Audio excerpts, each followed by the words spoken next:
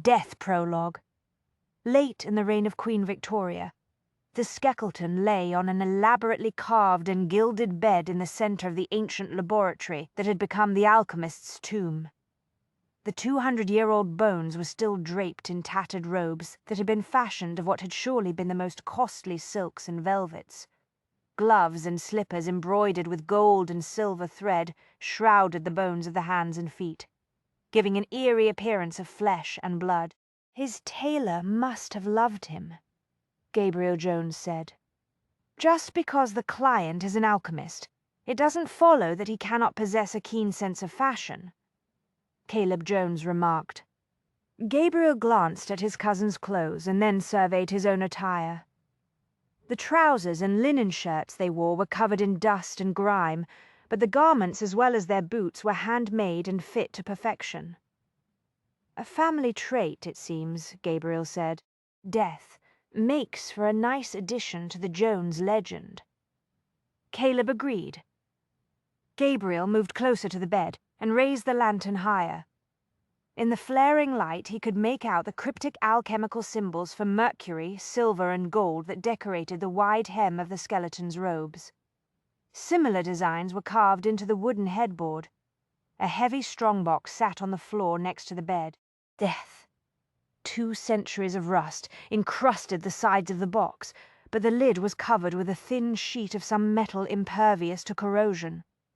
Gold, Gabriel thought. He leaned down and used a still spotless handkerchief to wipe away a bit of the dust that coated the lid. The light glinted on a leafy decorative design and some cryptic Latin that had been etched into the thin sheet of gold. Death. "It's astonishing that this place was never discovered and looted at some point during the past 200 years, he said. By all accounts, the alchemist had a number of rivals and enemies during his lifetime, to say nothing of all the members of the arcane society in the Jones family who have searched for it for decades. The alchemist had a well-deserved reputation for cleverness and secrecy," Caleb reminded him. "Another family trait." "True," Caleb agreed. Death. There was a decidedly grim edge to his voice. He and his cousin were different in many ways, Gabriel reflected. Caleb was inclined to brood and sink into long silences. He preferred to spend time alone in his laboratory. He had no patience with visitors, guests, or anyone else who expected a modicum of civility and a few social graces from him. Gabriel had always been the more outgoing and less moody of the two of them, but lately he found himself retreating into his personal library for extended periods of time. He knew that he was seeking not only knowledge but distraction, perhaps even escape, in his studies. They were both running, each in his own way, from those aspects of their natures that could only be classified as not normal, he thought. Death. He doubted that either of them would find whatever it was they were searching for in a laboratory or a library. Caleb examined one of the old books. "We'll need assistance packing up these relics. We can hire men from the village," Gabriel said. Automatically, he began formulating a plan of action to take care of the crating and shipping of the contents of the alchemist's laboratory tomb. Formulating plans of action was something he did well. Death. His father had told him on more than one occasion that his ability to craft strategy was closely related to his unusual psychical talents. Gabriel, however, preferred to think of it as a manifestation of the part of him that was normal rather than paranormal. He wanted desperately to believe that he really was a logical, rational man of the modern age, not some primitive, uncivilized throwback to an earlier stage of evolution. Death. He pushed the disturbing thoughts aside and concentrated on his scheme to transport the relics. The nearest village was several miles away. It was very small and no doubt owed its survival over the centuries to the smuggling business.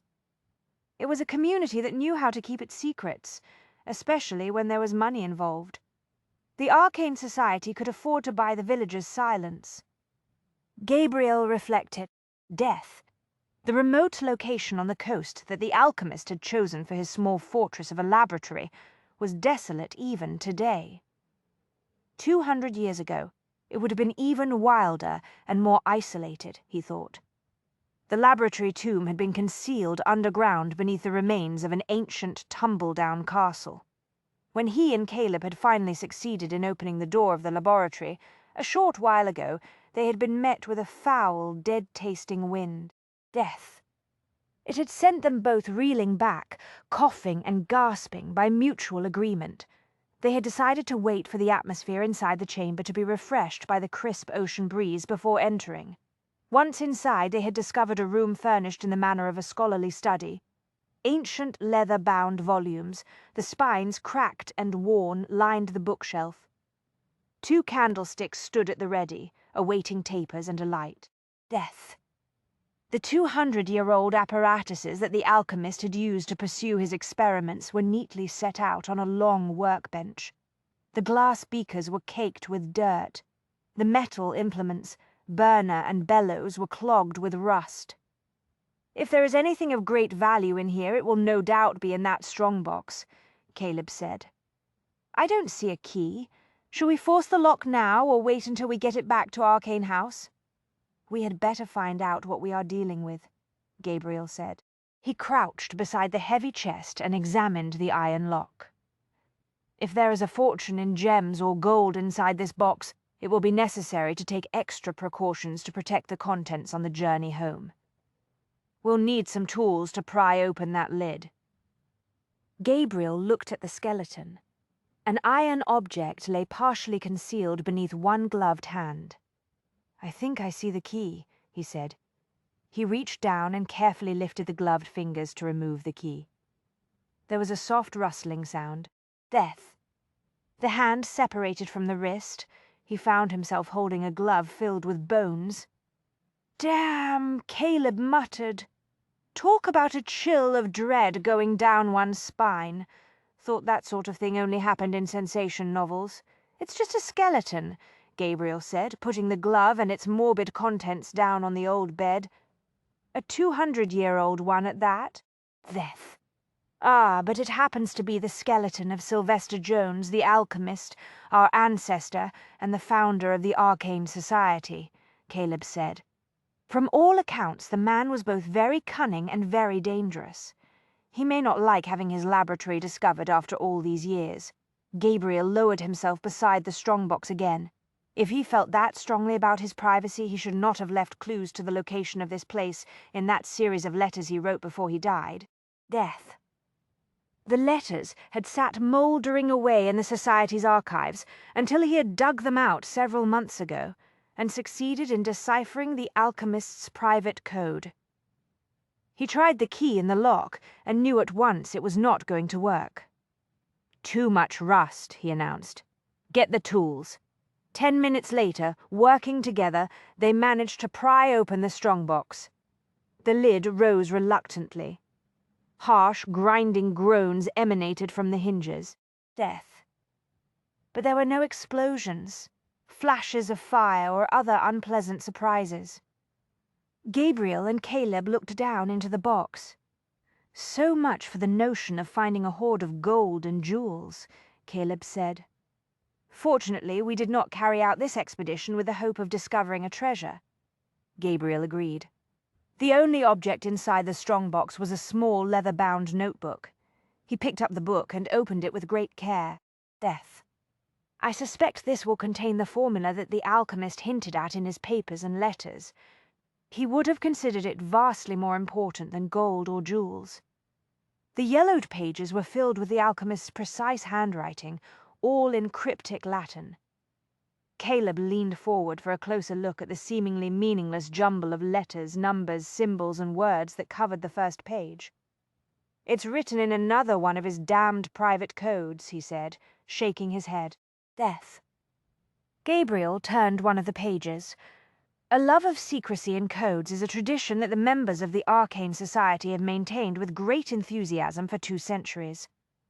I have never encountered a greater bunch of obsessive, reclusive eccentrics in my life than the members of the Arcane Society." Gabriel closed the notebook with great care and met Caleb's eyes.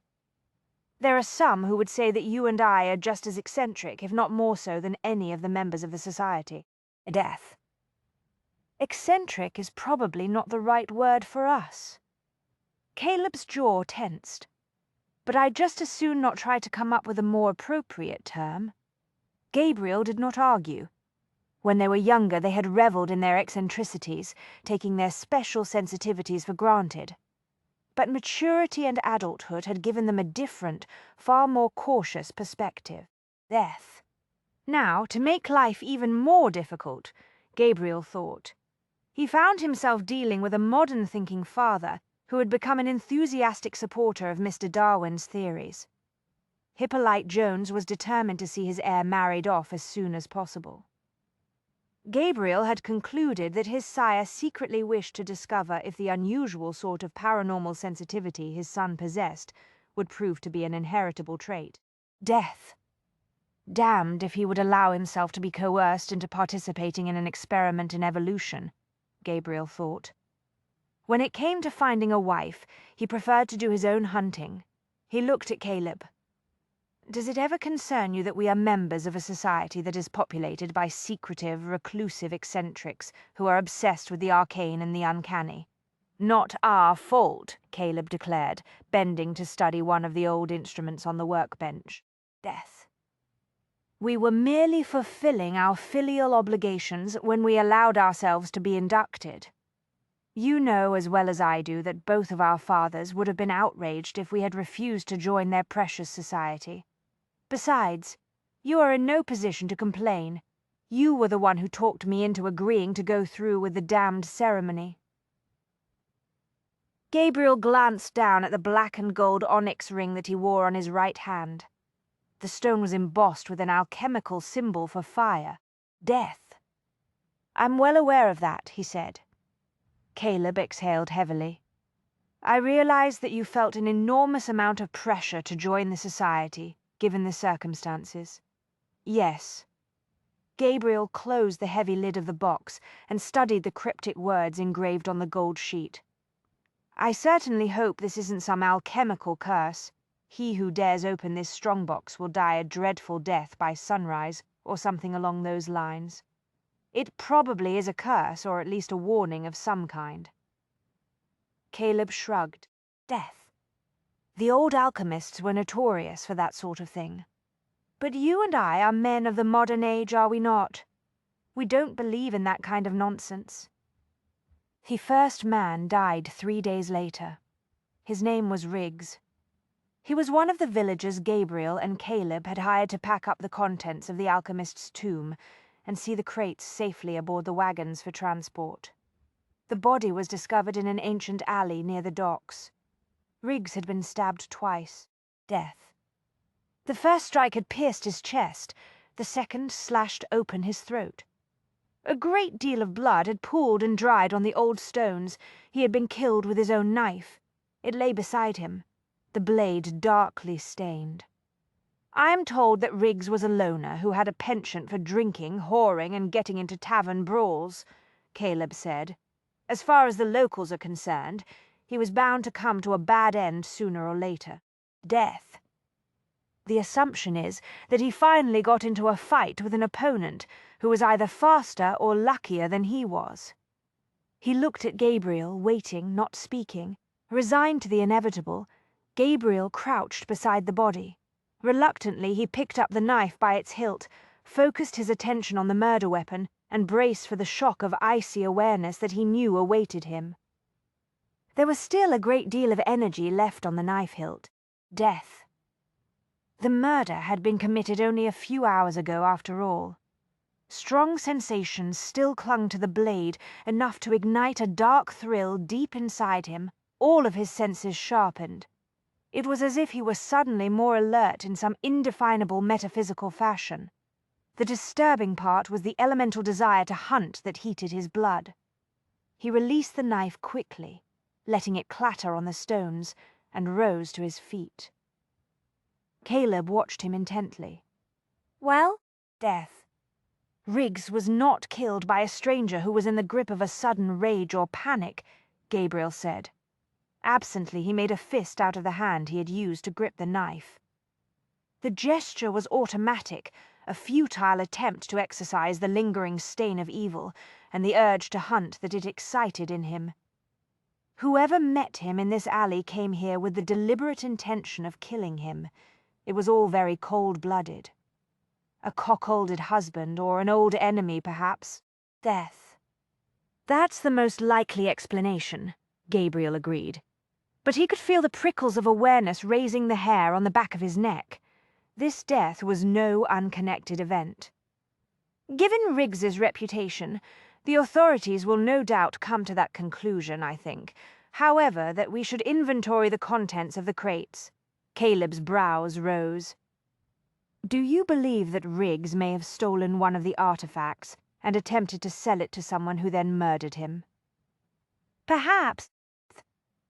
I thought we agreed that there was very little in the alchemist's laboratory that was worth a lot of money, let alone a man's life. Let's notify the local authorities and then open the crates, Gabriel said quietly.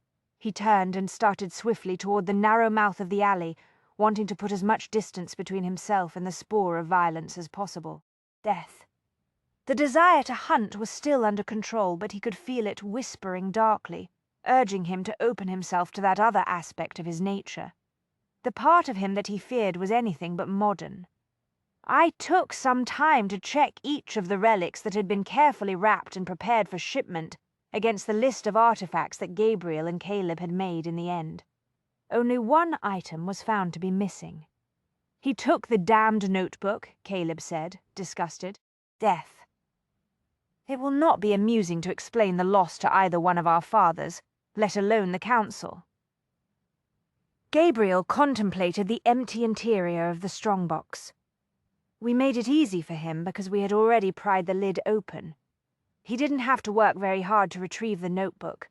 But why would anyone want it? At most, it's merely an interesting scholarly artifact filled with the deluded ramblings of a mad old alchemist. It's of historical significance only to the members of the Arcane Society, and then only because Sylvester was the founder of the society. Caleb shook his head. It would seem that there may be someone who actually believes that the formula will work, someone who is willing to kill for it. Well, one thing is certain. We have just witnessed the start of a new addition to the legends of the Arcane Society. Caleb winced. The curse of Sylvester the Alchemist, death. It has a certain ring to it, don't you think? 2 months later, Age was the man she had been waiting for. The lover who was destined to ruin her. But first, she wanted to photograph him. No, Gabriel Jones said. He crossed the richly appointed library, picked up the brandy decanter, and splashed a healthy dose of the contents into 2 glasses. I did not bring you here to Arcane House to take my picture, Miss Milton. Death. I employed you to photograph the Society's collection of relics and artifacts. I may appear to be in my dotage to you, but I like to think that I'm not yet ready to be classified as an antiquity. Gabriel was no aged relic, Venetia thought. Indeed, she sensed in him the power and confidence of a man in his prime. He gave every appearance of being just the right age to sweep her off her feet into the thrilling fires of an illicit passion. Death.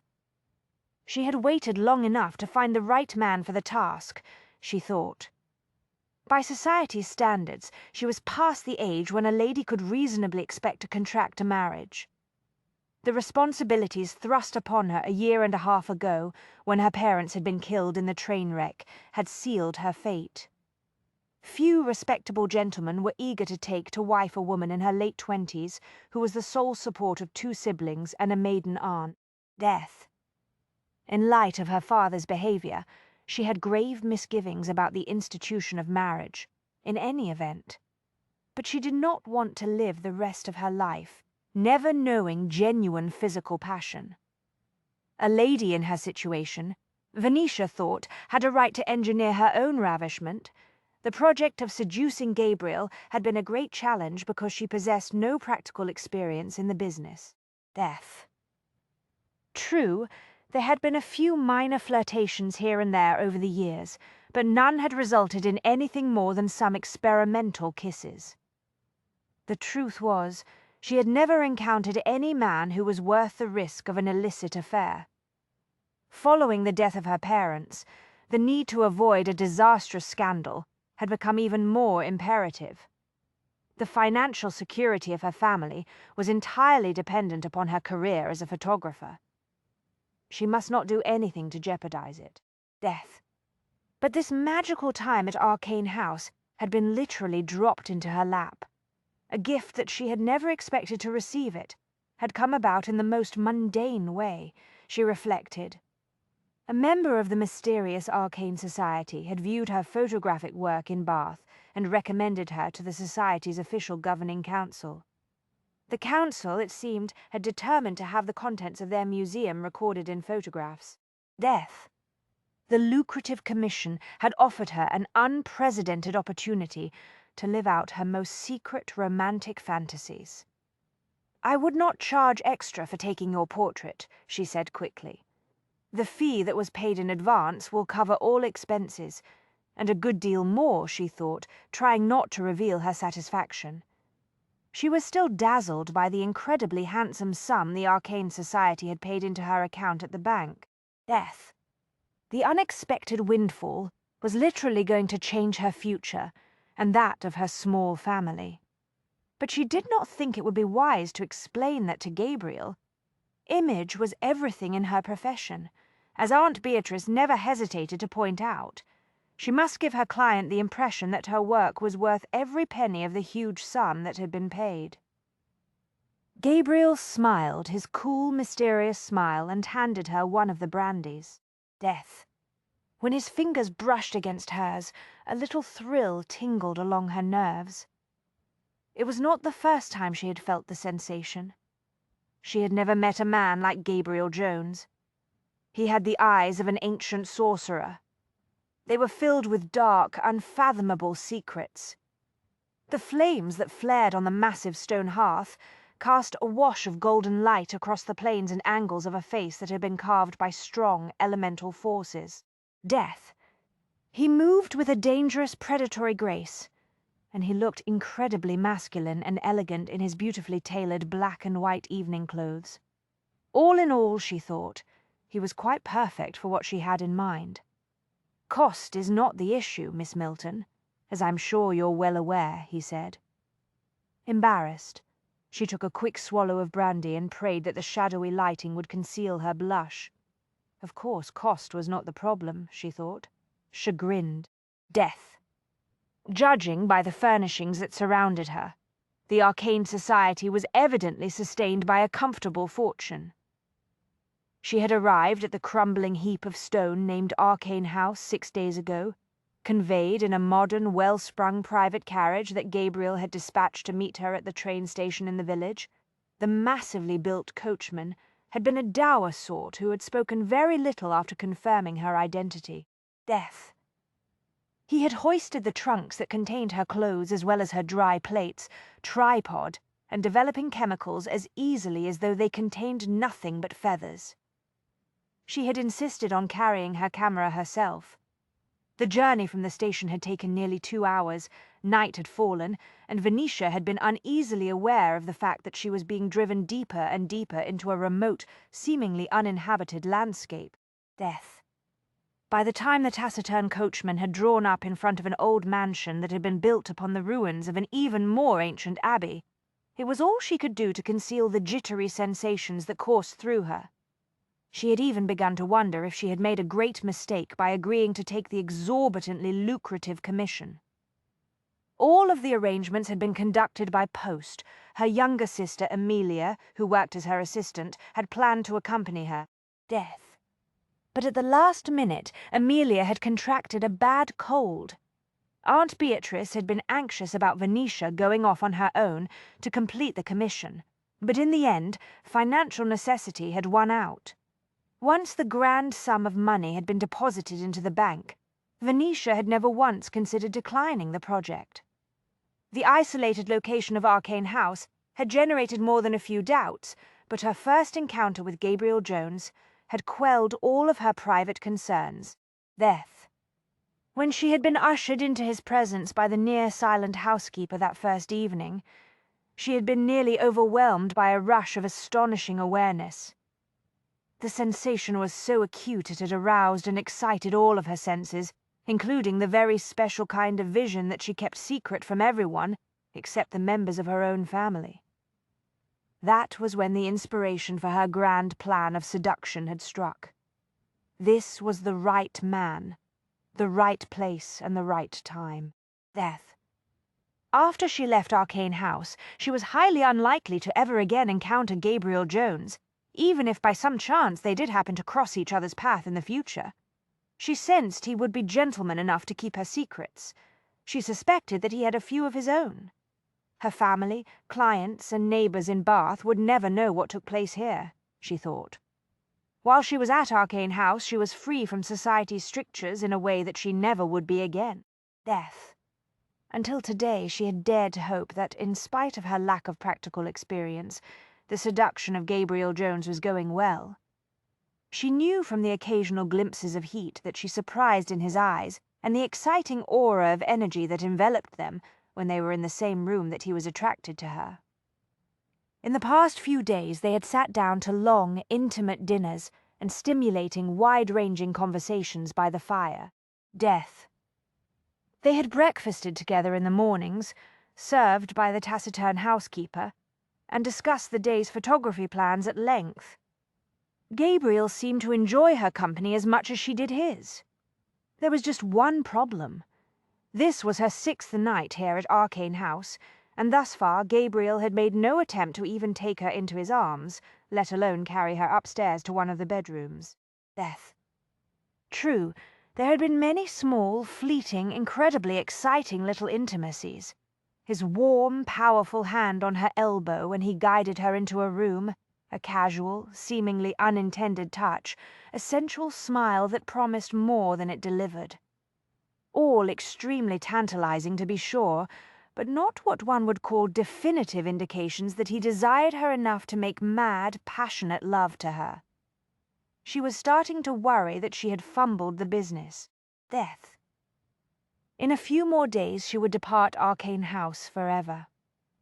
If she did not do something soon, her dreams would remain unrealized. "You have made excellent progress with your work here," Gabriel said. He went to stand in front of the windows, looking out into the moonlit night. "Do you feel that you will be able to finish on schedule?" "Most likely," she admitted. "Unfortunately," she added silently. She would have given a great deal for an excuse to linger. Death. "With all the sun we have enjoyed these past few days, I have had very few problems with the lighting. The light is always a photographer's greatest concern, is it not?" "Yes. The word from the village is that the weather is expected to hold." More bad news, she thought glumly. Poor weather was the only reason she could think of for prolonging her stay. "How nice," she said politely. Time was running out.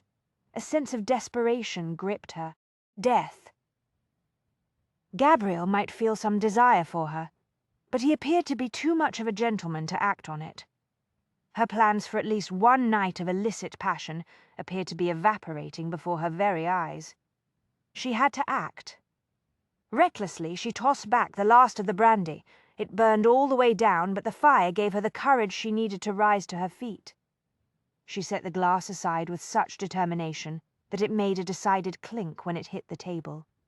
It was now or never. Death. Would he be appalled if she simply threw herself into his arms? Most certainly. Any true gentleman would be utterly shocked by such unseemly behavior. She was rather appalled at the thought herself. What if he rejected her? The humiliation would be unbearable. This situation called for subtlety. She groped for inspiration. Outside, moonlight streamed down onto the terrace. It cast a very romantic spell, she thought. "Speaking of atmospheric conditions," she said, striving for a light tone, "it has become a trifle warm in here, has it not? I believe I shall take some fresh air before retiring. Will you join me, sir?" She moved toward the glass-paned doors that opened onto the terrace, in what she hoped was a suitably sultry, inviting manner. "Yes, of course," Gabriel said. Her spirits soared. This just might work. He followed her to the door and opened it for her. Death. When she stepped out onto the stone terrace, the chill night air struck her with unexpected force. Her optimism failed abruptly. So much for her brilliant ploy. She thought this brisk temperature was hardly likely to incline Gabriel toward a state of heated passion. "I should have brought a wrap," she said, folding her arms beneath her breasts to warm herself. Gabriel braced one booted foot on the low stone wall that surrounded the terrace and examined the starry night sky with an assessing expression. "The crisp, clear weather tonight is another indication that we will, indeed, enjoy ample sunlight tomorrow," he said. "Wonderful." He glanced at her. In the moonlight she could see that he was smiling his cryptic smile. Good grief, was he amused by her poor attempt at seduction? That was an even more distressing thought than the fear that he might reject her. She hugged herself more tightly and imagined the photographic portrait she would have made of Gabriel if he had given her the opportunity. There would have been areas of intense, powerful shadow in the final image, she thought, reflections of the invisible dark energy that emanated from him. That knowledge did not alarm her. Death. She knew that the metaphysical darkness that flared around Gabriel was evidence of his strong will and self-mastery. It was not the sort of disturbing energy that emanated from a fevered brain. She had glimpsed those peculiar, dreadful hues occasionally among some who sat for their portraits. The chilling experiences never failed to leave her with a sick sense of revulsion and fear. Gabriel Jones was very, very different. She pondered the night and her failed attempt at seduction. Death. There was nothing to be gained standing out here shivering. She might as well admit defeat and retreat back into the warmth of the library. "You're feeling the cold," Gabriel said. "Allow me." To her amazement, he unfastened his elegantly cut coat and peeled it off with fluid masculine grace. The next thing she knew, he was draping the heavy garment around her shoulders. The fine wool carried the residual heat of his body, warming her instantly. She inhaled and caught the trace of his scent. Do not read too much into this bit of gallantry, she thought.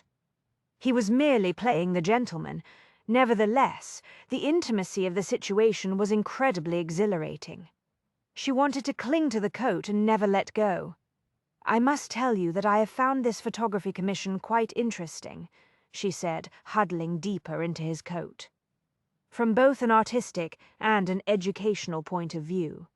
I had no idea that the Arcane Society even existed before I arrived here. Death. As a general policy, the members of the Society shun any sort of public notice." "You have made that clear," she said. "I know it is none of my affair, but I cannot help but wonder why the Society is so intent on maintaining a cloak of secrecy." "Blame it on tradition." Gabriel smiled again. "The Society was founded some 200 years ago by an alchemist who was obsessed with secrecy.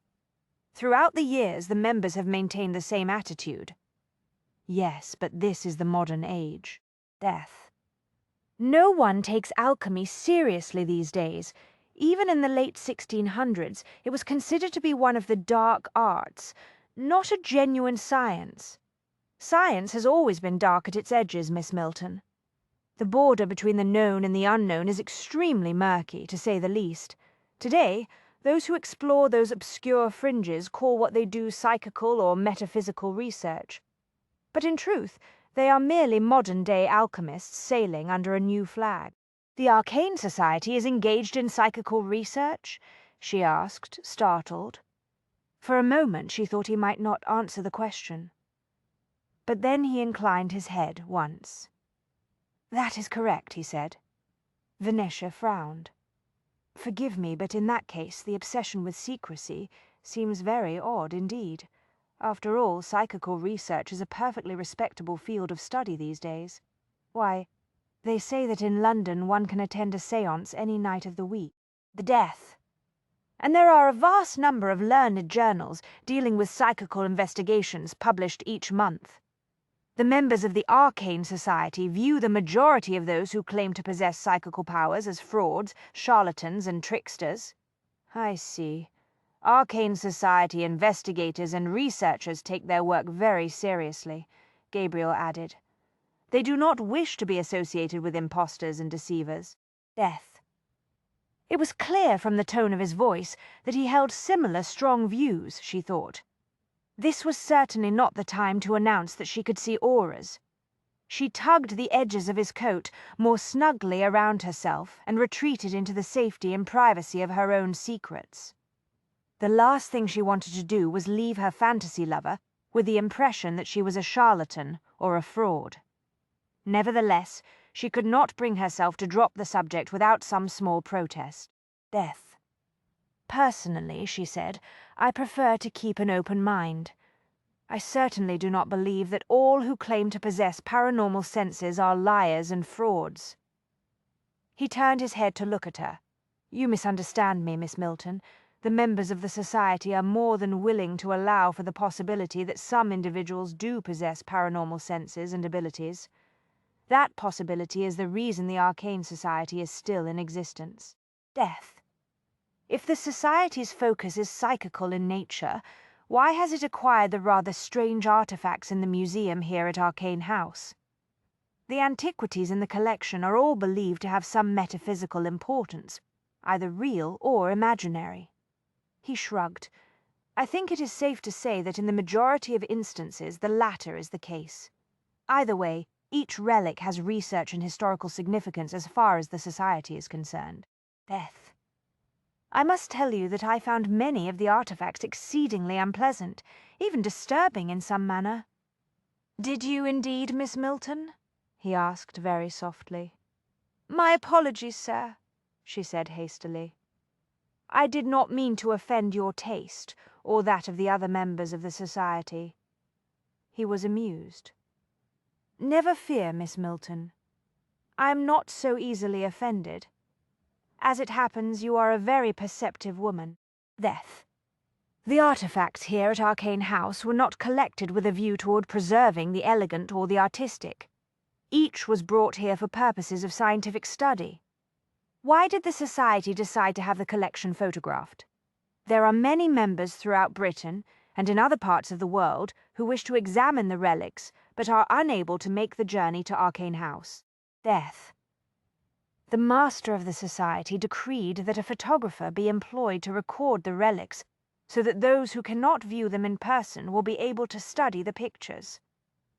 The Society plans to issue the photographs in the form of albums that can be dispersed to the members.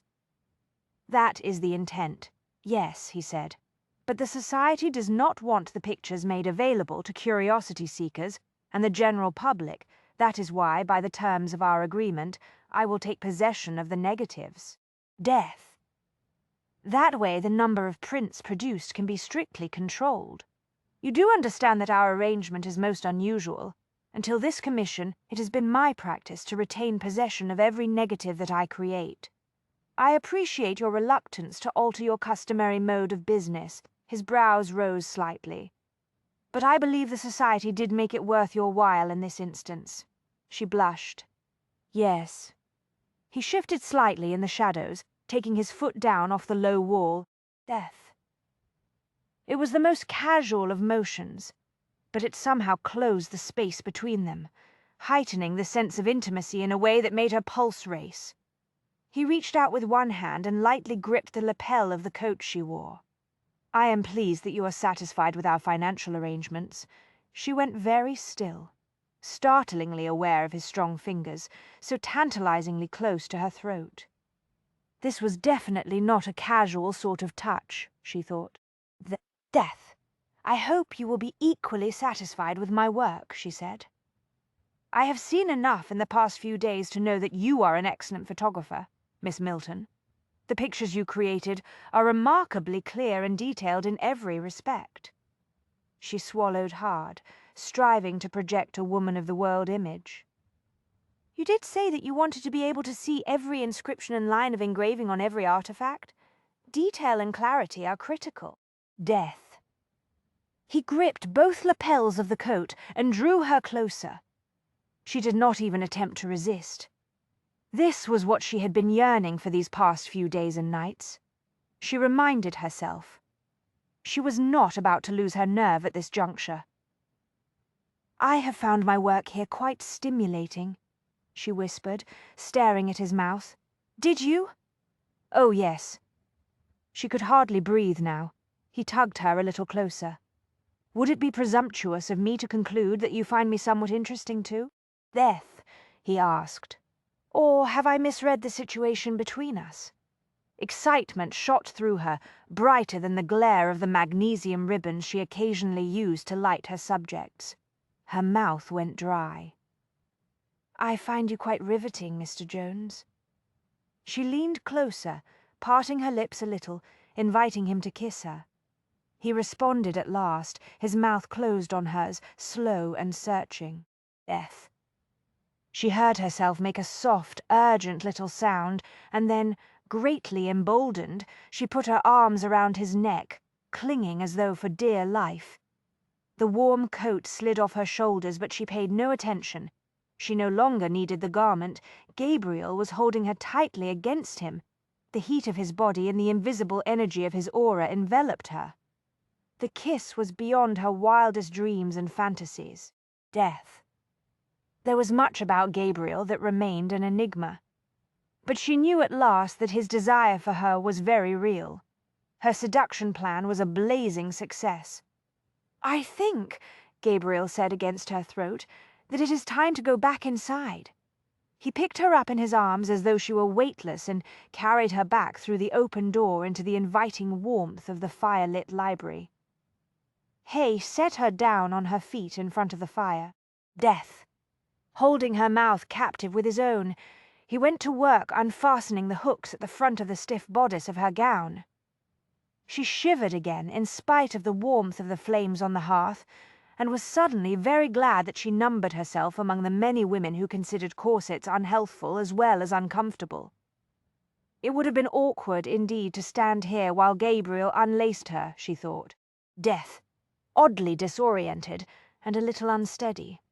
She instinctively braced her hands against his shoulders. When she felt the sleek muscle beneath the fabric of his shirt, an unfamiliar heat swirled inside her. Impulsively she flexed her hands, sinking her nails into him. Gabriel smiled slowly. "Ah, my sweet Miss Milton, I do believe that you will drive me mad tonight." The heavy gown fell away before she even realized that he had gotten it open. The dark crimson skirts pooled at her feet. Death. She drew a sharp, unsteady breath when his hand cupped her breast. Through the fine linen of her underclothes, she was intensely aware of his fingers moving gently, coaxingly across her nipple. The next thing she knew, her hair was tumbling down around her bare shoulders. He had removed the pins, she thought. It dawned on her that in spite of the fact that this was her seduction, he was doing all the work now. Surely, as a woman of the world, she should be doing something more assertive. Death.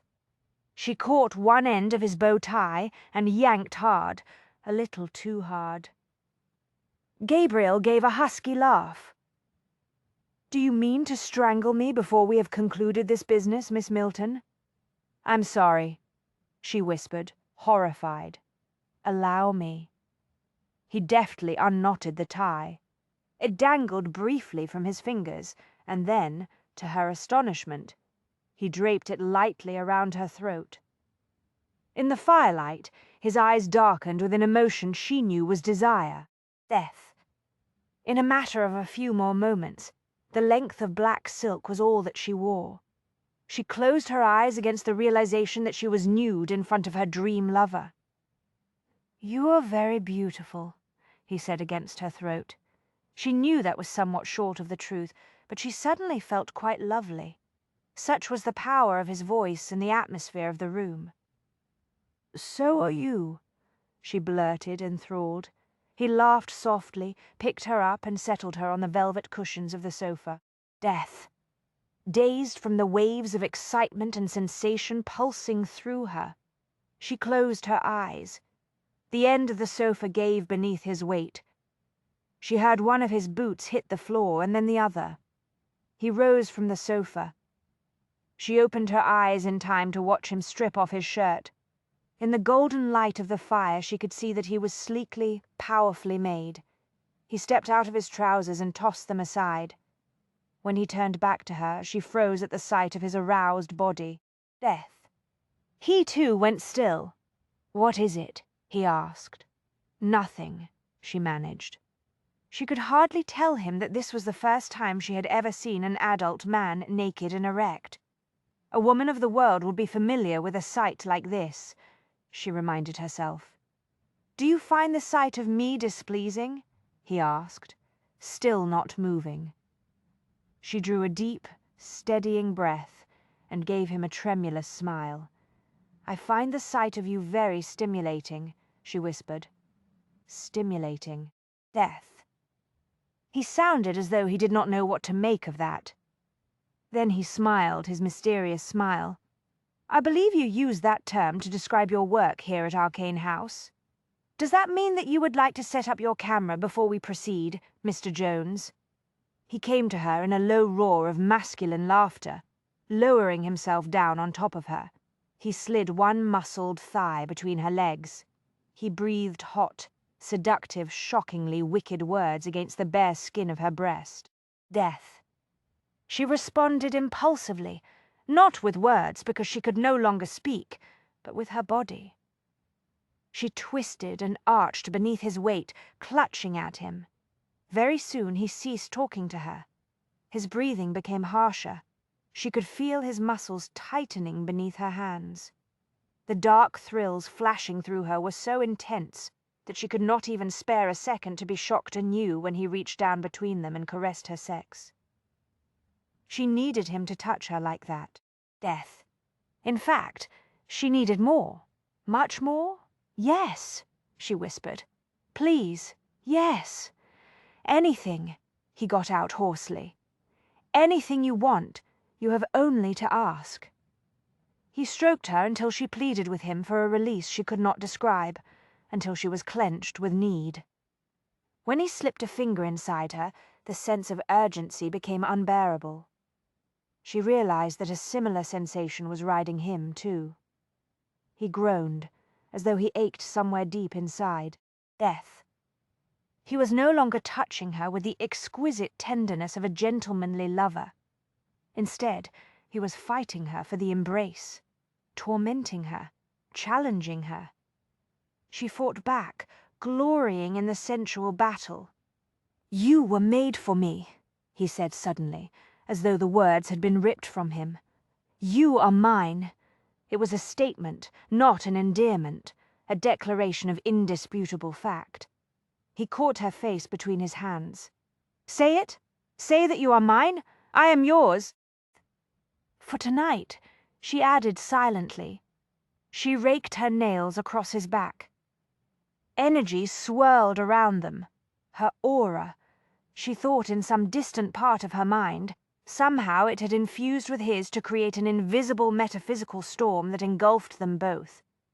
When she narrowed her eyes slightly, she realized that her paranormal vision was flashing in and out of focus.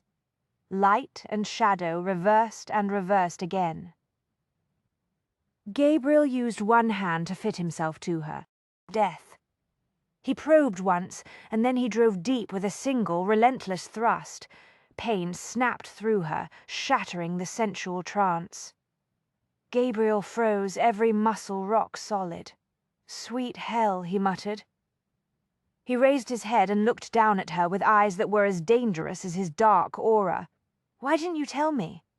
"Because I knew you would stop if I did," she whispered. She speared her fingers through his hair, "and I didn't want you to stop." He groaned. Venetia. Death.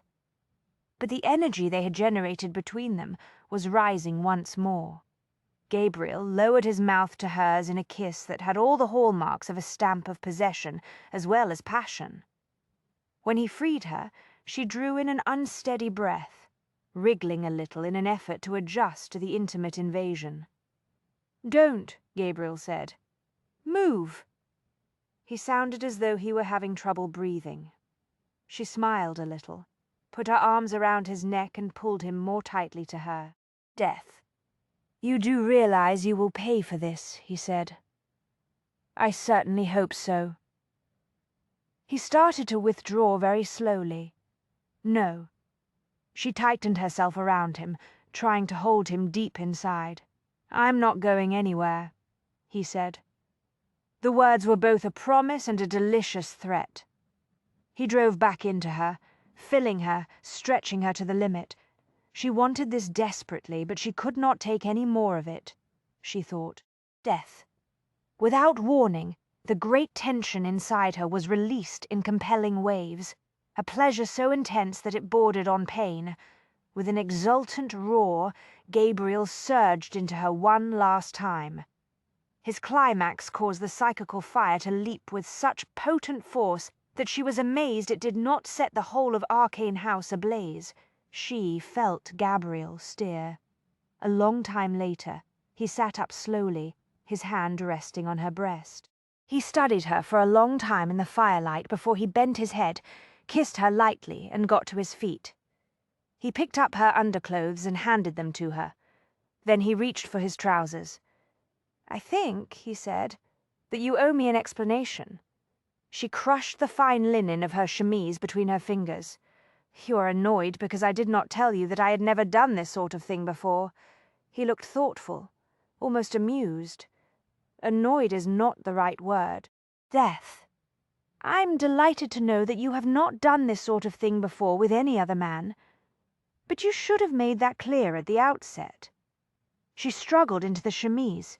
"If I had, would you have gone forward with the project?" "Yes, my sweet, without a doubt." She looked up, startled. "Is that true?" "It's true," he smiled slightly. "But I like to think that I would have employed rather more finesse." "I see."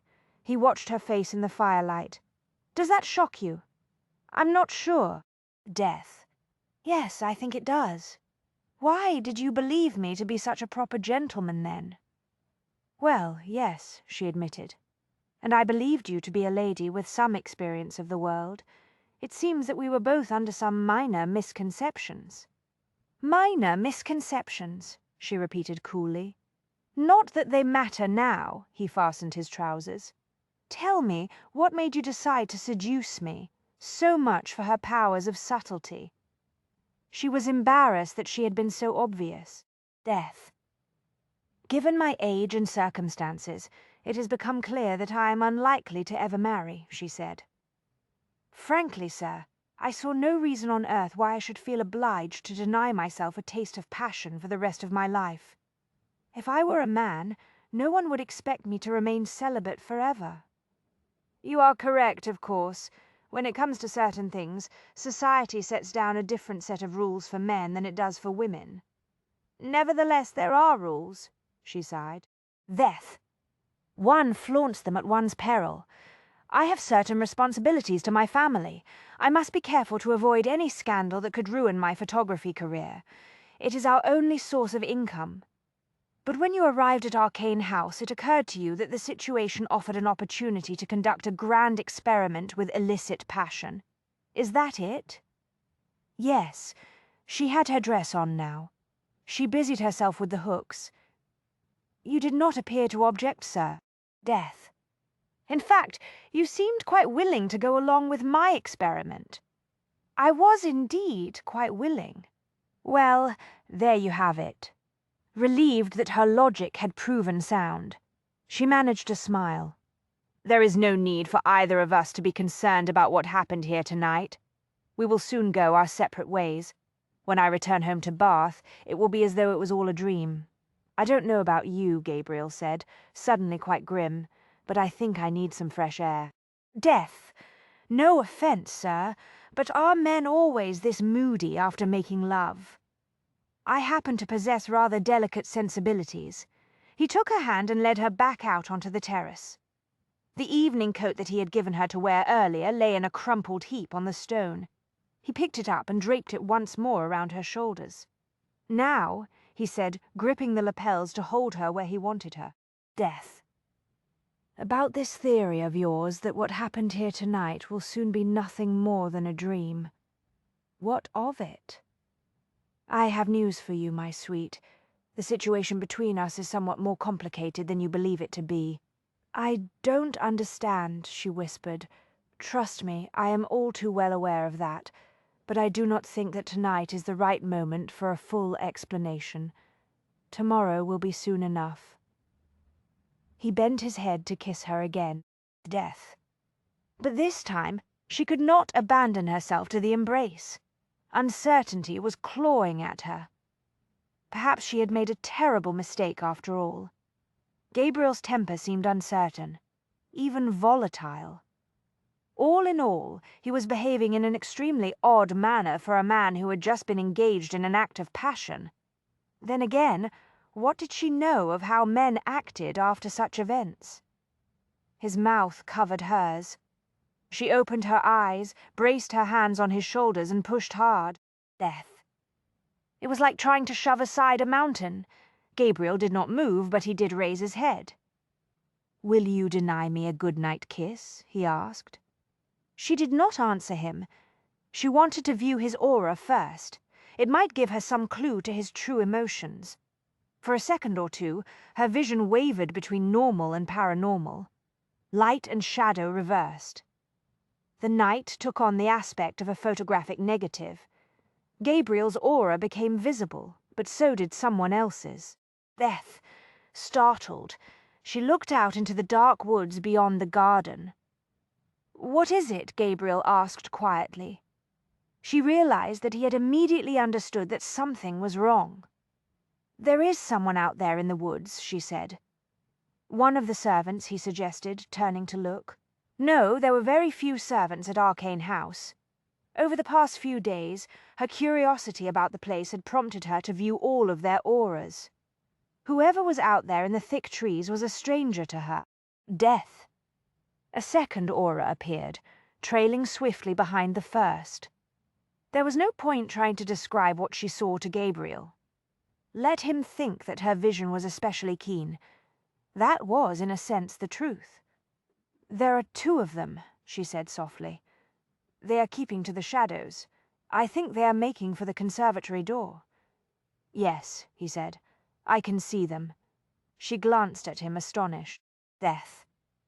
The intruders' auras were visible to her paranormal senses, but she could not believe that Gabriel could make out the two men using only his normal vision. Very little moonlight penetrated the woods that bordered the grounds of Arcane House. There was no time to question him. He was already in motion. "Come with me." He swung around, seizing her arm. Automatically, she clutched his coat to keep it from sliding off her shoulders. Death. He drew her swiftly back through the French doors into the warmth of the library. "Where are we going?" she asked a little breathlessly. "There is no way of knowing who those two are or what they are after. I want you away from this place at once.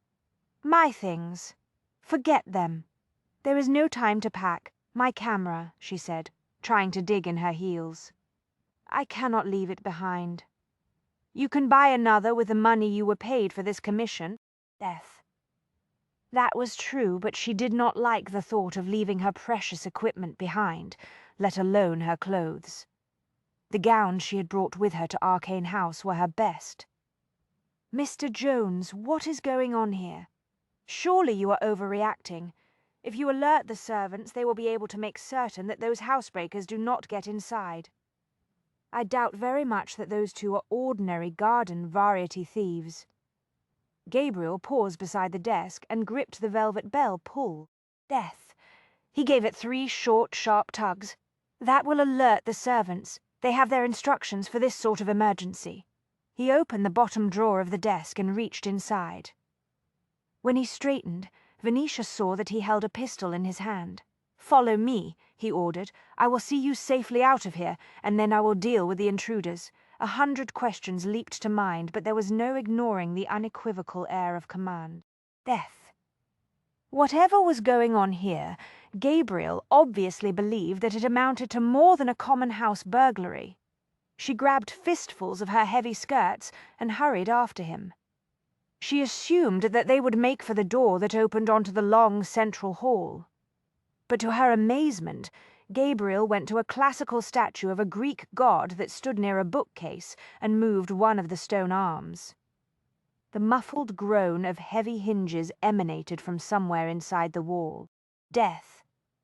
A section of the wooden paneling swung ponderously outward to reveal a narrow staircase.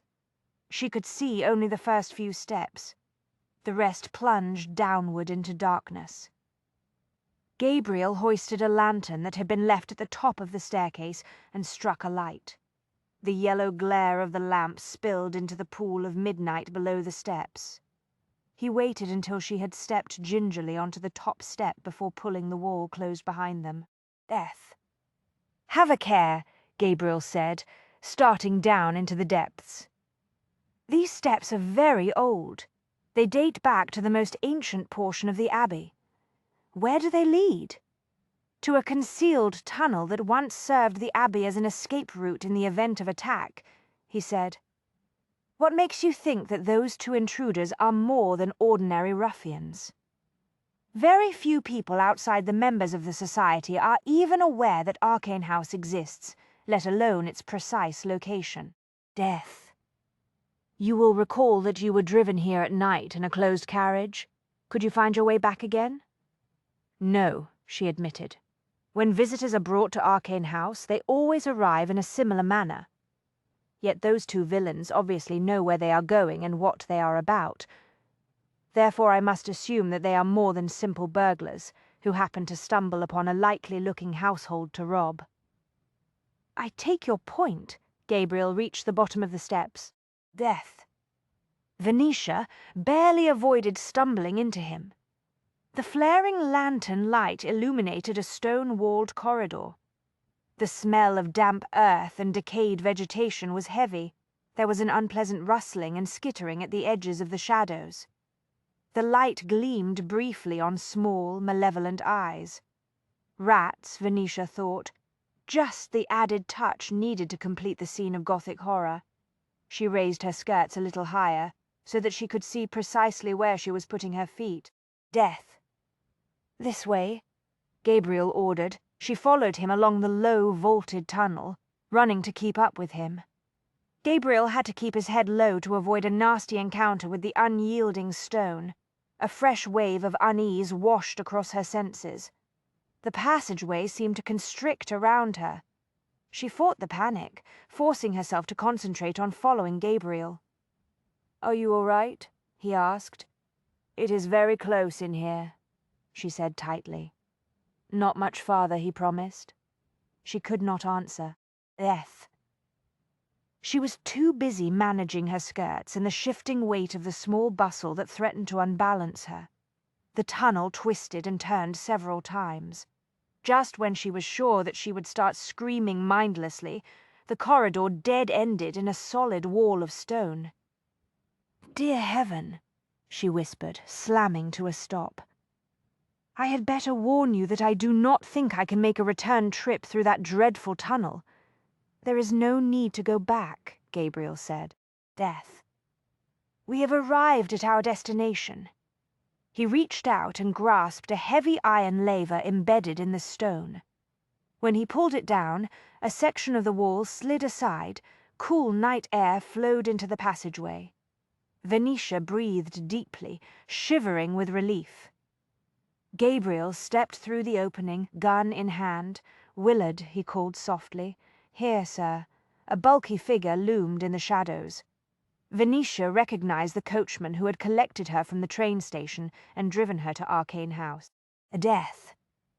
She had seen him several times during the past few days. "Excellent," Gabriel said. "Do you have your pistol?" "Yes, sir." "Mrs. Willard is safe." "She is in the carriage, sir. Scanton and Dobbs are waiting for you at the entrance to the Great Vault, according to the plan you gave us. You will take Miss Milton and Mrs. Willard to the village. Stay with Miss Milton until she boards the morning train." "Yes, sir." Gabriel turned back to Venetia and lowered his voice. "Goodbye, my sweet." Death. I will find you when this business is finished. Remember what you said to me tonight when you lay in my arms. You are mine." She could scarcely believe her ears. He intended to see her again. Dumbfounded, she opened her mouth to ask when and where they would meet. But Gabriel did not give her an opportunity to speak. He kissed her once, very hard. It was the kiss of a man who is staking a claim before she could recover. He was turning away, heading toward the blackness of the tunnel entrance. The death. She concentrated briefly. The world became a negative image. She caught one last glimpse of Gabriel's dark, powerful aura, and then he was gone before she could collect herself. The wall of stone resealed itself, leaving her alone with Willard. "This way, Miss Milton," Willard said. She looked at the solid stone wall. "Will he be safe? Mr. Jones knows how to take care of himself. Perhaps you should accompany him. Mr. Jones doesn't like it when folks fail to follow his orders, Miss Milton." Death. "I've worked for him long enough to know that it's best to do as he says. Come along now. It's a long drive back to the village." Reluctantly, she allowed him to assist her into the sleek carriage. The housekeeper was already inside. She did not speak when Venetia sat down across from her. Willard slammed the door shut and bounded up onto the box. The vehicle swayed beneath the weight of his bulk. She heard the slap of the leathers. Death. The horses leaped forward, jolting Venetia back into the depths of the cushioned seat. Pulling aside the curtain, she watched the stone wall through which Gabriel had disappeared until it was lost from sight. It was not long before the carriage rounded a corner, cutting off her view. Some time later it dawned on her that she was still wearing Gabriel's coat. She sank deeper into it, comforting herself with his lingering scent. Alk about extraordinarily poor timing, Gabriel thought. Their flirtation compounded the icy anticipation of the hunt as he moved back through the ancient tunnel. The evening had been going very well indeed. He had enjoyed his seduction enormously, even though there had been a few surprises in the course of events. If there had been even a modicum of justice in the universe, he would have been escorting Venetia Milton upstairs to a cozy bedroom about now. He regretted having to send her away, but given the seriousness of the situation, he'd had no choice. Death. He did not know yet what the intruders were after, or just how dangerous they might prove to be. But the very fact that they had found Arcane House and seemed to know their way around was a very bad sign. He reached the hidden staircase and climbed it swiftly. At the top he paused to listen before opening the secret panel. All of his senses were fully open now. In this heightened state of awareness he could detect his prey and anticipate its actions in the way that only a true predator can. It chagrined him to realize that he had been so intent on trying to decide how and when to tell Venetia the full truth about their situation that he had not immediately sensed the intruders. The fact that she had noticed them first was embarrassing, to say the least. Obviously his attention and his concentration had been elsewhere. Nevertheless, it was astonishing that she had been able to see them at all in the dark woods that ringed Arcane House. Death. He would have to ask her about that the next time they met.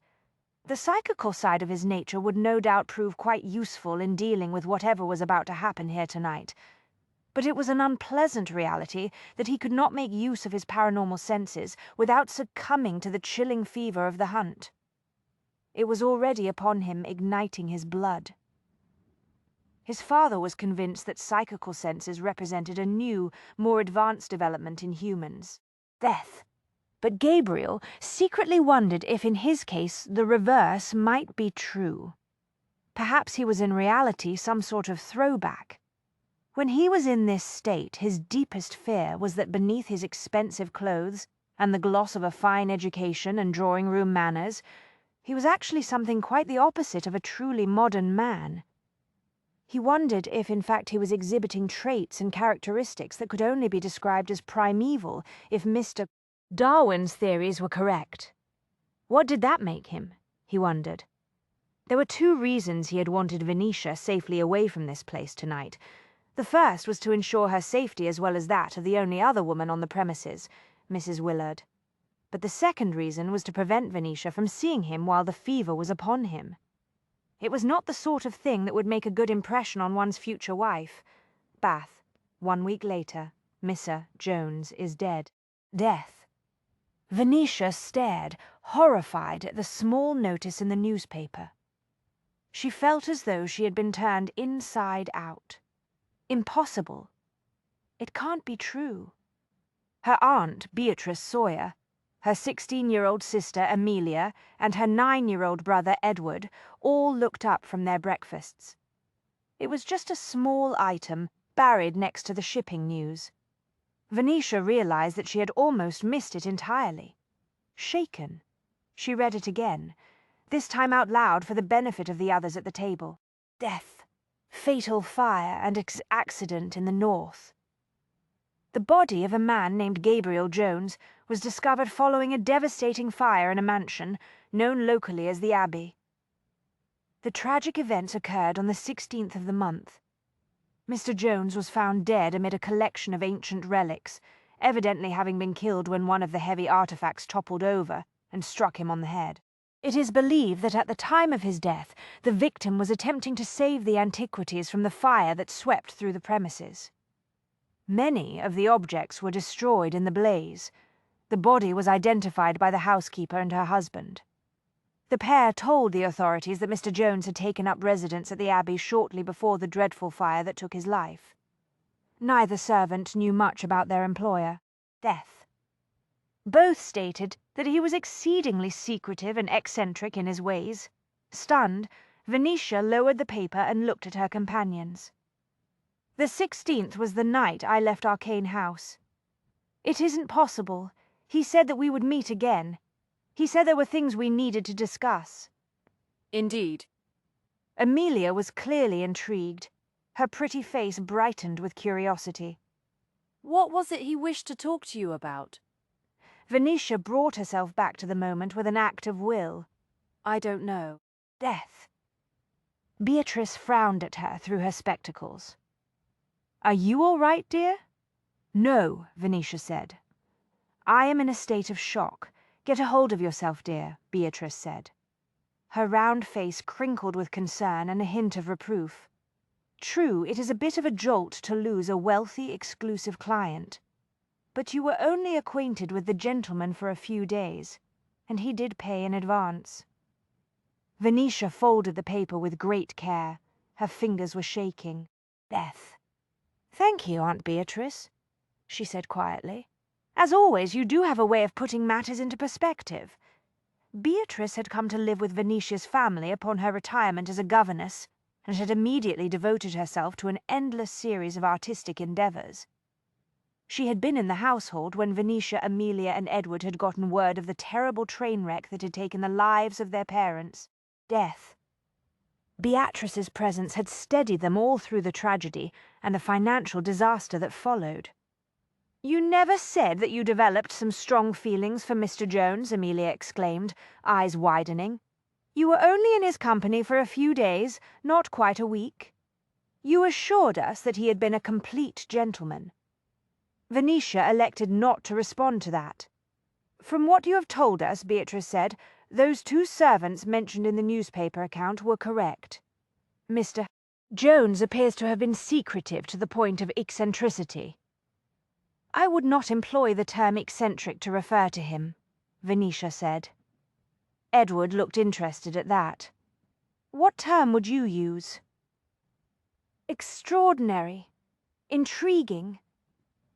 Venetia paused, searching her brain. Compelling. Mysterious. Fascinating. It was only when she saw the startled expressions on the faces of the others that she realized how much she had revealed. Really, dear. Beatrice's voice sharpened with unease. You make Mr. Death. Jones sound like one of those odd relics that you say you photographed in his museum. Edward reached for the jam. Was Mr. Jones covered with unreadable inscriptions and cloaked in inscrutable codes like the antiquities you described? In a manner of speaking, yes, Venetia said. She seized the coffee pot, which stood next to the teapot. She greatly preferred tea, but when she felt anxious or uneasy, she drank coffee on the theory that it would fortify her nerves. Death. He was certainly a man of mystery. Amelia frowned. I can see you are upset by this news, but Aunt Beatrice is correct. Do keep in mind that Mr. Jones was only a client. Venetia. That may be true, but I will tell you this much, Venetia said, pouring coffee into her cup. If he truly is dead, it is most likely because he was murdered, not because he was the victim of an accident. I told you about the 2 intruders who were trying to enter the house the night I left. Death. I suspect they were responsible for the fire and, quite likely, for the death of Mr. Jones. There ought to be a thorough investigation. Beatrice hesitated. There was nothing about intruders mentioned in that news account, only a fire and a fatal accident involving an antiquity. Are you quite certain that the 2 people you saw in the woods that night were burglars? They were certainly bent on mischief. I can tell you that much, Venetia said quietly. What is more, Mr. Death, Jones concluded the same thing. In fact, he was even more concerned about those men than I was. That is why he insisted I be escorted off the premises via the secret tunnel. Edward munched his toast. I would like to have seen that tunnel. Everyone ignored him. Beatrice looked thoughtful. Surely the local authorities would have conducted proper inquiries if there had been any indication of violence or burglary. Venetia absently stirred cream into her coffee. Death. I don't understand why there was no mention of the intruders in the paper. And what of the servants who identified Mr. Jones's body? Edward asked with a shrewd expression. Surely they would have said something about the villains to the authorities. He paused for emphasis. If there really were villains involved, that is. They all looked at him. Venetia said. That is a very good point, Edward. I wonder why the servants neglected to mention the intruders. Death. Beatrice gave a soft, ladylike snort. Remember, you have only a small news account of the events. Given the nature of the press, it is quite likely that there are a number of inaccuracies in that report. Venetia sighed, in which case we will probably never know for certain what really did happen that night. Well, I think it is safe to say that we do know that Mr. Jones is no longer in this world, Beatrice declared. That is probably the one thing the press got right. I doubt that there will be any more lucrative photography commissions coming from that quarter. Gabriel Jones could not be dead, Venetia thought. She would know it if he were, wouldn't she? She started to drink some of the strong coffee. A sudden thought made her pause, her cup in mid-air. I wonder what happened to the negatives and the prints that I made for Mr. Jones while I was at Arcane House. Amelia shrugged. They were probably destroyed in the fire. Venetia thought about that. Death. Another thing, there is no mention in the paper about a photographer having been in the mansion on the night that Mr. Jones was killed, for which we can only be extremely grateful, Beatrice said with a visible shudder of relief. The very last thing we need is for you to be dragged into a murder investigation, especially now that our financial situation is starting to appear solid and stable at long last. Venetia placed the cup very precisely down on the china saucer. Death. Thanks to Gabriel Jones, and the fees he saw to it were paid in advance. Indeed, Beatrice allowed. Venetia, I understand that the news concerning Mr. Jones has come as a blow to you, but you must put the matter behind you. Our future lies in London. Our plans are in place. We must go forward with them. Of course, Venetia said absently. Clients come and clients go, Venetia, Amelia added helpfully. A professional photographer cannot allow herself to become too attached to any of them. Death. Besides, Beatrice said, cutting straight to the heart of the business, the man is dead. Whatever the truth of the events at Arcane House, it no longer concerns us. Now then, let us get on to more pressing matters. Have you decided upon the name you will adopt when we open the gallery in London? I am still quite taken with Mrs. Ravenscroft, Amelia said. It is ever so romantic, don't you think? I prefer Mrs. Hartley Price, Beatrice announced. It has a more established ring to it. Death. Edward grimaced. I still say that Mrs. Lancelot is the best name of all. Amelia wrinkled her nose. You have been reading too many Arthurian tales. Ha, he retorted. You're a fine one to talk. I know perfectly well that you got that silly Mrs. Ravenscroft name out of that sensation novel you're reading. The thing is, Venetia said, interrupting firmly, I can't quite see myself living with any of those names. For some reason they don't seem to fit, if you see what I mean. Death. You'll have to make a decision, and soon, Beatrice said. You cannot call yourself Mrs. Milton. Not when your brother and sister are also named Milton. People would think Amelia and Edward were your children rather than your siblings. That would not do. We have discussed this at some length, Amelia pointed out. You have no choice but to go into business as a widow. Quite true, Beatrice said. Death. An unmarried lady, not yet past 30, will have a great deal of trouble attracting the right sort of clientele. In addition, it will be difficult for you to conduct business with men without projecting the wrong impression. Your status as a widow will endow you with a certain respectability that will otherwise be impossible to attain. I understand, Venetia said. She straightened in her chair. I have been giving the matter of my new name a great deal of consideration, and I have made a decision. Which name did you choose? Edward asked. I will call myself Mrs. Jones, Venetia said. Amelia, Beatrice, and Edward stared at her, mouths agape. You are going to adopt the name of your deceased client? Beatrice asked, amazed. Why not? Venetia said. A sad wistfulness rose up inside her. Who will ever guess that a certain Mr. Gabriel Jones was my inspiration? Death. After all, Jones is an exceedingly common name. That's true, Amelia said thoughtfully. Why? There must be hundreds, if not thousands, of Joneses in London. Precisely. Venetia warmed to her own idea. No one will ever think to make a connection between me and the gentleman at Arcane House, who was once, quite briefly, a client.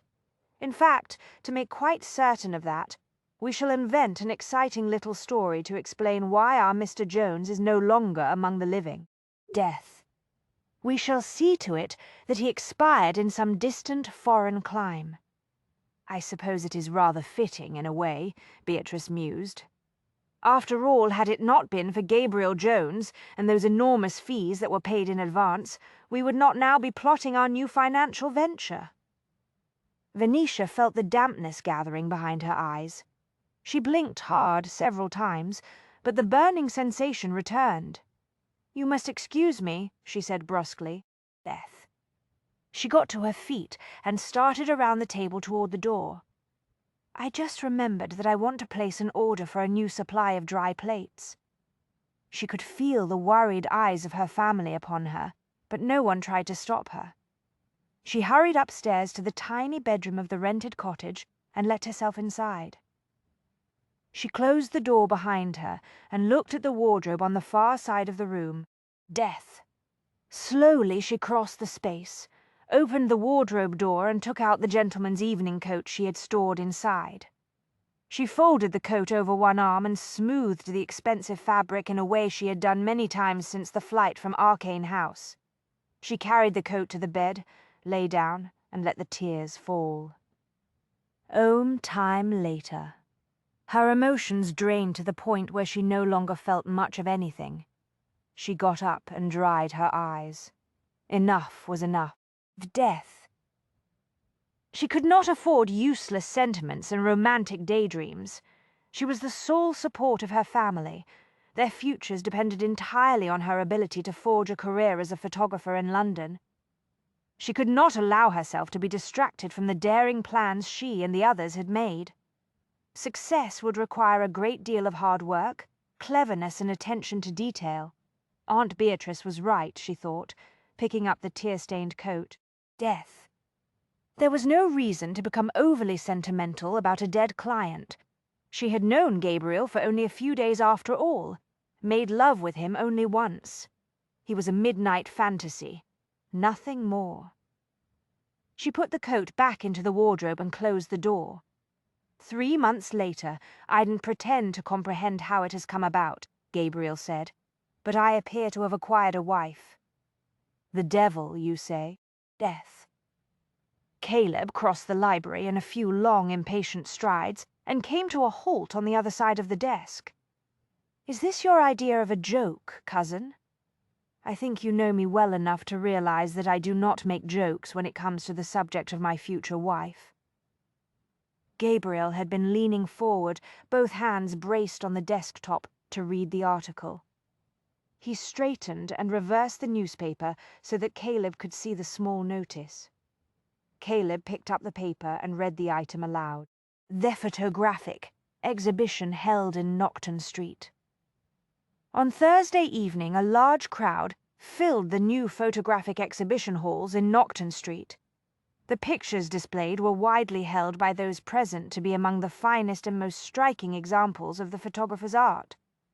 Various traditional categories were represented, including landscape, still life, architecture, and portraiture. All were works of exceptional beauty and power, fully deserving to be hailed as high art.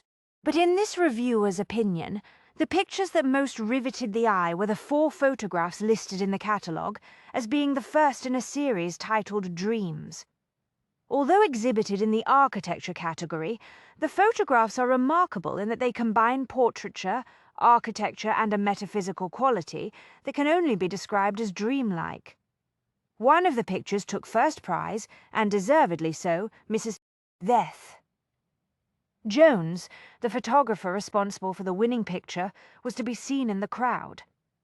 She is quite new on the photography scene in London, and she has met with nothing short of great success. Her list of clients already includes some of the most discerning members of society. The elegant widow was dressed in deepest mourning, as is her custom. Her elegant black gown accentuated her lustrous dark brown hair and amber-coloured eyes. Death. Indeed, it was remarked by several of those present that the photographer is as dramatic as any of her photographs. Mrs. Jones's touching devotion to the memory of her late husband, who perished tragically while the couple was on their honeymoon in the Wild West, is well known in photographic circles. The lady has made it clear that having lost the great love of her life, she will never love again. All of her attention, sensibilities and emotions are now employed in the perfection of her art, to the great benefit of connoisseurs and collectors. Damnation! Caleb looked up from the article. His already stern features hardened further. Do you really believe that this is the same photographer that you employed to record the collection at Arcane House? Gabriel crossed the library and came to a halt in front of the Palladian windows. Death. He clasped his hands behind his back and studied the rain-drenched garden. It could be a coincidence. I know how you feel about coincidence. I must be realistic. What are the chances that 3 months after Miss Milton was hired to photograph the collection at Arcane House, another lady with the same colour hair and eyes has set herself up in the photography business in London? I knew Miss Milton was very excited by the size of the fee she received from the council. I could see that she had plans for the money, big plans, although she did not confide in me. You can't be sure it is the same photographer. Gabriel glanced at the newspaper over his shoulder. You read those comments. The critic called her work striking and powerful. He said it had a metaphysical quality that describes Miss Milton's pictures quite accurately. She is a brilliant photographer, Caleb. And then there is the business of the name. If you're right, what would have induced her to change her name to Jones? Perhaps she was pregnant with his child, Gabriel thought. The thought staggered him, triggering a surge of possessiveness and arousing protective instincts he had not even realized he had until that moment. On the heels of the possibility came another realization that made him deeply uneasy. If Venetia had taken his name to lend respectability to a pregnancy, she must be terrified. Death. He decided not to mention that potential problem to Caleb. I can only assume that she concluded that she would be better off carrying on her career in the guise of a widow, he said instead. You know how difficult it is for any woman to conduct business or make a living in a profession. It is even harder for a single, attractive female. There was a short silence behind him. Gabriel turned around to find Caleb watching him with a considering expression. Miss Milton is attractive. Death. Caleb asked neutrally. Gabriel raised his brows. She is nothing short of riveting. I see, Caleb said. You still have not answered my question. Why do you think she chose to use the last name of Jones when she decided to pass herself off as a widow? Very likely because it was convenient. Convenient, Caleb repeated. I expect she must have seen the notice that appeared in some of the newspapers following the events at Arcane House. Gabriel explained. Death. Evidently she concluded that, as I no longer had any use for the name Jones, she would borrow it. Caleb looked down at the newspaper. That is unfortunate under the circumstances. It is more than unfortunate. Gabriel turned away from the window. It is a potential disaster. At the very least, it throws all of our carefully laid plans into chaos. It is not as though our scheme was proceeding all that well in any case, Caleb pointed out. We have not yet turned up any trace of the thief. Death. The trail has indeed gone cold, Gabriel agreed. A faint tingle of energy went through him. But I think that is about to change. Caleb narrowed his eyes faintly. Will you be able to deal with this on your own, cousin? I don't see much choice. If you can wait for a month or so, I might be able to assist you. Gabriel shook his head. This cannot wait. Not now that Venetia is involved. You have your own responsibilities to attend to. Death. We both know that they are every bit as important as this matter. I fear that may indeed be the case. Gabriel started toward the door. I shall leave for London at dawn. I wonder what my grieving widow will say when she discovers that her late husband is very much alive. There was nothing like having a dead husband return from the grave to ruin a fine spring morning. Venetia gazed transfixed at the headlines of the flying Intelligencer. Death. Noted photographers, husband. Feared dead. Returns by Gilbert Otford. This correspondent is delighted to be the first to report that Mr. Gabriel Jones, believed to have perished while on his honeymoon in the American West, has returned unharmed to London. Readers will be thrilled to learn that Mr. Jones is none other than the husband of the renowned society photographer Mrs. Venetia Jones. Mr. Jones spoke briefly with your humble correspondent shortly after his safe arrival in our fair city. Death. He explained that having suffered a severe bout of amnesia following his unfortunate accident in the Wild West, he wandered for several months during that time. He was unable to make his identity known to the authorities. But now, his memory and his health fully restored, he declared with the most fervent enthusiasm that he could scarcely wait to be reunited with his beloved bride. The eminent Mrs. Death Jones, who has caught the attention of connoisseurs of photography, has been sunk in the sad gloom of widowhood for nearly a year. Her devotion to the memory of the husband she believed to be dead has touched the hearts of all of her clients and those who admire her work. One can only imagine the magnitude of the joy and delight that will ignite the lady's heart when she discovers that her husband is alive and has come back to her. There has been a dreadful mistake, Venetia whispered, aghast. Death. Beatrice paused in the act of buttering a slice of toast. Whatever is the matter, dear? You look as if you have just seen a ghost. Venetia shuddered. Please do not use that word. What word? Amelia asked. Ghost, Venetia said. Edward paused in mid-chew. You saw a ghost? Venetia, Edward, do not speak with your mouth full, Beatrice said absently. Edward dutifully swallowed the last of his buttered toast. Describe the ghost, Venetia. Was it transparent? Could you see straight through it? Death. Or was it solid, like a real person? "I did not see a ghost, Edward," Venetia said firmly. She was well aware that she had to squelch the notion immediately if there was to be any hope of restraining her brother's boundless curiosity. "There is a mistake in the morning papers. That's all. Errors are quite common in the press." That was all it was, she thought, an appalling error. But how could such a thing happen? Amelia watched her expectantly. Death. "What did you see in the papers that disturbed you so?" Venetia hesitated. "There is a reference to the recent return of a Mr. Gabriel Jones." Amelia, Beatrice, and Edward stared at her, stunned. "What on earth?" Beatrice managed, going rather pale. Amelia looked very worried. "Good heavens, are you certain of the name?" Venetia handed her the paper across the table. "Read it for yourself." Amelia snatched the newspaper from her. "Let me see. Death." Edward hopped out of his chair and went to stand behind Amelia's shoulder. Together they studied the notice in the paper. "Oh dear," Amelia said. "Oh my, this is indeed very disturbing." Edward's expression crumpled into severe disappointment. "It doesn't say anything about a ghost. It says that Mr. Gabriel Jones, who was supposed to be dead, is actually alive.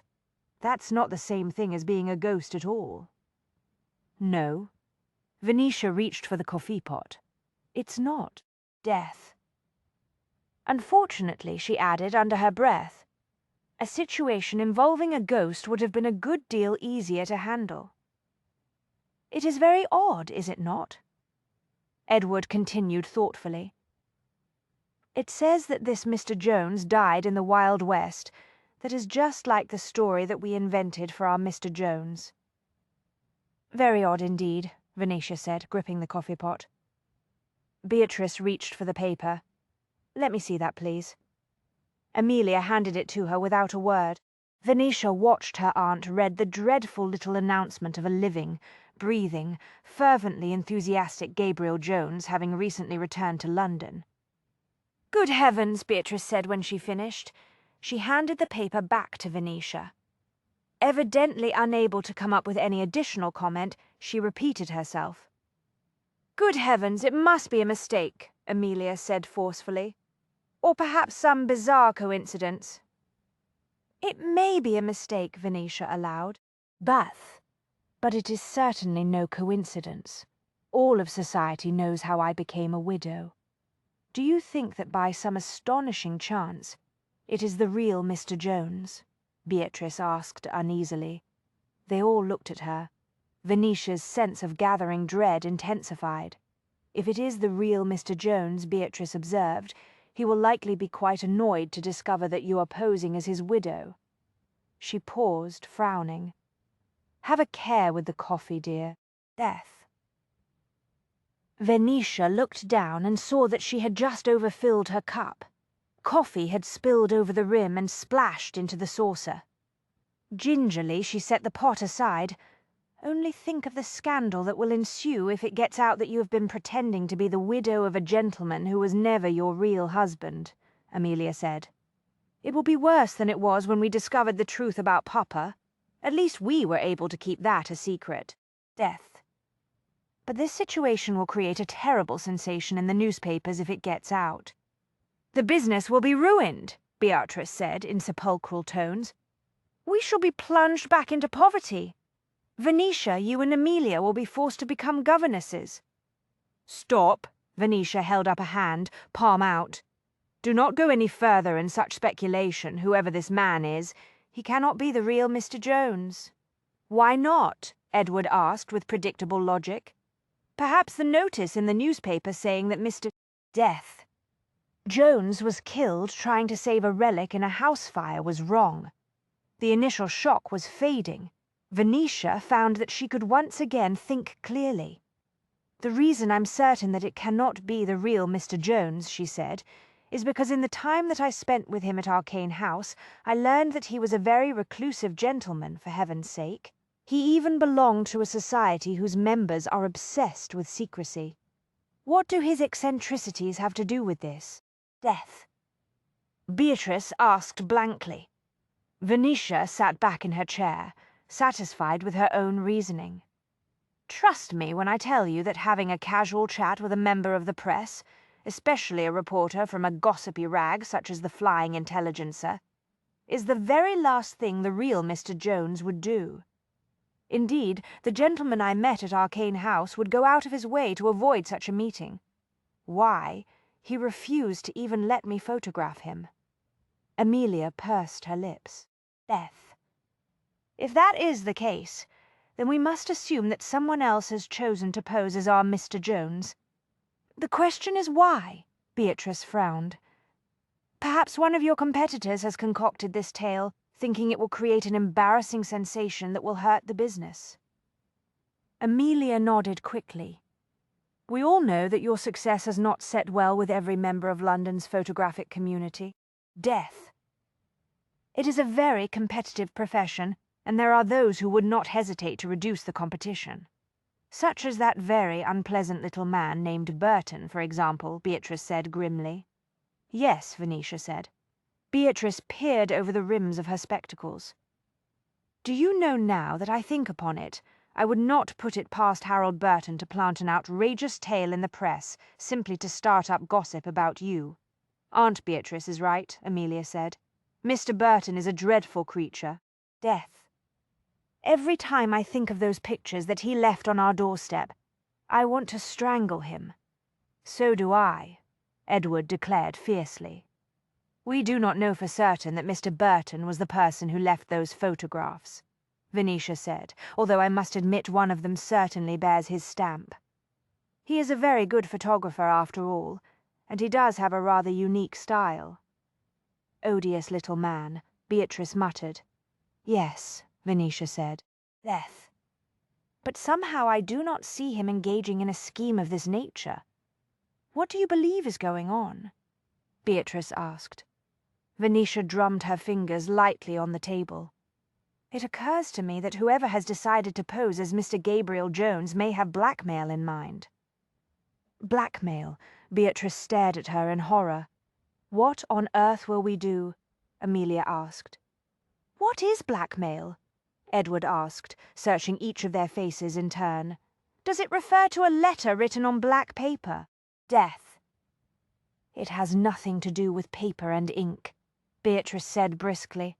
At least, not directly. Never mind, I will explain later. She turned back to Venetia. We do not have enough money to pay an extortionist. We have invested everything in this house and the gallery. If this is a blackmail attempt, we are ruined. That was quite true, Venetia thought. Death. They had used almost every penny of the generous advance that the Arcane Society had paid her to rent the small-town house here in Sutton Lane and to outfit the gallery on Bracebridge Street. Venetia took another sip of coffee, hoping for inspiration. It occurs to me that this may be one of those situations in which one must fight fire with fire, she said at last. Perhaps I should go to the press myself. You must be mad, Amelia said, astonished. Death. Our goal should be to squelch the rumors, not fuel them. Venetia checked the paper again, memorizing the name of the correspondent who had written the outrageous piece. What if I were to inform this Mr. Gilbert Otford that an impostor is perpetrating a terrible hoax on a devoted widow? Beatrice blinked twice and then turned abruptly thoughtful. Do you know that is a rather brilliant notion, Venetia? Who can challenge you? You are Gabriel Jones's widow, after all. Death. You knew him better than anyone. Unless this fraudulent person can prove his identity, the public will be on your side. Amelia contemplated that for a moment. You may be right. Handled well, the notoriety could be turned to our advantage. I can foresee the possibility of generating a great deal of public interest and sympathy for Venetia. Why? Curiosity alone will bring many potential customers into the gallery. Everyone loves a sensation. Venetia smiled slowly as the plan took shape. Death. It just might work. The muffled clang of the door knocker echoed from the front hall. Mrs. Trench's footsteps sounded in response. "Who on earth would call at this hour?" Beatrice asked. "The post has already arrived." Mrs. Trench's sturdy frame appeared in the doorway of the breakfast room. Her broad face was uncharacteristically flushed with excitement. "There's a gentleman at the door," she announced. "He says his name is Mr. Jones, asked to see his wife. If you can believe it, Death. Said her name is Mrs. Venetia Jones." I didn't know what to do. The only thing I could think of to say was that I would see if the lady was at home. Venetia was dumbfounded. "How bold he is! I cannot believe he has the nerve to turn up on our doorstep like this." "Good heavens," Amelia whispered. "Shall we summon the police?" "The police?" Mrs. Trench's red-faced excitement transformed into alarm. "See here, when I agreed to take this post there was no mention of dangerous callers. Death." "Calm yourself, Mrs. Trench," Venetia said quickly. "I'm sure it will not be necessary to summon a constable. Please show the gentleman into the study. I will be in shortly." "Yes, ma'am." Mrs. Trench hurried away. Amelia waited until the housekeeper was gone before she leaned forward and said in low tones, "Surely you do not intend to confront this blackmailer, Venetia? How can you possibly even consider such a thing?" Beatrice demanded. "Death. We must discover as much as possible about what we are dealing with," Venetia said, trying to strike a note of calm authority. "It is always important to know the enemy. In that case we will accompany you to meet this man," Amelia stated, starting to rise from her chair. "Of course," Beatrice agreed. "I will also come along to help protect you, Venetia," Edward said. "I think it would be best if all three of you wait here while I interview our visitor," Venetia said. "Death. You cannot go in there alone," Beatrice insisted. "I am the one who brought this problem down upon our heads by choosing to use Mr. Jones's name." Venetia crumpled her napkin and got to her feet. "It is my responsibility to discover a solution to it. Besides, this impostor will no doubt reveal more of his true intentions if he thinks that he has to deal with only one person." "There is that," Beatrice admitted. "Death. In my experience, a man who finds himself alone with a woman is generally inclined to believe that he has the upper hand." Edward frowned.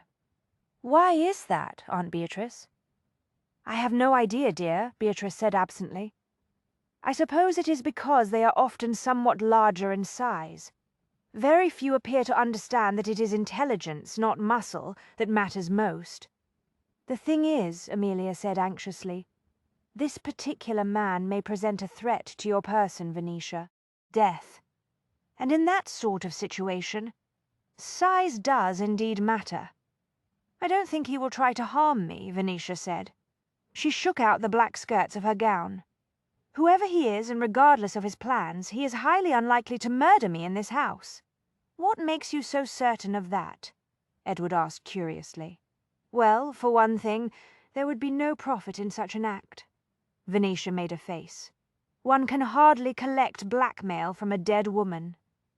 She rounded the table and went toward the door. "Death. In addition, there would be far too many witnesses to his crime." "There is that," Beatrice agreed reluctantly. "Nevertheless, you must promise to scream if you sense that he is about to do you some harm," Amelia said. "I will fetch one of the knives from the kitchen just in case," Edward said, rushing toward the swinging door that separated the breakfast room from the kitchen. "Edward, you are not to pick up any knives," Beatrice called after him. Venetia sighed. "Death. I trust it will not come down to the use of knives." She went quickly along the hall, anger, fear, and determination pounding through her. The last thing she needed was a blackmailer, she thought. It was not as though she did not have enough problems to deal with at the moment. The chilling photographs that had been sent to her anonymously were keeping her awake at night as it was. She paused at the closed door of the small study. Mrs. Trench hovered uneasily. "I showed him into the room, ma'am." Death. "Thank you, Mrs. Trench." The housekeeper opened the door for her.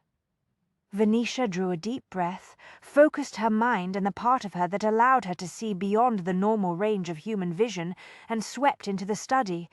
In the negative image world in which she now moved, she saw the man's aura far more clearly than she saw his face. She stopped, stunned. Auras were unique, and none more so than that of Gabriel Jones, controlled, intense and powerful. The dark energy flared around him. Mrs. Death. Jones, I presume, Gabriel said. He stood near the window, his face in shadow. The sound of his voice made her lose her faltering concentration. Venetia blinked. The world reverted to its normal hues and colours. "You're alive," she whispered. "Yes, I am, as a matter of fact," Gabriel said. "I can see that the news has come as an unpleasant shock to you. Forgive me, but speaking personally, I must admit to being somewhat relieved under the circumstances." Death.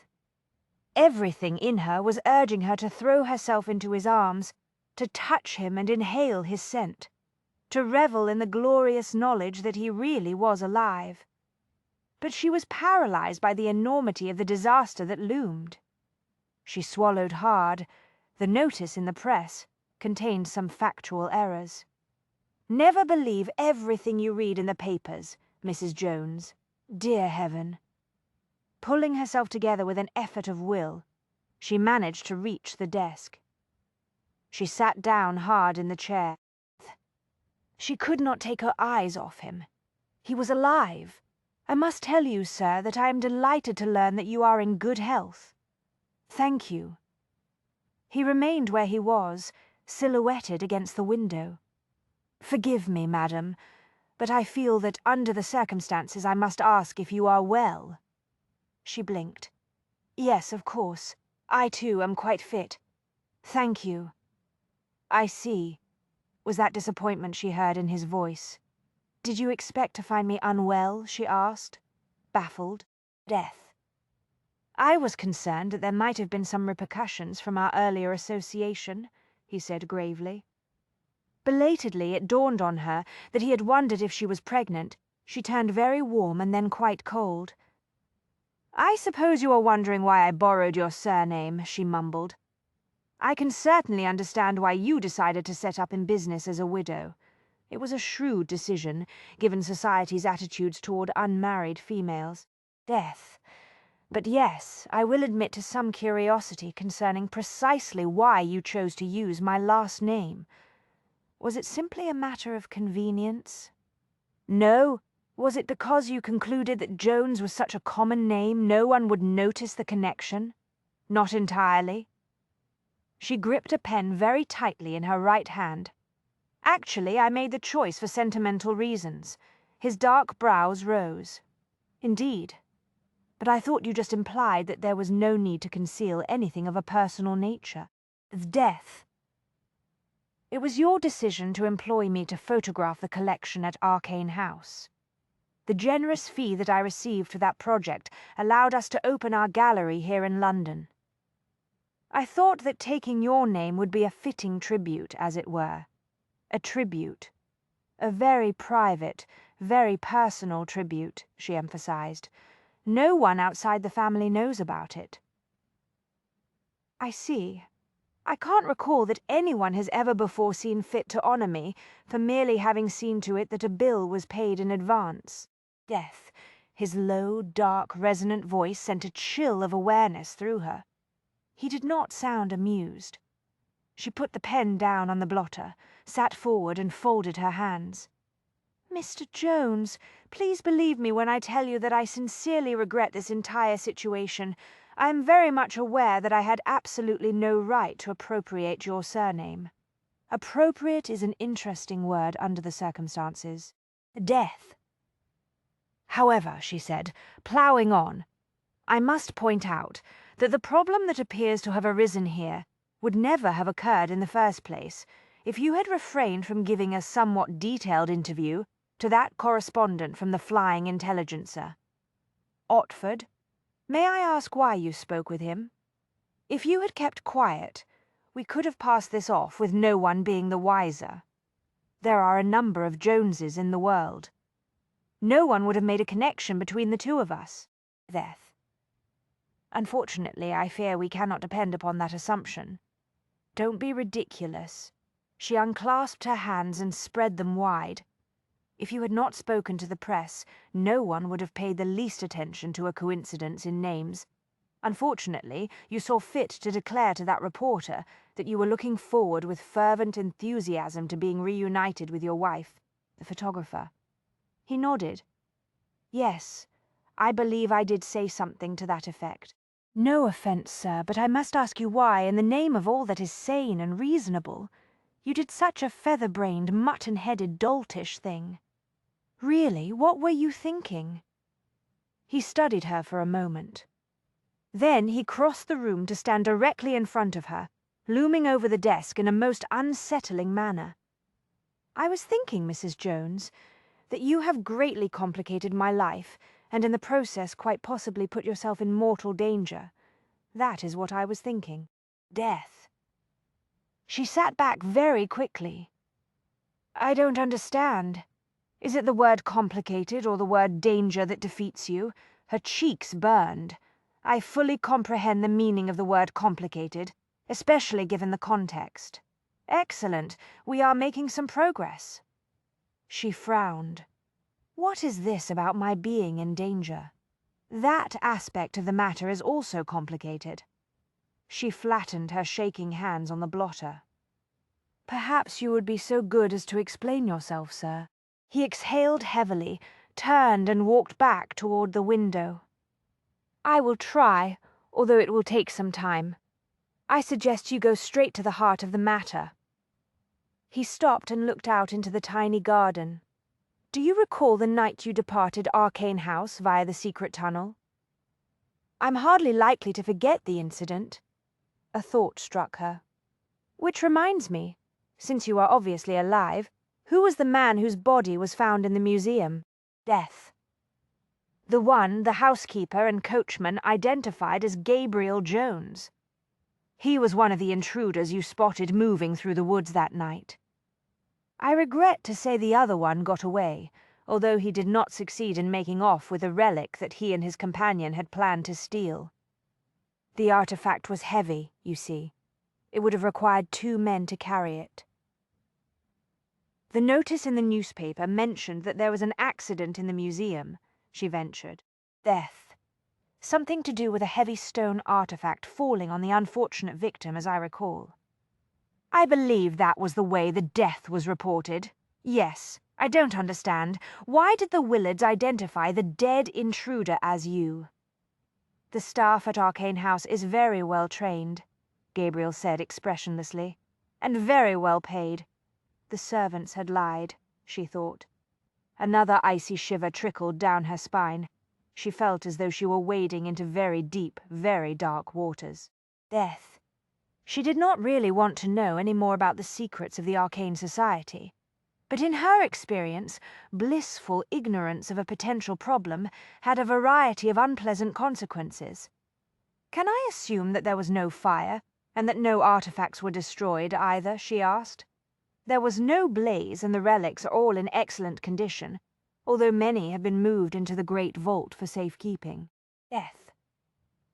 What did you hope to accomplish by letting it be known in the press that you were the one who was killed? She asked. The intent was to buy some time and confound the villain who sent those 2 men to Arcane House.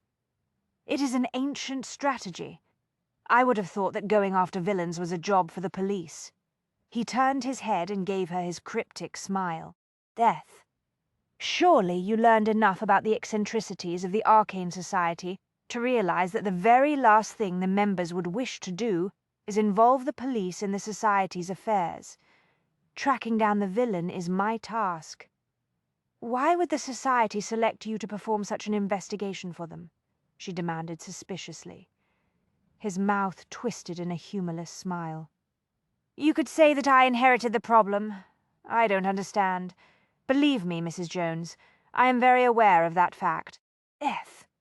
Unfortunately, in order to bring you to a full realization of the danger you may be facing, I'm going to have to tell you some of the Arcane Society's most closely guarded secrets. Frankly, sir, I would rather you didn't.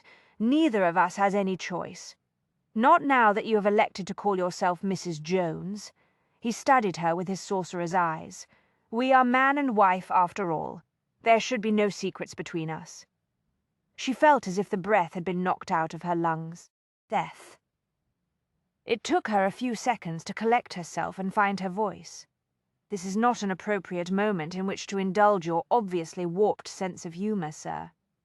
I want an explanation, and I want it immediately. I deserve that much. Very well, as I said, I more or less inherited this situation. How did that come about?" He began a slow prowl of the room, halting in front of one of the 2 framed photographs that hung on the wall. Death. He examined the picture of the dark-haired woman first, and then turned to the portrait of the robust, larger-than-life man.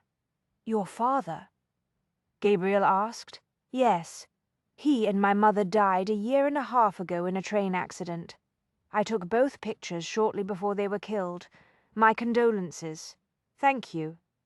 She paused meaningfully. "You were saying?" He resumed his prowl.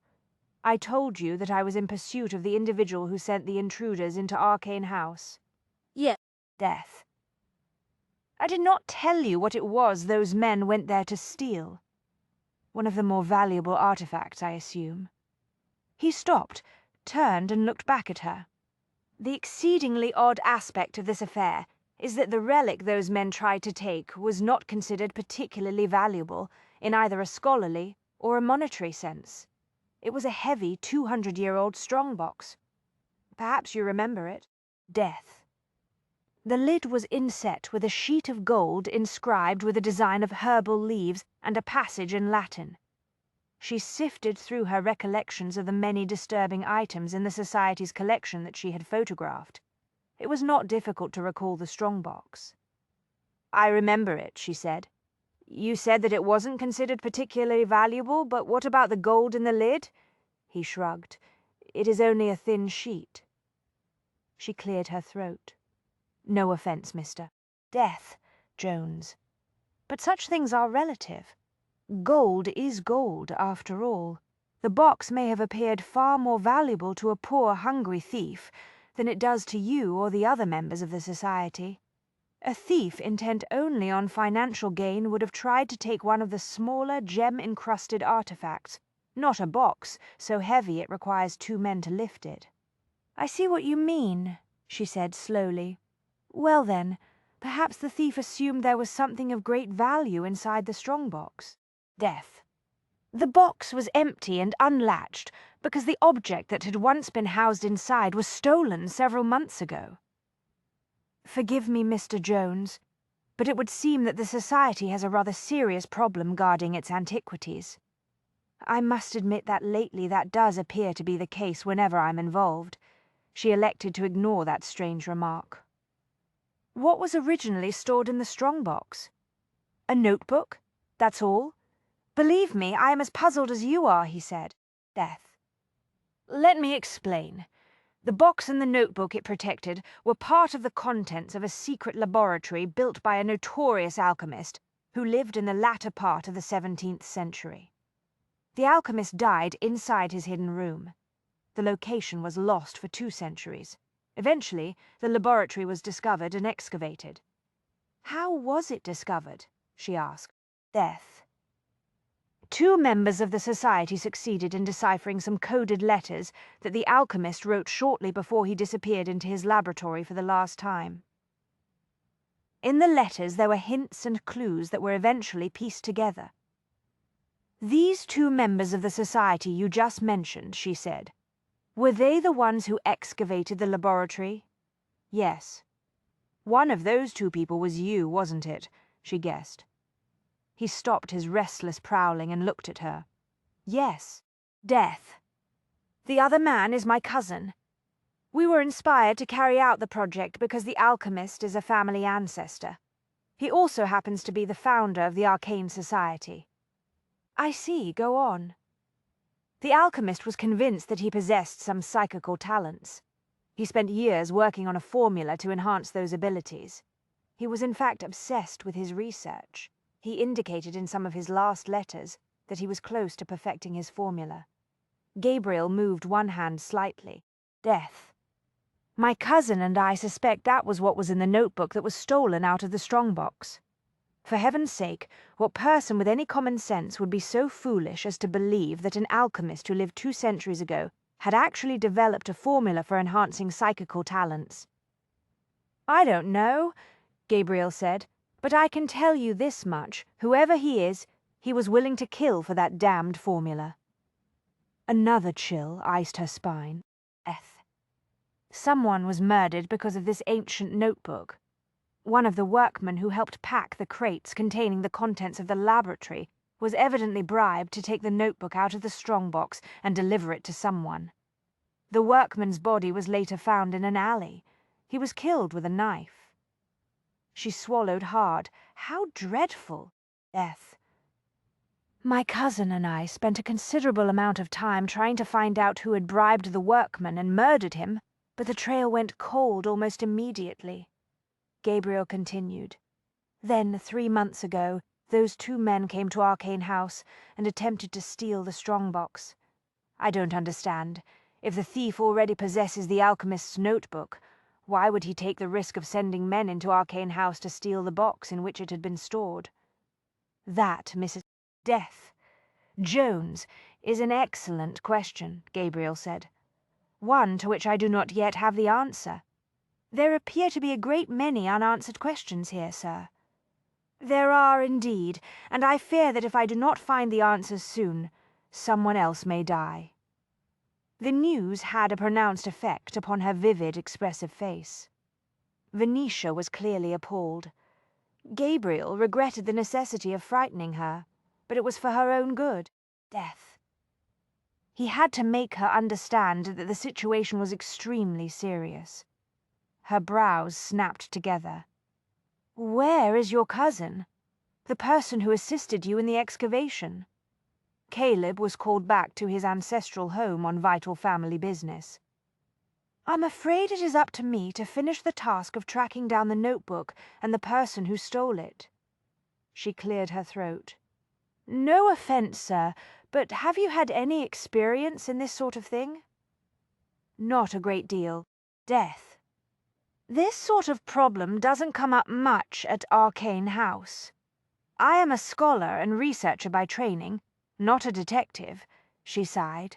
I see, it was so exquisitely satisfying to be in her presence again, he thought. She was even more spectacularly compelling than she had been in his dreams these past months. The fashionably cut black gown she wore was no doubt meant to throw up a forbidding barrier to intimacy, but to his mind it created a startlingly sensual effect instead. Death. The tight bodice of the gown was cut in a square that framed her graceful breasts. The snug fit emphasized the sleek, enticing curves of her waist and hips. The skirt was hooked up, revealing a glimpse of ankle. The dainty bustle added a discreetly provocative touch. He realized that, for all her photographer's sensibilities, she was blissfully unaware of the exotic, seductive challenge she posed dressed in the colors of night. Death. Some men might be put off by the feminine resolve and determination that she radiated, he thought. But those characteristics aroused him as surely as the sight of that shapely little ankle. What progress have you made in tracking down the thief? She asked. She was obviously suspicious of the extent of his abilities in that line, he thought. Death. I regret to say that I am not much closer to a resolution now than I was on the night the thieves attempted to steal the box from Arcane House, he admitted. She closed her eyes briefly. I was afraid of that. For the past 3 months, my cousin and I have been operating under the theory that the attempted theft was engineered by a member of the Arcane Society who has managed to conceal his identity. But I am starting to question even that basic assumption. Death. Unfortunately, if someone outside the society is involved, I am dealing with a much larger pool of potential suspects. It cannot be too large. I doubt if there is a vast number of people who even know about your alchemist, let alone that his laboratory was discovered and excavated. Even fewer would give a penny for a 200-year-old notebook. I can only hope you are right. He held her eyes, willing her to comprehend the severity of the situation. Venetia, I must tell you that I am not at all happy with the knowledge that you have become involved in this affair. I am not greatly enchanted by the information myself. As you will have noticed, I have a business to pursue, Mr. Jones. I cannot afford to become enmeshed in a scandal involving alchemy, murder, and a dead husband who has shown the extremely poor taste to come back from the grave. I could be ruined. If I am ruined, my family will also be ruined. Do you comprehend me, sir? Yes. I give you my word that I will do my best to protect your reputation until this matter is concluded. But do not ask me to walk away from you or this household. There is too much danger involved. Why, precisely, am I in danger? She asked, clearly exasperated. Because you chose to present yourself to society as the widow of Gabriel Jones. If you had not spoken with that reporter, Venetia, I talked to the reporter because I had to move quickly. Death. Once I realized what you had done, I had no choice but to take immediate steps to protect you. From whom? She demanded. From the person who stole the formula and tried to steal the strongbox. Why would the villain be interested in me? Because, Gabriel said with careful precision, if the villain becomes aware of you, and if he connects you to me, he will likely suspect that all is not as it appears. He will no doubt start to wonder if he is still being hunted. Death. Her brows came together in a delicate frown. Hunted? That is an odd choice of words. Gabriel felt his jaw clench. The word is not important. My point is that we must assume that sooner or later you will likely attract the villain's attention. It is only a matter of time. There are too many clues. What would he want with me? I'm just a photographer. The photographer who recorded the relics at Arcane House, Gabriel said deliberately. Death. The photographer who claims to have been married to me. Her eyes widened. I still do not understand, but she was beginning to comprehend. He thought he could see it in her eyes. The villain wants the strongbox for some reason, he continued. He knows that after the failed attempt to steal it from Arcane House, it will likely now be secured in the Great Vault. He must realize that he cannot possibly get his hands on it now. But he will also know that it is possible that a photograph of the box exists. She cleared her throat. I see. Once he concludes that you were the photographer who took the pictures of the relics, he might also conclude that you possess the negatives. Most photographers, as you once pointed out, do keep the negatives of their own work. Dear heaven! Do you see why you may well be in danger now, Mrs. Jones? Yes. She tightened her grip on the pen. But what do you propose? Death. If the thief has decided to stalk you, as I suspect, he will likely be hanging about somewhere in your vicinity trying to determine if you really are my widow and if I'm still alive. How can you know that? It is what I would do in his place. Her eyes widened. He ignored her startled expression.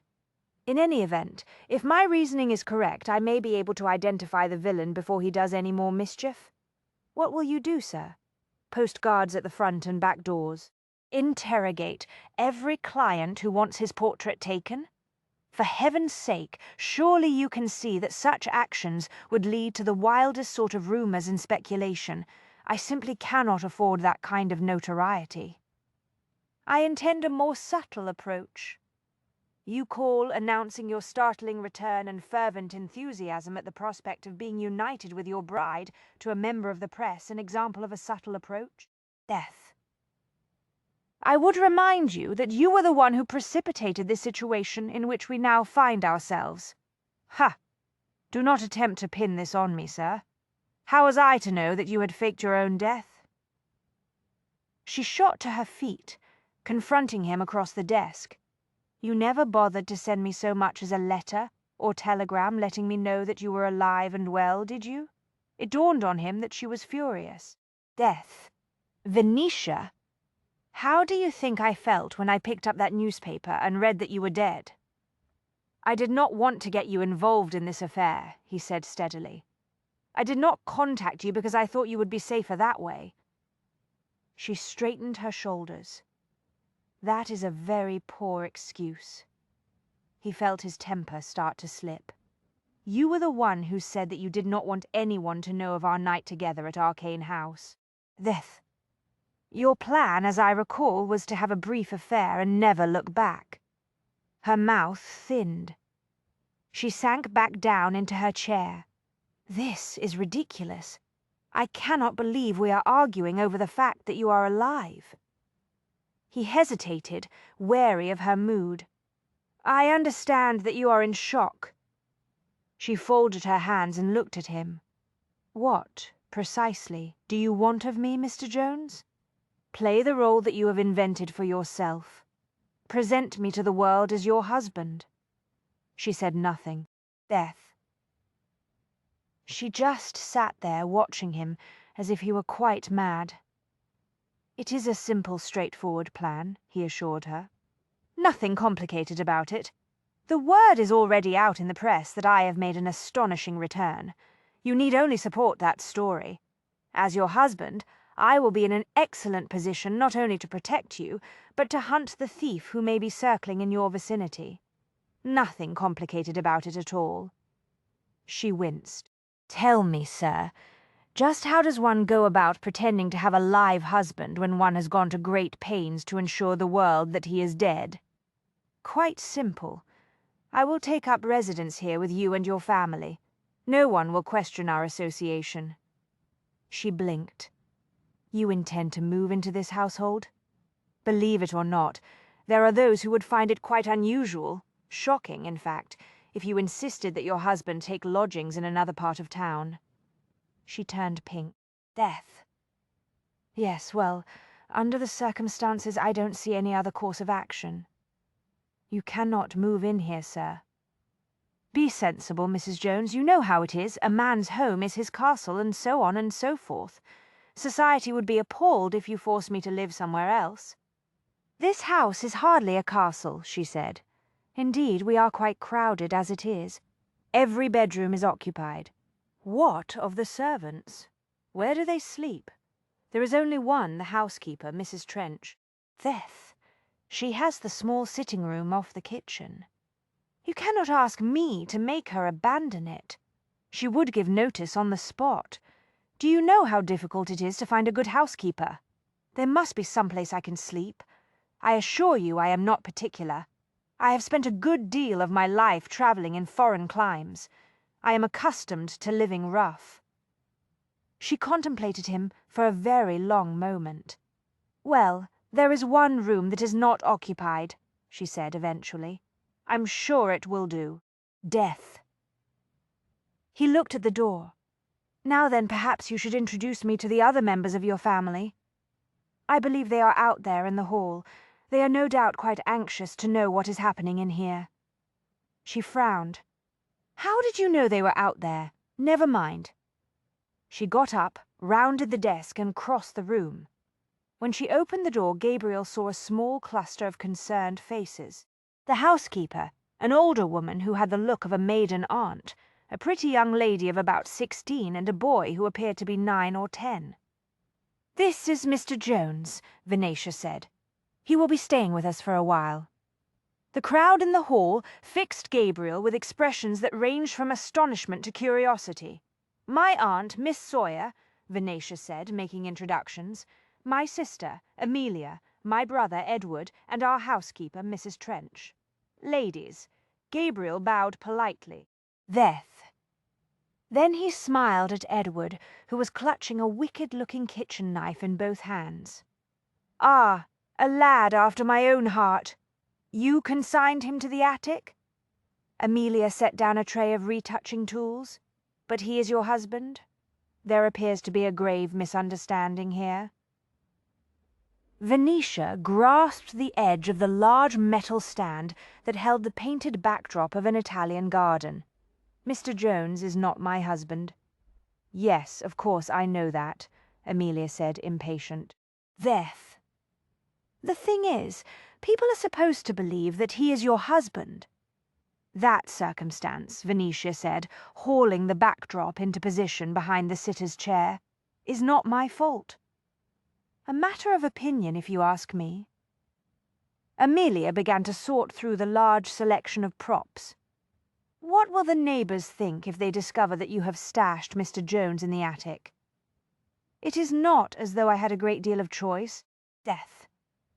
Venetia released the backdrop stand and stood back to survey the results.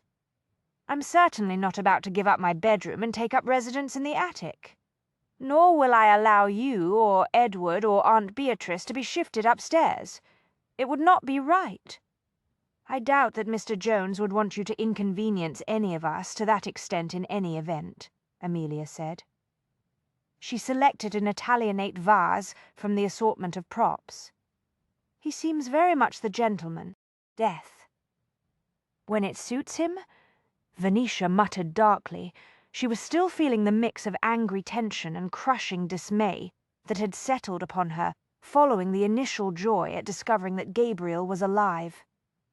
It had not taken long for her to realize that he had not come back to her because he wanted to be in her company again.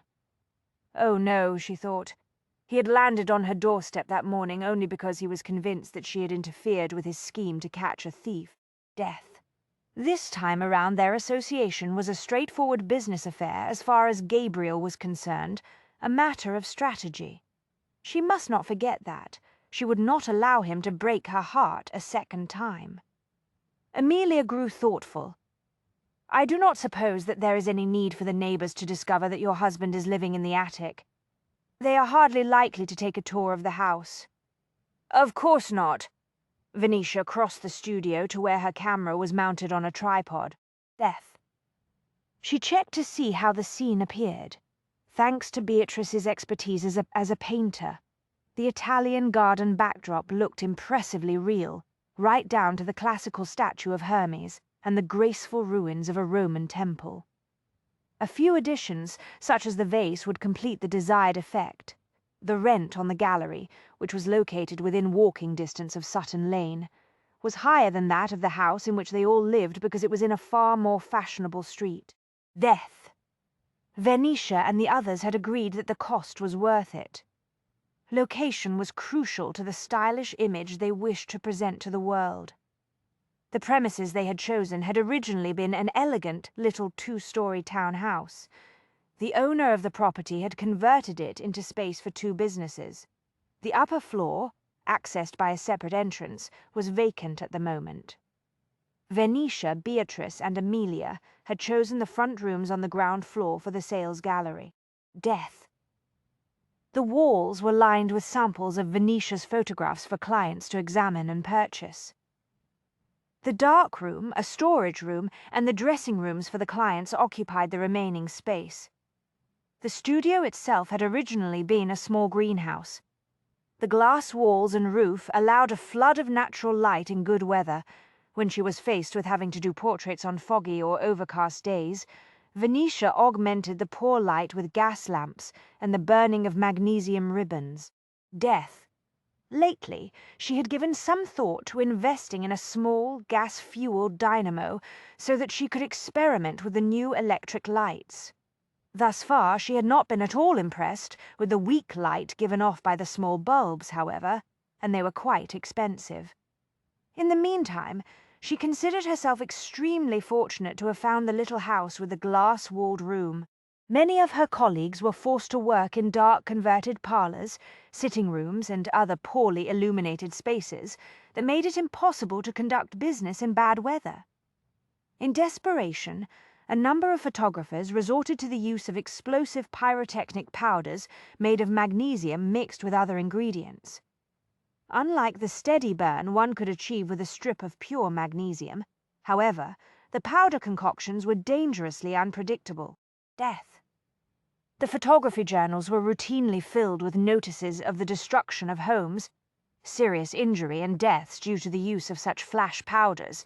To control the natural light in the greenhouse, Venetia, Amelia, and Beatrice had designed a complicated system of drapery, operated by cords and pulleys, several large parasol-shaped devices covered with various coloured cloths, and a variety of backdrops helped diffuse the light.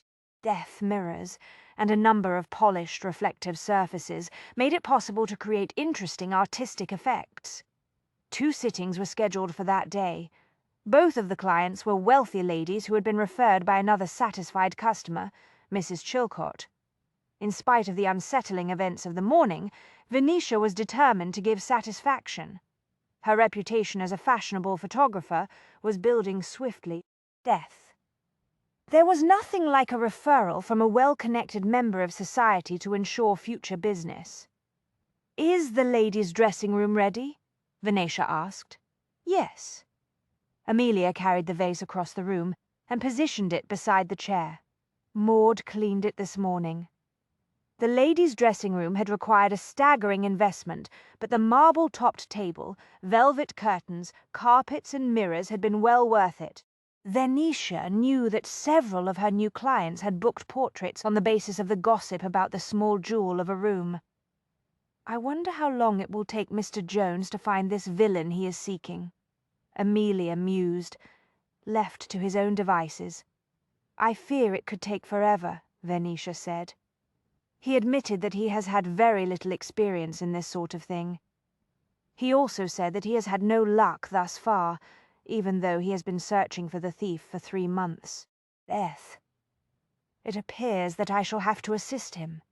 Amelia's head snapped up. "You are going to help him with his investigation?" "Yes." Venetia made a small adjustment to the tripod.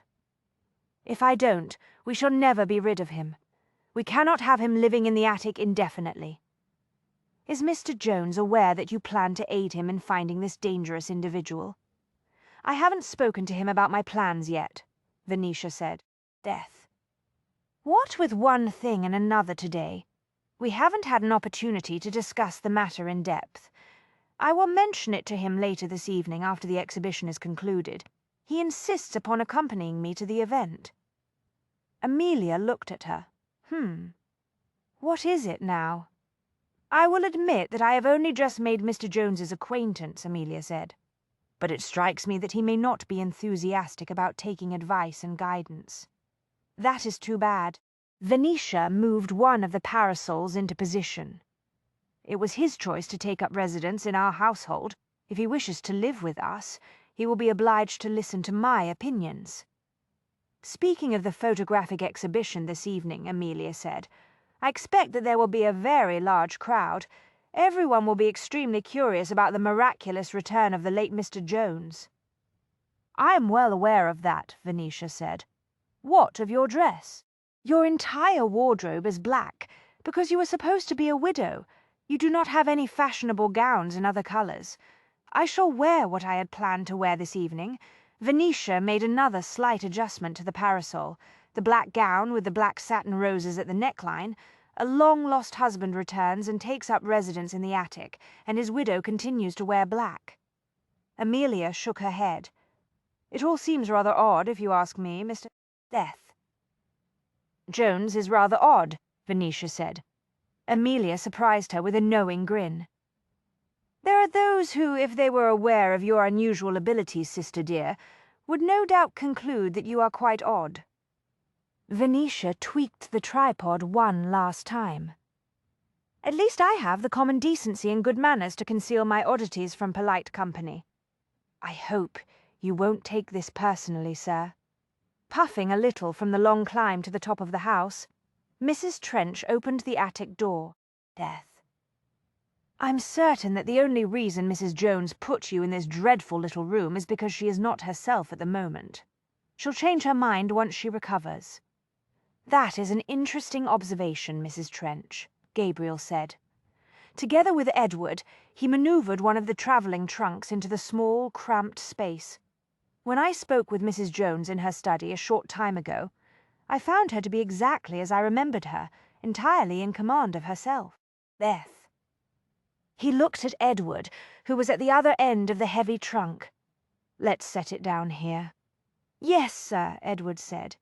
He carefully lowered his end of the trunk to the floor, obviously pleased to have been asked to assist in the manly task. Mrs. Trench opened the faded curtains on the single window. "I'm sure Mrs. Jones's nerves have been quite shattered by the shock of your return, sir. As I understand the situation, she was a very new bride on her honeymoon when you were taken from her. Death. That sort of thing is bound to have a profound effect upon a lady's delicate sensibilities. Just give her some time to adjust." "I appreciate the advice, Mrs. Trench." Gabriel dusted off his hands and nodded at Edward. "Thank you for your assistance." "You're welcome, sir." Edward beamed shyly. "Don't worry about being up here in the attic. There are no spider webs or mice, I know, because I come up here sometimes to play on rainy days. You relieve my mind. Death." Gabriel hung his long grey overcoat on a peg. Mrs. Trench snorted. "Of course there are no spider webs or mice, nor will there be so long as I am in charge of keeping this household clean. I have every confidence in you, Mrs. Trench," Gabriel said. "Thank you, sir." She planted her large, work-worn hands on her hips and surveyed the narrow bed. Then she switched her gaze to Gabriel, giving him an appraising head-to-toe examination. "I was afraid of this." "Afraid of what, Mrs. Trench?" "Death." "That bed is much too small for you, sir. You won't be at all comfortable on it. It'll do for now, Mrs. Trench." She heaved a disgruntled sigh. "I expect the former tenants put the governess in this room, not right to lodge the head of the household up here. I like this room."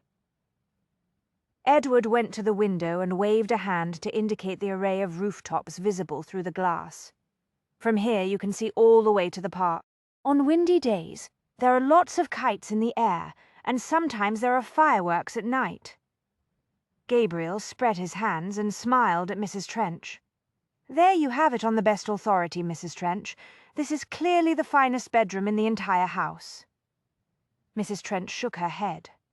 "It's not at all suitable, but as there's nothing to be done about it, we'll let the matter drop for the time being.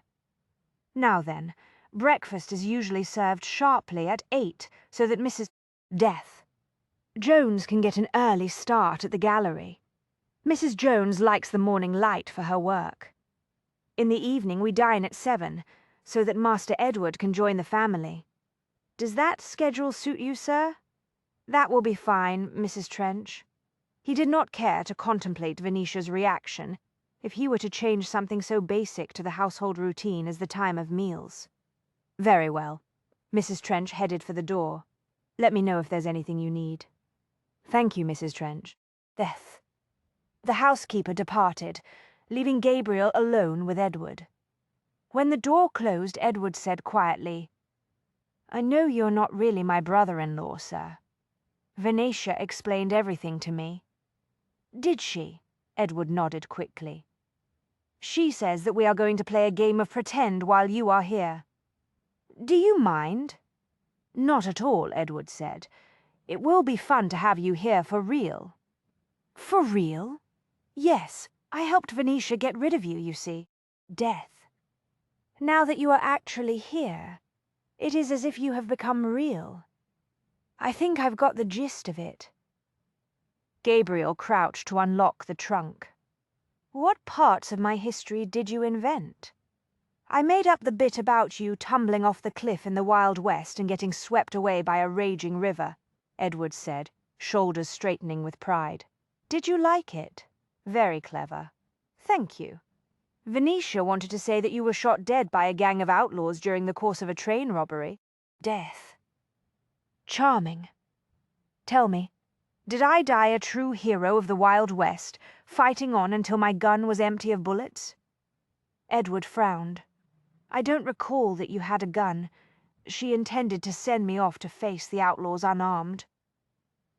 Gabriel opened the trunk. "She must have wanted to be quite certain that I did not survive. I thought it was an excellent story, but Aunt Beatrice told her it was much too grisly for polite company." Death. "Then Venetia came up with the idea that you had been trampled by a herd of wild horses. That sounds exceedingly unpleasant. What saved me from that fate?" Gabriel asked. Amelia said that since you and Venetia were supposed to be on your honeymoon, you should die in a more romantic fashion. That is, when you invented the notion of having me fall off the cliff. Yes, I'm very glad you like it. It was quite brilliant. Death. Gabriel reached into the trunk to remove the leather kit that contained his shaving things. If I'd been shot dead by outlaws or trampled by wild horses, it would have been somewhat more difficult to explain my presence in the household now. Edward hurried across the small room to examine the contents of the trunk. I expect that we would have thought of something. We always do. Gabriel rose and set the shaving kit on the washstand. He turned to contemplate Edward. Death. It could not have been easy for a boy, no matter how intelligent, to maintain the fiction that his older sister was a widow. You seem to be quite expert at playing games of pretend, Gabriel said. I am. Perhaps you can give me some tips on how to go about it? Certainly, sir. Edward looked up from his perusal of the interior of the trunk. It's hard sometimes, though. You have to be very careful when there are other people around, especially Mrs. Trench. The death. She's not supposed to know our secrets in his experience, Gabriel thought. It was usually impossible to prevent the servants from learning a family's secrets. It was astonishing that Venetia and the others had managed the feat for the 3 months they had been living in London. He doubted they would be able to maintain the fiction indefinitely. I will be very careful, he promised. He reached into the trunk again and took out a stack of neatly folded shirts. Death. Ducking to avoid the low, sloping ceiling, he placed the shirts in the old, battered wardrobe. Edward watched his every move, fascinated. Perhaps someday when you are not too busy we could go to the park and fly a kite. Gabriel looked at him. I beg your pardon? That is what a boy and his brother-in-law might do, isn't it?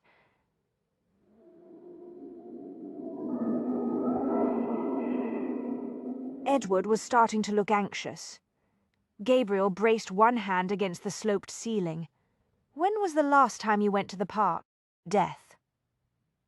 I go there sometimes with Aunt Beatrice or Venetia or Amelia, but I have never flown a kite. Once some of the other boys asked if I would like to play a game with them, but Aunt Beatrice said I mustn't. Why not? I'm not to talk to people very much, especially other children. Edward made a face. They are all afraid that I might forget and tell someone our secrets. Every time Edward used the word secret, he employed the plural. How many confidences was the boy keeping? Death. It must have been difficult pretending that your sister was a widow for the past few months, Gabriel said. Master Edward. Mrs. Trench's voice sounded from the foot of the attic stairs. Your aunt sent me to tell you that you are not to bother Mr. Jones. Come down to the kitchen. I'll cut you a slice of plum tart. Edward rolled his eyes, but he went obediently, if reluctantly, toward the door. When he reached it, he paused and looked back at Gabriel. Death. Actually, it hasn't been very hard pretending that Venetia is a widow, he said. She wears black every day, you see. Gabriel nodded. I can understand how her attire would constitute a daily clue. I think it is the other secret that they all worry about the most, Edward explained. The one about Papa. He turned and vanished through the doorway. Gabriel stood for a while, neckties in hand, and listened to the sound of Edward's footsteps on the stairs. Death. This is, indeed, a house of secrets, he thought. But then, what house didn't have a few? 2 more fish had died. They floated just beneath the surface, pale bellies gleaming a dull silvery colour in the light of the gas lamp. The new aquarium was massive compared to the previous tanks, the size and depth of 3 bathtubs placed side by side. It was fashioned of wood and glass, supported by a sturdy metal frame. The front of the tank was made of glass. Death. An underwater jungle of aquatic plants had been installed to provide nutrients and natural concealment for prey and predator alike. The killer picked up a net and scooped out the dead fish. An examination of the bodies would be necessary to rule out illness or some other natural cause, but from the looks of things, the new species of plants were evidently not producing enough oxygen. Half the fish in the tank had died in the past 2 days. The reproducing a Darwinian world in miniature was proving to be far more complicated than one would have thought.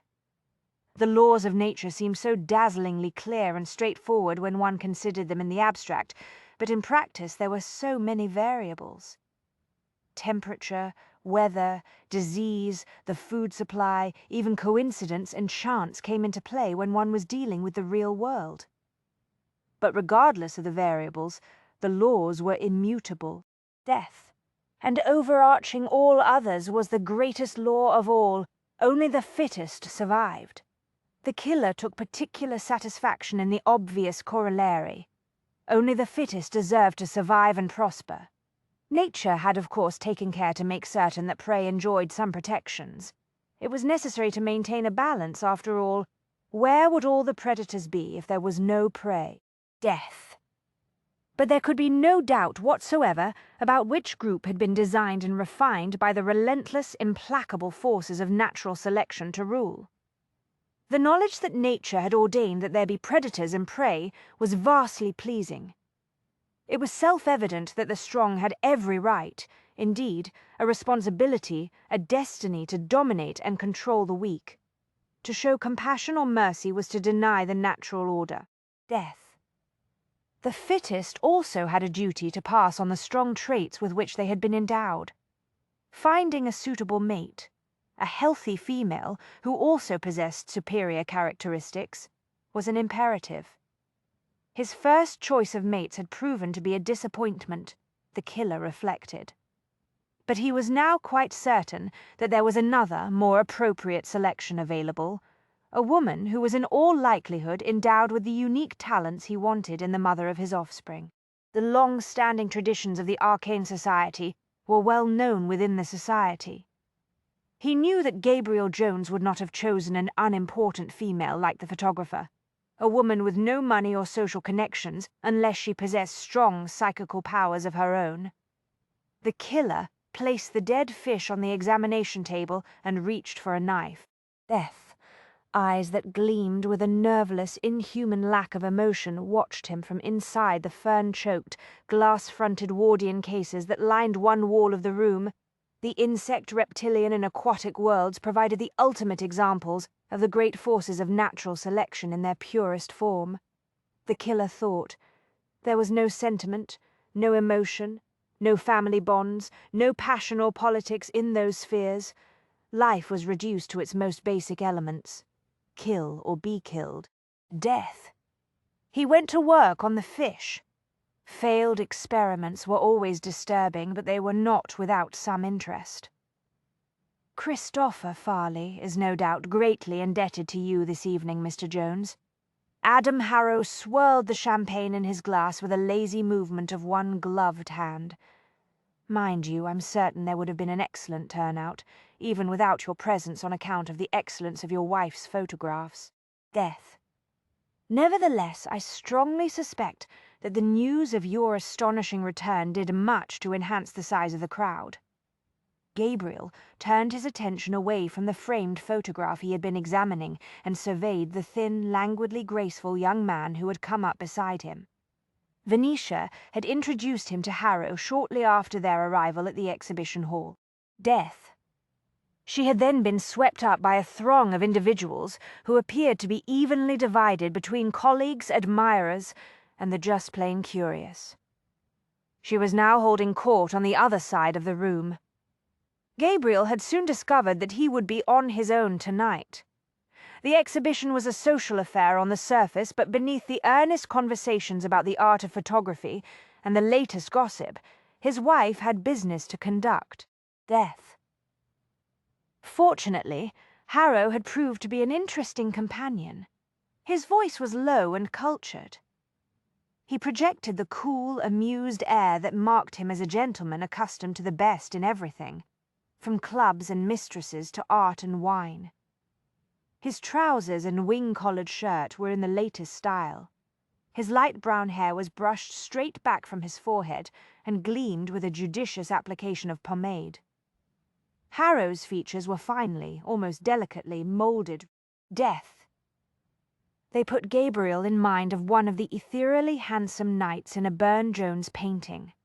Recalling the name of the painter made Gabriel realize yet again just how common the name Jones was. No wonder Venetia had concluded that no one would notice one more Jones in London. I take it that Farley is the person responsible for staging this exhibition? Gabriel asked. Yes?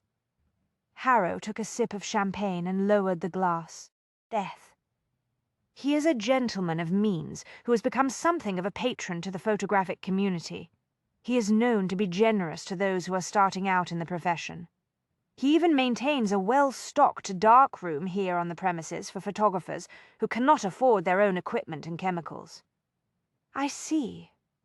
Farley has contributed greatly to the notion that photography deserves to be considered a true art.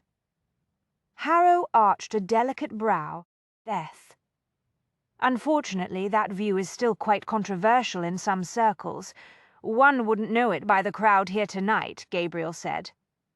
The brightly lit exhibition hall was crammed with well-dressed visitors. The guests promenaded around the room, glasses of champagne or lemonade in hand, and made a great show of scrutinizing the photographs that hung on the walls. Death.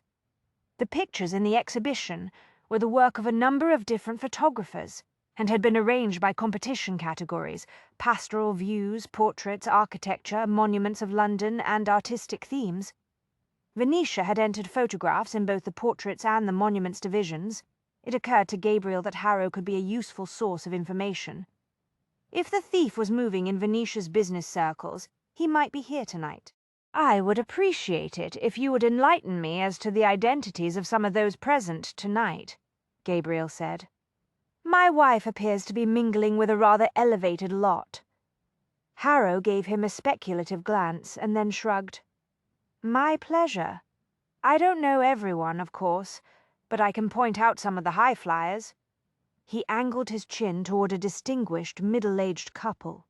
Lord and Lady Netherhampton. They consider themselves connoisseurs of art. Death.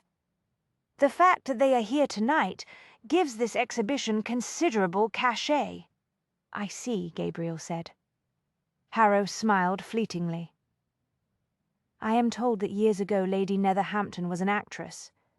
Everyone in polite society has conveniently forgotten her origins due to the fact that she is now married to Lord Netherhampton. I'm sure that the craft of acting made excellent training for moving in the polite world. Harrow laughed. No doubt, it is indeed a world of masks and false facades, is it not? Death. He nodded toward another woman. The overdressed female in pink on the far side of the room is Mrs. Chilcot. Her husband obligingly dropped dead 2 years ago, leaving her a fortune. She was one of your wife's first clients, and has since sent several of her friends to her. I must remember to be very polite to the lady if we are introduced. Harrow swept the crowd with an assessing glance and paused. Do you see the elderly gentleman with the cane? Death. The one who looks like he might fall over at any moment, that is Lord Ackland. Gabriel shifted his gaze to a stooped, grey-haired, heavily bewhiskered man in the company of a much younger, strikingly attractive woman. In addition to the cane, Ackland gripped the lady's arm in a manner that suggested he needed it for additional support.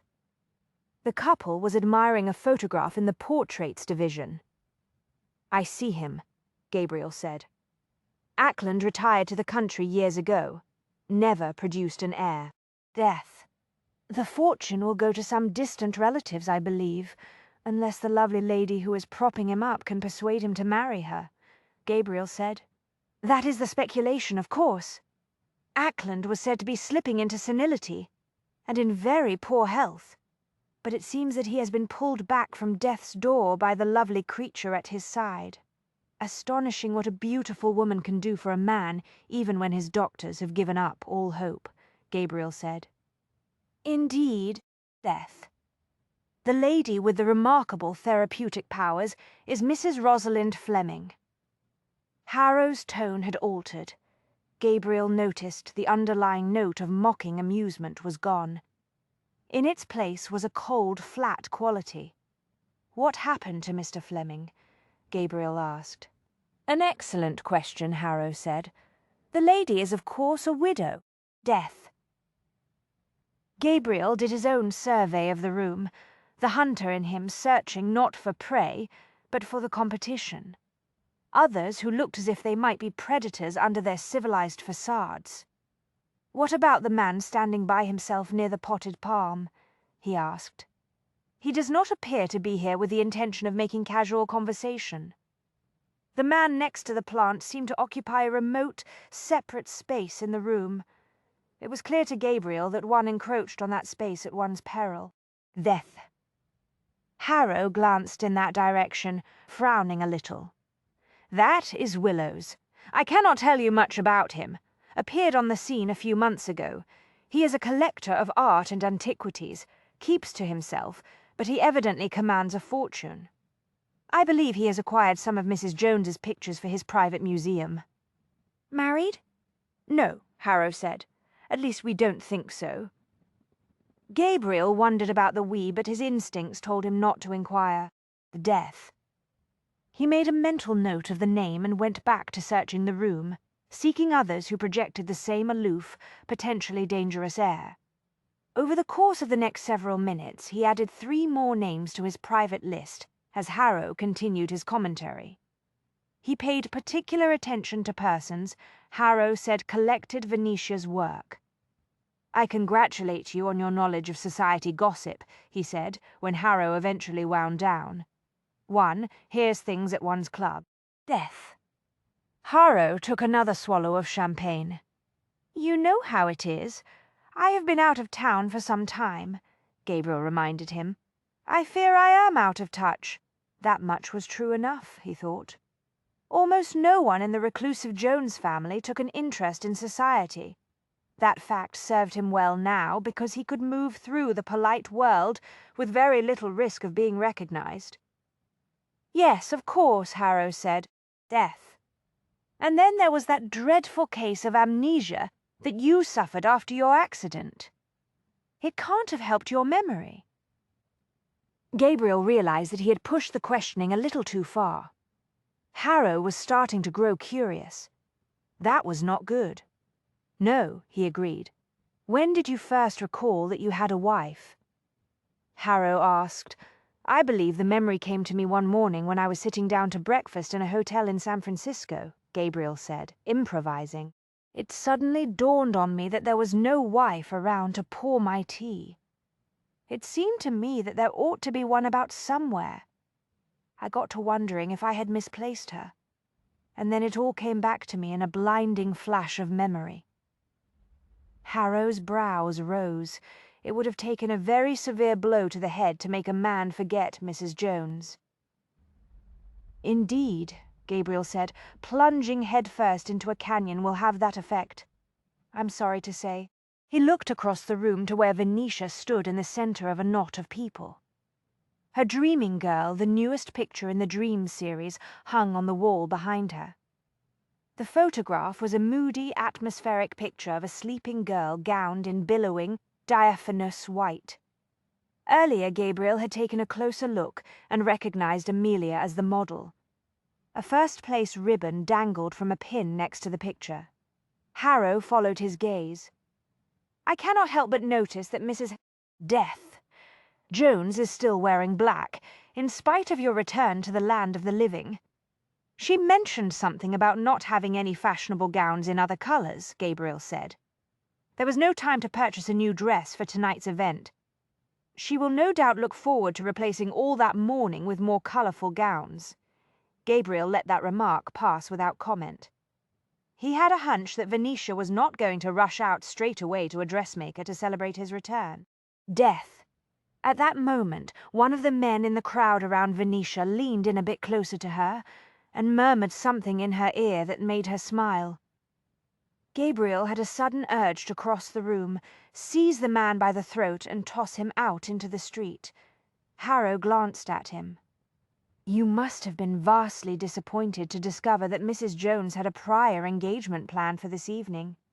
I beg your pardon? Death. Gabriel said absently, his attention still on the man who was leaning so close to Venetia. I doubt very much that any husband who had been parted from his bride for such a lengthy period of time would have looked forward to spending his first night home enduring an exhibition of photographs. Harrow was turning the tables, Gabriel thought. The younger man was now the one asking the questions. Fortunately for me, my wife's photographs are stunning, Gabriel said. Indeed, death pity. The same cannot be said for most of the other pictures on display here tonight. Harrow turned back to the photograph on the wall. Mrs. Jones's work exerts a certain subtle power over the viewer, doesn't it? Her pictures compel one to look deeper into the scene. Gabriel studied the photograph that Harrow was admiring. It had been entered in the architecture category. Unlike the other pictures hanging next to it, there was a human figure in the scene. Death. A woman. Amelia again, her hat clutched in one gloved hand, stood in the vaulted stone entrance to an ancient church. The scene evoked a haunting effect. It is as though the lady we are viewing is a ghost who has chosen to make her presence known to us, Harrow observed. She enhances the eerie Gothic quality of the architecture. Don't you agree? Yes, she does, Gabriel said, turning away from the picture to watch Willows head toward the front door. Mrs. Death. Jones manages to endow all of her photographs with some indefinable sensibility, Harrow continued. Do you know, I have looked at her work hundreds of times, and I still cannot identify the aspect that captivates me.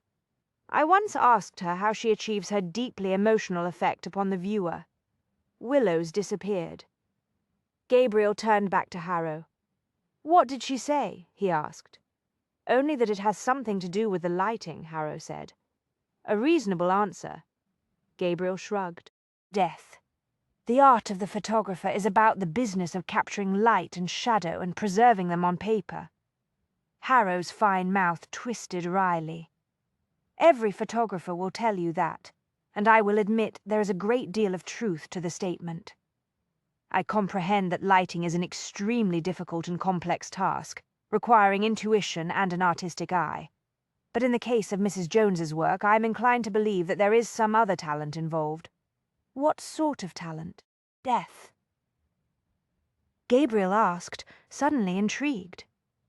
Harrow regarded the photograph of the ghostly lady. It is as if she first sees something unique in her subjects, something that is not at all obvious. She then employs every aspect of the science and art of photography to hint at that quality in the finished picture. Gabriel took another look at the picture of Amelia in the church doorway. Her pictures are about secrets, he said. Harrow gave him a veiled look. I beg your pardon. Death. Gabriel thought about the photographs Venetia had taken at Arcane House, how she had captured some element of the mystery of each artifact, even while she had created a detailed pictorial record. My wife's pictures reveal even as they conceal, he said. It was astonishing how easily the words my wife came to his lips. That is what draws the eye. People, after all, are always most intrigued by what they have been forbidden to know. Ah, yes, of course, Harrow said softly. Death. The lure of the forbidden. There is nothing more interesting than a closely guarded secret, is there? No. Harrow inclined his head in a thoughtful manner. That is it. Precisely. I should have hit upon it sooner. Your wife photographs secrets? Gabriel took another look at the photograph and shrugged. I thought it was obvious, on the contrary. The death. You need only read some of the reviews written by the critics to discover that words fail time and again when it comes to describing the appeal of your wife's photographs. In fact, she has been criticized in the press precisely because her themes are not painfully clear. She has critics? Harrow laughed. You sound quite annoyed. You may as well save your time and energy. Where there is art, it follows that there will be critics. It is the nature of things. He glanced across the room. Death. There is an example of the breed over there by the buffet table. Gabriel followed his gaze. Ah, yes. Mr. Otford of the Flying Intelligencer. We have met. Yes. He did that inspiring story of your startling return in the morning paper, didn't he?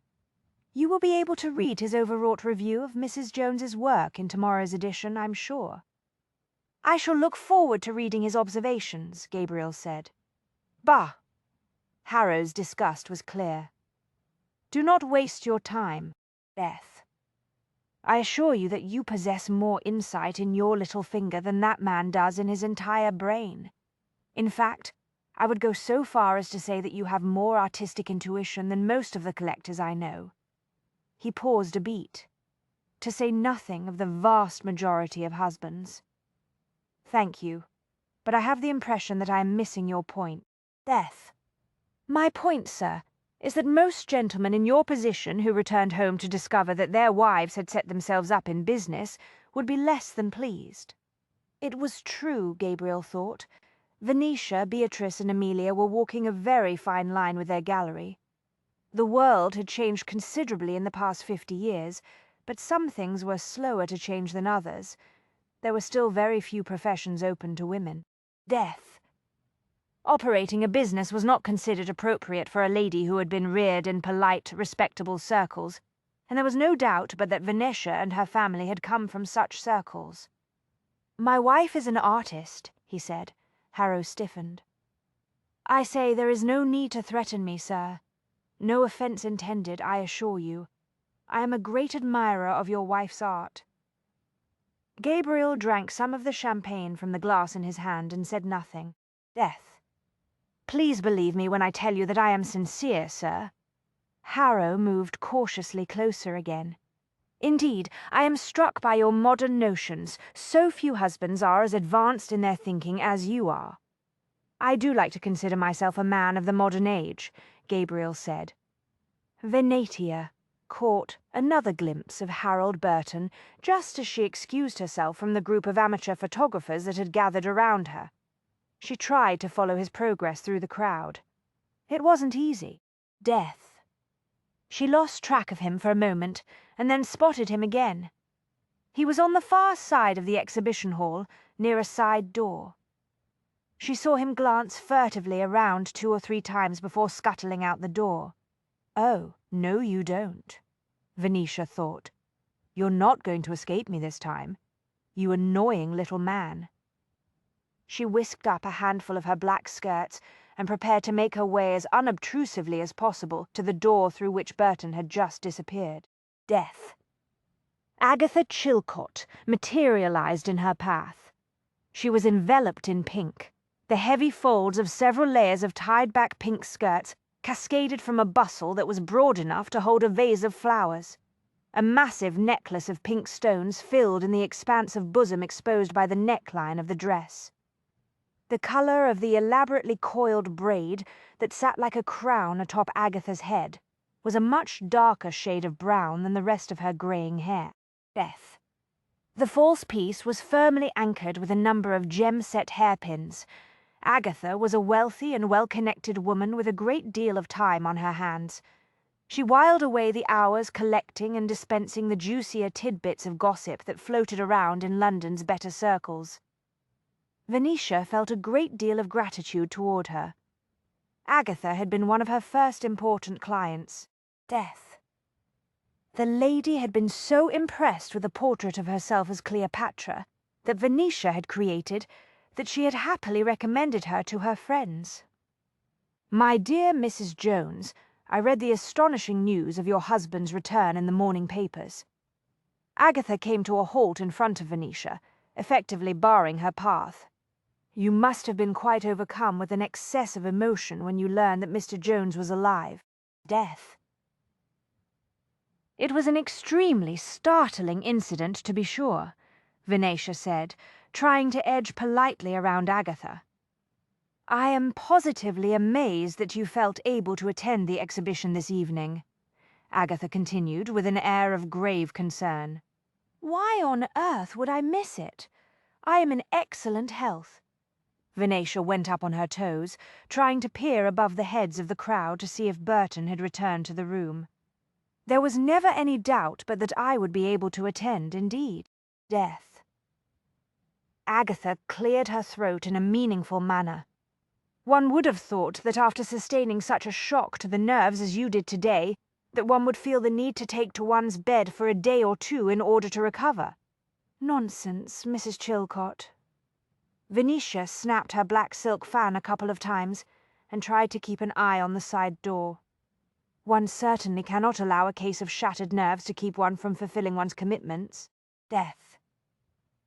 Agatha glanced across the hall to where Gabriel stood, talking to white-haired, bespectacled Christopher Farley, the sponsor of the exhibition. "I admire your fortitude, my dear," Agatha said. "Thank you.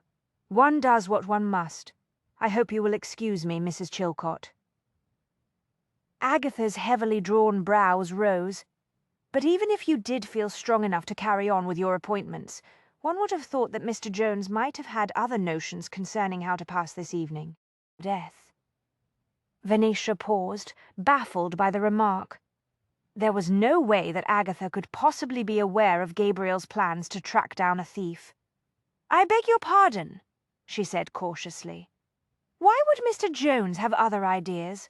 One would have expected that such an obviously healthy, evidently virile gentleman who had been forced to forego the natural affections of a loving spouse for an extended period of time would have experienced a strong desire to spend his first evening here in London at home.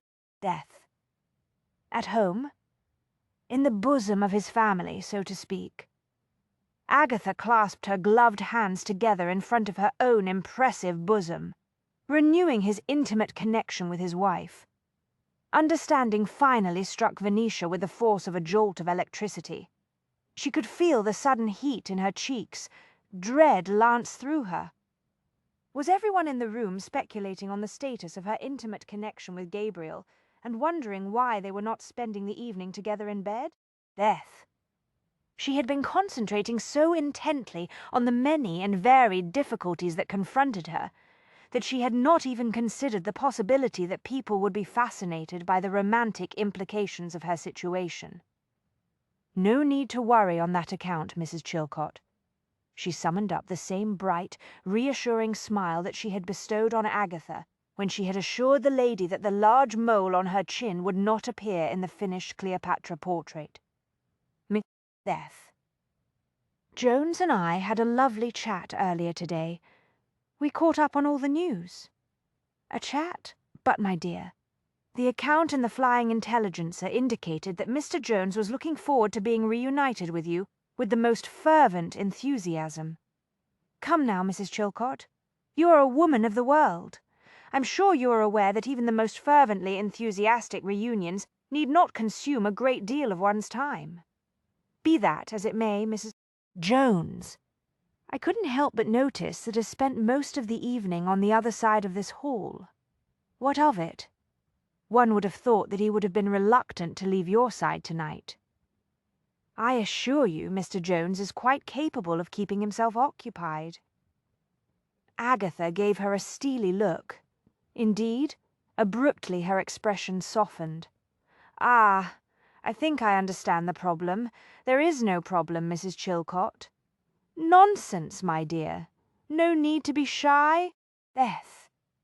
It is perfectly reasonable to expect that a certain natural awkwardness might exist between married persons who have been forced apart for so long." Yes, of course.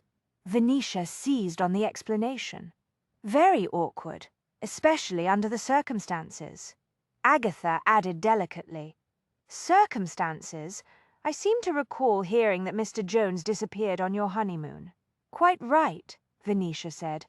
"Disappeared without any notice, mind you, walked off a cliff, fell into a deep canyon, death-raging river. Body never found, presumed dead. Very tragic, but these things happen, you know. Especially in places like the Wild West. Which means that you had very little opportunity to become accustomed to your marital duties, my dear." Venetia's mouth went dry. My marital duties? Agatha patted her gloved hand. "You are no doubt quite tense and anxious this evening. You have no idea, Mrs. Chilcot. Death. Why, I wouldn't be surprised to discover that you are experiencing some of the same trepidation that you no doubt felt on your honeymoon." Yes, indeed. Venetia summoned up her brightest smile. Fortunately, Mr. Jones is very respectful of my delicate sensibilities. I'm delighted to hear that, Mrs. Jones. Nevertheless, I hope you will take some advice from an older and perhaps wiser woman. I don't think the situation calls for advice, thank you very much. Death. I assure you, my dear, a healthy, virile gentleman who has been reunited with his bride after a lengthy absence will have certain natural urges. Venetia stared at her, thunderstruck. Urges? Agatha leaned in very close and lowered her voice. I advise you to attend to those entirely natural urges without delay, my dear. You would not want Mr. Jones to seek relief elsewhere. Good heavens! Venetia felt her brain go quite blank. I can see from the expression on your face that you did not have much of an opportunity to become accustomed to your marital duties before Mr. Jones suffered that dreadful fall. Agatha tapped Venetia's wrist with her fan. You must trust me when I tell you that a wife's conjugal obligations are not nearly as objectionable as some would have you believe. She winked. Not when her husband is as healthy and virile as Mr. Jones appears to be. Death, smiling benignly, Agatha turned and swept off into the throng. Venetia finally managed to get her mouth closed. With an effort of will, she pulled herself together and continued toward her objective. But she was now very conscious of the veiled glances and curious stares aimed in her direction. People were, indeed, speculating about the intimate aspects of her relationship with Gabriel. She thought her face burned. The irony of her predicament was enough to make her grind her teeth. Death. She could not bear to contemplate the many long, lonely, sleepless nights she had spent reliving the memory of her one night in the arms of her fantasy lover, and quietly mourning the loss of what might have been. Now she knew that Gabriel Jones had blithely gone about his arcane society business, never for one moment considering what the news of his death might have done to her nerves. Really, men could be so thoughtless. Death. When she reached the side door through which Burton had vanished, she paused to look back to where Gabriel had been standing a few minutes ago, talking to Christopher Farley. She could no longer see him. Perhaps he had gone outside for some fresh air. She could use some of that commodity herself. Unfortunately, she had a more important task to accomplish. She could only hope that Burton had not left the exhibition hall altogether while she had been obliged to discuss her marital duties with Mrs. Deathcourt. She opened the door and slipped out of the brightly lit hall into a darkened corridor. She closed the door and stood quietly for a moment, waiting for her eyes to adjust to the deep shadows. There was just enough moonlight seeping through the high windows above the staircase at the end of the passageway to reveal a row of closed doors. She tried to listen for Burton's footsteps, but all she could hear was the faint, muffled noise of the crowd on the other side of the wall. Death. She started forward slowly, wondering why Burton had come this way. This was not her first visit to Farley's exhibition rooms. She had been here, behind the scenes, on several occasions in recent weeks to discuss business. Christopher Farley had taken an interest in her work right from the start, when she had brought him some of her pictures to examine. He had advised her regarding the financial side of the profession and introduced her to some of her first important clients. Death. In return, she had given him some of her photographs to exhibit and sell. Because of the meetings with Farley, she had a general knowledge of how the rooms and offices were arranged on this floor. The corridor in which she was standing was intersected by another passage midway along the hall. Farley's large office was in the other corridor. She went quietly to the corner and looked down the second, even darker hall. No gaslight showed through the glass panes of the door to Farley's office. Death. The glow of the moon from the windows inside the room caused the opaque panel to gleam a dull grey against the deeper shadows. The room next to the office was the one used by Farley's two clerks. It, too, was unlit. She turned back to the main hallway. She knew that there were 3 offices, a large storeroom and a darkroom in that direction. The firm's clerks used the darkroom to make additional prints of some of the photographs that were offered for sale in the showrooms. Death. Farley was also known to invite talented but impoverished photographers to make use of the facilities. She could not imagine why Harold Burton would enter either the storeroom or the dark room. He had his own small gallery and possessed his own equipment. It was possible, of course, that Burton had chosen to depart the exhibition via the stairs at the end of the hall. Death. But if he had wished to leave, it would have been a good deal faster to go out through the main entrance, which descended to a gracious lobby in the busy street. The staircase at the end of the corridor in which she stood led to the alley. If Burton had left the building via these stairs, she might as well abandon any effort to confront him tonight. But there was another possibility. Burton's ethics were not of the highest caliber, she reminded herself. Death. Perhaps he had let himself into Farley's office to have a look around.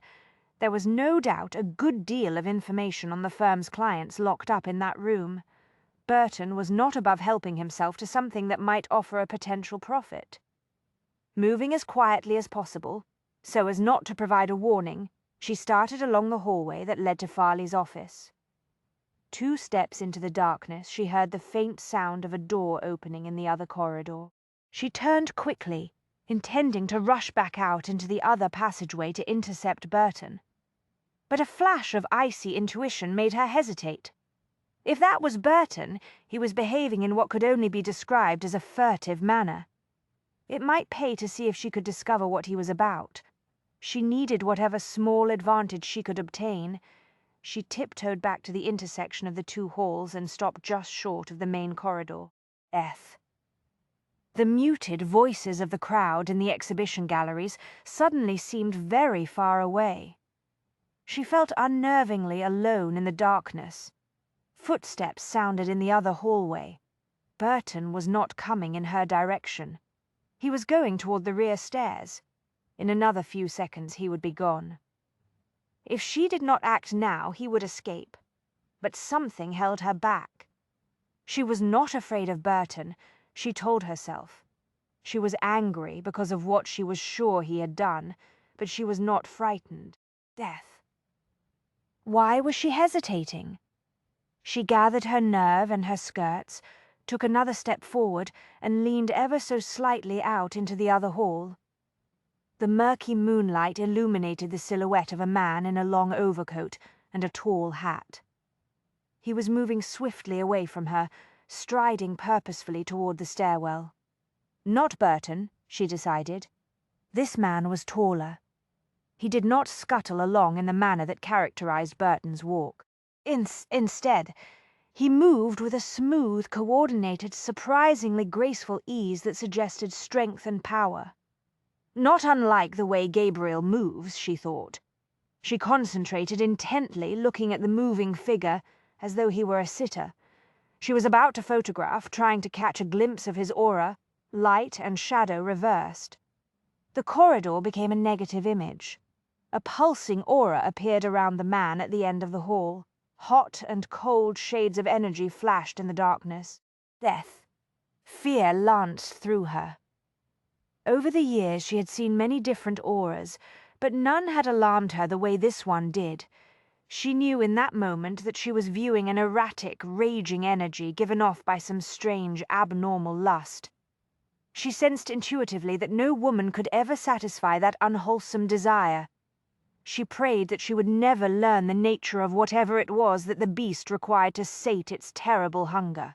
To her overriding relief, the figure plunged down the stairs and disappeared. For a few more seconds she remained in the sanctuary of the connecting hall, too shaken to move. Then she remembered Harold Burton. A sick dread rose within her. She made herself move out of the hallway and down the corridor to the dark room. "Mr. Burton?" She knocked once on the door. There was no response. "Are you in there?" The silence raised the small hairs on the nape of her neck. There was no point delaying any longer. She knew deep down that something terrible had occurred inside the dark room. She also sensed that no matter how hard she knocked, Harold Burton was probably not going to answer. She twisted the knob and opened the door very slowly. Someone had pulled aside the heavy drape that usually covered the small window of the dark room. The slanting triangle of moonlight illuminated Burton's sprawled, unmoving figure. Death. He lay face up on the floor, staring emptily at the ceiling. Dear heaven! She crouched beside him, her skirts pooling around her, and felt for a pulse with shaking fingertips. No life beat at the base of Burton's throat. His skin was already growing unnaturally cold. Then she saw the brandy bottle and the overturned glass on the counter. Liquid dripped over the edge and splashed onto the floor. She could smell brandy fumes. What the devil is going on here? Death. Gabriel's voice was low and dangerous. She leaped to her feet and swung around, barely managing to stifle a small scream. "What are you doing here?" she gasped. "I noticed that you had left the hall. When you did not return in a reasonable length of time, I decided to see what was keeping you." She saw that he had one hand clenched very tightly around the doorknob. Something odd was happening? She concentrated briefly and saw the pulse of dark energy in the atmosphere around him. Death. "Are you all right?" he asked. When she did not respond immediately, he released the doorknob and seized her wrist. "Answer me," he said softly. "Are you all right?" Yes. She pulled herself together with an effort. Her normal vision snapped back into focus. "Yes, I'm fine." He turned up the gas lamp on a nearby table and looked down at the body. "Tell me who this man is," he said. "Harold Burton. He was a photographer. You came here to meet him?" The question was ice cold. Death. "No," she said, shivering a little. "Well, yes. Not exactly, not like this." She abandoned the explanation. "I just walked into the room and found him." "Is there a wound?" "I don't think so. There is no blood." "He did not die of natural causes," Gabriel said. She wondered how he could be so certain of that. "I don't think so," she agreed. He looked at her. "What do you know of this business?" "Someone left this room just before I arrived. I think he may have had something to do with this." Death. At the very least, he will likely know what occurred in here. "You saw this person?" Gabriel asked, his voice sharpening. "I got only a fleeting glimpse as he went down the stairs." "Did you recognize him?" "No. Did he see you?" The question was far more urgent than the previous one. She shook her head. "I'm sure he did not notice me, as I said. He was moving away from me. I was in the other hallway, watching him from around the corner. No, I'm certain he did not see me. He never even paused." Death. Gabriel took a step toward the counter, where the spilled brandy dripped. "Don't touch that liquid," she said quickly. "Or the glass, either, for that matter." He stopped and looked back at her. "Why not?" he asked. Most men would have been annoyed at the notion of a woman giving orders under such circumstances. Ladies were expected to succumb to hysteria and the vapors when they were confronted with situations involving dead bodies. Death. But Gabriel was not questioning her common sense or good judgment. She realized he simply wanted to know why she had warned him away from the spilled brandy. She drew a deep breath. There are only two possibilities here. She looked at the empty glass and then at Burton's sprawled body. I suppose it could have been suicide. That is certainly the usual explanation in cases like this. But from what I know of Harold Burton, I find it hard to believe that he took his own life. Death. What do you mean, the usual explanation in cases like this? I suspect that the authorities will find that Mr. Burton drank a glass of brandy laced with cyanide. Gabriel tightened one hand into a fist and then opened it again in a small, quick gesture, as though trying to rid himself of something unpleasant that clung to his fingers. It struck her as a curiously restless movement for a man who was usually so well controlled. Death. "I think," he said, "that you had better tell me exactly what you are doing in this room. It is a somewhat complicated story. I suggest you tell it quickly before we send for the police." "Oh, heavens! The police, yes, of course. She would worry about the potential scandal later, she thought. She explained very briefly about the 2 photographs that had been sent to her anonymously. I'm not sure what Burton intended, but it occurred to me that he was either attempting to frighten me into abandoning my business or worse. Worse? I did wonder if he intended the photographs as a prelude to blackmail, she admitted. Were the photographs of a compromising nature? No. They were just unnerving. You would have to see them to understand. You will show them to me later. In the meantime, we will not mention those pictures to the police. But they may be clues. Death. They are also potential motives for murder. Venetia. The implications of what he had just said stunned her. She suddenly felt a little lightheaded. Do you think the police might conclude that I killed Burton because I believe that he was the one who sent me those awful pictures? She whispered.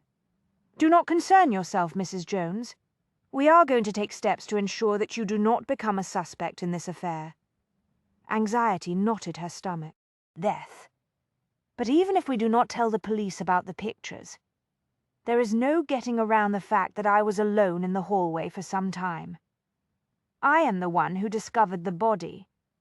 I cannot prove that there was anyone else in here before I arrived.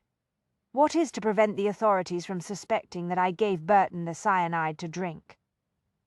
Even if the police do decide that this is a case of murder and not suicide, I think it is safe to say that they will not question your innocence. Death. She was starting to grow annoyed with his attitude of cool authority. What makes you so certain of that, sir? Because there is someone who can provide you with an excellent alibi, Gabriel said patiently. Indeed, and just who is that person? He spread his hands. Why, your beloved, recently returned from the grave husband, of course. But I don't have a... She broke off abruptly. Oh, you? Yes, Mrs. Jones, me. Death. We found the body together when we stepped out of the overheated exhibition hall to find a bit of privacy. I'm sure everyone will understand. They will. This is my first night home after the unfortunate accident that I suffered on our honeymoon, if you will recall. I have it on good authority that a man in my circumstances would go to great lengths to have even a few minutes alone with the bride he had been parted from for such a great length of time. Death. There is a reason why photography has long been known as one of the black arts. Venetia sank down onto a chair in front of the hearth and slowly stripped off her gloves. 2 reasons, actually. The use of cyanide being one of them. Gabriel tossed his overcoat across the corner of the desk. He did not remove his evening coat, but loosened his tie and unfastened the top of his shirt. Death. Venetia was remarkably calm, given the ordeal she had just endured, but he could see the anxiety and tension that stiffened her shoulders. Yes, she said, for years the photographic journals have railed against the practice of using potassium of cyanide as a fixing agent. She placed the black kid gloves very neatly, very precisely, on a small end table. It is not as though there is not a perfectly acceptable and safe alternative available. The chemical that you used at Arcane House? Death. I believe you called it hyposulfite of soda. It has been around since the earliest days of the medium, but there have always been those who insisted that cyanide was better suited to the task. In addition, before the new dry plates became available a few years ago, cyanide was very useful for removing the black stains on carpets and hands and everything else created by the silver bath drippings. The staining problem being the other reason why photography is known as a black art. She nodded somberly. Until quite recently it was said that you could tell a photographer by his fingers. They were frequently blackened from the use of the silver nitrate that was used to prepare the old collodion wet plates. I did not begin my career until after the advent of commercially made dry plates, so I have not had to deal with the problem of silver stains. There are those who still routinely use cyanide? Unfortunately, yes. It remains a staple in many darkrooms. Death. Certainly no one will think it odd that it was conveniently on hand in Mr. Farley's establishment tonight. Gabriel crouched in front of the hearth and got a small blaze going. I have noticed the occasional items in the papers concerning the deaths of photographers by cyanide. Not just photographers. Very often the victim is someone else in the household. A child who drinks it out of curiosity, for instance, or a young maid despondent over a failed love affair. Death. Sometimes it is the family dog that is killed. There is no knowing how many people have expired either by accident or by design because of the poison. Gabriel rose to his feet and went to the table that held a decanter of brandy. One would think that if Burton had been looking for a quick exit from this mortal plane, he would have taken the cyanide straight. Instead, he drank it mixed with strong spirits. She hesitated. Death. There are those who will say that he probably thought it would be easier to get down that way. True, Gabriel reflected briefly on the strong, disturbing frissons of violent intent that had clung to the glass knob of Farley's darkroom door. But as I said earlier, I'm in complete agreement with your conclusion concerning events tonight. Burton was murdered. It would have required only a single swallow, she said quietly. A strong dose of cyanide kills very quickly.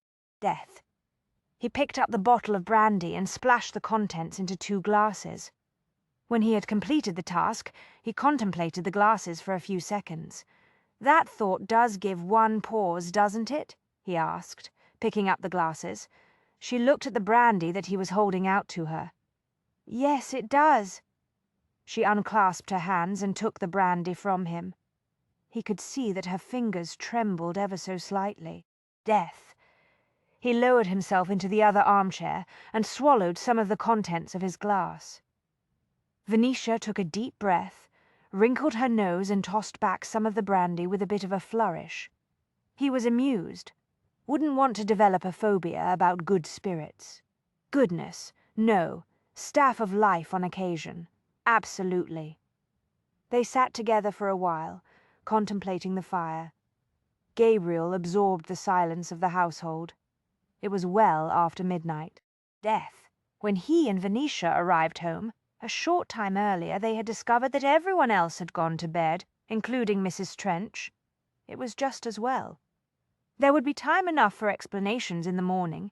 He tilted his head against the back of the chair and thought about the conversation with the police. I got the impression that the detective is leaning heavily toward the theory that Burton committed suicide, he said. It certainly is the simplest explanation. Death. But it does not account for the person I saw leaving the room shortly before I discovered the body. No, he said, it does not. The detective had questioned Venetia quite closely about the figure she had seen on the staircase, but she had not been able to provide him with anything useful by way of a description. For his own part, Gabriel thought, he could hardly claim that he had picked up emanations of violence off a doorknob. The detective would have considered him quite mad. Death. The sensations were useless as a means of identification. In any event, they were quite strong, but they could have belonged to anyone who had gone to that room with murder in mind.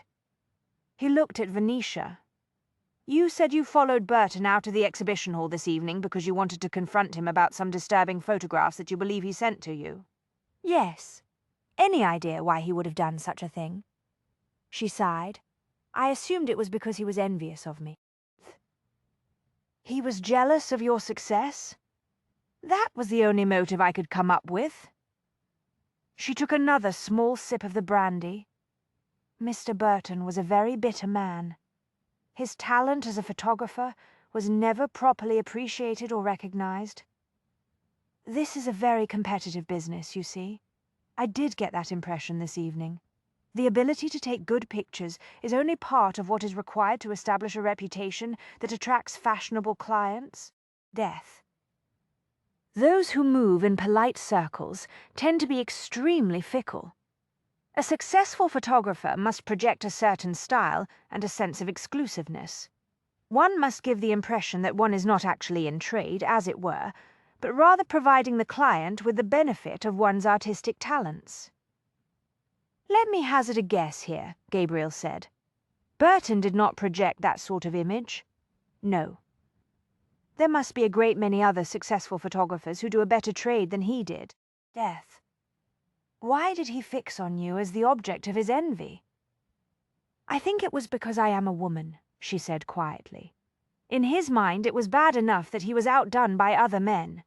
To have a lady arrive on the scene and meet with immediate success enraged him. He confronted me on 1 or 2 occasions and informed me quite bluntly that this was no profession for a female. When did the unpleasant pictures arrive? The first photograph was left on my doorstep earlier this week. Death. The second one came 2 days later. I suspected Burton straight off. I knew he would be at the exhibition tonight. I was determined to demand an explanation from him. She closed her eyes and rubbed her temples. Now, I do not know what to think. He was obviously involved in some sinister dealings with the man who murdered him. Gabriel stretched his legs out toward the fire. Do you have any notion of who might want to kill him? She opened her eyes and made a face. Death. Aside from myself, do you mean? No. I can only tell you that Burton was not the most likable man. He was a conniving, unethical schemer who moved in the lower ranks of the photographic community. He had a small gallery in an unfashionable part of town, but I don't know how he managed to make a living. To tell you the truth? Gabriel cradled his glass in both hands. I would like to see the photographs that he sent to you. They're in my bottom desk drawer. I'll get them. Death. She set the brandy glass aside, rose and crossed the carpet to the desk. Gabriel watched her remove a small key from the dainty chatelaine bag that dangled from the waist of her gown. She used the key to open the drawer and remove 2 photographs. Without a word, she walked back across the room, sat down and handed him one of the pictures. He held the photograph face down for a few seconds, feeling with the part of him that could perceive things that his other senses did not. Death. There were faint whispers of anger and outrage, but he was almost certain they had been left by Venetia. There was a sensation of self-control about them. Beneath those emanations were even fainter traces of another fierce emotion, one that could only be described as obsessive rage. He was almost certain that sensation had been left by the person who had arranged for the photograph to be left on Venetia's doorstep. He turned the picture over and examined it in the firelight. "Is this the one that arrived first?" he asked. Yes. The photograph was innocuous enough at first glance, if decidedly morbid. It showed the somber scene of a funeral cortege, headed by a black funeral coach equipped with a team of black horses. The vehicle stood in front of the iron gates of a cemetery. A gloomy array of monuments, crypts and headstones was visible through the bars of the high fence that surrounded the graveyard. Death. It was only when one examined the picture closely that one noticed the woman dressed in a fashionable black gown and a wide-brimmed black hat, standing to one side of the scene. A cold sensation settled in Gabriel's gut. "You?" he asked quietly. "Yes. The cemetery in that picture is located a short distance from this street. I pass it every day when I go to the gallery." She held out the second photograph. Death. He took it from her. Pausing briefly once again to see if he could detect any strong sensations, the remnants of Venetia's anger and outrage ruffled his senses. But this time there was something else. Fear. Beneath that layer of emotion was the same unwholesome obsession that had clung to the first picture. He turned the picture over. This time he was looking at a photograph of an ornate funeral monument. For a few seconds he could not make any sense of the scene. Death. Then he saw the name inscribed on the stone. The chill in his insides turned to ice. "In memory of Venetia Jones," he read aloud. Venetia grimaced. An excellent example of what can be accomplished by a person who is skilled in the art of retouching photographs. After the picture arrived, Amelia and I went to the cemetery to see if that particular monument was located there. "Did you find it?" "Yes." She clasped her fingers tightly together. Death. The name engraved on the stone, however, is Robert Adamson. Whatever else he was, Harold Burton was a nasty son of a bitch. She drank some more brandy. That was certainly my opinion. He looked at the first photograph again. Was this one retouched also? No, I was there in front of the cemetery that day, returning from my customary walk in the park. I happened to pass the gates just as the funeral cortege arrived. She hesitated. Death. I know this will sound as though I'm quite paranoid, but I have had the feeling that Burton has been following me about lately. Gabriel put the photographs on the table next to the chair. You're quite certain these were taken by him? She glanced at the pictures. As certain as I can be without absolute proof. There is something about the style and composition. Burton was actually a very skilled photographer. I have seen some of his work. He had a particular talent for architectural themes. Death. The first picture, the one of the cortege, was obviously taken on the spur of the moment. I could not have identified him as the photographer given just that single shot, but the second photograph was taken with great care. Gabriel studied the picture of the headstone. I see what you mean. The angle he used is quite dramatic. The lighting is also striking and very much in his style. As for the inscription, well, Burton is quite a skilled retoucher. Venetia shook her head. Death. I think that he was trying to impress me as well as frighten me with that second photograph. He wanted to show me that he was more expert with a camera than I am. You said you felt Burton was following you. I didn't see him that day when the picture of the funeral cortege was taken, but I did notice him a number of times over the course of several days. He appeared to be lurking in my vicinity. Describe the occasions when you saw him. Death. I noticed him at least twice in the park not far from here. He always kept his distance and pretended not to see me. Then, the other morning, Amelia and I went shopping in Oxford Street. I'm certain that I spotted Burton there too. He was lounging in the doorway of a shop.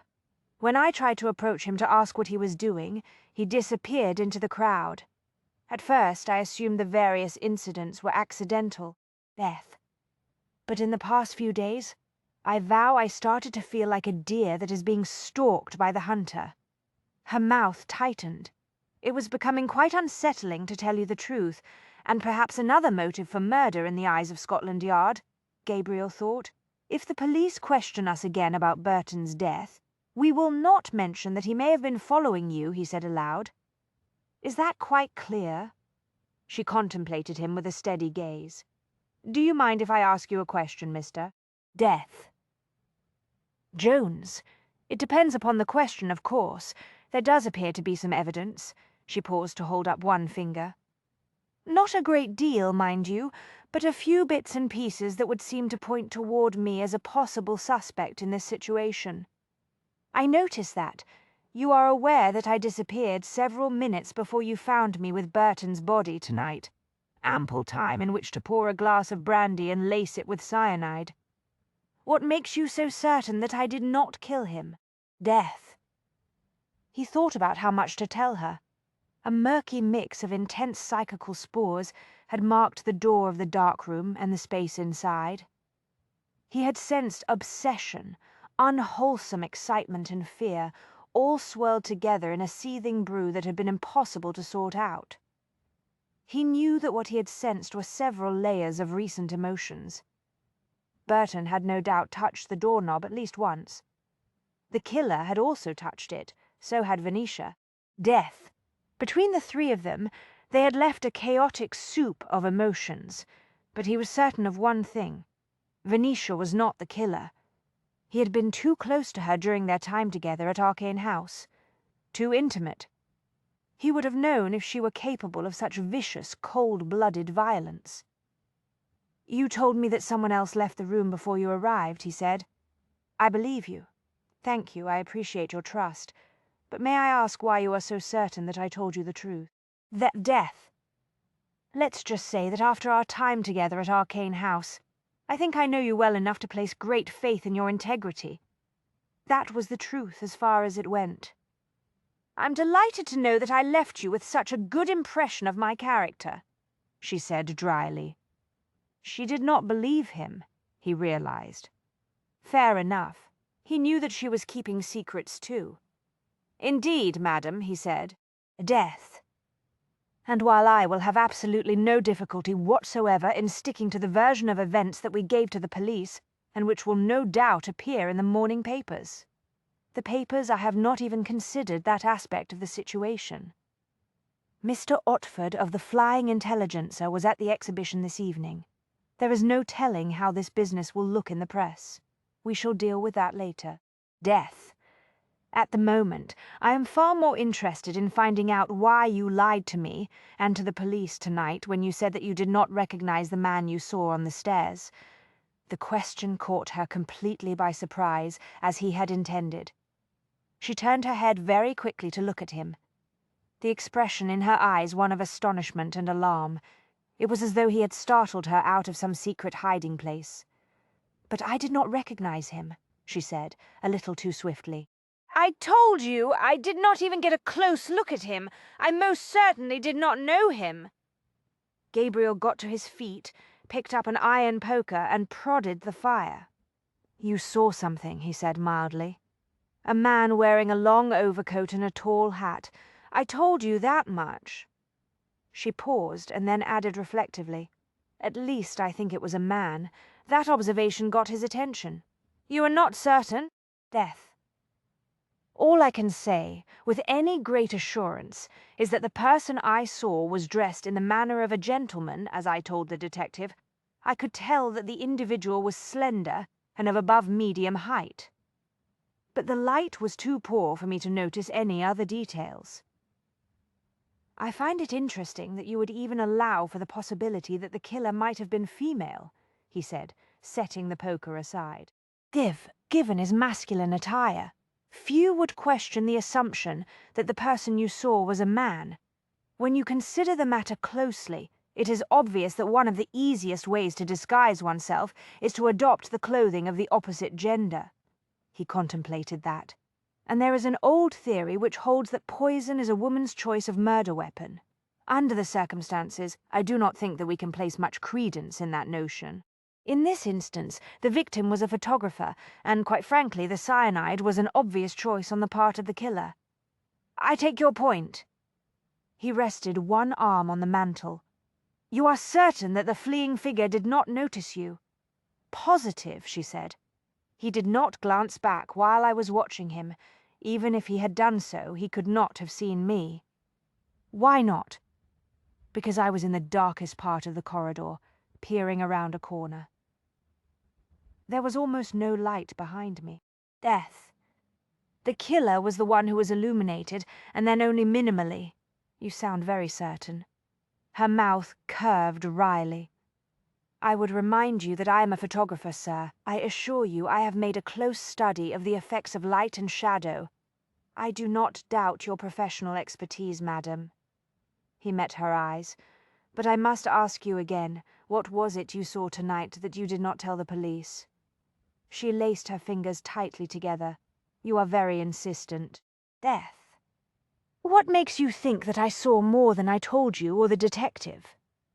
"Call it masculine intuition. During our all too brief interlude at Arcane House, I learned a few things about you, Mrs. Jones. One is that when it comes to taking pictures, you often perceive what others do not.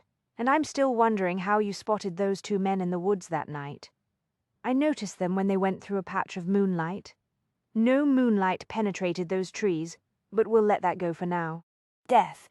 Given the seriousness of our situation, however, I cannot let this other matter drop so easily. I would very much appreciate the truth. So I ask again, what did you see tonight?" Her reply was so long in coming that he began to think she was going to refuse to tell him. He could not blame her, he thought. She owed him nothing, but it disturbed him for some reason that she did not consider him a worthy confidant. Death. He realized that he wanted her to trust him again, the way she had seemed to trust him at Arcane House. "Nothing I perceived about the fleeing man would be of any use to the police," she said quietly. He stilled. But you did notice something about the killer? Yes. She met his eyes. You will no doubt think me either excessively imaginative or delusional, if I tell you the truth. At best, you will conclude that I am a great fraud. Death. He took 2 steps toward her, closed his hands around her shoulders and raised her to her feet. I assure you that nothing you could say would lead me to either of those conclusions. Indeed, wry skepticism flashed across her face. What makes you so certain of that? He tightened his grip on her arms. You seem to forget that we spent several days in each other's company some 3 months back. No, Mr. Jones, I have not forgotten. Not for one moment. Neither have I. Death! I have already told you that I have no doubts about your character. The same is true when it comes to the matter of your sanity. Thank you. But there is another reason why I would very likely believe anything you chose to tell me, he said. And what reason would that be, sir? I want you far too much to permit myself to have any doubts where you are concerned. Her lips parted. Mr. Jones, the questioning would have to be continued later. It had been too long. Death. He could no longer resist temptation. He lowered his head and took her mouth captive. The shock of the embrace set her senses ablaze after all the weeks and months of uncertainty over his fate and despair at the knowledge that if Gabriel was alive he had not come for her. He was kissing her again. The effect of his embrace was even more stimulating than she had remembered. Death. The heat of his body, the sensual taste of his mouth, the exhilarating strength of his arms incited a thrilling excitement deep within her. Do you have any notion, Gabriel whispered, how many nights I have lain awake, imagining what it would be like to kiss you again? How do you think it was for me? I was devastated when I got word of your so-called accident. I could not bring myself to believe it. I was convinced that you were alive. Death. I told myself that if you were dead, I would somehow know it, but there was no word from you. I'm sorry, my sweet.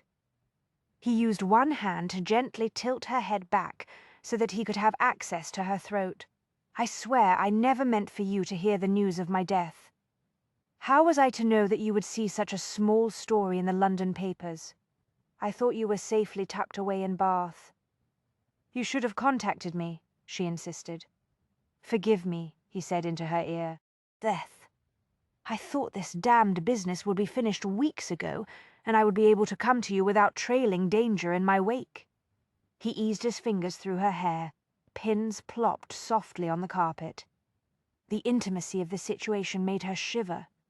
She clutched his shoulders, aware of the crisp white linen of his shirt and the firm swell of muscle beneath the fabric. Her hair tumbled down around her shoulders.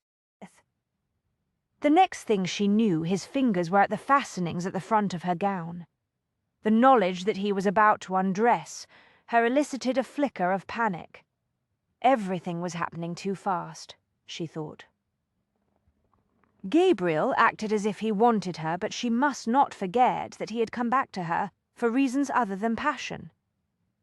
Furthermore, this was not remote, secluded Arcane House, where no one would know what happened between her and Gabriel. Gabriel himself was no longer a safe fantasy that she could savor without courting disaster.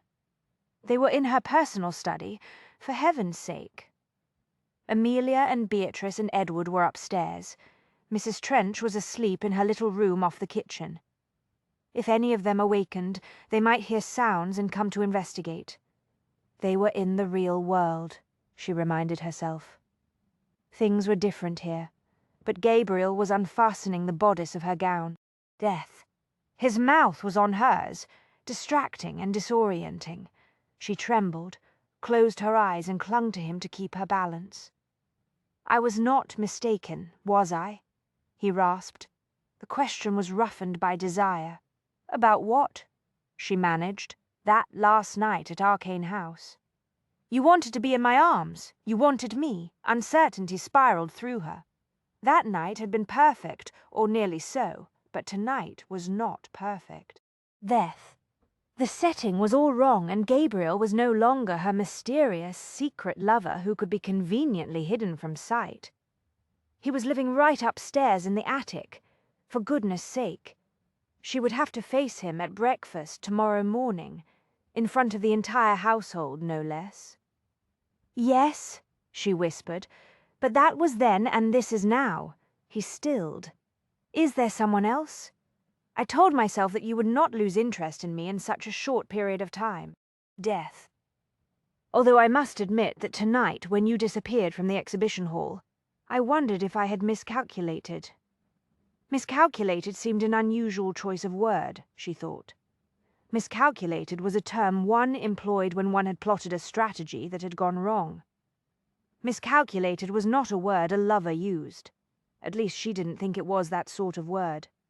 She withdrew her arms from around Gabriel's neck and flattened her palms on his chest. "Is there anyone else? Death?"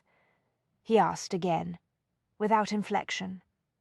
In the firelight, his eyes were dangerously enigmatic. "No," she confessed, "for heaven's sake. In the past 3 months I have been overwhelmed with the move to London and the establishment of my business here. I haven't had time to find anyone else. That is not the problem." He smiled. She could feel the tension leave his muscles. "I understand," he said, caressing her throat with his finger. "The events of the day have no doubt rattled your nerves. Death." That was as good an excuse as any, she decided. "Yes, quite so." She took a deliberate step back. "My apologies, sir. A great many startling incidents have, indeed, occurred today. Why, one might say that events seem to have rained down upon me like a great waterfall, the shock of your return, this strange mystery involving the alchemist's formula, the discovery of Burton's body tonight. It is all simply too much. I do not believe that I am thinking as clearly as one should in these circumstances." Amusement curved his mouth.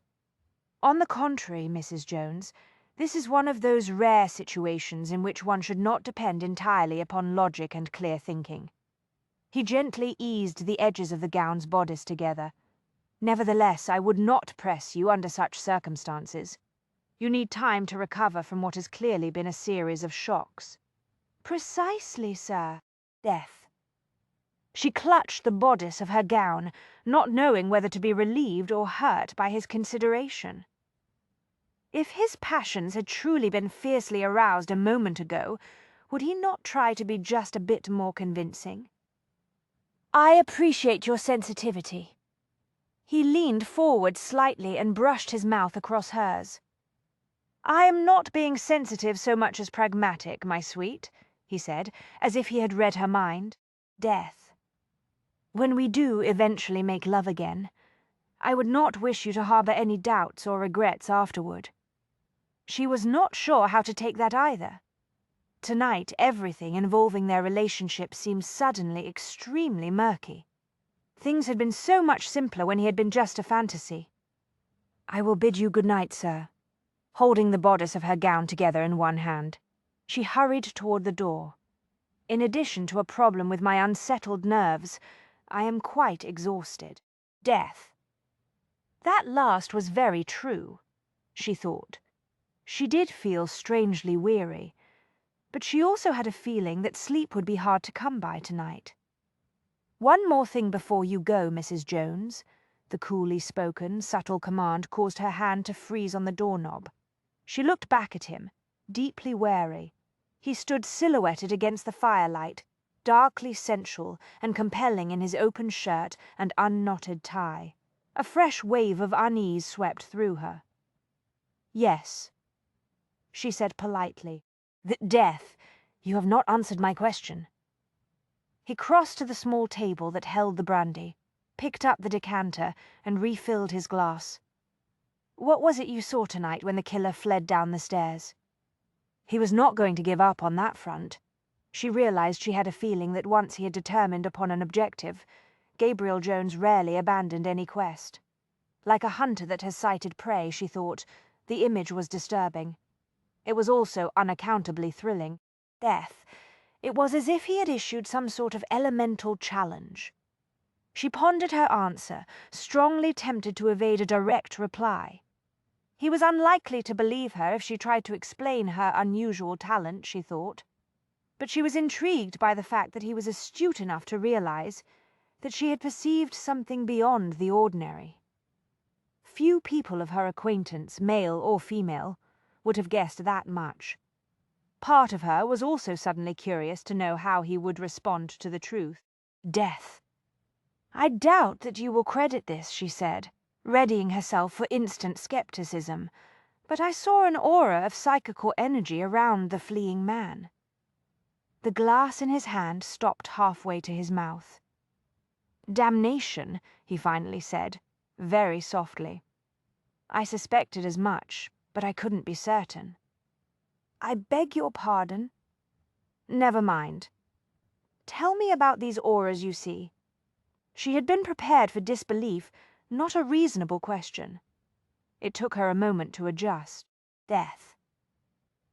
"They appear in the form of waves of energy that pulse around the individual," she said. "You see these auras around everyone you meet. That must be somewhat disconcerting. I do not see them unless I concentrate and make an effort to distinguish them then. It is like looking at a negative image of the world. In that state I can make out auras." "Interesting." Death.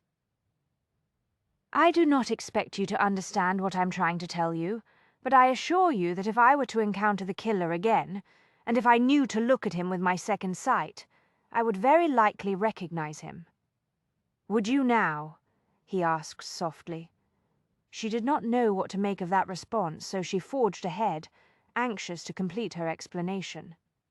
"You see why I did not say anything about any of this to the man from Scotland Yard," she said. "I doubt very much that he would have believed me." Death. "You saw how he treated me. He assumed that I was a victim of shock, and that I was teetering on the verge of hysteria." "True." Gabriel lounged against the edge of her desk. "He did aim most of his questions at me, didn't he? Because you are a man, and because he believed me to be your husband. That, too." She made a face. "Even if I had volunteered the information about the fleeing man's aura, it would not have done the detective any good." Death. "There is no point describing a person's psychical energy pattern to someone who cannot perceive it." Gabriel studied her for a moment. "You say auras are distinctive. Yes, they definitely vary from one person to another. There are colors involved, but I cannot tell you the names of the hues and shades that I see because they do not correspond to those that I see with my normal vision. I have invented my own private vocabulary to describe them, but it would be meaningless to you." Death. "There is also something about the intensity and the pattern of the psychical energy that is particular to each person. Can you determine a person's sex from his aura? No. That is why I cannot say for certain that the fleeing figure was male or female. What of an individual's character or inclinations?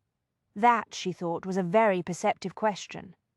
Sometimes those aspects, if they are strong enough, are often startlingly vivid. Yes, death. "What did you learn about the nature of the person you saw in the hallway tonight?" he asked. She drew a deep breath. "If that person had been an animal, I would have said that he was a predator, a creature that kills when death suits its purposes. In the animal kingdom, such beasts have a rightful place. They kill only to live, but among humans we would label such an individual a monster." Gabriel went motionless. All expression evaporated from his face. "I see," he said. "A monster.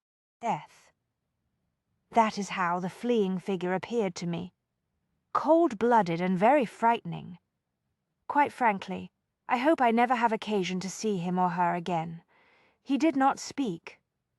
Something about the dark stillness that emanated from him made the hair stir again on the nape of her neck, just as it had earlier when she had seen the killer flee the scene of his crime. "Good night, Mr. Jones," she said. "Good night, Venetia."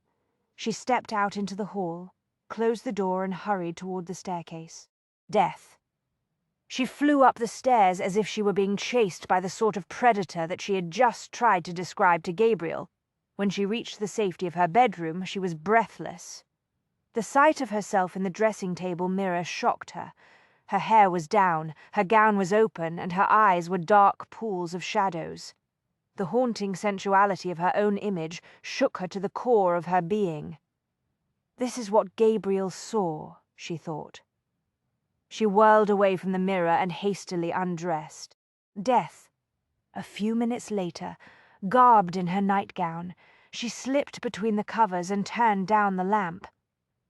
She waited, listening tensely to the quiet sounds of the house. She never did hear Gabriel climb the stairs to the attic, but eventually she heard some faint noises overhead and knew that he had gone to bed. It was not until she was sliding away into a dark, restless dream that she asked herself the question that had been troubling her ever since Gabriel had arrived on her doorstep. Death. He had made it plain that he needed her cooperation in his venture. Would he attempt to use seduction to achieve his ends? In that instant, the jumbled mix of confused emotions that she had been experiencing dissolved into sharp as crystal clarity. The situation between herself and Gabriel Jones had become confounding and unsettling, precisely because she was no longer in full control of it. At Arcane House, she had established all the unwritten rules that had governed their association. Death. She had set out to seduce Gabriel to fulfill her very private dream of a perfect romantic interlude. But now Gabriel was establishing all the rules. She would have to be very careful indeed. Footsteps sounded on the attic landing. Gabriel wiped the last of the shaving lather from his face, tossed the towel aside and crossed the small, cramped space to open the door. Edward stood in front of him. The boy's hand was raised in preparation for a polite knock. "Good morning," Gabriel said. "Death." "Good morning, sir." Edward gazed up at him, openly curious. "You haven't finished dressing?" "Not quite." "Mrs. Trench sent me to tell you that breakfast will be ready in a few minutes." "Thank you. I'm looking forward to a good home-cooked meal. I'll only be a moment." He turned away from the door and took a clean shirt off one of the wall pegs. "I'll wait for you." Edward volunteered, edging into the room. "I can show you the way to the breakfast room." "I'd appreciate that," Gabriel said. "It will save me wandering all over the house." He watched Edward in the mirror while he fastened his shirt. The boy looked around, studying each of the items that Gabriel had unpacked. He seemed particularly taken with the shaving things arrayed on the washstand. "Papa kept his shaving items in a leather kit, very similar to yours," Edward said. "Did he?" Gabriel finished buttoning the shirt and pondered whether or not a tie was called for. Death. When he was at home, he always went down to breakfast in the comfort of his shirt sleeves.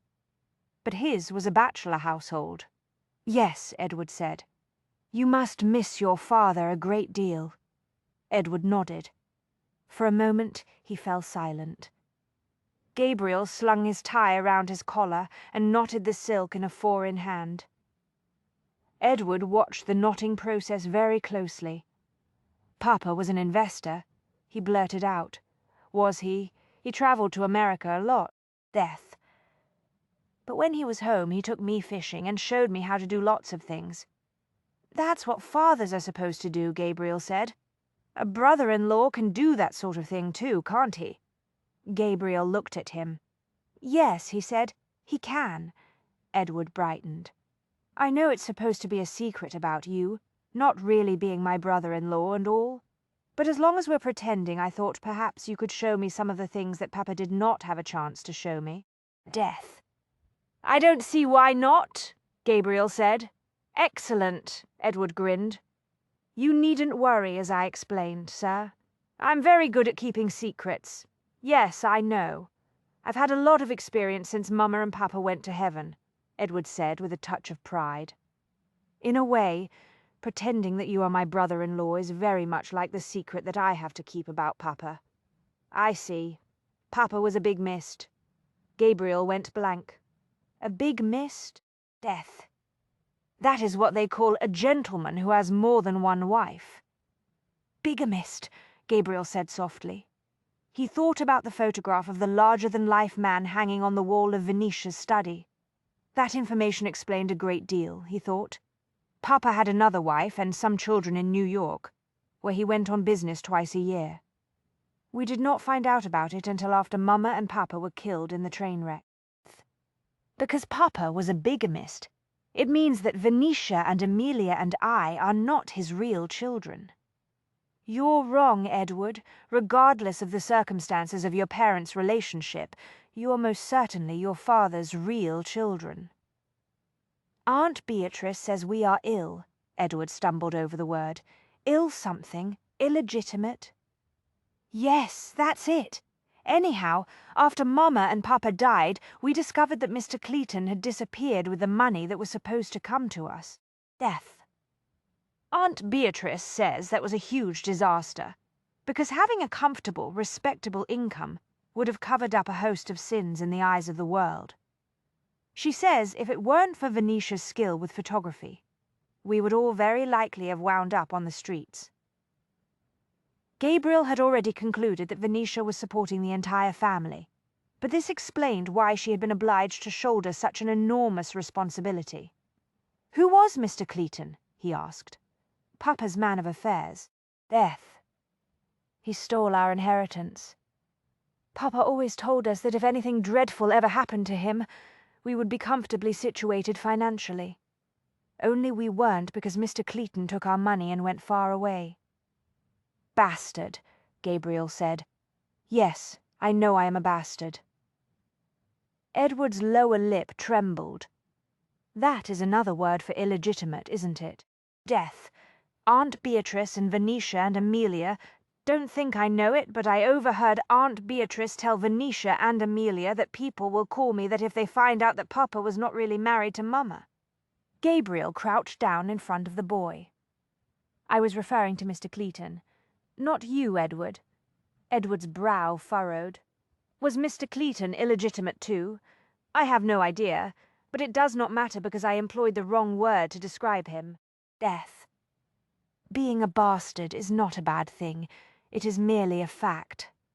Like having red hair or blue eyes, it does not tell you the character of the person in question. Do you understand? I think so. Pay attention now, because I'm going to say something to you that my father said to me when I was your age. You are to remember it always, because it is very important. Yes, sir. It does not matter whether your father was ever legally married to your mother. You are not responsible for what he did. Death. But you are responsible for what you do. Every man must see to his own honor, and you will see to yours. That is what is important. Yes, sir. Gabriel rose and put his hand on Edward's shoulder. He steered the boy toward the door. Now that we have got that clear, we will go down to breakfast. Yes, let's. Edward grinned widely, looking suddenly a good deal happier than he had a moment ago. Usually we have only buttered eggs and toast on Wednesdays, but Mrs. Death. Trench says that because there is a man in the house now, we will also have kippered salmon today. She says men need substance in their meals. Mrs. Trench is obviously a wise woman. They went out the door and down the narrow attic stairs. On the landing, Edward looked up at Gabriel. You never told me the right word, sir. Right word for what? For Mr. Cleaton. You said bastard was not the correct word to describe him. Right. What is the correct word, then? Gabriel reflected on his obligations as a brother-in-law. I will tell you the proper term, but you must bear in mind that a gentleman does not use it when ladies are present. Is that understood? Edward glowed with anticipation at the prospect of garnering secret manly knowledge. Yes, sir. I promise I will not repeat it in front of Aunt Beatrice or my sisters. You must not use it in the presence of Mrs. Trench either. Death. She is a respectable woman, and she is owed the same good manners as your aunt and sisters. Very well, I promise not to use it around Mrs. Trench. The appropriate term to describe Mr. Cleaton is son of a bitch. Son of a bitch, Edward repeated carefully, clearly wanting to get it right. Does that mean his mother was a female dog? No, Gabriel said. That would be an insult to female dogs everywhere. The two of you discovered Mr. Burton's body at the exhibition last night. Death. Beatrice put one hand to her breast and swayed in her chair. You say he was likely murdered, dear heaven. We are ruined. The shock and horror in her voice caused Gabriel to look up from his kippered salmon. He studied Beatrice, who sat at the opposite end of the long table. It had not been his idea to sit at the head of the table, but Mrs. Death. Trench had made it plain that in her view he was expected to occupy the position that polite society had ordained as the proper station of the master of the house. When Venetia had walked through the doorway a short time later, dressed in black, he knew immediately by her expression that he was sitting in the chair that she normally occupied. I don't think that will prove to be the case, Gabriel said. He looked at Edward. Would you please pass the strawberry jam? Yes, sir. Death. Edward spoke around a mouthful of buttered eggs. He dutifully handed the jam pot to Gabriel. Sir, what does a murdered person look like, Edward? Beatrice said tightly. That is quite enough. One does not talk about such things at the breakfast table. But Aunt Beatrice, you were the one who brought up the subject. Beatrice sighed. Eat your eggs and do not interrupt your elders when they're talking. Death. Edward went back to his eggs, but Gabriel knew that the boy was taking in every word of the conversation. The ghoulish subject of murdered people was not going to be ignored so easily. Aunt Beatrice, Venetia said firmly, please do not fly into a panic. The situation is well in hand. How can you say that? Beatrice rounded on her. We are talking about a great scandal. Why, if it gets out that you discovered a body at the exhibition last night, there will be no end of gossip. Death. The word is already out, I'm afraid. Amelia walked into the room, waving a copy of the Flying Intelligencer. And you will never guess who wrote the piece. Venetia made a face and reached for the coffee pot. Mr. Otford. The very same. Amelia sat down beside Edward. It is an exciting review, to say the least. I expect everyone will be reading it this morning. It is rather rare to find a dead body at a photographic exhibition, after all. We are doomed, Beatrice intoned. Death. We shall be forced to vacate this lovely house and give up the gallery. We will lose everything. Gabriel looked at Amelia. Why don't you read the article to us? Certainly. Amelia cleared her throat. Shocking events. At Photographic Exhibition by Gilbert Otford. The body of a photographer was discovered during the course of an exhibition of photographs on Tuesday evening. The deceased was identified as Mr. Harold Burton of Greenstone Lane. It is believed that Burton's lack of success in his chosen field, together with recent financial reverses and mounting debts, led him to take the sad course of drinking potassium of cyanide.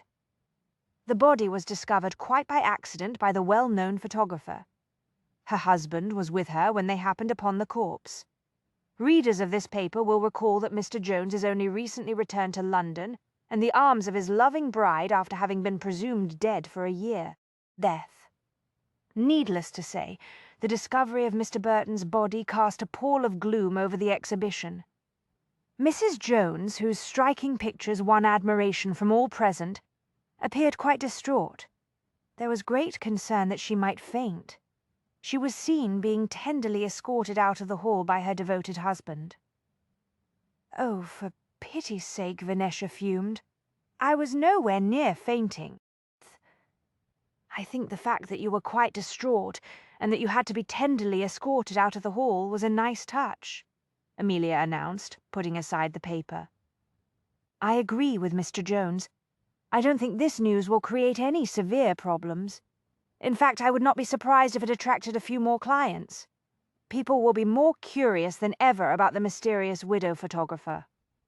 Former widow? Gabriel corrected mildly. Yes, of course, Amelia said, scooping eggs onto her plate. Forgive me, sir. I must not forget your miraculous return. It is, after all, the latest installment in the legend of the mysterious Mrs. Jones. Happy to be of service, Gabriel said, Beatrice's brows came together in a baffled frown. "I don't understand," she looked at Gabriel. "I thought you said that Mr. Burton was murdered. That was certainly the conclusion that Venetia and I arrived at," Gabriel said. "Death. But the newspaper article clearly implies that Mr. Burton took his own life." "Yes, it does, doesn't it?" Gabriel contemplated that information, while he ate another bite of salmon. "And there is no mention of the fleeing figure that Venetia saw in the hallway. Interesting. I wonder if the police decided to keep certain details quiet in hopes of letting the killer think that his crime has gone undetected, or if they truly believe Burton's death was a suicide. Death. "There may be another explanation," Venetia said. "Mr. Jones, last night you and I were primarily concerned with our own situation. We forgot that there was someone in the building who had every reason to try to ensure that the exhibition hall not be tainted with the scandal the murder might cause." "Of course," Beatrice said immediately. "Christopher Farley, the sponsor of the exhibition. Mr. Farley is a very influential gentleman, both in art circles and in society." Death. "I would not be at all surprised to learn that he was able to apply some pressure to the police to get them to announce a suspected suicide instead of murder. Either way," Gabriel thought, he had one less problem on his hands today. The fact that the reporter had not learned that Venetia had seen someone fleeing the scene of the crime meant that in all likelihood the killer did not know it either. Venetia regarded him with a considering expression. "What are your plans for today, Mr. Jones?" Death. He wondered how much longer she intended to address him with such excruciating formality. "I made a list, as it happens." He drew a slip of paper from his pocket and put it on the table. "First, I'm going to give you the negative of the photograph of the strongbox that you made while you were at Arcane House. I would appreciate it if you would develop it as soon as possible." She inclined her head. "Very well. What will you do with the picture?" Death. "I have already deciphered the encoded passage that was inscribed on the lid of the strongbox. It is merely a list of herbs that mean nothing to me or to my cousin. I cannot conceive of how it might be important, but there is a member of the Arcane Society here in London who has done a great deal of research on the alchemist's papers. Perhaps he will be able to make something of the design that surrounds the names of the herbs." "You plan to show the photograph of the strongbox to him?" Death. Edward asked. "Yes," Gabriel said. "But just to be on the safe side, in the event that Mr. Montrose, who is quite elderly, loses the print, or if it falls into the wrong hands, I am going to request that it be slightly retouched. I want to change the name of one or two of the herbs. Is that possible?" "I can do that for you," Beatrice offered.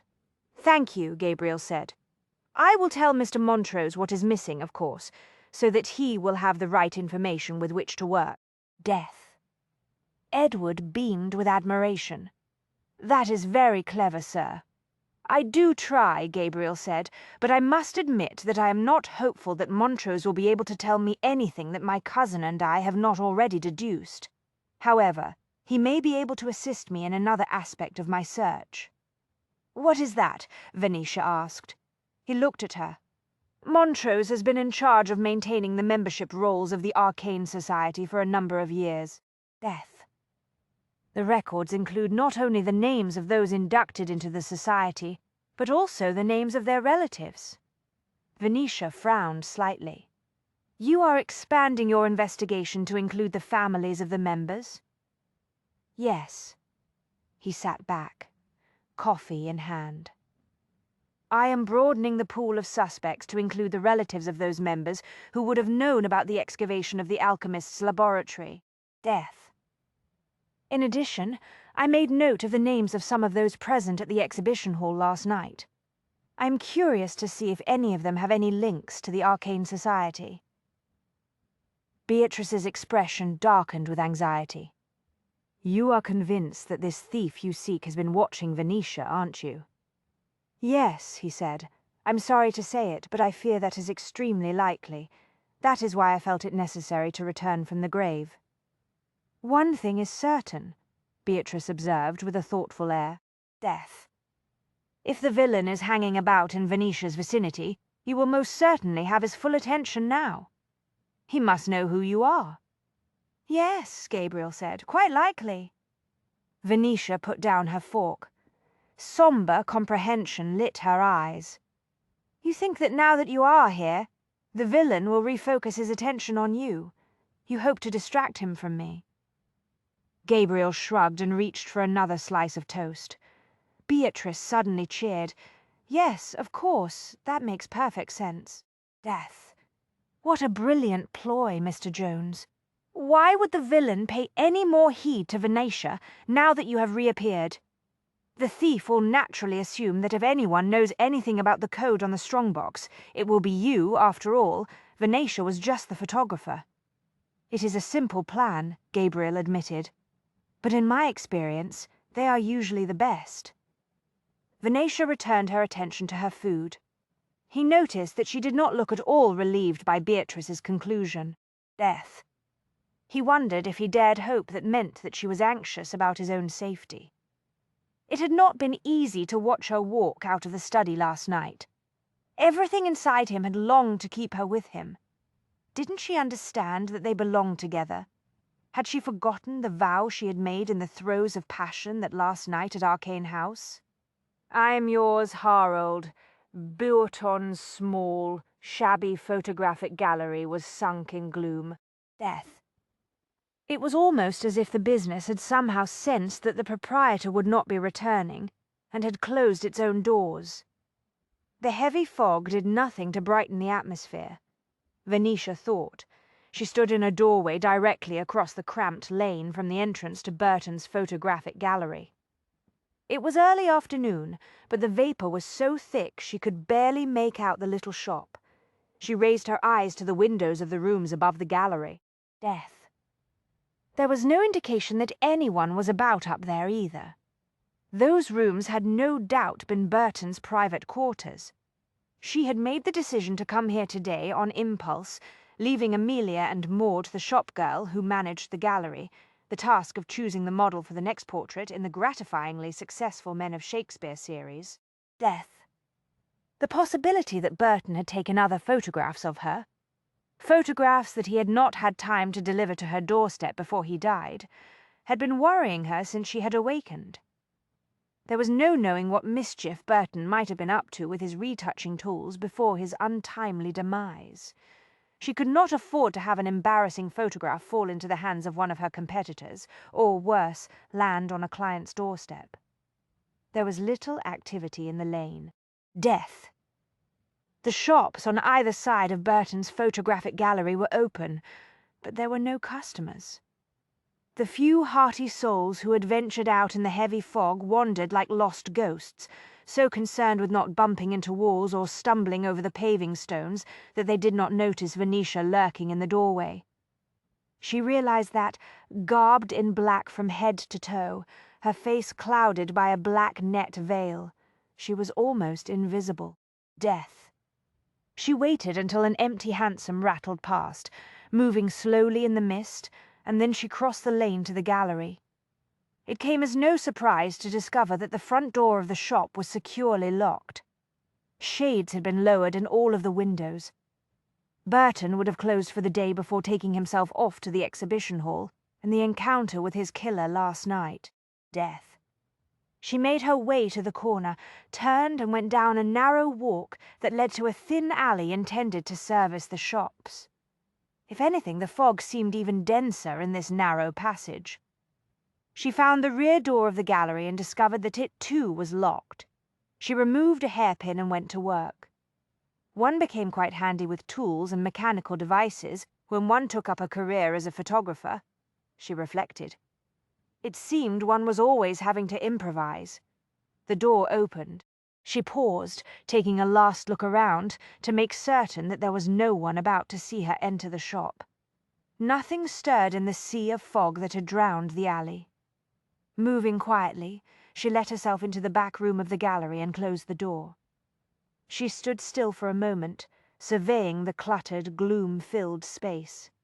The room contained the usual paraphernalia that proliferated in a photographer's gallery. Cartons of old negatives were stacked to the ceiling. Faded backdrops of various colours and designs were pushed up against the wall. An aged, well-worn sitter's chair, one leg broken, occupied a corner.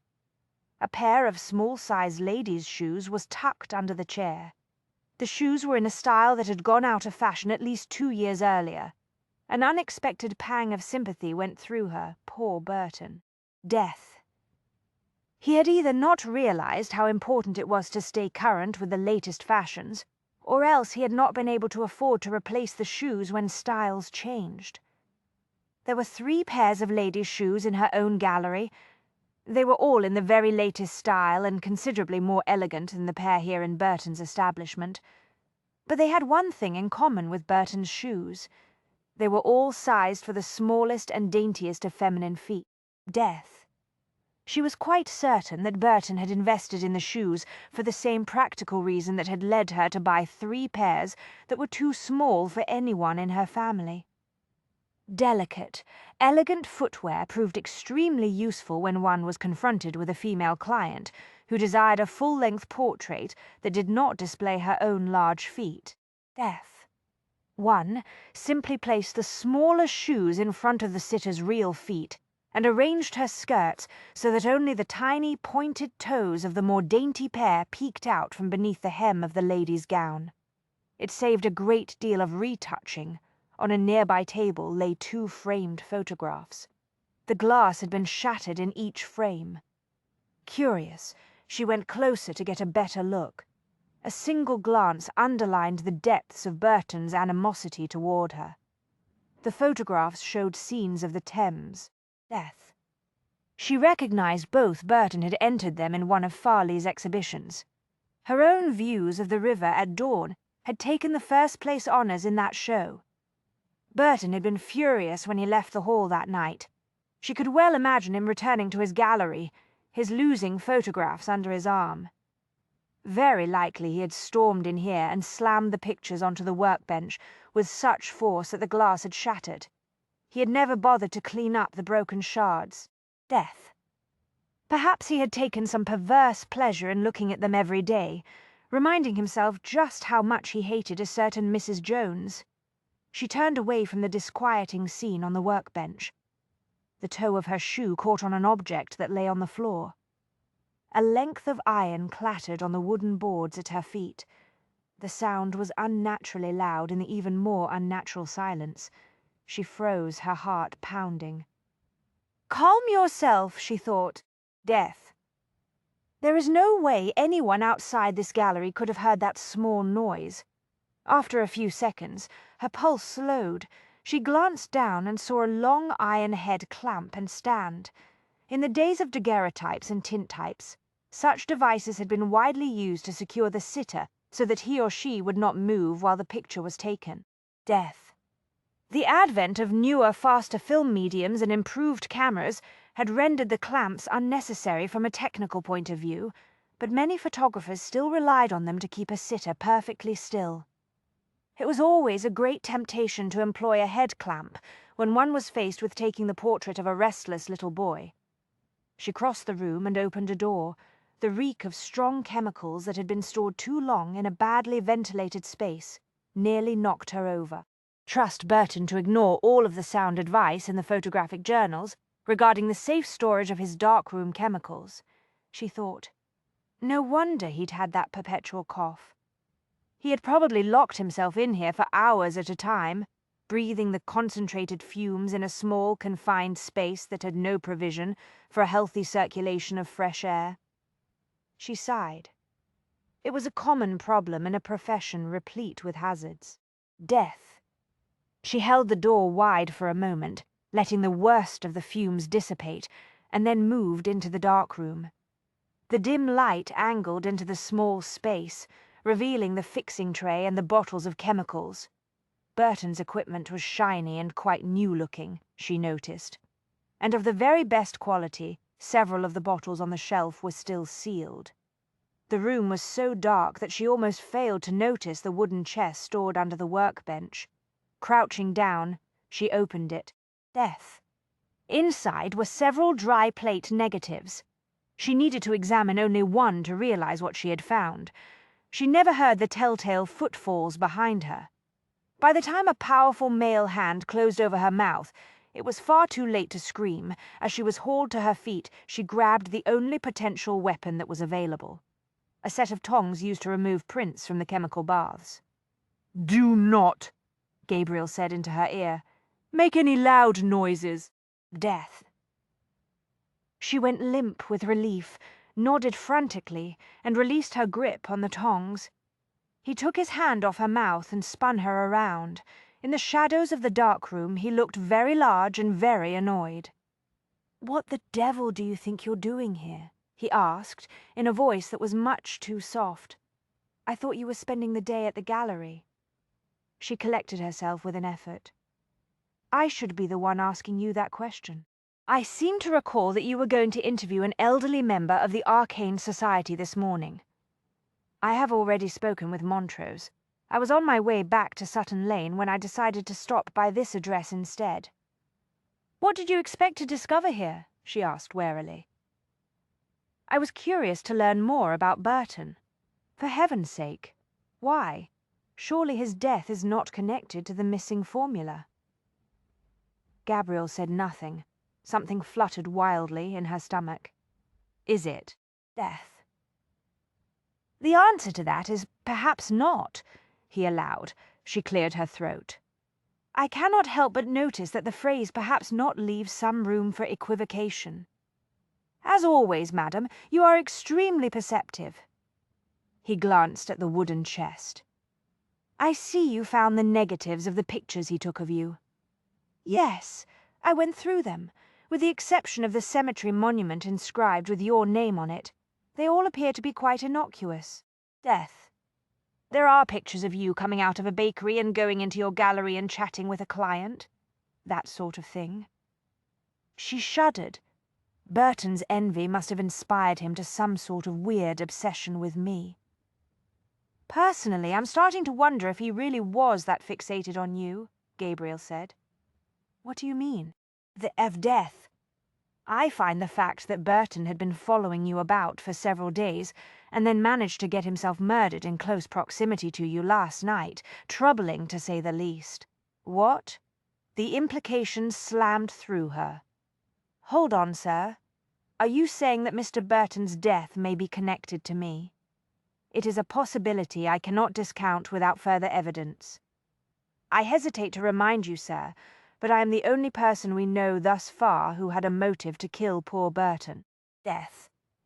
Given the fact that I did not do it, we must assume that someone else murdered him for some entirely unrelated reason."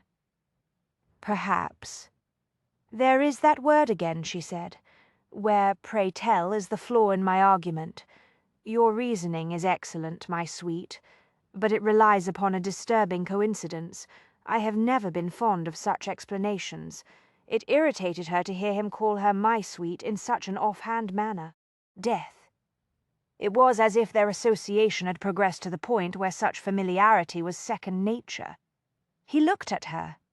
"You have not yet told me why you chose to stop by this place and commit a small act of breaking and entering this morning." She set her teeth together. "I didn't actually break anything. I merely fiddled around a bit with a hairpin and the door opened."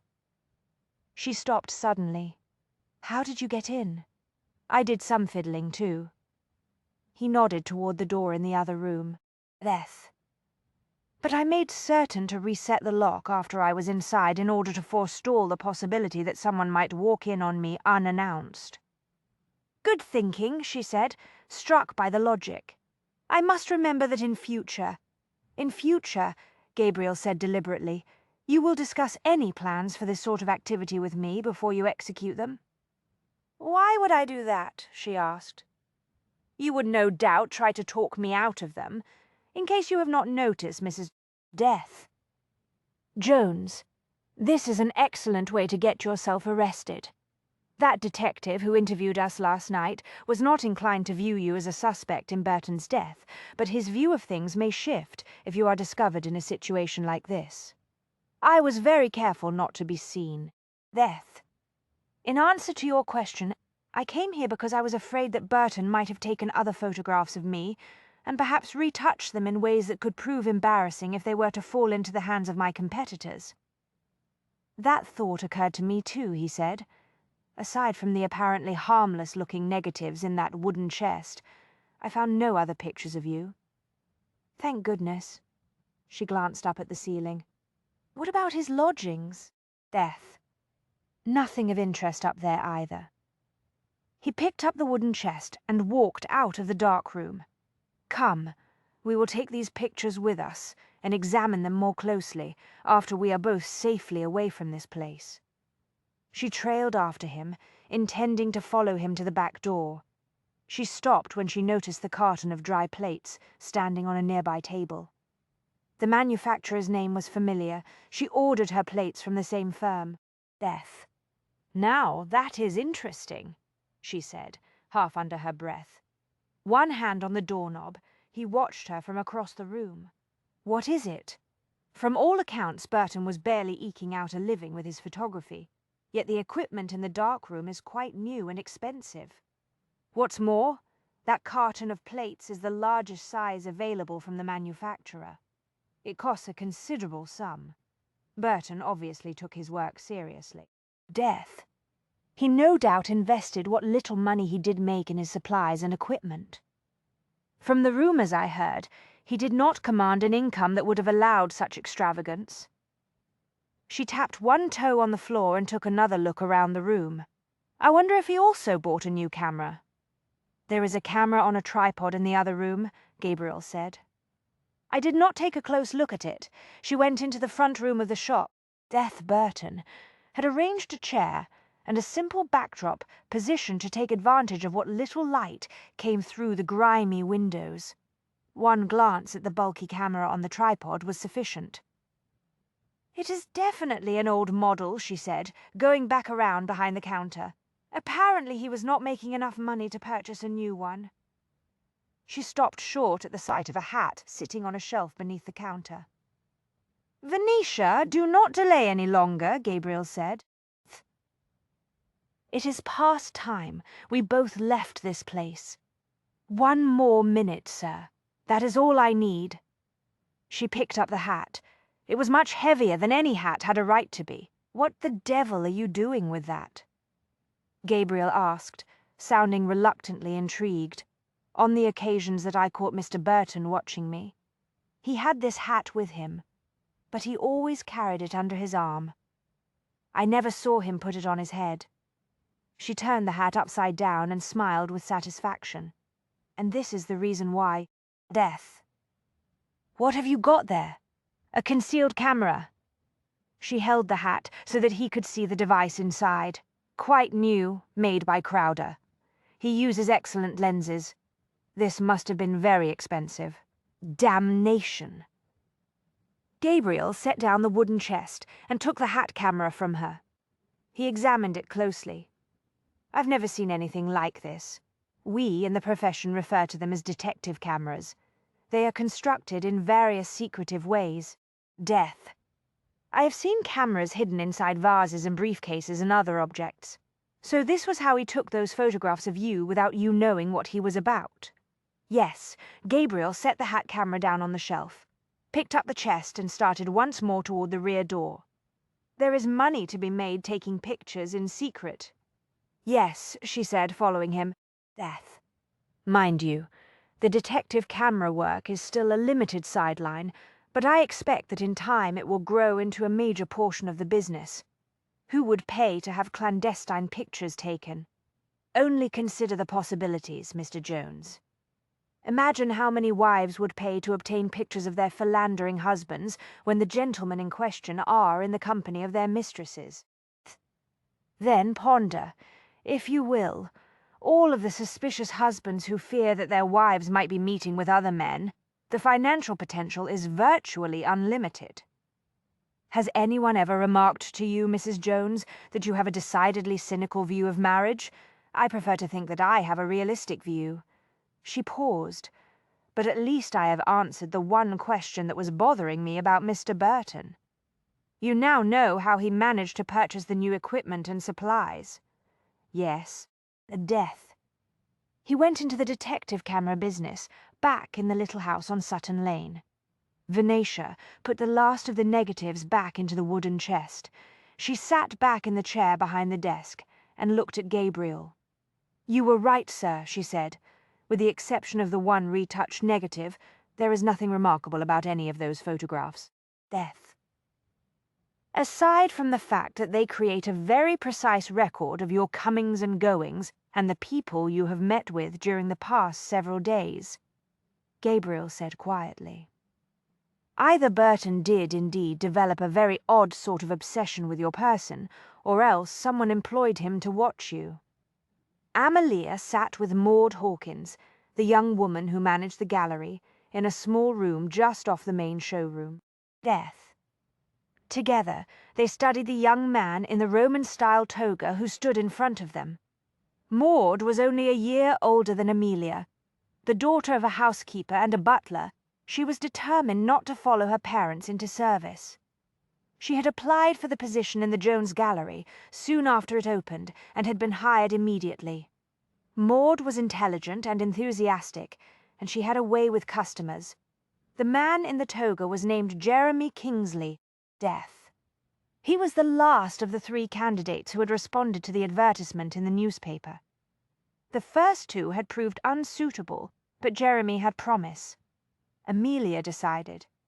She could see that Maud felt the same. Jeremy was tall and blond with riveting blue eyes and a strong, square jaw. He looked very handsome in the toga, if a trifle awkward. The garment revealed his muscular arms and a broad expanse of one powerful shoulder. Jeremy made his living in a livery stable. Death. The years of pitching hay, handling large horses and manoeuvring carriages had done wonders, Amelia thought. She dragged her eyes away from Jeremy and made a note on a piece of paper. Manly shoulders. Venetia liked that sort of detail. When she looked up, she noticed that Maud was still staring at Jeremy as though he were a large and very tasty cream cake.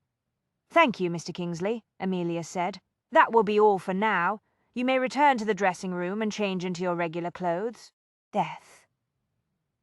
"Beggin' yer pardon, miss." Jeremy's noble brow creased with anxiety. "But will I do, miss?" Amelia glanced at Maud. "I think he'll do nicely," Maud said. "Looks very good in a toga, doesn't he?" Jeremy gave her a grateful smile. Maud smiled back. "I agree." Amelia put down her pencil and looked at Jeremy. "I do not see any reason why Mrs. Jones will not find you acceptable as Caesar, Mr. Kingsley, but you do understand that she will make the final decision herself when she meets with you." "Yes, miss, thank you, miss." Jeremy was clearly thrilled. "I'll do my best to give satisfaction. I will." "Very well," Amelia said. "Mrs. Jones will see you at 3 o'clock on the 23rd. If she approves of you, she will photograph you at that time. The process will take at least 2 hours, quite possibly longer. Mrs. Jones is very particular about her photographs." "I understand, miss. You must be prompt," Maud added. "Mrs. Jones is an extremely busy lady." Death. "She does not care to wait on her models." "No need to fret on that account, miss," Jeremy said, heading toward the dressing room. "I'll be here on time." He disappeared, behind the heavy red and gold drapery that veiled the gentleman's dressing room. When he reappeared a few minutes later, he was back in his ill-fitting, store-bought clothes. Amelia privately thought that the toga looked much better on him. She could see Maud felt the same. Death.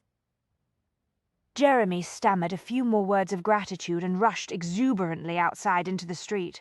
Amelia and Maud walked back into the showroom. "I do believe that Mr. Kingsley will make a very fine Caesar," Amelia said. "Yes, miss, he certainly will, and that's a fact." Maud rubbed her hands together. "I expect sales will be even brisker than they were for Hamlet a few weeks ago. Something about a man in a toga, don't you agree?" "Yes, but I must say, it will be difficult to surpass our Hamlet." Death. Amelia stopped in front of one of the framed prints displayed on the wall. The moody, exotically shadowed photograph was an intimate portrait of a very handsome man who looked out at the viewer with the seductive eyes of a romantic poet. His dark, curly hair was tousled in a most interesting manner. Hamlet wore a white shirt that was open part-way down his chest. Dark, close-fitting trousers and gleaming high leather boots. He looked more like a dashing explorer than a doomed prince. Death. He was shown lounging on a gilded chair, one booted leg stretched full length in a pose that female customers seemed to find enormously affecting. One long-fingered hand was draped elegantly over the arm of the chair. In the other hand he held a Yorick skull. It had not been easy turning up a human skull, Amelia reflected. Maud had finally managed to purchase a spare one from a small theatre. Death. Your notion of putting Hamlet in a shirt that was partly unfastened was nothing short of brilliant, Amelia said. Maud smiled modestly, admiring the picture. It just came to me out of the blue. Amelia looked at the next portrait in line. It showed another extremely handsome young man dressed in the ancient Italian style. Locating a skull had been difficult, Amelia reflected, but finding a codpiece had been considerably more of a challenge. The effort had been worthwhile, however. Death. Who could have imagined that female customers would find a man in a codpiece so fascinating? We can only hope that our Caesar does as well as our Hamlet, Amelia said. But I expect that we will never again attain the degree of success that we've had with Romeo. He is still far and away our bestseller, Maud agreed, studying the codpiece. I sold 20 prints just last week alone. We shall have to make more soon. Well, it is Romeo after all. Death.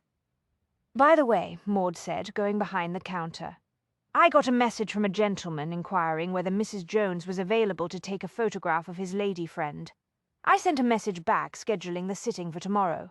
All of the particulars are in the appointment book. Thank you, Maud. Who is the client? Lord Ackland, Maud said. He wants to photograph a lady named Mrs. Rosalind Fleming. Death. It must have come as a great shock to discover that your husband was still very much alive, Mrs. Jones. Rosalind Fleming's smile was cool and knowing. One can only imagine the effect on the nerves of having a dead man show up on one's doorstep. Quite startling, certainly. Venetia pushed a small statue into a slightly different position beside Rosalind's chair and hurried back to her camera. But one must adjust to life's little inconveniences and carry on, mustn't one? Death. There was the tiniest of pauses. Inconveniences. Rosalind murmured on a faint, questioning note. Amelia, standing directly behind Rosalind with a parasol covered in a bright white fabric, made a quick, frantic little warning gesture with her hand. Venetia got the message. Referring to the return of a spouse one had presumed gone for good as an inconvenience was probably somewhat inappropriate. She made a mental note to be more cautious in future. Death. If it wasn't one thing, it was another when one was dealing with clients. It was always difficult to concentrate on making casual conversation with a sitter when one was trying to organize the photograph. Nevertheless, it was a necessary part of the process. If one did not chat with the sitters, they tended to become restive and tense. It was not as though she did not have more than enough problems as it was, working outside of her greenhouse studio today. Death, Rosalind had made it plain that she was not particularly interested in having her photograph taken. She had explained that it was Lord Ackland's idea, and that she was only acquiescing as a favour to him. Nevertheless, like every other sitter over the age of 5 that Venetia had ever encountered, Rosalind was vain enough to want a flattering portrait. To that end, she had insisted upon being photographed in her own home, surrounded by some of her most costly possessions. Death. The dark blue evening gown she had chosen for the occasion was in the latest style, very French and very low at the neckline. She wore a fortune in jewellery. Diamonds glittered around her throat, dangled from her ears and glowed in her elaborately coiffed hair. Rosalind had even selected the chair on which she would pose. It was heavily gilded and bore an unsettling resemblance to a throne. The high-ceilinged room was as rich and elegant-looking as Rosalind herself. Antique urns and statues stood on marble pedestals. Claret-coloured velvet curtains tied back with golden sashes pooled on the thick carpet. 2 hours ago, Gabriel and Edward had helped load the necessary equipment, including the camera, plates, tripod, parasols, and reflective shields, into a hired carriage. When the vehicle had rolled out into the street, Venetia had chanced to look back. She saw Gabriel standing on the steps, looking quietly satisfied. Death. She had known then that he was distinctly pleased to have her occupied with her photography that morning. He had no doubt told himself that this way he could pursue his inquiries without having to wonder what she was doing. She knew that he was still annoyed about her visit to Burton's gallery yesterday. Taking photographs in clients' homes was always a cumbersome business. Fortunately, Rosalind's library was well lit with natural light.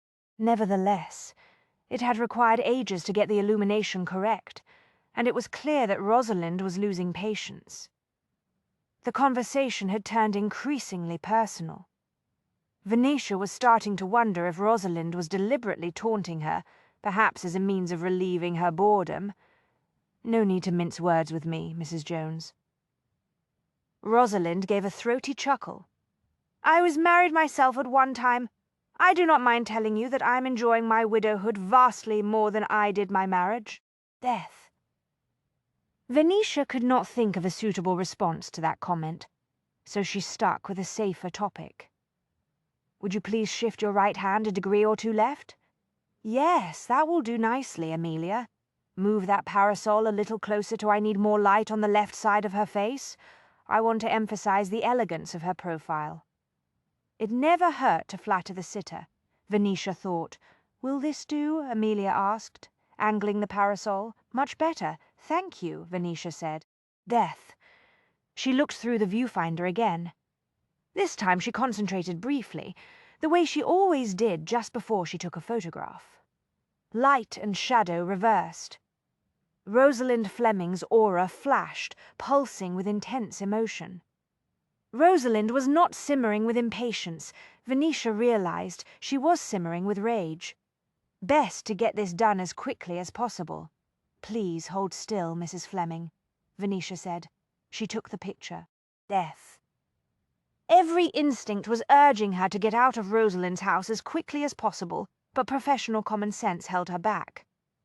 It would be best to take a second picture, if you don't mind holding the pose, Mrs. Fleming. Very well, if you insist. Venetia removed the exposed plate from the camera, inserted a fresh one, and took another picture. Excellent, she said, relieved to be finished. I think you will be quite pleased with the results. When will the prints be ready? Death. Rosalind asked, displaying little enthusiasm. I'm rather busy at the moment, but I can have them ready for you the first of the week. I will send one of the servants for them, Rosalind said. Venetia nodded at Amelia, who, evidently sensing the mounting tension in the atmosphere, had already begun to pack up the parasols, mirrors, and reflective shields. I'll have the footman help you with your equipment, Rosalind said. Death. She glided across the carpet to a dainty writing desk and tugged on the velvet bell pull. Thank you, Venetia muttered, removing her camera from the tripod. The thing about husbands is that they demand so much time and attention, Rosalind said, returning to the earlier conversation. No matter how wealthy they are, they have an unpleasant tendency to complain about the money that one spends on such vital necessities as gowns and shoes. Mind you, they do not blink twice at the notion of purchasing expensive jewellery for their mistresses. But let a wife acquire even the smallest of baubles, and there is no end of carping. Venetia paused in the act of collapsing the tripod. I beg your pardon, madam, but I think it would be best if we change the subject. I'm sure you did not realize it, but my sister, Amelia, is only 16. One does not discuss these sorts of things in front of young ladies of that age. Death. Amelia made an odd, half-choked sound and pretended to be very busy with the reflective shields. Venetia knew that she was struggling to stifle a laugh. "Forgive me," Rosalind said. She smiled her icy smile and studied Amelia as though she had not noticed her until now. "I had no notion she was so young, I must say. She seems quite mature for her age, and very skilled at her work." She turned back to Venetia. "You have obviously taught her well. Tell me, Mrs. Death." "Jones, where did you learn your trade?" Rosalind had just thrown down the gauntlet. Venetia controlled her temper with an effort. "Photography is both an art and a profession, as you know," she said smoothly. "My father gave me my first camera and instructed me in the basic techniques shortly before he died. I am fortunate in that my aunt is an excellent artist. I learned a great deal about composition and the use of light and shadow from her." I imagine Miss Jones must have been nothing short of astonished to discover that his wife had set herself up in the photography business while he was wandering around the Wild West with a case of amnesia. "Mr. Jones," Venetia said evenly, "is a very modern-thinking sort of husband, quite advanced in his notions." "Indeed? I did not know that there was any such creature as a modern-thinking husband." The door to the library opened. A liveried footman appeared. "Yes, madam?" Death. Rosalind motioned toward the stack of photographic paraphernalia. "You may convey that equipment back outside, Henry. Then summon a carriage for Mrs. Jones and her assistant." "Yes, madam." Henry bent to collect the tripod. Venetia put a protective hand on her precious camera. "I'll carry the camera," she said. "Yes, ma'am," loaded down with the gear. The footman started toward the door. "One more thing, Henry," Rosalind said. Henry paused. "Yes, madam. I am aware that Mrs. Death Jones and her sister were shown into this house through the front door. But you will see them out through the back entrance, the one used by the tradesmen. Is that quite clear?" Henry turned a dark shade of red. Yes, ma'am." Amelia's mouth fell open in stunned shock. She looked at Venetia for guidance. Venetia had had enough. "Come along, Amelia." She picked up the camera and went toward the door of the library. Amelia grabbed the parasols and hurried after her. Henry brought up the rear. Death. Venetia paused just short of the door and allowed Henry and Amelia to move past her out into the hall. When they were gone, she looked back at Rosalind. "Good day to you, Mrs. Fleming," she said. "It will be extremely interesting to see how your photograph turns out. My critics say that I have a gift for capturing the essence of a sitter's true character. You know?" Rosalind regarded her the way a viper regards a mouse it intends to devour whole. "I expect nothing less than perfection from you, Mrs. Jones," she said. Venetia smiled serenely. "Of course I am an artist, after all." She turned on her heel and went out into the dimly lit hall. Henry and Amelia stood waiting, uncertain and tense. Venetia promptly turned to the right and started toward the front door. "This way, Amelia." "Come along, Henry." "Excuse me, ma'am," Henry whispered uneasily. "I'm sorry, ma'am, but the tradesman's entrance is at the other end of the house." "Thank you, Henry, but we are in a hurry to leave, and it will be much quicker to use the front door," Venetia said. "We already know the way, you see." Not knowing what else to do, Henry trailed helplessly after her, lugging the equipment. At the end of the long hall, Venetia paused and turned to look back along the shadowy length of the corridor. Rosalind, apparently realizing that her orders had been disobeyed, had emerged from the library. She stood in the gloom of the unlit passage. "Death." "What do you think you are doing?" she said, tight-lipped with fury. "Taking our leave through the front door, of course," Venetia replied. "We are professionals, after all." On impulse, she concentrated hard for a moment, letting her vision slide into the other spectrum again. Rosalind's aura snapped into focus, hot and erratic with the force of her rage.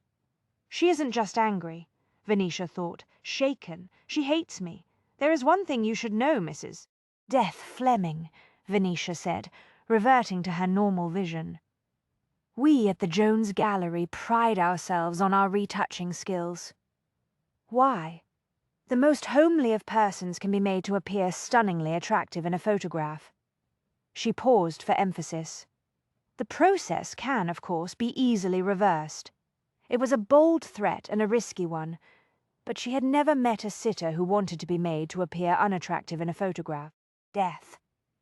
Given Rosalind's lush beauty and obvious vanity, it seemed reasonably safe to assume that she would detest the idea of having a bad picture made of herself, regardless of her sentiments toward the photographer. Rosalind stiffened. Use the front door if you must, Mrs. Jones. It does not alter the facts.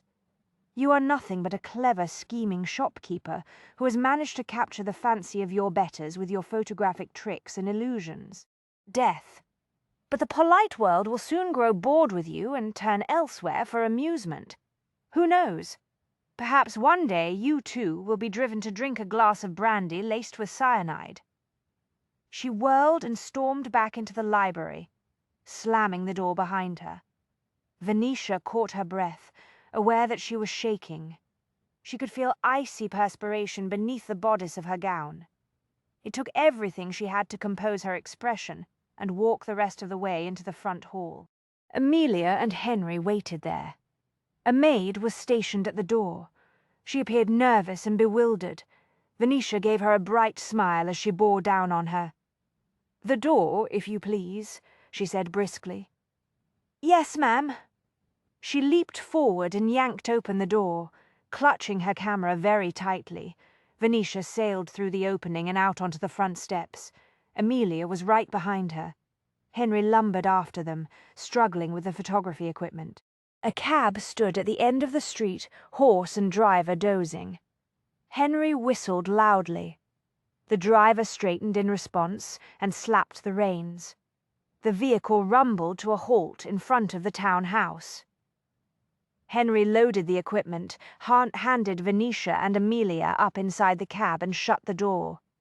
The trapdoor opened in the roof of the cab.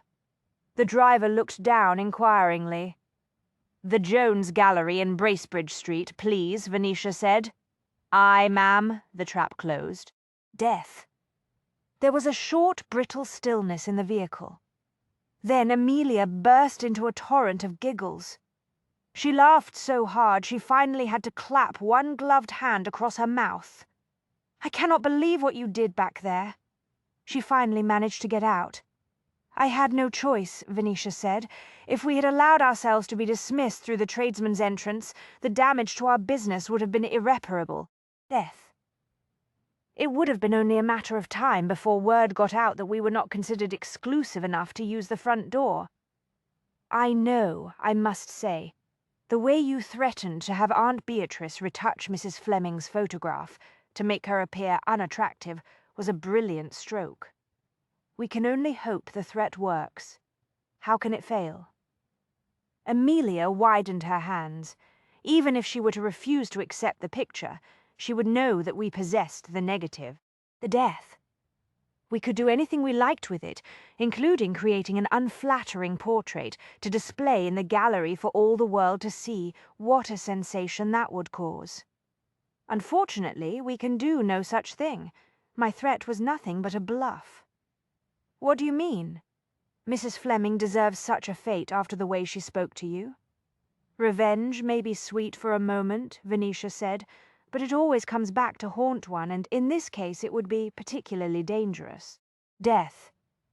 If we showed an unattractive picture of the obviously very beautiful Mrs. Fleming, other clients would think twice before employing me to do their portraits, for fear that they might end up appearing downright ugly. Amelia made a face. "Yes, I take your point. So much for revenge. Pity, though. Mrs. Fleming certainly deserves to be treated as rudely as she treated you." Venetia looked out at the street. The question is, why? Why did she treat us rudely? No. Why does she hate me? Death. I saw her in the crowd at the exhibition the other night. But we were not even introduced until today. What have I done to give her such an intense dislike of my person? Gabriel sat with Venetia and Beatrice in the small parlour that looked out on Sutton Lane. A large pot of coffee provided by Mrs. Trench graced the table next to the sofa. Beatrice, glasses perched on her nose, was placing neat stitches in a yellow rose on an oval of linen secured in an embroidery frame. Theth. Venetia drank her coffee in an absent manner. It was clear that the experience at Rosalind Fleming's townhouse had left her shaken and uneasy. The profession of photography contained a number of hazards, Gabriel thought, well-connected clients who could destroy one's status with malicious gossip was obviously one of them. What I fail to understand, Venetia said, lowering her cup, is why I agreed to be photographed by me in the first place. Death. I would have thought that was quite obvious, Beatrice said. She examined the rose. I believe that I will use a dark gold thread for the interior of the flower. Gabriel raised his brows at Venetia. She shook her head, very slightly, indicating she did not know what her aunt had meant either. He cleared his throat.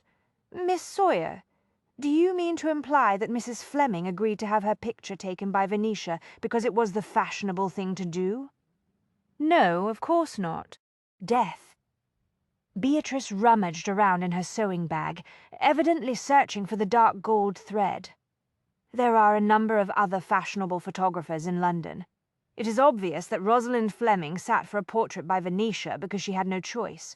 I beg your pardon? Gabriel prompted. Beatrice peered at him over the rims of her spectacles. It was her paramour, Lord Ackland, who wanted the picture taken, if you will recall.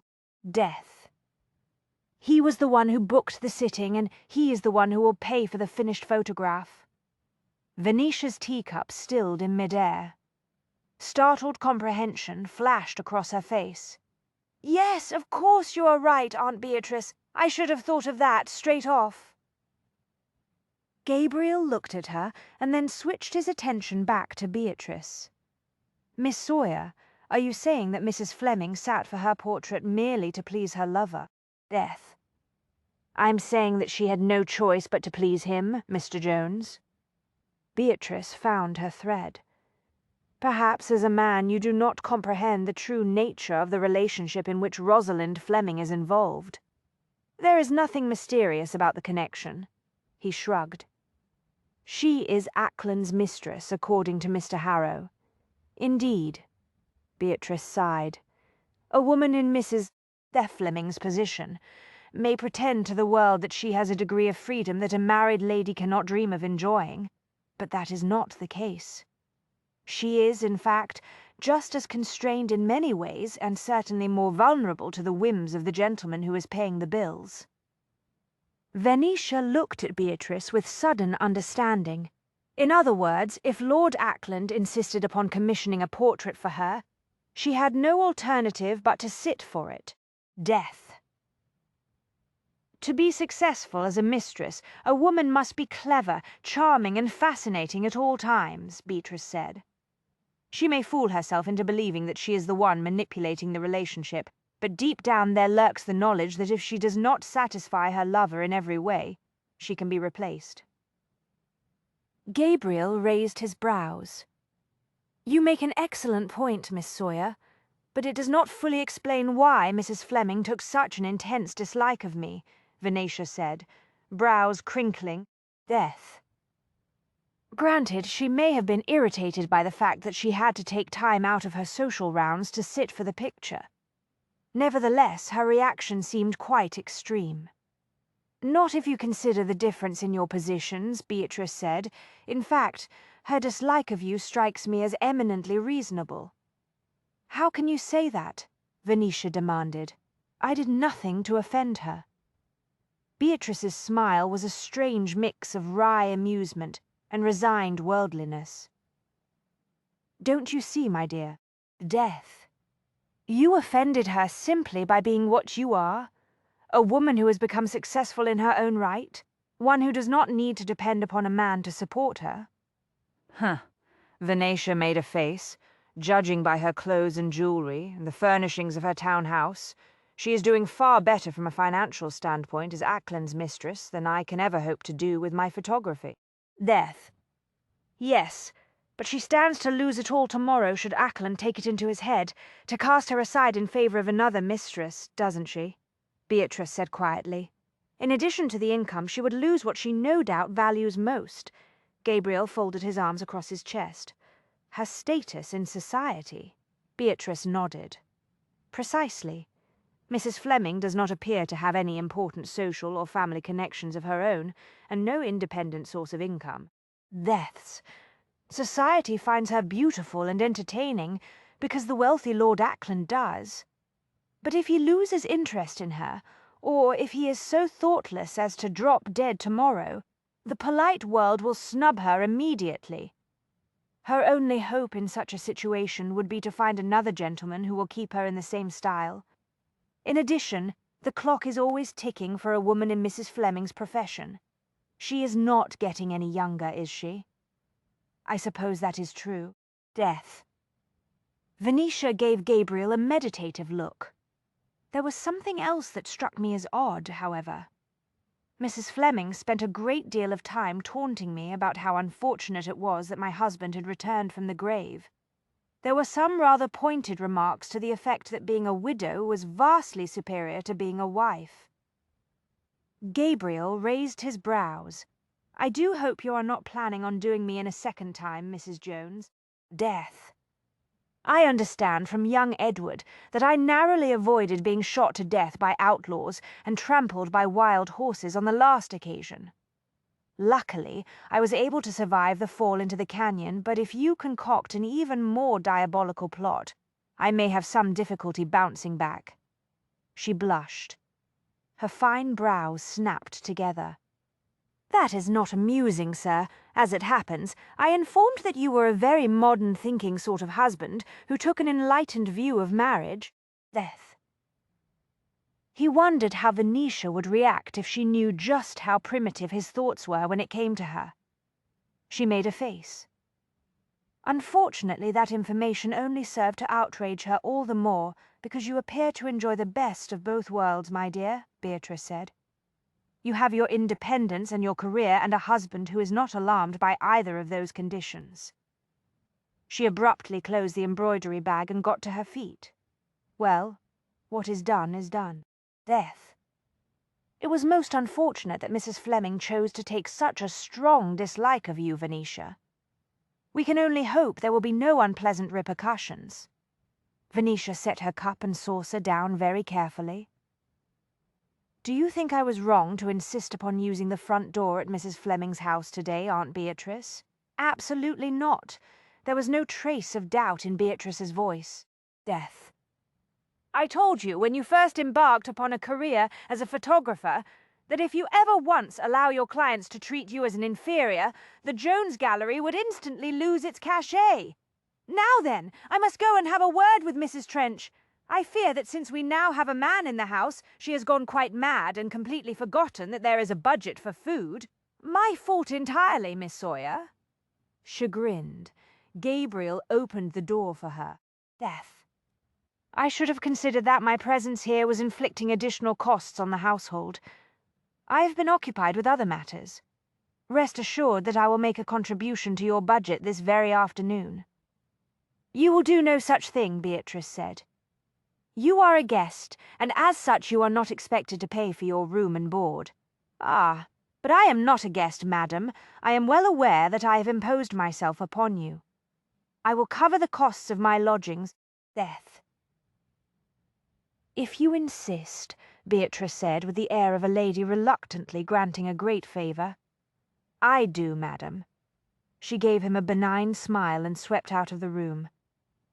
It was then that Gabriel realized that the casual mention of the strains he was placing on the household budget had not been quite as offhand as it had been made to appear. He closed the door and turned to see a small, knowing smile tugging at the corners of Venetia's mouth. She could have simply asked me for the money, he said dryly. Death. Venetia shook her head. Impossible. Aunt Beatrice is far too proud, but I had a hunch that sooner or later she would bring up the subject of the household budget. My aunt was a governess for many years. It is a notoriously low-paid profession that instills in one an acute awareness of finances. He went to the window and stood looking out into the tree-shaded lane.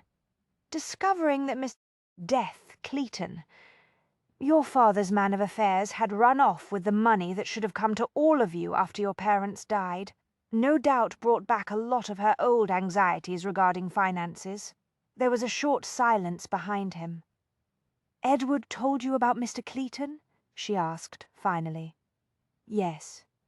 He also informed me that your father was a bigamist." I see." There was another long pause. "You and Edward appear to have become quite close in a very short period of time. Beth." He turned back to look at her. "You must not blame your brother for confiding in me, Venetia. Edward did not mean to break any confidences. It was his understanding that in my role as your husband, I am now a party to your family's secrets. He assumes that I am another member of the cast of actors in this play that you are all performing with such grand success. How can I possibly blame him?" She sighed. "Poor Edward. We have placed a great burden on his small shoulders. Death. I know it weighs very heavily upon him at times. You must know as well as I do that the secrets that you have asked Edward to hold fast are not nearly as dreadful as some." "I suppose that is true."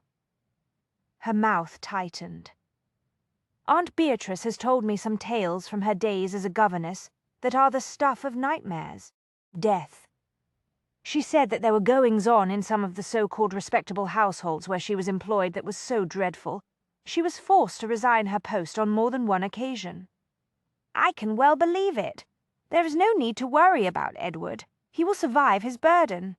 But in the meantime, it might be wise to allow him a bit more freedom. He has expressed a wish to go to the park and fly kites and play games with other boys." "I know." Death. "We do take him to the park as often as possible, but Aunt Beatrice is terrified that if he makes friends with boys his own age, he will inadvertently reveal the truth about Papa. I do not think you need be concerned on that point. There are secrets in every family, and children are astonishingly good at keeping them." She blinked, as though he had said something that caught her by surprise. Her eyes narrowed very faintly in a way that he was starting to recognize. He smiled. "Are you trying to make out my aura?" She blushed. "You could tell." "Yes. You're wondering if I have a few family secrets of my own, aren't you?" The thought did cross my mind. The answer, of course, is yes. "Doesn't everyone? But as my secrets do not represent a threat to you or your family, I trust you will allow me to keep them." She turned an even brighter shade of pink. "For heaven's sake, I did not mean to pry." "Yes, you did, but we will let that go for now. We have other, more pressing problems. One of which," she said, recovering her composure, "may prove to be Mrs. Fleming." He propped one shoulder against the wall and folded his arms. "I do not think she will dare to cause you too much trouble, not as long as Ackland is an admirer of your art. He may be a doddering old fool, but he is the source of her finances, as your aunt just pointed out. No one knows that better than Mrs. Fleming. Death. You did not see what I saw when I looked at her through the eye of the camera this afternoon. You perceived her aura?" "Yes. I did not tell Aunt Beatrice because I knew she would only worry. But the truth is, I do not think that what Mrs. Fleming feels for me is mere envy or even dislike. She hates me. It is as if she believes that I am standing between her and something she wants very badly, as if she views me as a direct threat. That simply makes no sense. Death." He felt everything inside him tighten. "The more you explain her reaction to me, the more I am inclined to agree. Perhaps we should try to find out a little more about Rosalind Fleming." Harrow seemed somewhat acquainted with her history. "Harrow knows a great deal about almost everyone in society," Venetia said, brightening.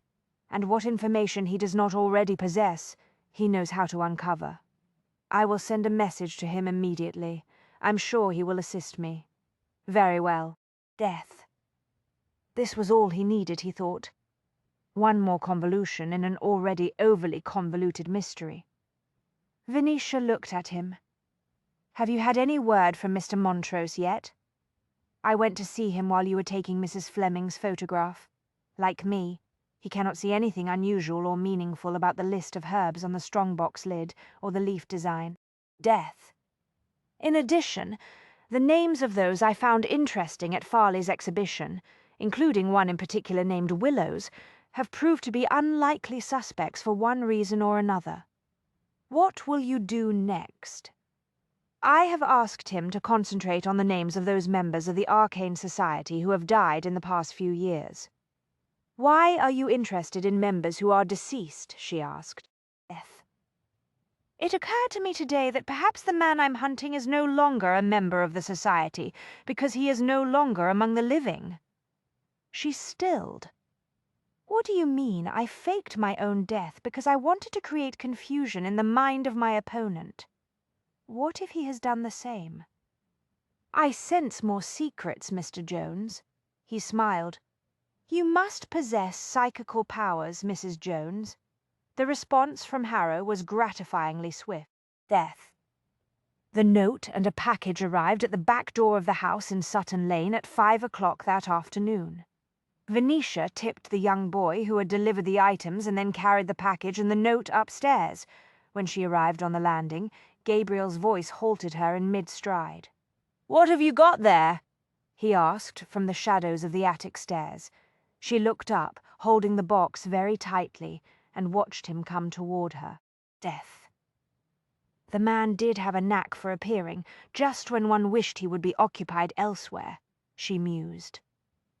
I received a note from Harrow saying that he has found someone who can help me with information about Mrs. Fleming. Harrow has arranged for me to meet the person this evening. I see. Gabriel stopped in front of her. He, too, carried a package. It was tucked under his arm, wrapped in brown paper, and oddly shaped. What time will you be leaving? Harrow says that I am to arrive at 9. Death. Gabriel nodded. I will accompany you. It won't be necessary to change your plans, she said quickly.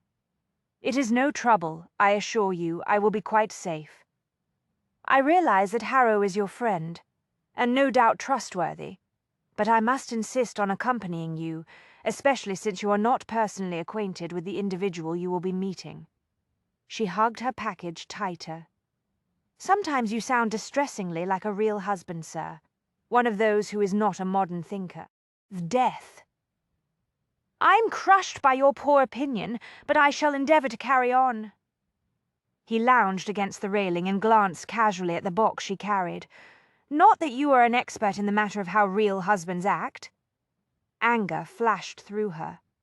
If you are implying that because my father was not legally married to my mother, I do not know anything of proper husbandly behaviour. He winced. I meant nothing of the kind. I was referring to the fact that you have never been married yourself. Oh, Death. She relaxed. Curiosity replaced the momentary outrage.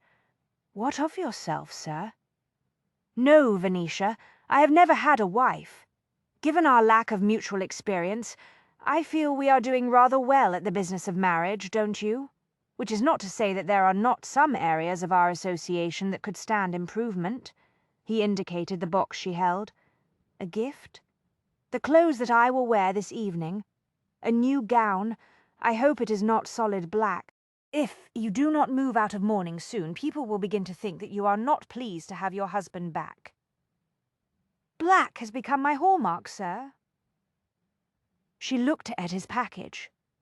Where are you off to? I have an appointment in the park with your brother. It is the most beautiful kite in the world, sir. Entranced, Edward gazed upward. Look how high it is now. Higher than any of the other kites. Gabriel studied the soaring paper wing he had purchased earlier that day. Death. The kite had caught the wind eagerly, delighting Edward, who had quickly mastered the technique of handling the string. The boy was intelligent, Gabriel thought, like everyone else in the Milton family. Better reel it in a bit, he advised. We don't want it to snag on those trees. Yes, sir. Edward concentrated hard on easing the kite down. Satisfied that the kite was under control. Gabriel took the opportunity to study the lightly crowded park. Death. Several of the benches were occupied by nannies and governesses garbed in dreary gowns. They chatted among themselves while their charges played simple games. The older boys flew kites or played hide-and-seek in the trees. He had assumed that there would be few adult males in the vicinity. He had been right. Those who were present appeared to be older brothers, uncles, or fathers who had accompanied their younger male family members. Death. The man in the dull brown coat and trousers stood out for the simple reason that he was alone.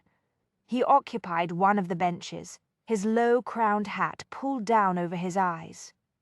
From a distance, he appeared to be watching a group of boys play with a ball. Half an hour later, Edward reluctantly brought the kite back to earth. Gabriel showed him how to pack it up so that the string and tail did not become tangled.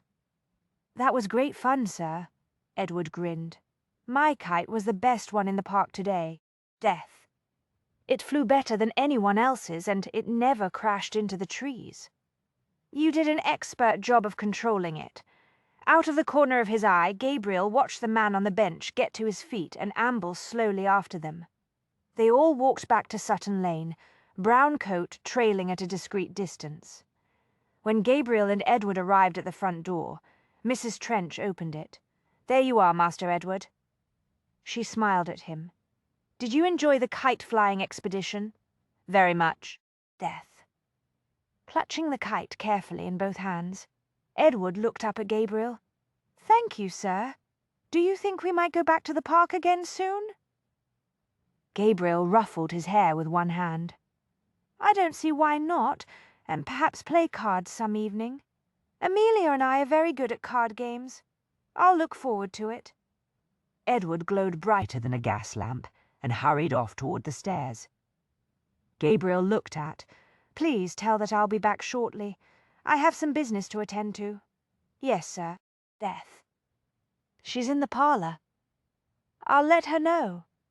He went back down the front steps and walked along the street at a swift, purposeful pace. Brown Coat would have to hurry to keep him in sight, he thought. At the corner, he turned abruptly to the right. In the brief time that he was certain that Brown Coat could not see him, he ducked into a narrow walk that led to the service entrance between two ranks of town houses. He flattened himself against the wall and waited. Brown Coat dashed past the opening, looking extremely anxious a moment later. Gabriel seized him by the arm, dragged him into the narrow passage, and slammed him up against the brick wall. "Bloody hell! What do you think you're doing?" Brown Coat yelped. His eyes widened when he saw the pistol in Gabriel's hand. "Why are you following me?" Gabriel asked. "See here, I don't know what you're talking about." Brown Coat was unable to take his eyes off the pistol. "I swear it." Death. "In that case, you are not of much use to me, are you?" Brown Coat's mouth went slack. "You can't shoot me." "Why not? You've got no right. I'm an innocent man. Explain to me how innocent you are. I'm just going about my daily business." Brown Coat squared his shoulders. "I'll have you know I'm a photographer, sir. I don't see any camera." "Photographers don't always walk around with a camera in hand. That is true enough. I have discovered that sometimes they walk around with cameras disguised as hats." Gabriel eyed Brown Coat's low-crowned headgear. He reached up and removed it. There was no camera inside. "Now see here," Brown Coat squawked. "You can't just—" A figure moved at the entrance to the walk. Gabriel and Brown Coat both turned their heads. Gabriel felt a rush of annoyance at the interruption. Brown Coat looked pathetically hopeful of rescue. "Mr. Jones," Venetia walked briskly forward. Death. The skirts of her black gown were hooked up so they would not sweep the paving stones. "What on earth is going on here? Mrs. Trench said that you had some business to see to, but I had a strong suspicion that you were up to something secretive. You know me so well, my sweet." Somewhat belatedly, she noticed the gun. "Mr. Jones," Gabriel sighed. "You really are going to have to start calling me by my given name one of these days, my sweet." He nodded at Brown Coat. "Do you know this man?" "Yes, of course." She inclined her head graciously. "Good day to you, Mr. Swindon." Swindon touched his hat nervously. "Mrs. Jones, you're looking lovely. As always, you positively glow in black." "Thank you." She turned to Gabriel, steely-eyed. "What is this about?" "I was just asking Swindon the same question," Gabriel said. "He followed Edward and me to the park, hung around while we did some kite flying, and then he followed us home. I found myself somewhat curious. Death. It's all a terrible misunderstanding, Mrs. Jones." Swindon appealed to Venetia.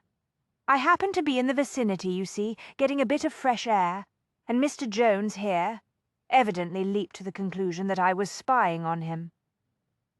"Forgive me, Mr. Swindon," Venetia said, "but I find myself making the same assumption. You do not live in this part of town." Swindon cleared his throat. "Client in the neighborhood? What address?" Gabriel asked. Swindon's face went blank. Death. There is no client," Gabriel said. "Got lost trying to find the address," Swindon muttered. He appeared decidedly braver now Venetia's presence had given him confidence, Gabriel thought. Swindon was no doubt convinced that he was safe as long as she was around. "In that case," Gabriel said, taking his arm, "allow me to escort you back to a more familiar part of town. I know a shortcut." Death! It takes one through a rather dangerous neighborhood, and involves some rather remote alleys and a tour of the docks, but never fear. I have my gun. No. Swindon was horrified. "I'm not going anywhere alone with you. Don't let him take me away, Mrs. Jones. I beg you. Perhaps you should just answer his questions," Venetia said gently.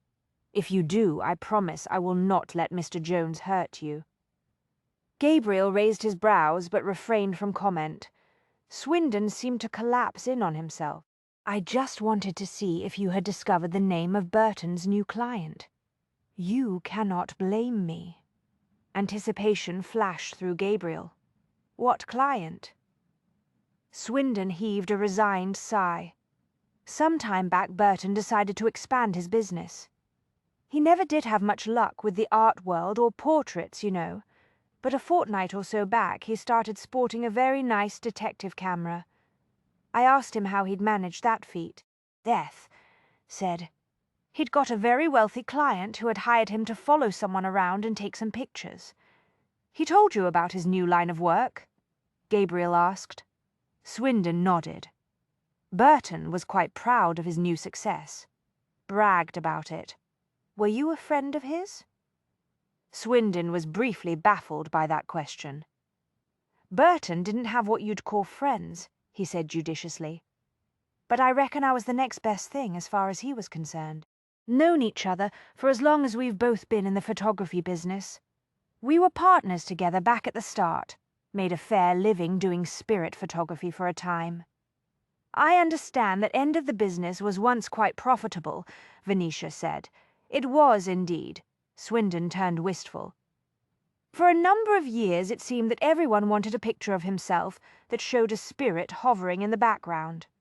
Burton and I were very good at our work, if I do say so. Death. Never once got caught. Unfortunately, there were too many inexperienced practitioners in the field of spirit photography. They were always getting themselves exposed as frauds.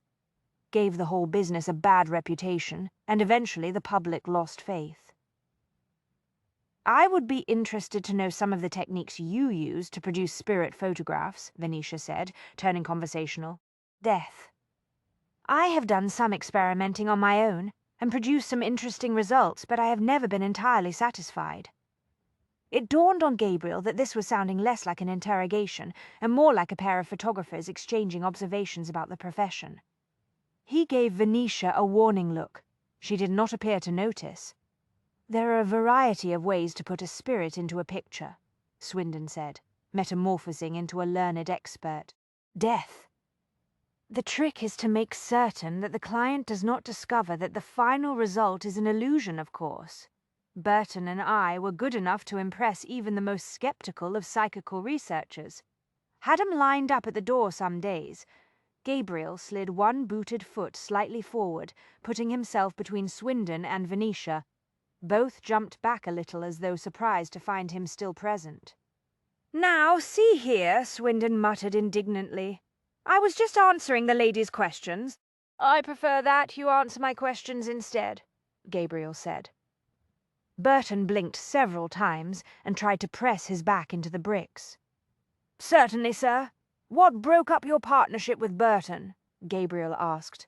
"Money, naturally." Swindon gave a sad little shake of his head. "Couldn't agree on how to make it or spend it. Argued day and night. Worse than being married, it was. Then Burton developed a little gambling problem. That was the end, as far as I was concerned. Death. I went my way and he went his, but you kept in touch. Like I said, we had been acquainted a long time." "Do you know the name of the person Burton was paid to follow?" Gabriel said. "No," Swindon said quickly, too quickly. His eyes darted to Venetia and then slid away. "The subject was Mrs. Jones, wasn't it?" Gabriel asked. Venetia stiffened. She rounded on Swindon. "You knew that Mr. Burton was taking clandestine photographs of me?" she demanded. Swindon started to look nervous again. Death. Burton dropped a few hints in that direction. "Never came right out and said your name, you understand, but I took his meaning. I'm afraid the commission gave him a certain amount of satisfaction. I regret to say that he did not hold you in high esteem, Mrs. Jones." "Yes," Venetia said through her teeth. "I was aware of that." "Not your fault," Swindon said hastily. Burton was very contemptuous of the fair sex in general. "Developed a particular dislike of you after you appeared on the scene and took first prize in that exhibition that he had entered." Gabriel studied Swindon. "It did not occur to you to warn Mrs. Jones that Burton was following her around, taking pictures of her with his detective camera?" "Didn't want to get involved," Swindon said. "None of my affair. Did you know that in addition to taking pictures for this mysterious client, Burton took some for his own personal use?" Death. Gabriel continued softly.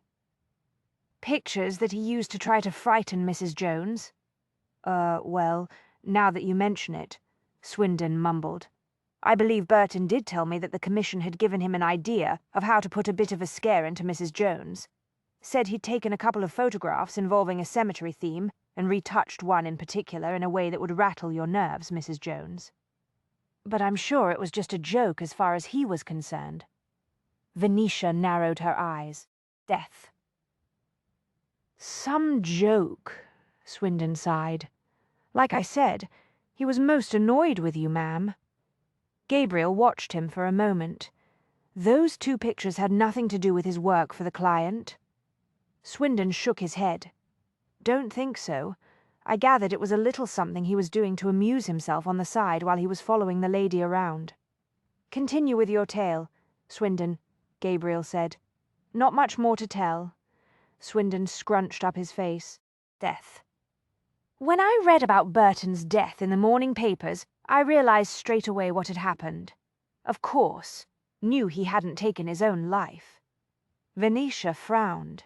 "You believed that he had been murdered? Perfectly understandable," Swindon assured her. Outraged comprehension lit Venetia's face. "You think I killed Mr. Burton, don't you?" "No, no, Mrs. Jones, I swear, for heaven's sake, I did not murder the poor man," she snapped. "Of course not, Mrs. Jones," Swindon said quickly. "The death." "Don't worry. I wouldn't dream of spreading that kind of gossip." "A wise decision," Gabriel said. "That sort of gossip can get a man deposited into the river some dark night." Swindon jerked back in alarm. "I say you've no call to threaten me." "Perhaps not, but I find it vastly entertaining," Gabriel said. "As it happens, I'm inclined to believe you when you say that you don't think that Mrs. Jones poisoned Burton, however." "Thank you, sir." Swindon was clearly relieved. Death. "You think that I am the one who gave Burton the cyanide in the brandy?" Gabriel concluded softly. Swindon reddened. It was only the merest conjecture on my part. I assure you wouldn't dream of mentioning it to anyone. Venetia's lips parted in shock. What on earth? She glowered at Swindon. I was the one Mr. Burton had followed around with his detective camera. Why would you think that Mr. Jones murdered him? I can answer that for you, my sweet. Gabriel did not take his eyes off Swindon. Death. It was hardly a secret that I had only just returned to London and the arms of my loving bride, Swindon. Here, naturally suppose that, upon discovering me on your doorstep, you collapsed, distraught, and confided to me that a man named Burton was causing you a great deal of distress. I, of course, immediately set out to protect you and myself from potential scandal by getting rid of Burton at the earliest opportunity. That happened to be that very night of Farley's exhibition. Death. As I said, Swindon muttered, it was just a theory. You then concluded, Gabriel continued, that after giving Burton a stiff dose of cyanide, I somehow discovered the name of Burton's mysterious wealthy client. Swindon coughed slightly. Perfectly reasonable thing to do. Venetia looked at him, baffled. Why would Mr. Jones want the name of Mr. Burton's anonymous client? Death. Because having no way of knowing that it was the client who was the one who had hired Burton to follow you around, I would, of course, be quite eager to make contact with him and offer him your services in place of Burton's. Gabriel explained patiently. You are, after all, in the photography business, my sweet. Why shouldn't we take advantage of Burton's sudden demise to sell your professional skills to his generous new client? We, Venetia repeated in an ominous tone. Death. Gabriel ignored that. He turned back to Swindon. You decided that if you spied upon me for a while, sooner or later, I would lead you to the unknown client. Once you knew his identity, you planned to go to him and let him know for a small gratuity that I had very likely murdered Burton, and might prove quite dangerous if it got out that a certain person had hired Burton to take photographs of Mrs. Jones. Why, that would be blackmail, Venetia exclaimed. Swindon cringed. Mrs. Death, Jones, I assure you, I never intended to blackmail anyone. Bah, I do not believe that for one moment, Venetia said. Your plans to set yourself up in business as an extortionist aside, Mr. Swindon, how dare you assume that now that I have acquired a husband, I am no longer capable of managing my own affairs? Swindon went from appearing nervous and alarmed to looking quite befuddled. But Mr. Jones is back. Surely he will be keeping an eye on your business now. Death. She took a step toward him, fitting her hands to her hips. I am the proprietor of the Jones Gallery. I make all the decisions connected with it. I assure you that I do not rely upon Mr. Jones or any other man to get rid of obnoxious competitors. No, no, of course not. Swindon edged sideways along the wall, trying to put some distance between himself and Venetia. I did not kill Burton. She gave him a charmingly menacing smile. Death. However, if at some point in the future it should become necessary to take such drastic action against a competitor, you must believe me when I tell you that I am fully prepared to handle matters myself. One does not require a husband for that sort of thing, sir. Swindon paled. I do not see us as competitors, Mrs. Jones. Indeed, we move in entirely different circles in the photographic world. Indeed we do, sir. Venetia swept out her arm, aiming toward the street. Go. Immediately. I do not want to ever again see you anywhere in the vicinity of either myself or Mr. Jones. Understood, madam, understood. Swindon fled down the walk. Venetia waited until he vanished around the corner of the building before turning back to confront Gabriel. What an absolutely infuriating little man, she said. He smiled. You were very impressive, my sweet, very impressive. Indeed, I do not believe that you will have any more trouble from that quarter. Tell me the truth, sir. Death. Do you think that everyone in society is currently under the impression that because I have accidentally acquired a husband, I am no longer in charge of my own affairs? that I am no longer capable of making important decisions, that I now look to you for guidance in all things? In a word, yes, I was afraid of that. Gabriel put the gun back into the pocket of his overcoat. Thus, I regret to say that in the eyes of society you have been transformed from a dashing, mysterious widow into a dutiful, trusting wife who, quite naturally, looks to her husband for direction in all matters of a critical nature. She closed her eyes. You cannot begin to imagine how maddening that is. Her lashes lifted. Mrs. Fleming was right. There is a great deal to be said for widowhood. Do try to remember that I am a very modern-thinking sort of husband. That is not amusing, Mr. Death, Jones. Neither is this latest development, he said. He stopped, smiling. We now know for certain that Burton was not following you around for his own purposes. At least not entirely. Someone hired him to do so. The thief who stole the formula? I suspect that is the case. He took her arm and started toward the street. I would remind you that he is not merely a thief. He is also a murderer who has killed at least twice. Wait until you see Venetia in her evening clothes, sir. Death. Edward could barely contain himself. You will be amazed. Gabriel contemplated the boy in the dressing-table mirror. Edward was fairly bursting with excitement. He and Amelia had been very secretive throughout dinner, exchanging furtive grins and once or twice erupting in giggles. Beatrice had attempted to quell them with a few admonishing looks, but she had been largely unsuccessful. Venetia had pretended to ignore the undercurrents at the table. Death. She had excused herself to go upstairs to dress for the meeting with Harrow's friend as soon as Mrs. Trench had removed the dessert course.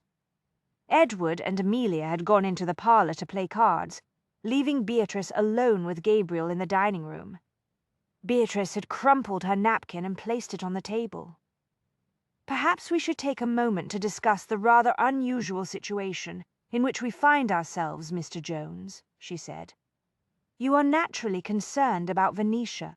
Death. He folded his arms on the table. Rest assured, I will see to it that she does not come to harm because of this affair of the formula. It is not only the business of the missing formula that worries me, sir.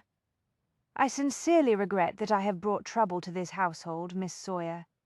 Beatrice frowned. I am well aware that you are not the one who created this unfortunate situation. It was Venetia who chose to use the last name of Jones after all. Death. She had no way of knowing the risks involved. I assure you that I am doing my best to repair matters. And when you have finished repairing matters, what happens then? He rose and went down the long length of the table to pull out her chair. I'm not sure I comprehend your question, madam. Beatrice got to her feet. You seem to forget, sir, that in the eyes of the world you are my niece's husband. Trust me, I am well aware of that fact. Her brows rose. Death. Well then, how do you propose to fix that little problem when this business is concluded? I admit that my fate is still somewhat unclear. Fortunately for me, however, there are very few herds of wild horses running around London. There is still, of course, a risk of being gunned down by a gang of Wild West outlaws, but I have every expectation of avoiding that outcome as well. What outcome do you anticipate, Mr. Jones? Death. I'm hoping that I will be able to convince Venetia to make our marriage real. Surprise lit her expression. She searched his face. Are you sincere, sir? Yes. He smiled slightly. Do you wish me luck, madam? She contemplated him for a long moment. I believe I do, she said eventually. You will need it. Venetia is not inclined to place a great deal of trust in men. Her father's doing, I'm sorry to say. She loved him dearly, and he loved her. Indeed, he loved all of his children. Death. But there is no getting around the fact that when all was said and done, H. Milton lived a double life. This family has paid dearly for his bigamous actions and his lies. I understand. Edward moved closer to the dressing-table to watch Gabriel knot the bow tie. Venetia told us that we must not tell you what she will be wearing tonight, because it is to be a surprise. But she did not say that you could not try to guess. Let's see. Death. Gabriel slipped a black and gay black, gay black, gay black, Gabriel hot look, Gabriel. Blue. Edward giggled. No, red. Edward collapsed on the bed, laughing. You will never guess, sir. Death. Then I may as well give it up and prepare to be amazed. Gabriel turned away from the mirror and collected his evening coat and hat. Ready? Yes, sir. Edward flew to the door, yanked it open, and pelted down the stairs.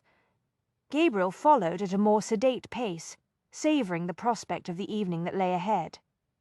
True, he and Venetia were going out together for the sole purpose of discussing Rosalind Fleming with Harrow's unknown acquaintance.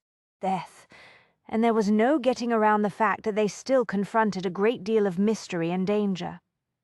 Nevertheless, he was going to be alone in a carriage with Venetia for an extended period of time tonight, and she had purchased a new gown for the occasion. The knowledge made the blood beat more heavily in his veins. When he reached the bottom of the staircase, he found Edward and Amelia in the front hall. Expectation hummed in the air.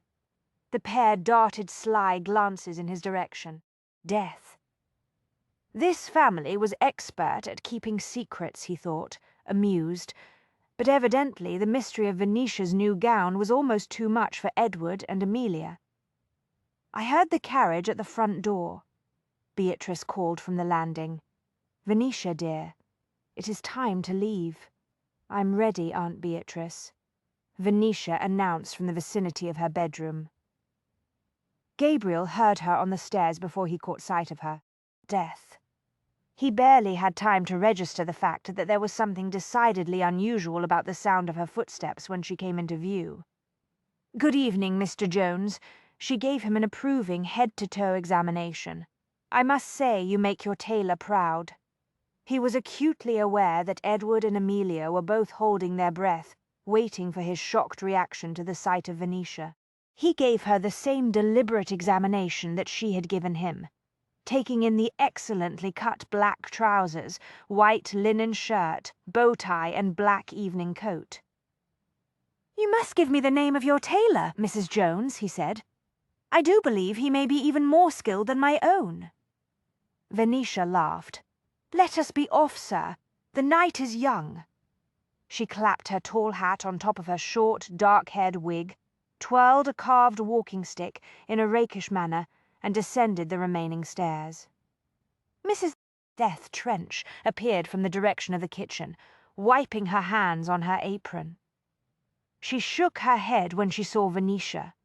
"Not again," she said, sounding resigned. "I thought that now that there was a man in the house we would be done with this sort of foolishness." Edward sprang to open the front door. Venetia went outside and down the steps to the waiting carriage. Gabriel started through the doorway after her. "Were you amazed, sir?" Edward demanded eagerly. Death. "One of the things that I most admire about your sister is that she never ceases to surprise me," Gabriel said. The door closed behind him. Edward and Amelia's muffled laughter pursued him all the way down the steps. "Congratulations, Mr. J-Ones," Venetia said. "You dealt with the shock very well. I suspect Edward and Amelia are quite disappointed by your failure to faint dead away at the sight of a lady in gentleman's attire." Death. Gabriel lounged into the corner of the cushions and looked at Venetia. She was seated across from him. The carriage lamps were turned down low, cloaking them both in shadow. "The disguise is very good," he allowed. "You even managed to alter your walk somewhat. Your hair is well concealed beneath that wig, but you cannot camouflage your scent. I would recognize you anywhere, any time, on the darkest night. But I used a cologne that is blended especially for gentlemen." He smiled. Death. "It is not your cologne that is locked in my memory. It is the essence of you, and that essence is very, very female." She frowned. "I'm quite certain that no one realized that I was a woman when I wore these clothes on previous occasions. How often do you go out dressed as a man?" "I have only done so twice," she confessed. "The clothes belonged to Harrow. He had them altered to fit me. He also purchased the wig and had it styled to suit me." Death. "The masculine attire is very interesting on you, but may I ask why you felt it necessary to dress as a gentleman this evening?" "We are going to meet Harrow and his friend at their club. I would not be admitted if I arrived at the door garbed as a lady. You know how it is with gentlemen's clubs." He would not have described his reaction as shocked, he decided, but he was certainly surprised by that bit of information. "You have been to this gentleman's club before?" Death. "On one other occasion," she said blithely. "The second time I wore these clothes, Harrow and I attended the theatre together, and afterward enjoyed a late dinner at a restaurant." She smiled. "The establishment was one where no respectable lady would have allowed herself to be seen. It was a very educational experience, I assure you." "You do this for a lark?" "I find it to be an intriguing adventure," she said. Death. "Have you any notion of how astonishingly different the world appears when you walk through it as a man?" I had not given the subject much thought. "A woman is so much freer when she goes about as a gentleman. It is not just the clothes, although you may believe me when I tell you that trousers and a coat are far less cumbersome and restrictive than even the lightest of summer walking dresses. Why? I could run quite easily in these garments if it proved necessary." Death. "Have you ever tried to run in a long gown?" "Can't say that I have had the experience. Trust me, it is extremely difficult. The skirts and petticoats are so heavy. They tend to become tangled around one's ankles, and you cannot imagine how even the smallest of bustles affects one's balance when one is in full flight." "When did you find it necessary to run in a gown?" Her teeth flashed in a knowing smile. "About 3 months ago, as I recall," he winced. "Of course. When I escorted you out of Arcane House via the concealed tunnel. Forgive me.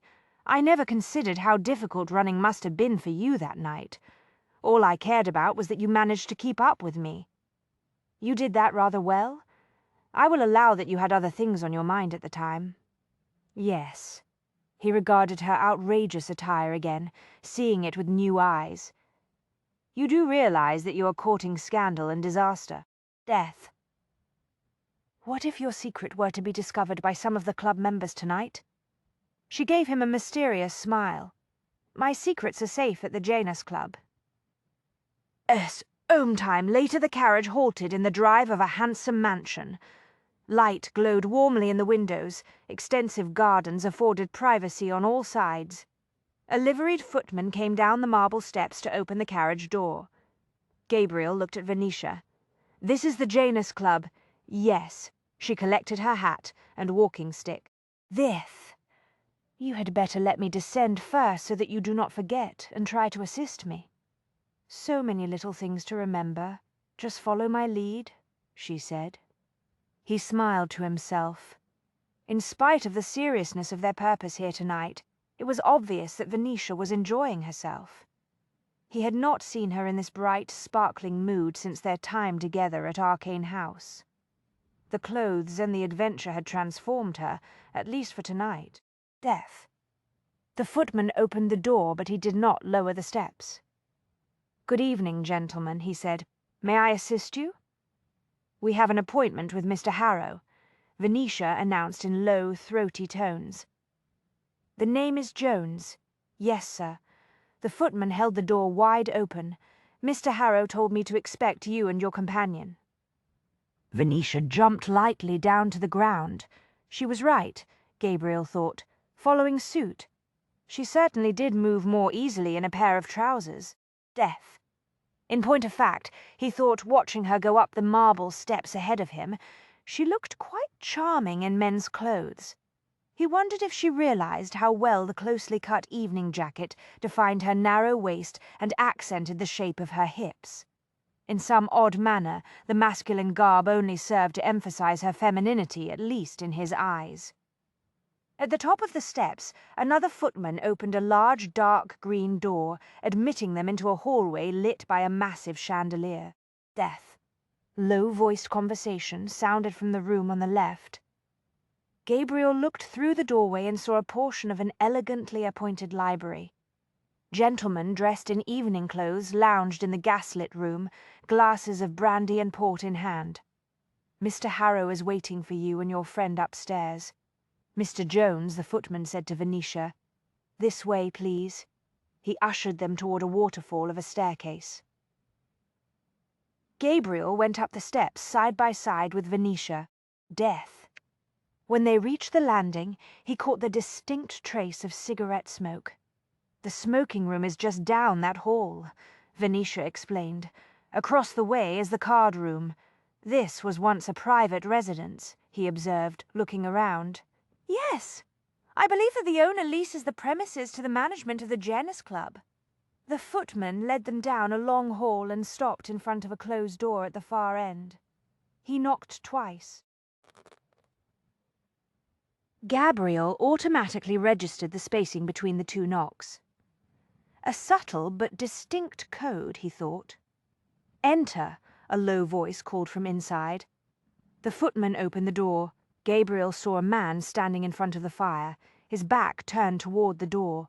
Harrow was propped on the edge of a large desk, one leg hooked carelessly over the corner.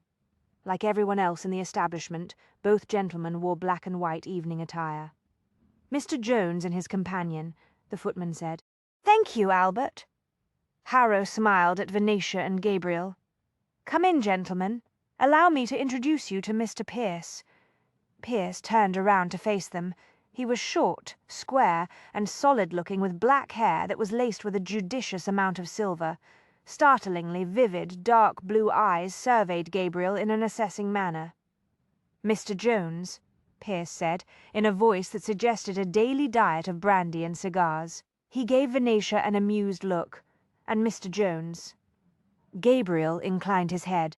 "Death. Pierce." Venetia nodded once. "Thank you for seeing us, Mr. Pierce." "Please be seated," Pierce said. He motioned toward a pair of chairs and then sat down himself. Venetia sank down onto one of the velvet, upholstered chairs. Gabriel noticed that she unconsciously sat forward in a very upright manner, as though she wore a bustle that prevented her from leaning back in a more comfortable fashion. Some habits were hard to break, he reflected. Death. Instead of taking the chair that had been offered, he went to stand in front of the fire, one arm stretched out along the carved marble mantel. It went against something deep in his nature to sit when he was among people he did not know well. One could move much more quickly if it proved necessary when one was already on one's feet. Venetia looked at Pierce. "Mr. Harrow has told you why we wish to speak with you, sir." Death. Pierce propped his elbows on the arm of his chair and put his fingertips together. "You wish to know something about Rosalind Fleming?" "Yes," Venetia said. "She seems to have conceived a great dislike of me for no apparent reason. I am curious to know why."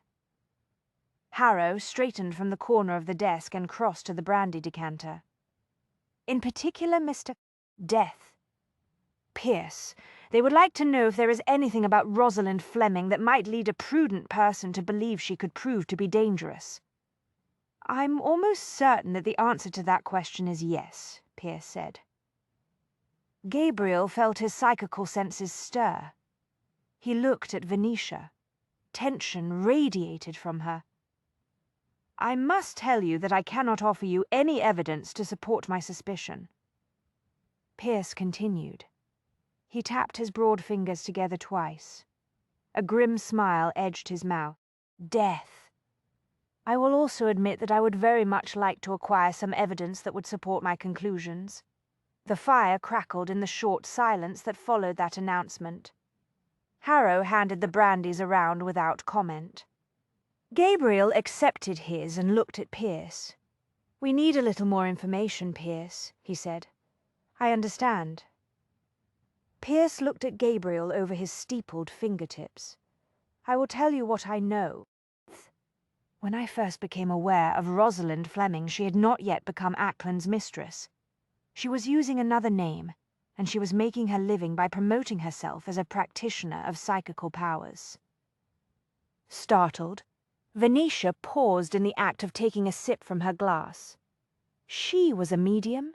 She offered a variety of services, Pierce said, including seances and demonstrations of automatic writing. However, her specialty was in the private consulting line. Death. For a fee, she promised advice and guidance based on information she claimed she acquired from the other side. "What name did she use in that career?" Venetia asked. "Charlotte Bliss," Pierce said. Gabriel studied him. "How did you come to learn so much about her?" "A very close personal friend of mine heard about her amazing psychical powers." Pierce gazed solemnly into the fire. "Death. My friend did not believe in such claims, but he thought it would be quite entertaining to attend one of Charlotte Bliss's demonstrations. My friend came away greatly impressed by the woman's abilities and immediately scheduled a series of private consultations." "What did your friend consult her about?" Venetia asked. "I'm afraid that is a private matter." Pierce picked up his brandy. Pierce was one of those who held secrets close and tight. Gabriel thought anything related to him or his associates would likely constitute a private matter. The very fact that he was willing to speak to strangers tonight was a grim indication of just how intense his feelings were on the subject of Charlotte Bliss. "Let me hazard a guess here," Gabriel said.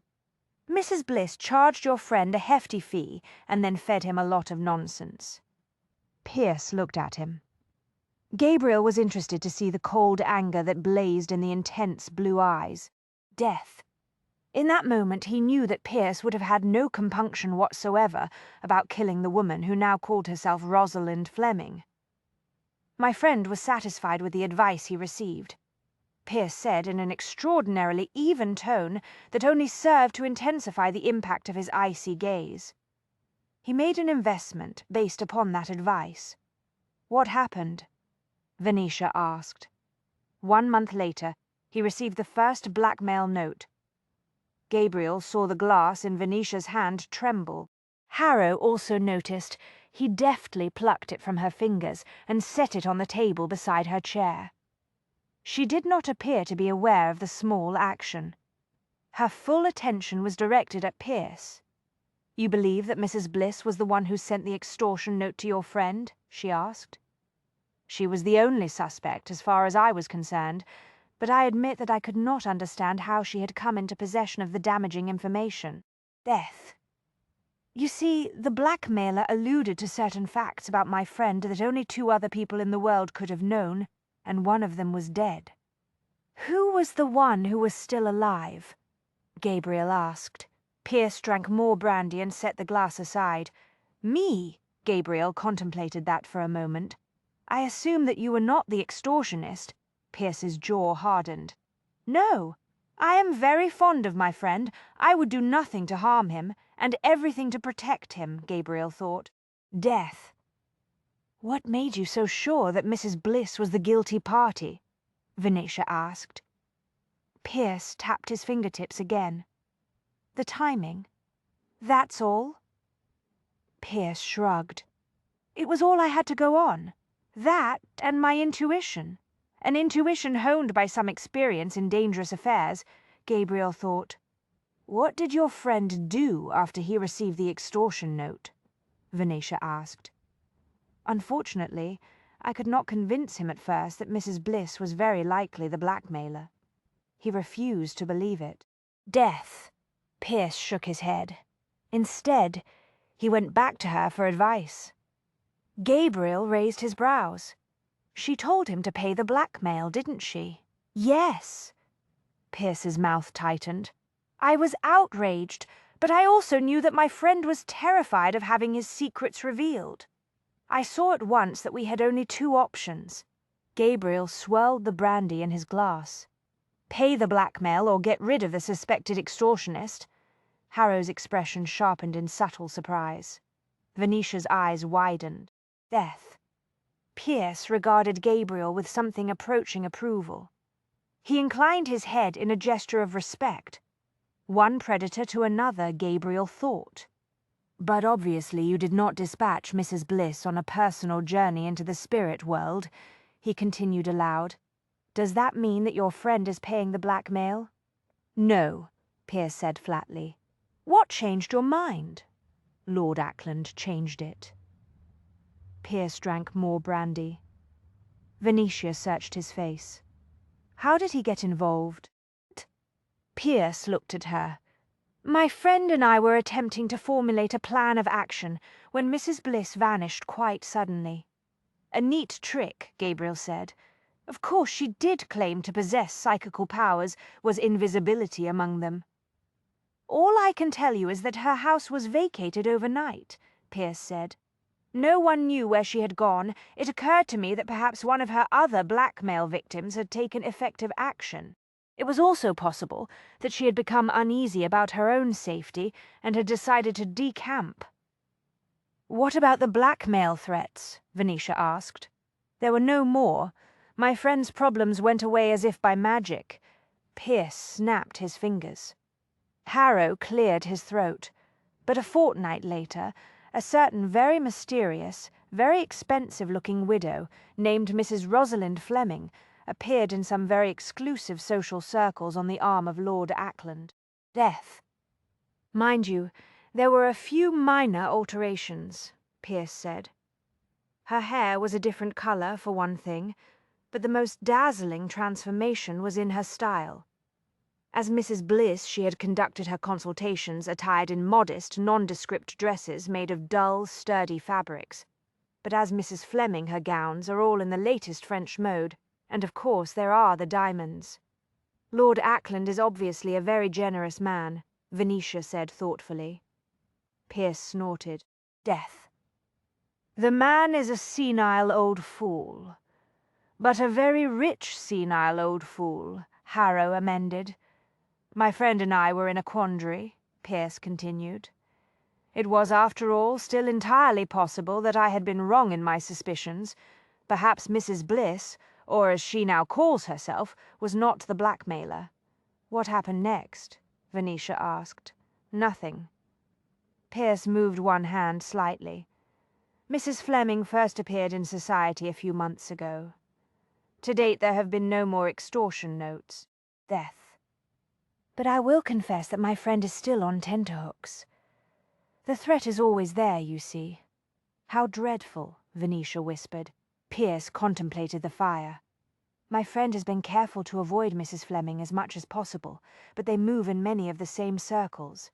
Recently he came face to face with her at the theatre. That must have been unnerving, Venetia said. What did he do? Pretended that he did not know her, of course. Pierce smiled coldly. Death. It helped considerably that she returned the favour and pretended not to recognize him. To this day we do not know if her reaction was an excellent bit of acting on her part, or if she truly did not realize who he was. Why wouldn't she recognize one of her victims? Gabriel asked. The contact was brief and the lighting was low, Pierce explained. They passed each other in the corridor outside one of the boxes. He paused. Death. On that particular evening my friend happened to be attired in a somewhat different manner than when he had consulted with her. You know how it is? When one sees someone who is out of context, so to speak. One sees what one expects to see, Gabriel said, looking at Venetia in her gentleman's clothes. Harrow angled himself onto the corner of the desk again. He glanced first at Gabriel and then at Venetia. You both seem extremely concerned about Mrs. Fleming, he observed. Yes, she said. Death. Do you mind telling us why? Harrow asked. It is unfortunate that Ackland took a notion to commission you to photograph Mrs. Fleming, but it is hardly surprising. He is, after all, besotted with his paramour, and you are a very fashionable photographer. It seems natural that he would want you to take her portrait. The unnatural aspect of the matter is that Mrs. Fleming appears to have conceived a wholly irrational hatred of my person, Venetia said. Death. My aunt thinks that Fleming is merely jealous because I have created a profitable career for myself, while she is forced to rely on the likes of Lord Ackland for financial security. But I believe there may be more to it than that." "What makes you say that?" Pierce asked. Frowning slightly, she shook her head. "I cannot give you a logical answer. Perhaps it is just that I find it difficult to believe someone could dislike me so much when I have done nothing to offend. Death." "Burton disliked you quite intensely," Harrow reminded her. "Yes, but in that case there was some explanation. Evidently, Mr. Burton disliked all women, and me in particular, because I was in the same profession as himself. But Mrs. Fleming's reaction to me seemed out of all proportion. I take your point." Pierce put his fingertips together again. He looked at Gabriel. "For what it is worth, my advice is to be on guard at all times. In her former line of work, Mrs. Fleming was obviously very adept at ferreting out a person's most closely held confidences. To this day, my friend has no notion of how she acquired knowledge of his secret." "Surely he must have some idea of how she learned it," Gabriel said. Pierce exhaled heavily. "No, in fact, I must tell you that, although I am extremely skeptical of all those charlatans and frauds who claim psychical powers, I have sometimes wondered if Rosalind Fleming actually does possess some paranormal talent. My friend swears that the only way she could have gotten the secret out of him is if she really does have access to the other side, or else what?" Venetia asked. Pierce shrugged his broad shoulders. "Or else she can read minds." Venetia watched the dark street through the carriage window as the lights of the Janus Club disappeared into the fog. Gabriel had spoken very little since they had left Harrow and Pierce. Death. She knew that he was contemplating the same unsettling possibility that had sent her into a meditative mood after the disturbing conversation. "It is obvious that Pierce is a man of logic and reason, who is loath to believe that Rosalind Fleming actually possesses some psychical powers," she said slowly. "But we both know that such abilities do exist. What is your opinion?" "I think," Gabriel said, "that what we have here is either another astonishing coincidence or a genuine clue. Death."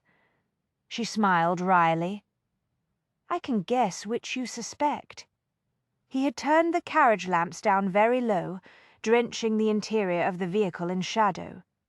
She knew that he did not want to take a chance that someone in a passing cab might see her and recognize her in her gentleman's attire. There was little chance of that, she thought. The streets were so choked with fog now that she was amazed that the driver and his horses could find their way back to Sutton Lane. A thought struck her, sending a deep, cold shudder through her entire body. "If Mrs. Fleming does possess psychical powers, I suppose we must consider the possibility that she somehow read my mind the day I photographed her," she whispered. "Calm yourself. Mind-reading is a parlour trick. Nothing more." She wanted desperately to take comfort in his reassurance. "How can you be certain of that?" "The records of Arcane House research are very extensive. Death. They go back some 200 years, and they reflect decades of experiments. There has never been any indication that one person can actually read another person's mind. But there is still so much that is unknown about psychical matters." He shrugged. "I suppose one must allow that anything is possible. However, in this case, I think there is a much simpler explanation for Mrs. Fleming's uncanny ability to pluck secrets from a person's mind without her victim being aware of it. What is that? Death.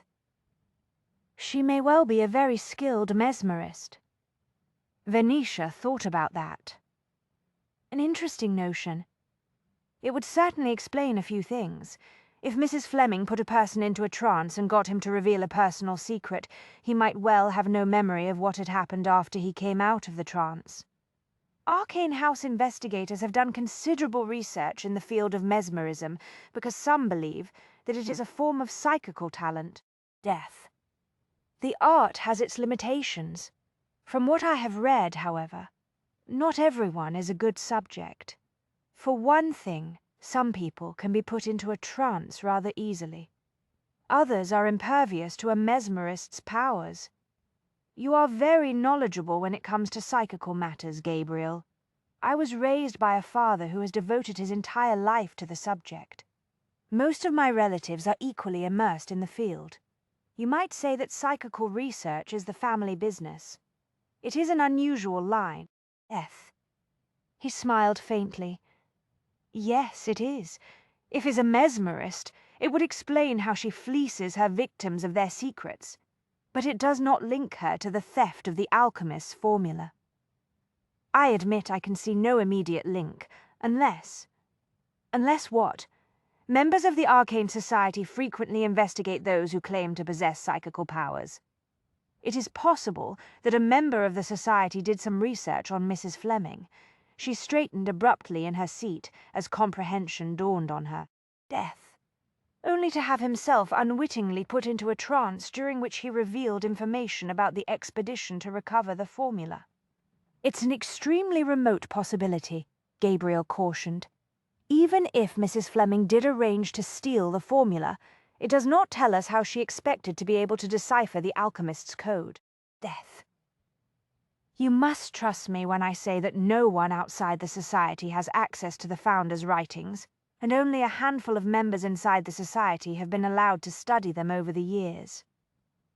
Venetia listened absently to the rumble of the carriage wheels and the clatter of the horses' hooves. The vehicle was making slow progress in the heavy mist. If Mrs. Death. Fleming is involved in the affair of the missing formula, she said after a while. Then you may indeed have been correct in your notion that I caught her attention when I chose to take your last name. Yes. Now that you have appeared on the scene, her suspicions will have been confirmed. She must surely know who you are, and that you are in pursuit of the formula. But she has every reason to think that her own identity as the thief is safe, Gabriel said. Death. After all, she is not linked to the Society in any obvious way. She will assume that I have no reason to suspect her. She may be the thief, Venetia said, but I can assure you that she is not the person I saw fleeing from the dark room where Burton was murdered. I perceived aura when I took her photograph. It was not the same as that of the fleeing man. You are quite certain? Positive. He reflected on that for a moment. Death. I would not be surprised to discover that she is using someone else to do her killing for her. It is dangerous work. Another shiver went through her. Poor Mr. Burton. He is dead, in part because of me, if he had not accepted that commission to follow me about and take pictures of me. Gabriel moved very suddenly, catching her by surprise. He leaned forward and grasped both her wrists in his big hands, imprisoning her. Death. Do not, he said evenly, think for a single moment that you have any responsibility in that direction. Harold Burton is dead because he accepted a commission from a very dangerous person who employed him to invade your privacy. He must have known or guessed that his client did not harbor goodwill toward you. I won't go so far as to suggest that he got what he deserved, but I refuse to allow you to feel any guilt in the matter. She gave him a shaky smile. Thank you, Gabriel. Death. Do you know, he said, deceptively casual, I believe that is the second time since we got into this carriage that you have called me by my given name. I like the sound of it on your lips. The thrilling, seductive energy that always seemed to circulate in the atmosphere when she was with Gabriel abruptly intensified. She was acutely aware of the strength of his hands wrapped so gently, yet so firmly around her wrists. He used his grip to pull her a little closer. His mouth came down on hers. Death. She thought she knew his kisses well enough by now not to be startled by her own response, but she was wrong. She tried to control the rush of hot excitement and the deep, aching heat that threatened to melt her insides. She failed. With his mouth still holding hers captive, he freed one of her wrists to lower the carriage curtains. Then he stripped off her wig and went to work on the pin she had used to secure her real hair. The intoxicating intimacy of the carriage was her undoing. The vehicle suddenly became a ship sailing slowly through an uncharted sea of night and fog. This was the way it had been at Arcane House. She thought she was free for a time. She did not have to think about the past or the future. There was no threat of Edward or Amelia accidentally stumbling onto a shocking scene of their older sister engaged in a bout of illicit passion. No concerns about alarming Aunt Beatrice or jeopardizing her career. Death. When her hair tumbled down around her shoulders, she heard Gabriel give a low, husky groan. His arms tightened around her. He kissed her heavily, drugging her with sensation. When she surfaced briefly from the delicious haze, she realized that he had peeled off her evening jacket and tossed it aside on the seat. He rid himself of his own coat with a few swift, efficient moves. When he came back to her, he reached for her bow tie. Death. The knowledge that his fingers were shaking a little as he undid the knot thrilled her. He truly wanted her, she thought. Whatever else this might prove to be, it was no cold-blooded seduction. They were both consumed by the fires of a mutual passion. He got the tie undone. His hand slipped to the first stud of her crisply starched white linen shirt. She felt him smiling against her mouth. "Do you know," he said, "I have never had occasion to undress a lady attired in a man's clothes." Death. It is more of a challenge than one would expect. I find myself having to do everything in reverse, as it were. The remark surprised a little ripple of laughter out of her. Wildly emboldened, she tugged at the ends of his own bow tie. "Allow me to demonstrate," she whispered. This time she unknotted his tie with more skill than she had used that night at Arcane House, because she'd had some practice with men's clothes, thanks to her adventures with Harrow. Death.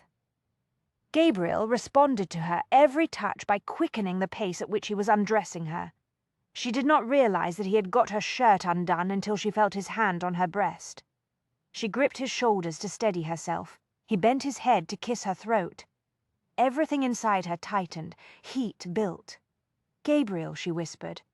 She slipped her hands inside his shirt and flattened her palms against his chest. He sat back against the seat and cradled her across his thighs, death reaching down. He removed her shoes. She heard them drop to the floor of the carriage. The next thing she knew, he had her trousers undone and had worked them down over her hips. The long drawers she wore underneath were next. Both garments disappeared into the shadows of the opposite seat. When she was left in only the unfastened white shirt, Gabriel kissed her as though both their lives depended upon it. She flinched a little when she felt his warm palm on the inside of her bare thigh. Death. She had almost forgotten how exciting it felt to have him touch her like this. Almost. He shifted his hand higher. His palm closed over her. She drew a sharp breath, intensely aware of the gathering dampness between her legs. "You are already wet for me," he said, half awed, half exultant. "You do not know how many times I have imagined having you like this again. How many times I've dreamed about it." His mouth covered hers once more, invading, coaxing, demanding. Death. She was swept up in the hot whirlpool of desire.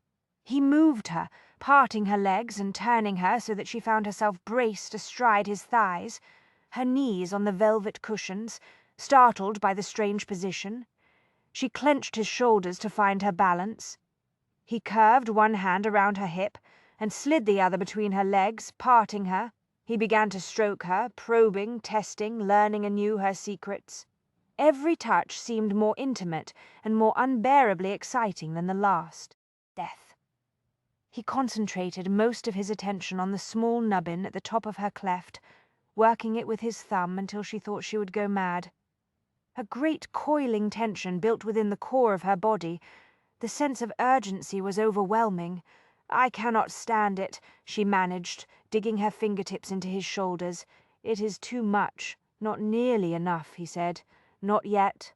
I want to feel your pleasure when you come." She realized vaguely that he was unfastening his own trousers. Death. Then she felt the hard evidence of his fierce arousal pressing against the inside of her leg. She reached down and curled her fingers around his heavy length. He whispered something hot and dark and dangerous in her ear.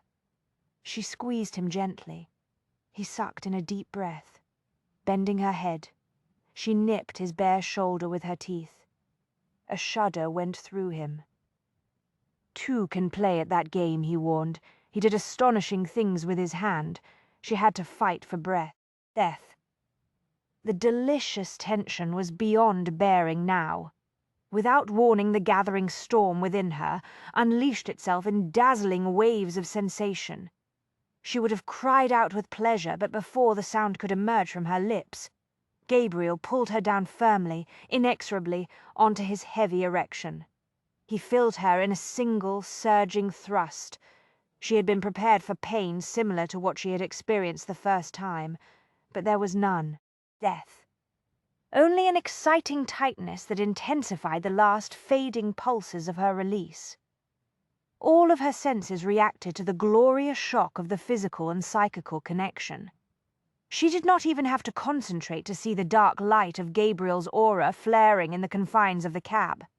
It flooded the small space, infused with the energy of her own aura, creating a stunning, nerve-shattering intimacy. When he climaxed a short time later, the fierce, invisible fires leaped even higher. Death. She felt rather than heard the beginnings of Gabriel's exultant roar. It started as a low rumble in his chest.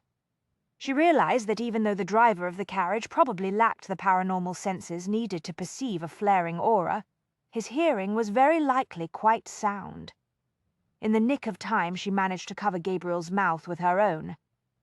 The roar became a muffled growl of triumph and masculine satisfaction. Some time later, she stirred in his arms. Death. The sound of the carriage wheels and the steady clop of hooves assured her that they were still safely enclosed in the magic world inside the cab. Gabriel, who had been reclining in the corner of the seat with the air of a lion well satiated after a successful hunt, reached out to raise a curtain. Gaslights glowed in the fog. "We are passing the cemetery. We will soon be in Sutton Lane," he observed. It dawned on her that the only thing she had on was the white shirt. Panic snapped through her. Death. "Good heavens," she yelped. "We cannot arrive at the front door in this condition." She extricated herself from his grasp but dove for the opposite seat and scrambled madly to collect her clothes. It wasn't easy donning a man's attire in the cramped darkness of the carriage. Gabriel put his own clothes back together with a few practiced moves and then sat back to watch her struggles with interest. After a moment or two of watching her fight with her bow tie, he reached out to knot it for her. Death. "Allow me to assist you, Mrs. Jones," he said. The emphasis on her fictional name brought her head up sharply. "Gabriel," she began, with absolutely no notion of what she was going to say next. "We will talk about this in the morning," he said. His voice was oddly gentle, but the words were a command, not a suggestion. A spark of anger burned away the anxiety she had been experiencing at the thought of arriving home half undressed. "Death. I do hope you are not going to fret about what has happened between us," she said, stuffing her hair up under her hat. "It would ruin everything if you did. I beg your pardon." She sighed. "You must know that when we were at Arcane House, I did my best to seduce you. Yes, and you were quite brilliant at the business, if I may say so. I enjoyed the experience immensely." She knew she was blushing furiously. "Death. Yes, well, what I'm trying to say is that while we were together at Arcane House, I deliberately plotted to lure you into a night of illicit passion." "Your point?" "My point being that things were different there." "Different? We were two people alone together in a remote, secluded place." "Except for the servants," he said. She frowned. "Except for the servants, of course. But they were so discreet." She was starting to ramble. This was dreadful. Death. "It was as though we had been cast adrift on a tropical island." "I don't recall any palm trees." She ignored that. "I explained to you that for that brief interlude I was free for the first time in my life. I did not have to worry about creating a scandal. I did not have to be concerned with shocking my elderly aunt or setting a poor example for my sister and brother. Arcane House was a place and a time that seemed to exist in another dimension, one that was far removed from the real world. Death. You and I were the only people in that other realm. Except for the servants. Well, yes. About the palm trees that I can't quite seem to recall. You are not taking this seriously, are you? Should I? Yes, this is extremely important. She was growing more annoyed by the moment. What I am trying to say is that tonight was a similar experience. I'm not sure about that. For starters, there were no palm trees. Forget the damned palm trees. I am trying to explain that what happened at Arcane House and what happened in this carriage tonight are akin to the fleeting vapors of a dream, gone by dawn and not to be recalled in the light of day. That all sounds very poetic, my sweet, but what the devil does it mean? It means, she said coldly, that we will not discuss this matter any further. Is that understood? The carriage rumbled to a halt. Venetia seized the stylish walking stick and turned quickly to peer out the window. There was a small but distinct thud. Gabriel cleared his throat. You might want to watch where you swing that stick. She realized that in her nervous agitation she had accidentally struck his leg. I beg your pardon, she said, utterly mortified. He rubbed his knee with one hand and opened the door with the other. No need to be concerned. I doubt it will result in anything more than a slight limp. Red-faced, she followed him out of the carriage and hurried up the steps. Death. Gabriel paused to toss some coins to the driver. When she opened the door with her key, she was relieved to discover that the rest of the household was abed. The very last thing she wanted to do tonight was confront her family and their questions about what she had discovered at the Janus Club. She needed time to recover her composure. A good night's rest would put things to rights. The sconce in the front hall had been turned down low. She saw an envelope on the table and picked it up. Death. It was addressed to Gabriel. This is for you, she said, handing it to him. Thank you. He closed the door, took the envelope, and gave it a brief scrutiny.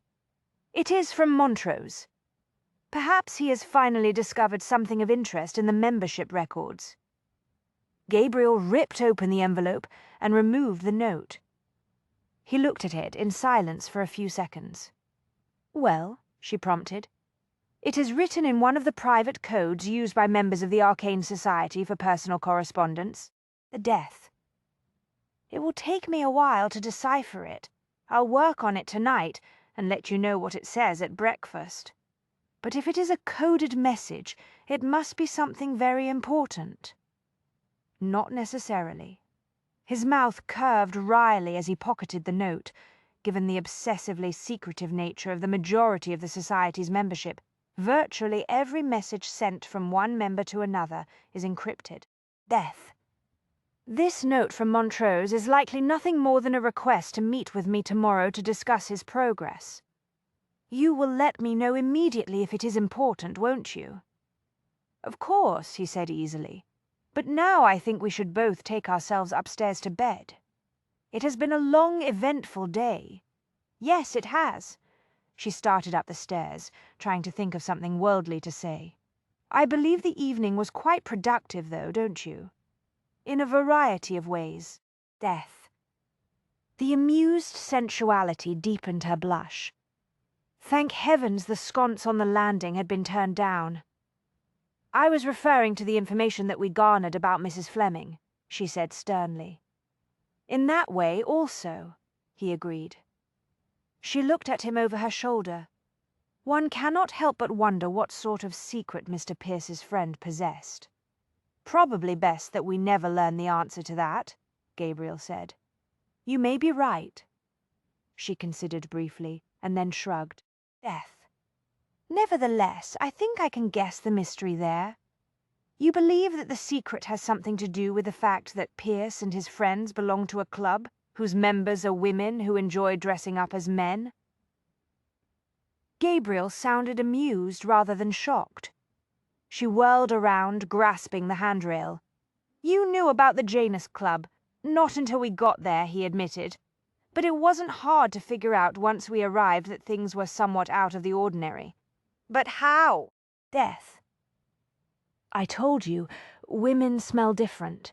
Any male who finds himself surrounded by a large group of females, regardless of how they are dressed, is going to become aware of that fact sooner or later.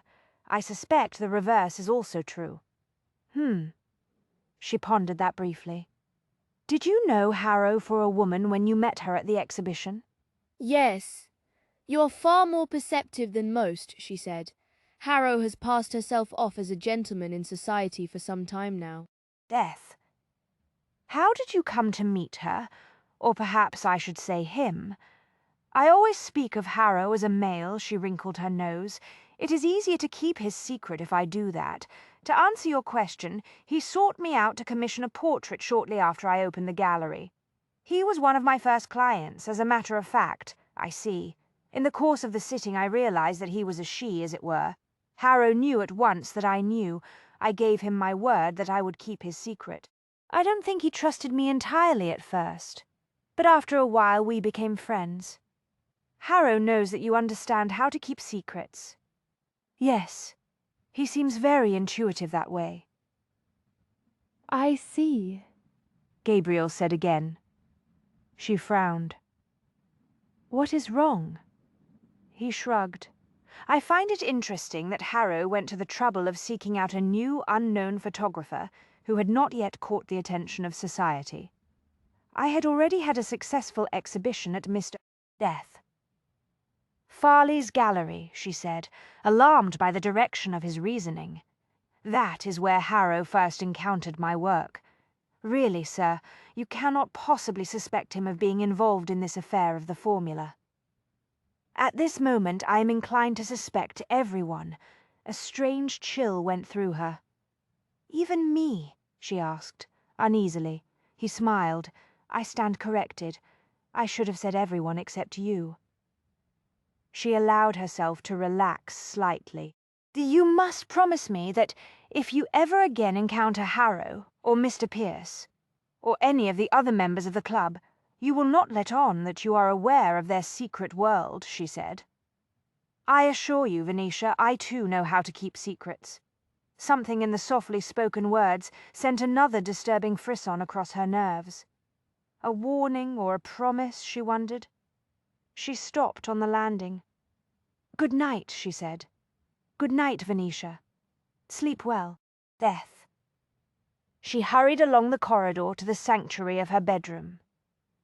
As time later, she awoke quite suddenly in the way that one does when the sleeping mind registers a change in the atmosphere of a house.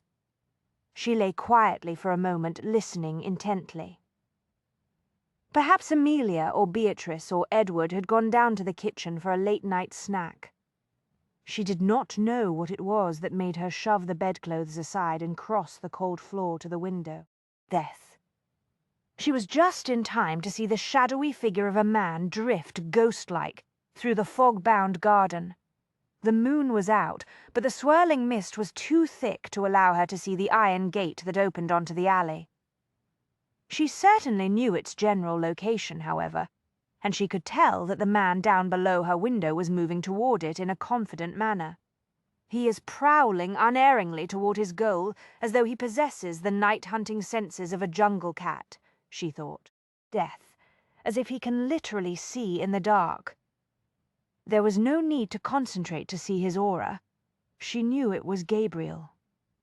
A second or two later he disappeared out of the garden into the night. Where was he going at this hour, and why had he left the house in such a stealthy manner? Something to do with a message from Montrose, she thought. Gabriel's words came back to her. I assure you, Venetia, I too know how to keep secrets. Gabriel descended from the hansom and paid the driver. Death. He waited until the vehicle had disappeared into the fog before he went back to the corner, entered the small park, and stopped in the dense shadows of some trees. He stood there for a time, watching the street. There was very little traffic at this hour in this quiet neighborhood. The gas lamps illuminated small circles of fog in front of each doorway, but they offered little useful light. Death. When he was certain that he was not being followed, he left the park and walked through the mist to the entrance of the alley. Moving into the narrow passage was like entering a mysterious small-scale jungle. The night and the fog were heavier here. A rush of small, scurrying sounds erupted as the local predators and prey got out of his way. Strange odors fouled the atmosphere. He walked carefully, in part, to avoid the echo of his own boot steps, but also to be certain that he did not lose his footing in the noxious brew of rotting garbage that littered his path. Mentally, he counted off the iron gates until he came to the one in the middle of the row, the one that marked Montrose's address. He studied the windows. All but one were dark. The single window that was illuminated was upstairs and covered by a curtain. Death. If it had not been for a thin crack in the drapes, it too would have appeared unlit. Montrose's study, as he watched, he saw the light shift subtly at the edge of the curtain. He thought about the message that had been waiting for him in the hall at Sutton Lane. It had taken him a few minutes in the privacy of his attic room to decipher it. By the time he had finished the task, his psychical senses, already aroused from the heated love-making in the carriage, were in full sail. Death. I have come across some disturbing information. I think it best that we meet as soon as possible. Please come to my address at your earliest convenience, regardless of the hour. I advise you not to tell anyone whom you are meeting. It would be best for all concerned if you were not seen in my street. Use the garden entrance. Just as well he had not deciphered the note in front of Venetia, Gabriel thought. She was far too perceptive. Death. He might have given away the secretive nature of the message, even if he had managed to keep the details to himself. She would have noticed his concern and immediately plied him with questions, just to be on the safe side. He had waited until he was reasonably certain that she was asleep before making his way out the back door. He felt around the top of the gate, searching for the latch.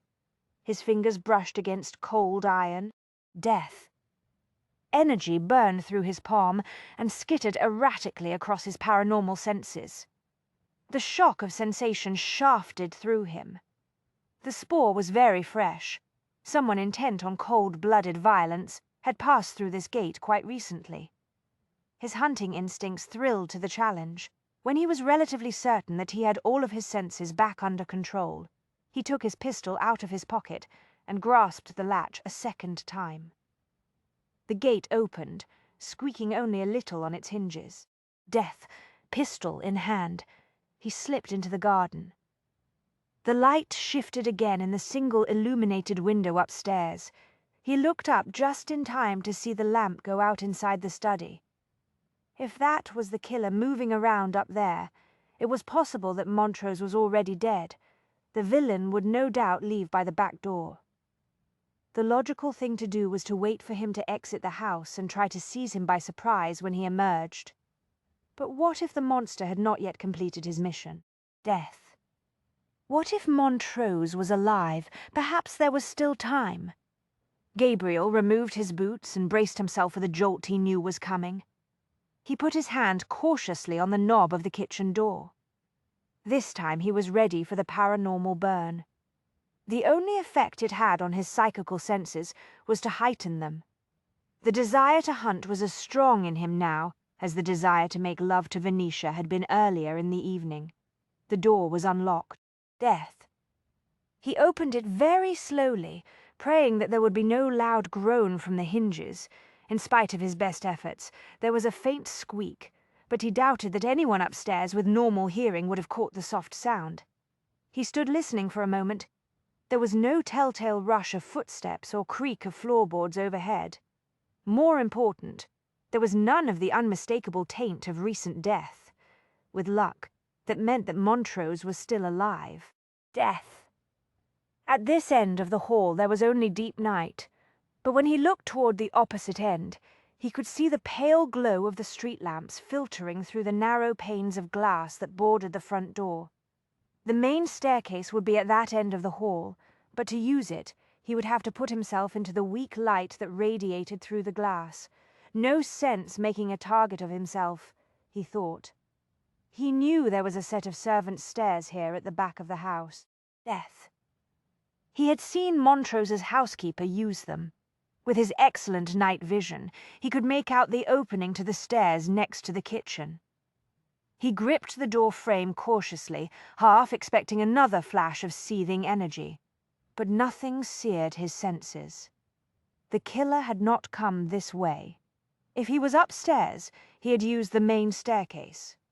That made sense, Gabriel thought. Why would the villain trouble himself with the cramped stairs designed for the servants? The death. He started up the narrow stairs, listening intently.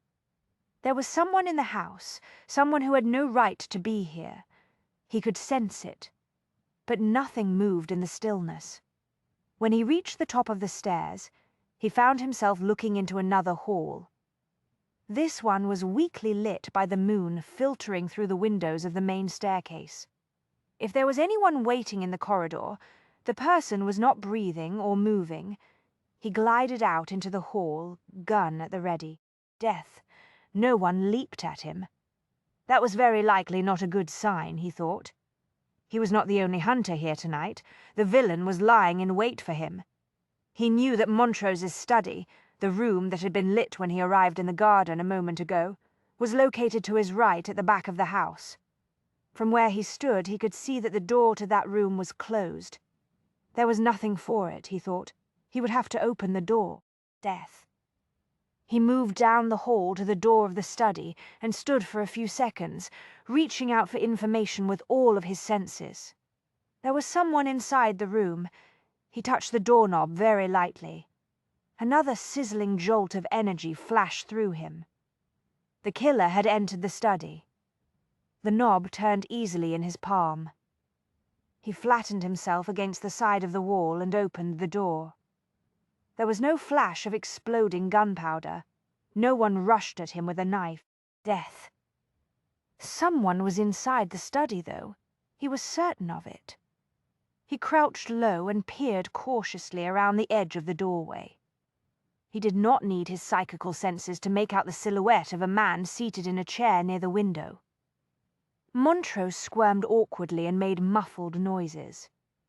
Gabriel realized that the old man was bound to the chair.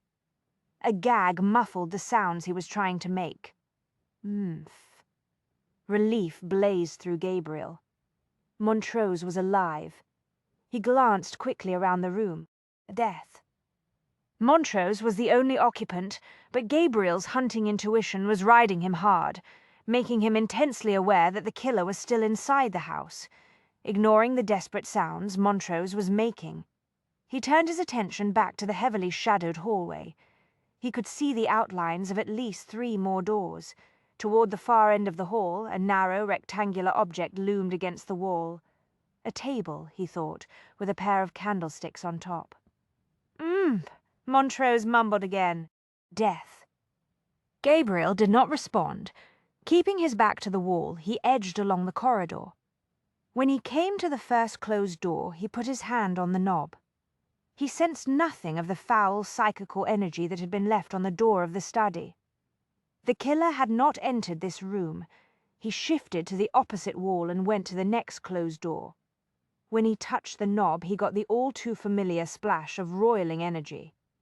Anticipation leaped within him. Death. He kicked the door inward and simultaneously threw himself to the floor, gun gripped in both hands. It was the faintest whisper of sensation behind him that told him he had miscalculated badly. The door that he had just checked and dismissed as untainted had been opened. He barely had time to register his grave mistake when he heard the near-silent rush of oncoming death. There was no time to get to his feet, or even his knees. Death. He twisted awkwardly onto his left side, trying to get his right arm and the gun directed toward the approaching threat. He was too late. Like some faceless menace in a nightmare, a dark figure leaped out of the deep shadows of the other bedroom. Gabriel could see that the villain's features were obscured by a mask made of dark cloth. The weak light from the far end of the hall glinted on the blade of a knife. There was no time to aim. Death. Gabriel knew, even as he pulled the trigger, that he was going to miss his target. He could only hope that the shot would distract his attacker. Nothing like having a gun go off nearby to make one reconsider one's original plan. A great roar of sound deafened his heightened sense of hearing. The acrid smell and smoke of gunpowder filled the hall. The attacker did not waver. It dawned on Gabriel that the villain was coming at him with great precision. He knows I'm down here on the floor. Death. He can see me as clearly as I can see him. There was no time for further reflection. The attacker was upon him, kicking out violently with one foot. The blow slammed into Gabriel's shoulder, rendering his arm instantly numb. He heard the gun clatter to the floor and slide away into the bedroom. In the next instant, the villain was slashing downward with the point of the knife, aiming for Gabriel's midsection. Gabriel wrenched himself violently to the side, rolling to evade the strike. Death. The blade flashed past and thudded into the floor. The attacker was forced to jerk it violently in order to free it. Taking advantage of the second's respite, Gabriel surged to his feet. He flexed his nerveless fingers, trying to regain his sense of feeling. The attacker got the knife out of the floor and sprang toward him. Gabriel danced backward, putting some distance between them while he searched for a weapon. Death. Out of the corner of his eye, he caught a glimpse of the table at the end of the hall on his right. Using his uninjured hand, he grabbed one of the heavy silver candlesticks that decorated the table. The Nightmare Man was closing in again, clearly expecting Gabriel to keep retreating toward the staircase. His only chance, Gabriel thought, was to do something unexpected. He hurled himself to the side instead of moving back. He came up hard against the wall. Death. The attacker whirled with terrifying speed, but Gabriel was already swinging the candlestick with all of his strength. The heavy candlestick struck the killer's forearm near the wrist. The man grunted in pain. The knife bounced onto the floor. Gabriel swung again, aiming for his opponent's skull. The man dodged reflexively, stumbling backward. Gabriel closed in on him. The villain whirled and made for the main staircase. Death. Gabriel dropped the candlestick, collected the knife and went after his opponent. The attacker was 3 full strides ahead.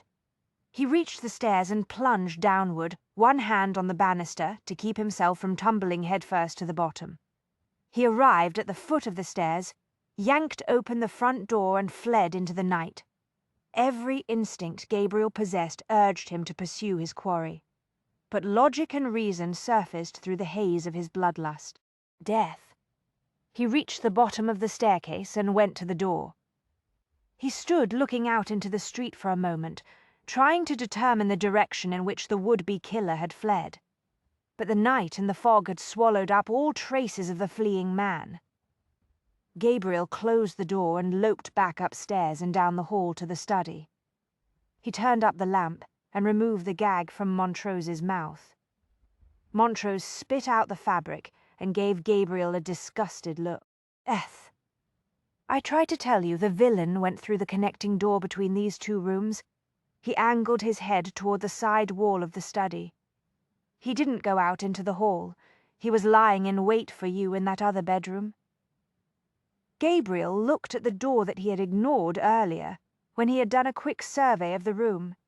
He thought about how he had been so certain that his paranormal sense of touch would provide him with the clues he needed to determine the killer's hiding place. The death.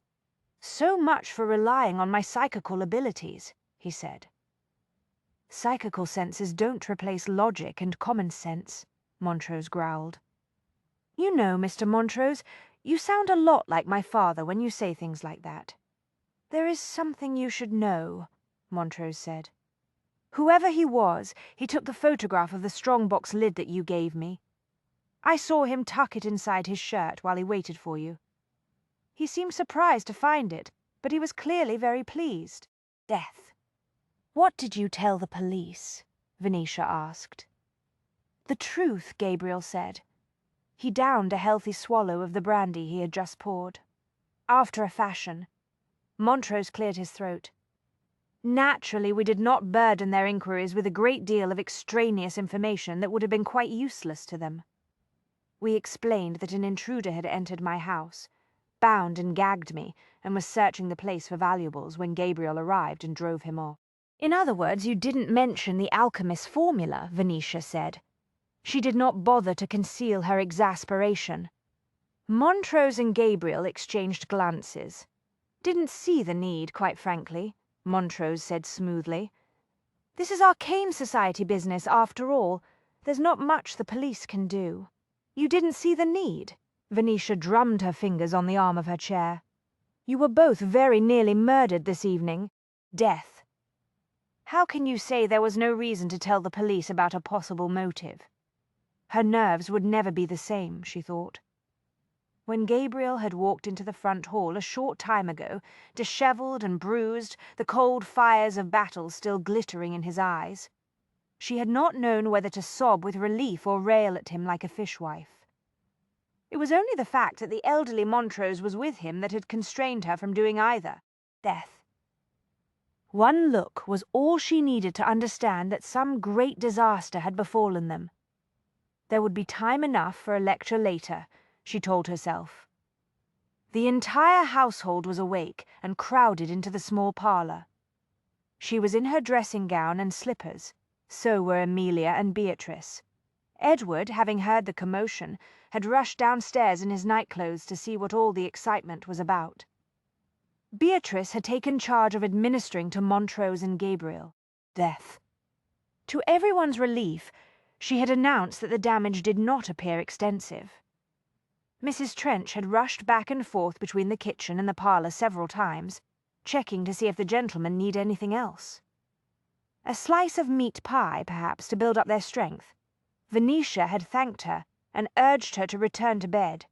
When Mrs. Trench had reluctantly departed, Venetia poured tea all around, although Gabriel appeared more interested in the large glass of brandy in his hand.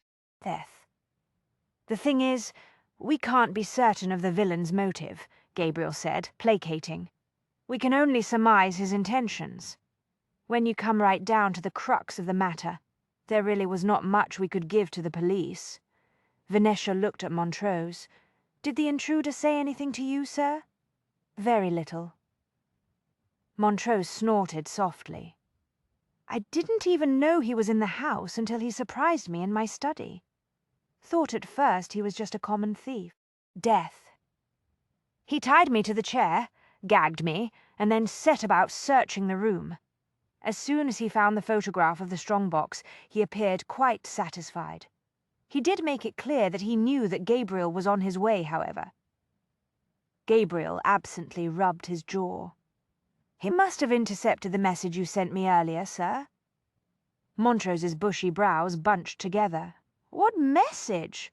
They all looked at him. Montrose became even more confused. You didn't send a message to Mr. Jones? Venetia asked. Death. No, Montrose said. I haven't made much progress in my research into the family connections of the various members of the society, I'm sorry to say.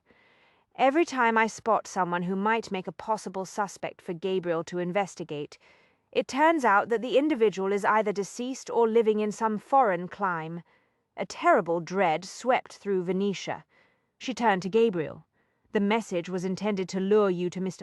Death. Montrose's house, so that the villain could try to murder you, she whispered. Beatrice, Amelia, and Edward stared at Gabriel. Actually, he intended to kill both Mr. Montrose and myself, Gabriel said. His tone suggested that the plan for a dual murder was somehow a mitigating circumstance that left him blameless. Venetia wanted to pound her fists against his chest in frustration. Montrose cleared his throat apologetically. Death. Among the few things the intruder did tell me was that he intended to set fire to the house after he'd dealt with Gabriel, planned to use the gas. Doubt if anyone would have thought twice about the disaster afterward, certainly wouldn't have been able to prove murder. Such accidents are common enough. Beatrice shuddered. That is true. So many people fail to take proper precautions with the mains and the jets. Death. Well, sir, I must say you are fortunate that the villain did not murder you in cold blood while he waited for Mr. Jones to arrive. The fellow explained that he couldn't do that, Montrose said. Amelia tilted her head slightly. Never say he had some scruples about murdering you, sir. None whatsoever, Montrose assured her cheerfully. The villain claimed that the smell of blood and death would warn Gabriel as soon as he opened the door of the house. Death. I think he feared that in such a situation, Gabriel would do the intelligent thing and summon a policeman before he went inside to investigate. I think it is safe to say that it is highly unlikely that Mr. Jones would have done such an intelligent thing, Venetia muttered darkly. It is quite probable that he would have rushed straight in to see what the matter was. Gabriel was amused. Just as you did the night you went into the dark room at the exhibition hall and discovered Burton's corpse. Death. She flushed. That was another situation entirely. Indeed? He raised his brows. In what way was it different? Never mind, she said, putting as much frost into her words as possible. Beatrice peered at Montrose over the rims of her spectacles. I understand the villain intended to murder both you and Mr. Jones, but why did he plan to set fire to your house? Venetia saw Montrose and Gabriel exchange what could only be described as veiled looks. She'd had enough of arcane society secrets. Death. What is going on here? She demanded. Gabriel hesitated, and then an air of stoic resignation settled on him. It is one thing to do away with a person who has no important connections, he said. One incurs considerably more risk when one murders someone who possesses powerful friends or relatives. Yes, I see what you mean, Venetia said. If you and Mr. Montrose had been found murdered, there would likely have been an extensive investigation by the police. Death. The killer was no doubt aware of that, and hoped to cover his tracks by leaving his victims' corpses to be consumed by what would appear to be an ordinary house fire. Montrose chuckled. Edward watched him curiously. What is so amusing, sir? Montrose bobbed his eyebrows at him.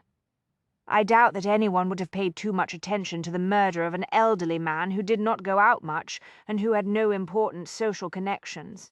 Death, but it would have been quite another affair if Gabriel Jones had been found stabbed to death. Why, there would have been hell to pay, and that's a fact. Pardon my language, ladies. There was a short, startled silence. Venetia looked at Gabriel. He was even more grim-faced than he had been a moment ago. What? Beatrice said very deliberately. Do you mean by that, Mr. Montrose? Yes, Amelia added. We are all quite fond of Miss Death. Jones, of course, but I do not think that we can claim to be what anyone would call powerful friends. I doubt the police would have paid much attention to any of us if we had tried to insist upon an extensive investigation. Montrose was clearly bewildered by their reaction.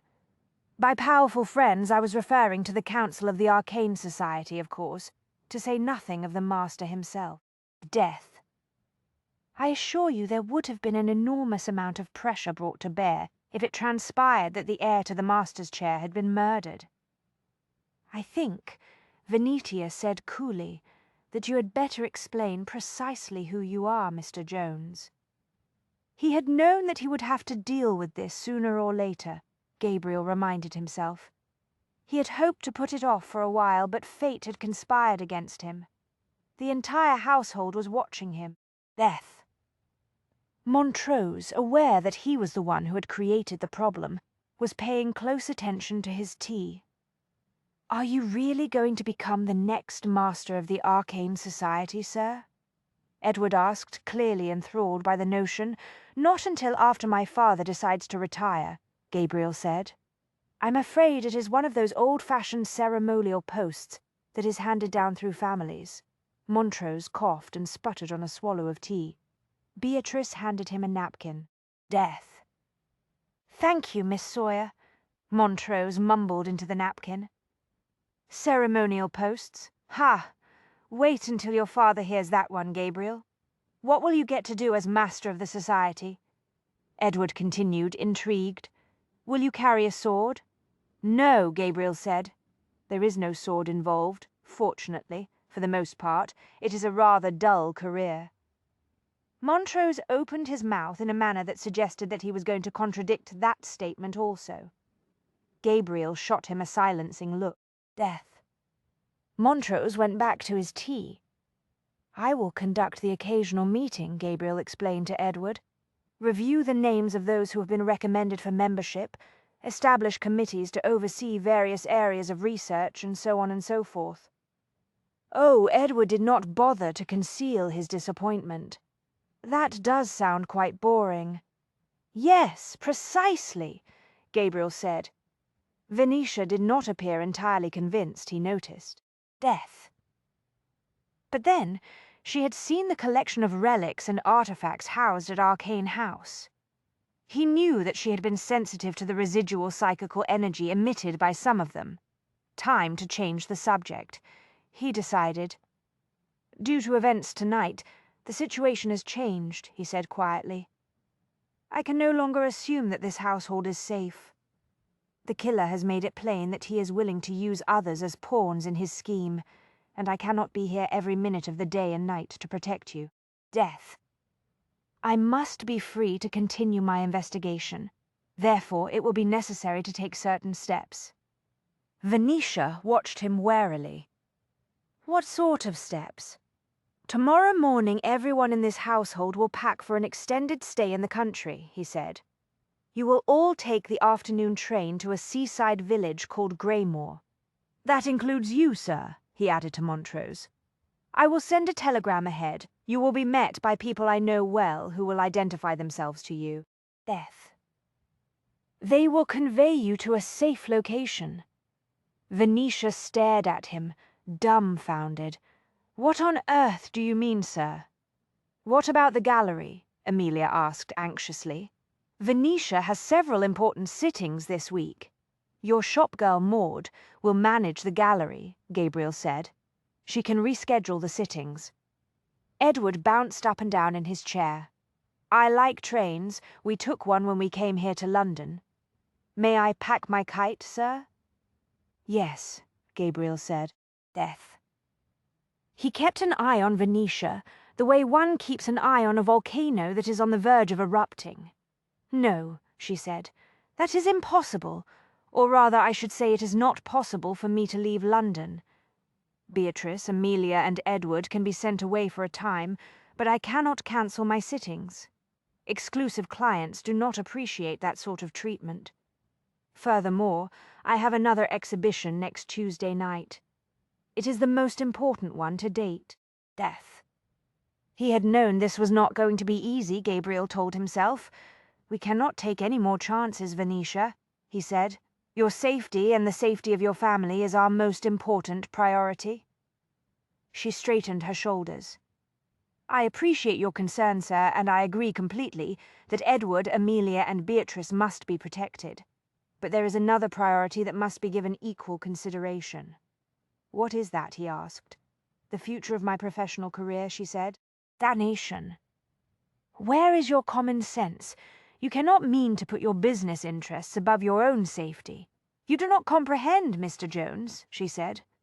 Those sittings that you want me to cancel and that exhibition are crucial to my family's financial security.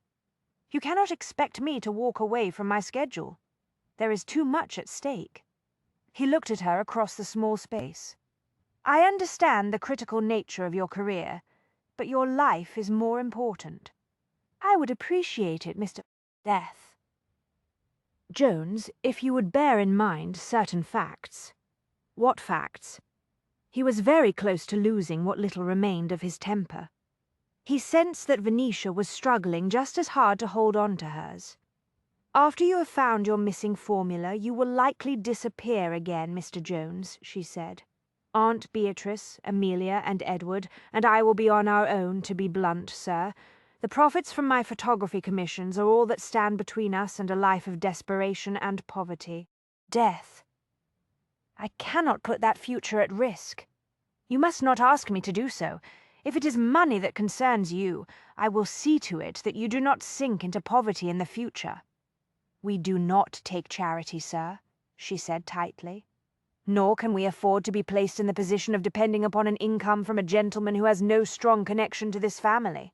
We discovered the precariousness of that sort of situation after father was killed." Gabriel felt his temper flare. Death. "I am not your father," he wanted to shout.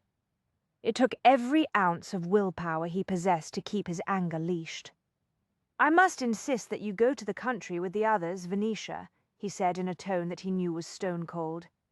She rose to her feet, clutching the lapels of her dressing gown, and faced him in the firelight. "Mr. Jones, may I remind you that you have no right to insist upon anything. You are a guest here, not the master of this house. Death." She might as well have slapped his face, he thought. Pain swept through him, mingling with the cold heat left over from the battle with the killer. He said nothing. He did not trust himself to say one damned word. No one else in the room stirred so much as a hair. He knew they were all shocked by the confrontation, uncertain what to say or how to react. Edward looked frightened. The silent battle raged for what seemed like an eternity, but what in reality lasted only a few seconds. Death. Without another word, Venetia turned and walked out into the hall. Gabriel listened to her footsteps. By the time she reached the stairs, she was in full flight. A moment later, he heard the door of her bedroom slam shut. Everyone else in the parlor heard it too. They all turned back to him. "Sir?" Edward asked uncertainly. "What about Venetia?" Amelia swallowed, visibly shaken. "I know her very well, sir." Death. If she feels she must stay here in London, there will be nothing you can do to convince her otherwise.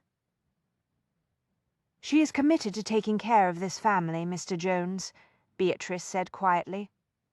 "I fear you will never be able to dissuade her from what she views as her responsibilities, not even if her life is at risk." He looked at each of them in turn. "I will take care of her," he said. The tension eased. He knew that they had accepted the statement for the solemn vow that it was death. "Everything will be all right in that case," Edward said. Gabriel slung his overcoat around his shoulders like a cloak and let himself out into the fog-shrouded garden. He needed to move, to prowl, anything to work off the preternatural awareness and the restlessness that still heated his blood. It was as if the hunter inside him was expecting another villain to leap out of the shadows, perhaps even looking forward to another such encounter. Death. He ached for release in the form of an act of violence or an act of passion. Either would no doubt suffice, but neither was available to him, so he would pace.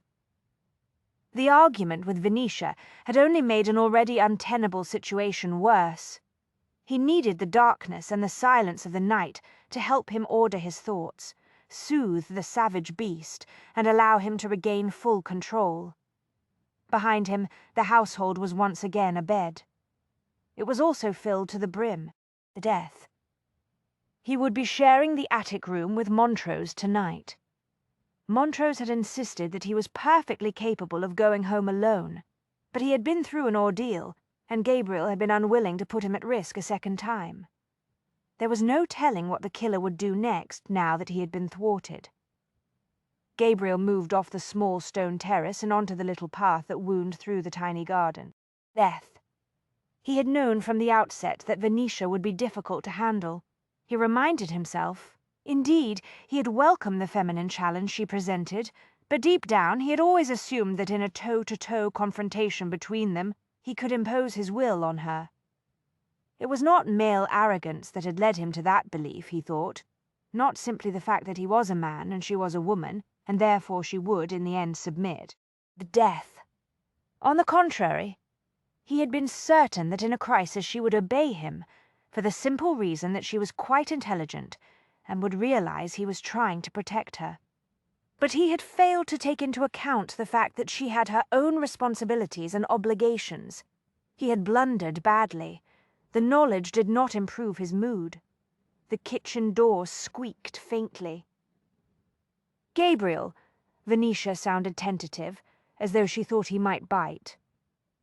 "Are you all right?" Death. He stopped and looked back at her through the fog. He wondered if she was viewing his aura. There was no way she could see him through the heavy vapor. "Yes," he said.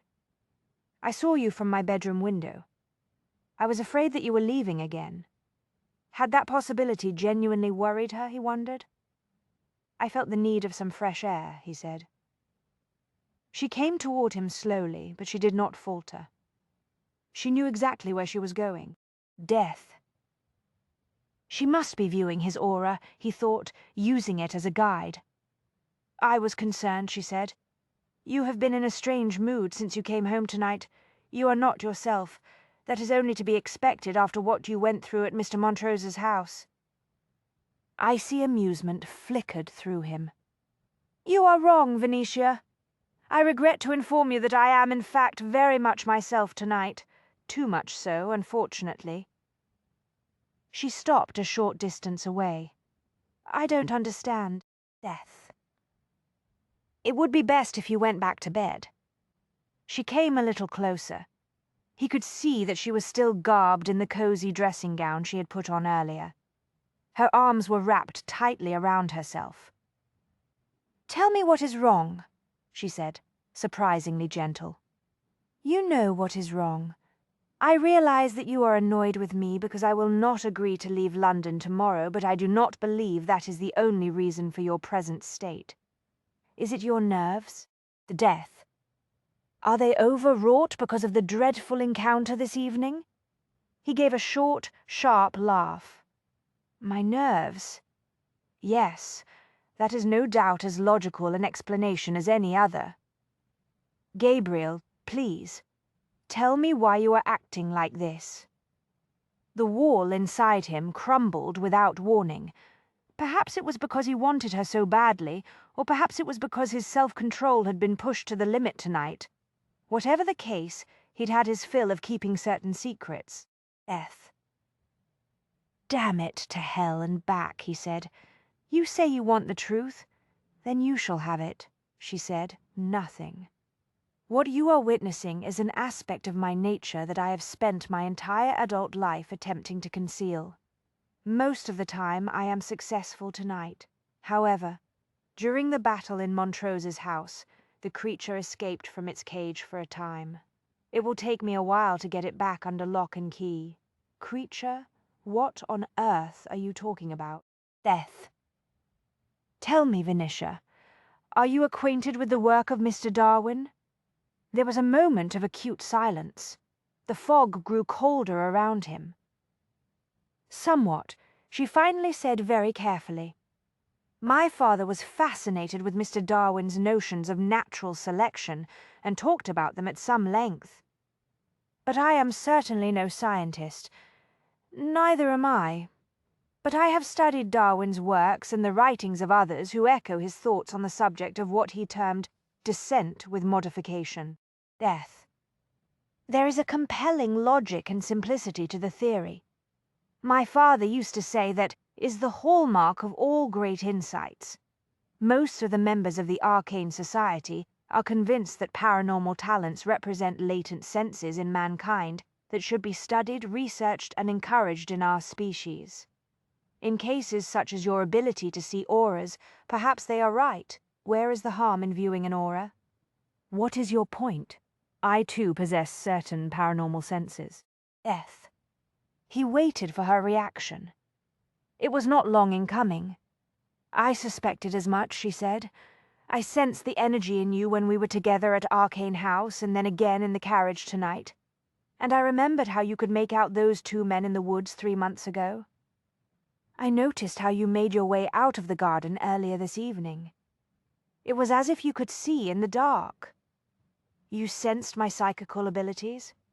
"Yes." "Death. They are the talents that allow you to move through the night with the ease of a hunting cat, are they not?" He stilled. "The phrase hunting cat is more accurate than you can possibly know." Beast of prey is a better term.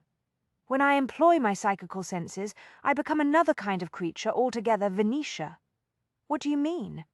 What if the paranormal senses, such as the kind I possess, are not new characteristics brought about by the forces of natural selection, but rather just the opposite? Death. She took a step forward. No, Gabriel. You must not talk like that. What if my ability to detect the psychical spore of others of our kind, who are bent on violence, is actually some atavistic sense? That is, in fact, in the process of being weeded out of our species by the great forces of natural selection. What if I am some sort of throwback to something that does not belong in this modern age? What if I am a monster? Stop it, do you hear me? Death. She closed the space between them in a single stride. You will not speak such nonsense. You are not a monster. You are a man. If possessing paranormal abilities makes one a beast, then I too am somehow less than human.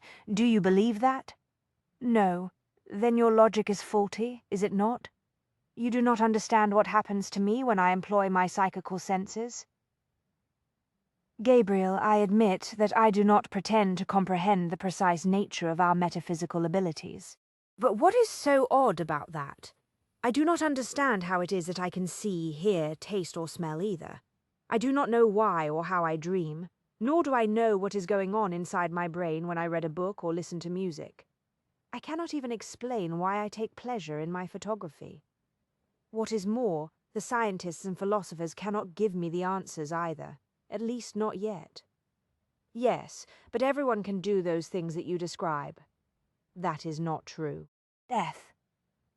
Some do not possess one or more senses, and certainly no two people employ their senses in the same way or to the same degree. We all know that two people may look at the same picture, or eat the same food, or smell the same flower, and each will describe the experience differently. I am different. We are all different in some way. What is so strange about the notion that some psychical senses are merely more acute versions of the normal senses that we already possess? Death. She did not understand, he thought. Tell me, Venetia, when you employ your paranormal senses, do you pay a price? He asked quietly. She hesitated. I hadn't thought about it in quite that way, but yes, I suppose I do. That stopped him for a moment. What does it cost you? When I concentrate to view a person's aura, my other senses grow dim, she said quietly. The world around me seems to lose colour. It is like looking at the negative of a photograph. Death. If I try to move it, it's like walking through a landscape where all the light and shadows are reversed. It is disorienting, to say the least. What I experience is far more disturbing. Tell me what it is that concerns you about your psychical senses, she said as calmly, as though they were discussing an interesting bit of natural history lore. He shoved one hand through his hair, searching for the words, death. He had never discussed this with anyone except Caleb, and then only in an oblique manner that had left much unsaid by both of them. When I encounter the fresh taint of violence, it is as though I have consumed a powerful drug, he said slowly. A predatory lust is unleashed inside me. It is as if I am compelled to hunt. You say it is the spore of violence that arouses this sensation? He nodded. Death. I can use my psychical senses without arousing the hunting lust, but when I encounter the psychical traces of another who is intent on violence, a dark passion threatens to consume me. If I had caught the man who came into Montrose's house tonight, I could have killed him without hesitation. The only reason I would have allowed him to live was because I wanted answers from him. That is wrong. I'm supposed to be a modern, civilized man. He was the beast, not you. Death. You were engaged in a fight for your life and the life of Mr. Montrose. It is no wonder that your strongest emotions were aroused. They are not civilized emotions. They come upon me like a dark passion. What if someday I am unable to control the sensation? What if I become like the man in Montrose's house? You have nothing in common with him, she said, startlingly fierce. I fear you are wrong. he said quietly. "I think he and I may have a great deal in common. Death." He could see as well as I can in the dark, and he was very, very quick in his movements. What is more, he knew enough about my abilities to lay a clever trap for me by leaving a false trail through the house for me to follow. He and I are two of a kind, Venetia. She reached up and caught his face between her palms. Gabriel, tell me, after that man fled, did you feel the urge to seek another's death? The question made no sense to him. What? Your prey escaped. Death. Did you feel an impulse to find another victim? Baffled, he shook his head once. The hunt was over. You did not fear that you would harm Mr. Montrose while you were still in the grip of this predatory lust you described. Why the devil would I want to hurt Montrose? She smiled in the shadows. A wild beast would not distinguish between his victims while under the influence of his baser instincts. Only a civilized man does that, but I did not feel civilized. Death. That is what I am attempting to explain. Shall I tell you why it never crossed your mind to hurt Montrose, or anyone else, for that matter, after the villain escaped? He was off balance now, a little dazed. Why? You are called to hunt because you are compelled to protect that which is in your charge. That is why you went into the house in the first place tonight. Death. You can be extremely stubborn and quite arrogant at times, Gabriel. But I have never for one moment doubted that you would put your own life at risk to protect others. He did not know what to say, so he kept silent. I knew that much about you from the moment we met, she continued. You proved it the night you sent your housekeeper and me out of harm's way at Arcane House. The death. You proved it again in your own block-headed fashion, by avoiding all contact with me because you did not want to draw me into danger. When you did deign to show up on my doorstep, it was because you felt obliged to protect me, and you gave fresh evidence of that aspect of your nature tonight, when you went to Mr. Montrose's rescue, and when you determined to send my family away to the country. Venetia, your fears are groundless, she said. You are not a wild beast that succumbs to a savage bloodlust. You are a guardian at heart. She smiled. I will not go so far as to call you a guardian angel, even though you are named Gabriel, but you are most certainly born to shield and protect. He caught her shoulders. If that is true, why did I want to throw myself on you the moment I walked through the door of your house tonight? Death. Why is it all I can do to not strip that dressing gown off you, put you down on the ground and lose myself in you right now? Her hands did not leave his face. You did not drag me off to bed earlier because it was not the right place or time. And we both know that you are not going to make love to me out here in the garden tonight. You are in control of all of your passions, sir. You cannot know that. Yes, I do. She stood on tiptoe and brushed her mouth against his. Good night, Gabriel. Death. I will see you in the morning. Try to get some sleep. She turned and walked toward the house. As always, his body responded to the challenge she had flung down. One more thing, he said softly. She paused at the door.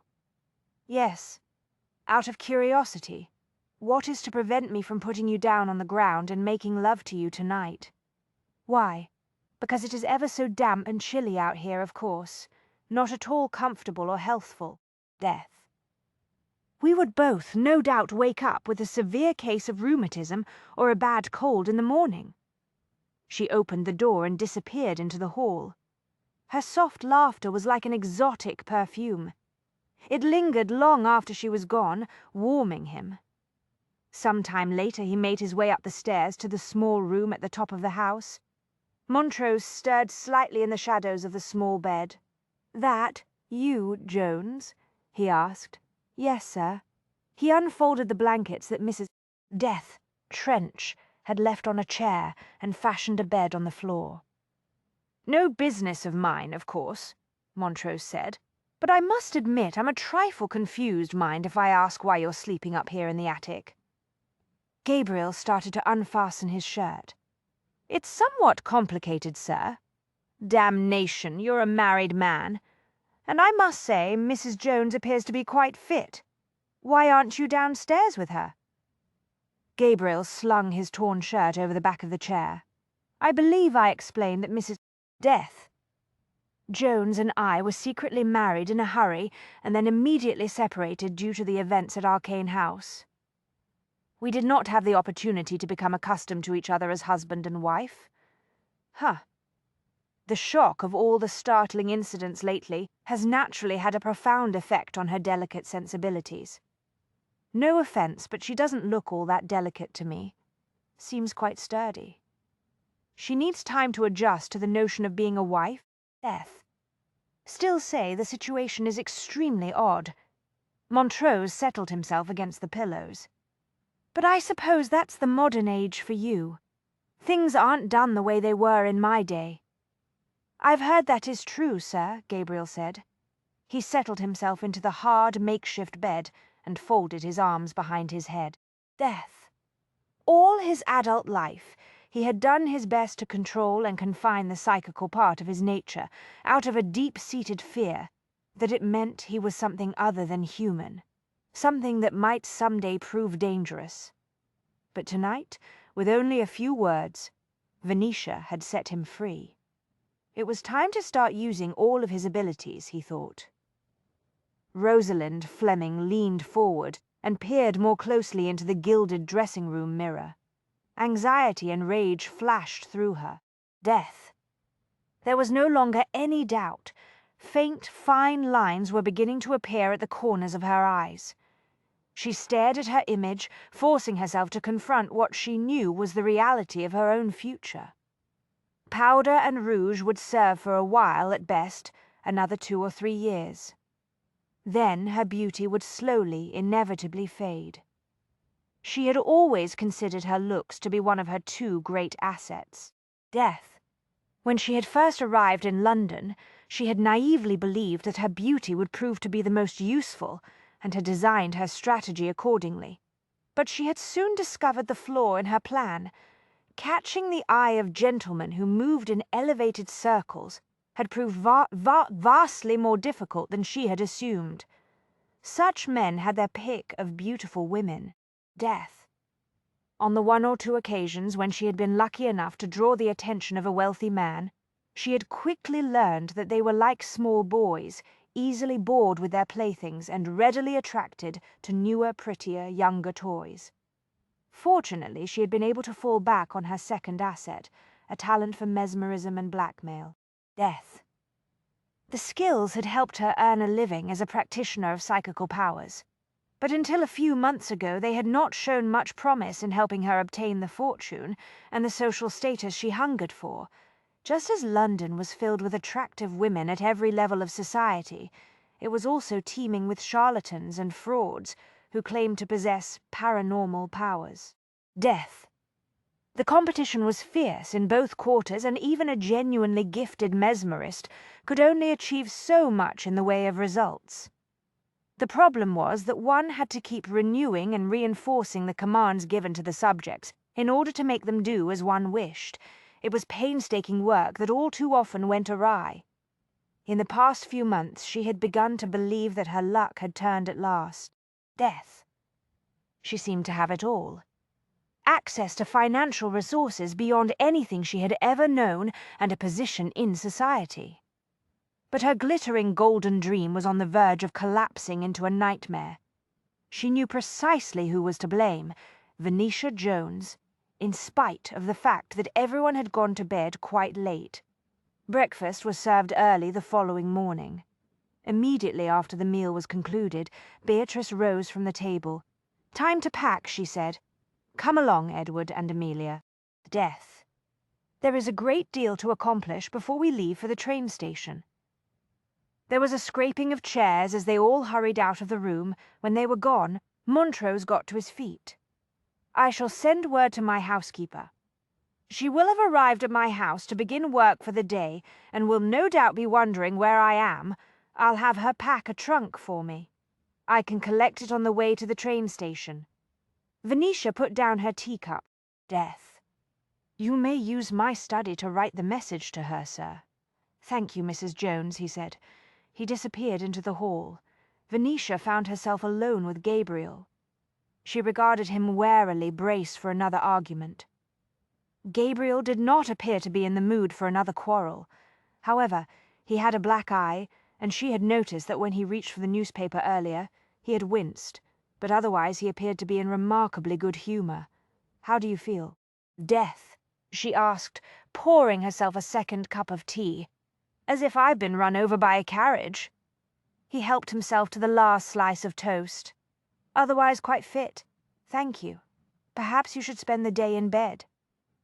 "That sounds rather boring," he said around a mouthful of toast. "Unless, of course, you intend to spend it there with me.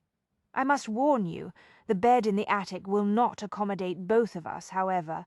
We would most likely be forced to use your bed." "Death. Really, sir, that is not the sort of remark one makes at the breakfast table." "Should I have saved it for dinner?" she glowered. "You appear to be in excellent spirits for a man who only a few hours ago feared that he was on the verge of becoming a ravening beast." He took another bite of the toast, looking thoughtful. "I don't recall using the word ravening, but you are correct, Mrs. Jones. I do feel much better this morning. I'm glad of that much, at least." "Death. What do you propose to do today?" "Among other things, I intend to do some extensive research on Rosalind Fleming. How will you go about that?" "I would very much like to have a chat with one of her servants. Maids and footmen always know more about their employers than most people realize. If possible, I will try to find a way to get into her house, perhaps in the guise of a tradesman." "You intend to use a disguise?" He smiled. "Death. Unlike you, my dear, I do not object to using the servants' entrance." Venetia put the teapot down hard. "That would be extremely risky." He shrugged. "I will be cautious." She thought about his plan for a moment. "You said that the person you confronted in-house was a man. Without a doubt. I've told you that I can tell the difference, but I am convinced that Rosalind Fleming is involved in this affair." She frowned. "Death. Given recent events, it baffles me why you are in such a jovial mood this morning. One would almost think that you have been nipping at Mrs. Trench's gin." He smiled his mysterious smile and drank some coffee. Venetia decided not to pursue the topic. There were, she reminded herself, more pressing matters. "You suggested the possibility that Mrs. Fleming may well have employed someone to do her killing for her. That villain must have been the person you encountered last night," she said. "Death." Gabriel inclined his head. With luck, he will make another attempt to conclude the business. She straightened, thoroughly alarmed. "Gabriel, you mustn't deliberately make a target of yourself.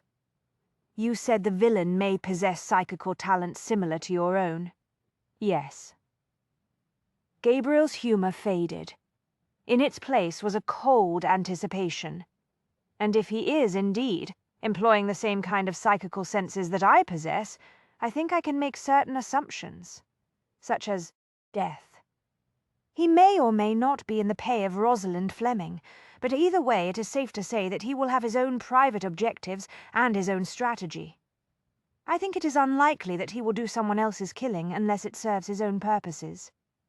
It is equally unlikely that he will take orders from someone else unless it suits those same purposes." She watched him intently. "You sound quite sure of those assumptions." Death. "I can also say with some assurance that he will not have taken last night's defeat well. I suspect that he now views me not just as someone who must be removed, because I happen to be making things difficult for him, but rather as an opponent. A challenger or competitor. If you will, he and I are, to his thinking, two rival predators who have clashed, only one can survive." She felt the hair on the nape of her neck lift. "Do not talk like that," she said softly, fiercely. Death. "I told you last night. You are not a predator, Gabriel. I will not get into another debate on the subject of whether or not I am a ravening beast of prey," he said. "But of one thing I am absolutely certain." "What is that?" "I can think like one." Gabriel was still watching Venetia's face, waiting for her reaction to his words when he heard the carriage halt in the street. The muffled sound of the front door knocker being banged in a forceful manner came a moment later. Mrs. Death. Trench's heavy footsteps thudded in the hall.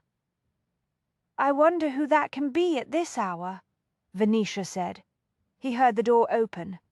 A loud male voice boomed down the hallway.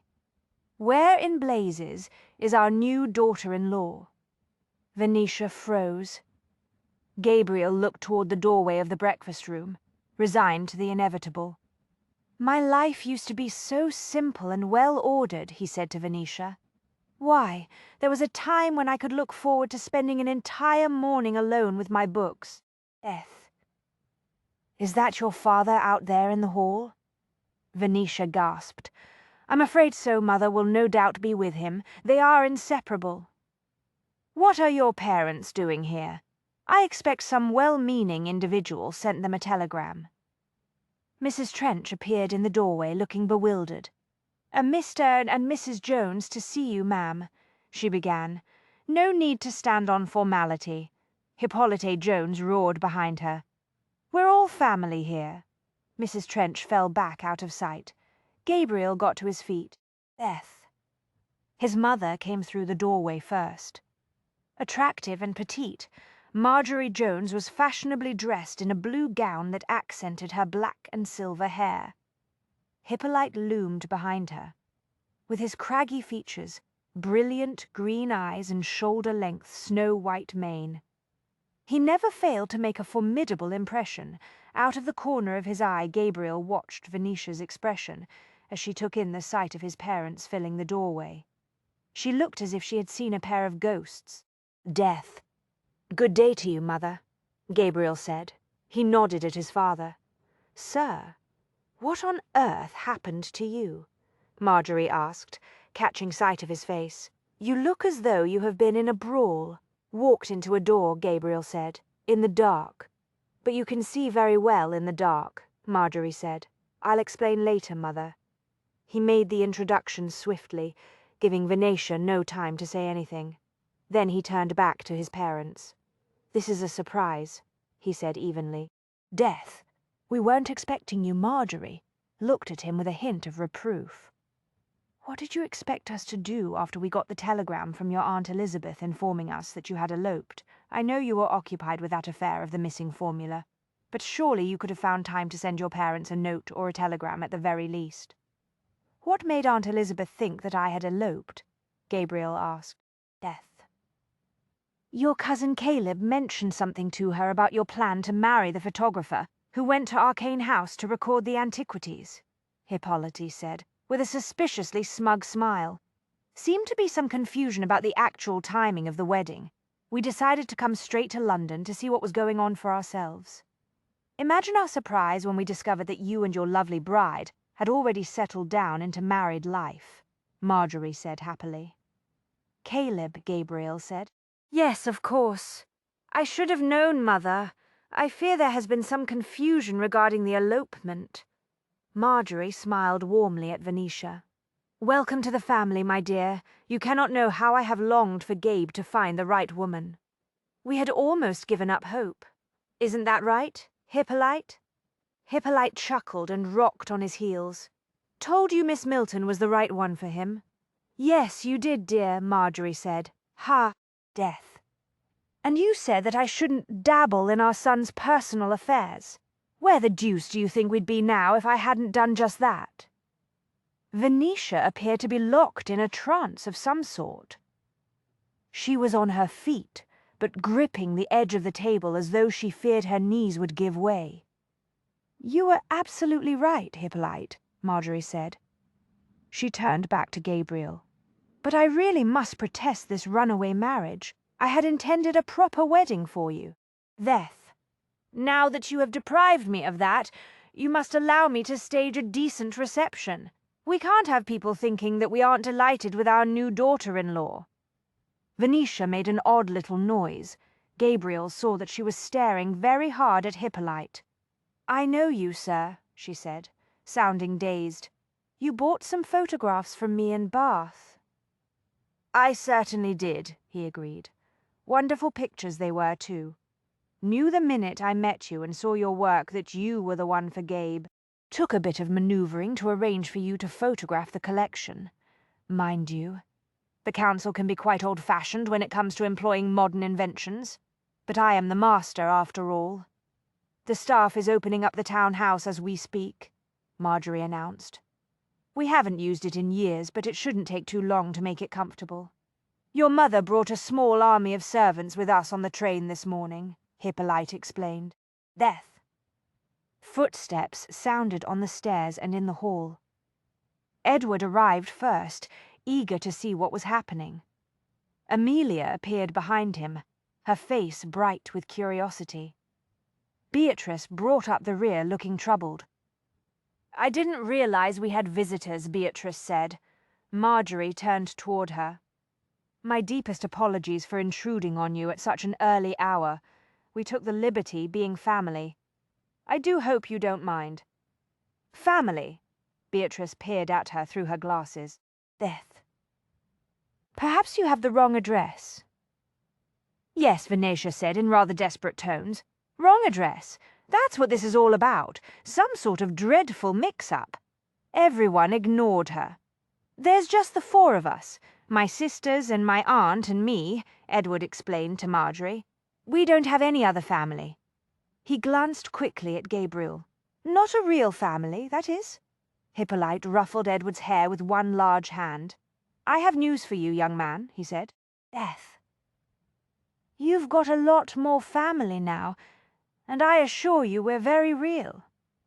We have a disaster on our hands." Venetia stalked to the far end of the small study. When she found herself confronted with a bookcase, she whirled around and started back in the direction from which she had just come. A complete disaster.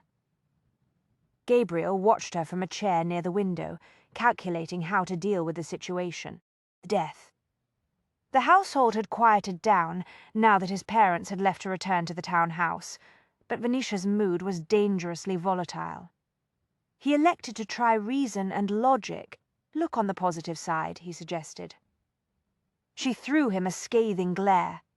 "There is no positive side.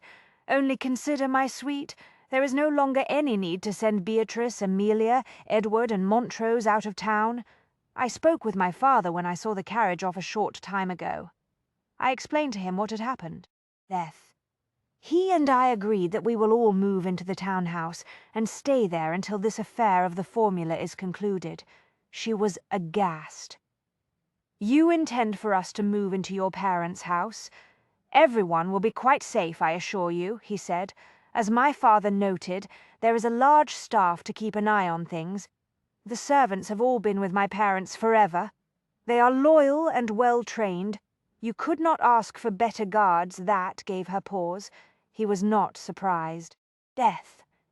The safety of her family was, after all, of paramount importance to her. But what about us? She clasped her hands behind her back and continued pacing. "Your parents believe that we are married? You heard your mother. She is planning a reception. For heaven's sake." He extended his legs and regarded the toes of his boots. "I will break the news to my parents this afternoon. They will understand that the strategy of pretending to be married was necessary." She frowned. "Death. I'm not so certain of that. Trust me, my father is very keen on recovering the missing formula. He will accept whatever strategy is necessary. He also appeared quite keen on the notion of you getting married. So did your mother." He shrugged. "I will deal with them." She did another circuit of the room and then collapsed into the chair behind the desk. "Talk about weaving a tangled web," she said, drumming her fingers. He smiled. "Death. Fortunately, your family and mine are quite expert when it comes to keeping secrets." "What the devil do you mean you aren't married to Mrs. Jones?" Hippolyte came to a halt in the middle of the park and swung around to confront Gabriel. "You're living in her house as her husband. Your mother and I were informed that the two of you are going about in public as a respectably married couple." In spite of the assurance that he had given to Venetia, he had known that this was not going to go smoothly, Gabriel reminded himself. He had invited Hippolyte to accompany him on a walk in the park for the conversation. He knew his father well enough to expect fireworks when the news concerning the fake marriage was delivered. He was not disappointed. Hippolyte gave every indication of being about to burst into flames. "I am aware of how the situation appears, sir," Gabriel said. "Death. I demand to know what is going on here, Gabe. Your mother will be shocked to her heels when she discovers that you're posing as Mrs. Jones's husband. I had hoped to have this entire affair behind me before you and Mother returned from Italy." "Did you, indeed, allow me to explain?" He gave Hippolyte a rapid summary of events. His father's expression moved through a range of emotions, beginning with outrage and ending in astonishment. "Good Lord," Hippolyte said, reluctantly fascinated. "Death. Didn't think that black eye you're sporting was the result of walking into a door in the dark?" "Well, it was quite dark and there were some doors." Hippolyte sat down on a nearby bench and clenched both hands around the handle of his walking stick. "You think that this Mrs. Fleming and some unknown person with talents similar to your own are involved in the theft of the formula?" "Yes." Gabriel sat down, leaned forward and clasped his hands loosely between his knees. "I have not been able to deduce how Mrs. Fleming and her associate learned of the formula, let alone why someone sent 2 men to try to steal the strongbox. I plan to continue my inquiries, but meanwhile I must be certain that Venetia and her family, as well as Montrose, are safe. We will see to that by moving them into the town house," Hippolyte said. "No need to worry on that account. Once the house is secure, it will be as good as a fortress. I could also use your assistance, sir." "Death. Could you now?" Hippolyte looked pleased. "What would you have me do?" "Mrs. Fleming must know who I am, but I think it highly unlikely that she has ever met you. I was going to follow her about today, perhaps, see if there is a way to get into her town house and have a look around." "Ah," Hippolyte said, enthusiasm brightening his green eyes.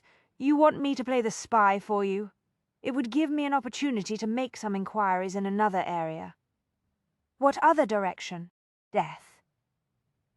I have been doing a great deal of thinking since the encounter with the intruder in Montrose's house last night." "What do you know about Lord Ackland?" "Not a great deal," Hippolyte pondered briefly. "He moved in society years ago, back when I was courting your mother. We met at some of the same balls and soirees, and we belonged to some of the same clubs." "Don't believe he ever married." "Death. Is there any possibility that he might have been a member of the Arcane Society, or closely connected to someone who is a member?" "Good Lord, no," Hippolyte said, very certain. The man was not at all the scholarly sort. He was a notorious gambler and a rake-hell in his younger days. Last I heard he had succumbed to senility and was on his deathbed." "People keep telling me that. Why, the sudden interest in Lord Ackland?" Venetia asked. She sat across from Gabriel in an unlit cab, watching the street in front of Ackland's mansion. The windows on the ground floor of the big house were illuminated, but the curtains were drawn tightly shut outside. A thick fog reflected the glow of the street lamps, creating an eerie, otherworldly atmosphere. Venetia was dressed in the masculine attire that she had worn to the Janus Club. She and Gabriel had been sitting in the motionless cab for nearly an hour. Death. She was quite certain that both the horse and the driver had dozed off some time ago. "We have been assuming that he is Mrs. Fleming's unwitting dupe in this affair," Gabriel said. "A source of money and an entree into society, but Harrow and my father have both told me that they were under the impression that as of a few months ago, Ackland was not only losing his mind but gravely ill." "What are you thinking?" she asked. "Death. In the course of the conversation in the park with my father this afternoon, it occurred to me that perhaps Ackland's newfound stamina might be due to more than therapeutic influence. A chill that had nothing to do with the fog tingled across her nerves. Are you implying that someone may be posing as Lord Ackland, when you consider it, masquerading as a doddering old fool in the thrall of a lovely schemer, is excellent camouflage? Is it not? Death. But if he isn't the real Lord Ackland, who is he, and how did he come to take Ackland's place? One question at a time, Gabriel said. We don't know for certain yet that the man living in that house is a fraud. That is what I wish to ascertain this evening. With any luck at all, he will leave to visit the charming Mrs. Fleming for a few hours, or perhaps go to his club. If he does, I am hoping that you will have an opportunity to view his aura. You think I have seen it before? Death. She asked uneasily. Yes. One of my photography clients, perhaps. Hush! Gabriel whispered. The lights are going out inside the house. Ackland is either heading upstairs to bed or leaving for the evening. She turned back to the mansion. The front door opened. The only remaining light was the gasolia in the front hall. Ackland was silhouetted briefly in its glare. Then he turned down the lamp and tottered out onto the steps, cane in hand. Death. He paused to close the door before he made his slow, unsteady way down to the street. When he reached the pavement, he blew a whistle. A hansom appeared in response. It came briskly around the corner, heading toward Ackland. Venetia realized that in another few seconds the vehicle would be between Ackland and herself, blocking her view. She concentrated, letting everything inside her go still. The dark, fog-bound world became a negative photographic image. The death, across from her Gabriel's powerful, controlled aura, pulsed darkly. She was also vaguely aware of the aura of the driver of the oncoming hansom. It danced in an erratic pattern that made her suspect that he had been drinking. She focused on the hunched figure of Ackland, who was leaning heavily on his walking stick while he waited for the hansom to stop. Ghostly energy seethed around him, intense, disturbing shades of darkness that had no names but made her blood freeze. Venetia? Death? Gabriel said softly. She blinked, drew a deep, steadying breath, and returned to her normal vision. The hansom had halted in front of Ackland. He clambered heavily up into the narrow confines of the cab. The vehicle set off down the street. Gabriel leaned forward and wrapped his fingers around her wrist. "Are you all right?" "Yes," she managed. She realized she was shivering. "Yes, I'm all right." "He's the killer, isn't he?" Gabriel asked. Death. There was the certainty of the hunter that has sighted prey in every word. "The one you saw, fleeing the dark room where Harold Burton drank the cyanide-laced brandy." She clasped her hands very tightly together. "Yes, Ackland was at the reception with Mrs. Fleming that night. The two of them left before Burton disappeared. But Ackland could easily have returned to the exhibition hall using the stairs that descend into the alley at the side of the building." Death. "He must have arranged to meet Burton in the dark room," Venetia said. "I suspect that Ackland, or whoever is playing the role, was Burton's mysterious wealthy client, the one who paid him to follow you about and keep track of the people you met. What are we going to do now? We have no proof of any of this." Gabriel released her. He leaned back in the seat and studied the dark mansion with a thoughtful expression. "No servants," he said finally. "I beg your pardon?" "We have here a very large house and an obviously infirm old man living in it, a wealthy old man at that.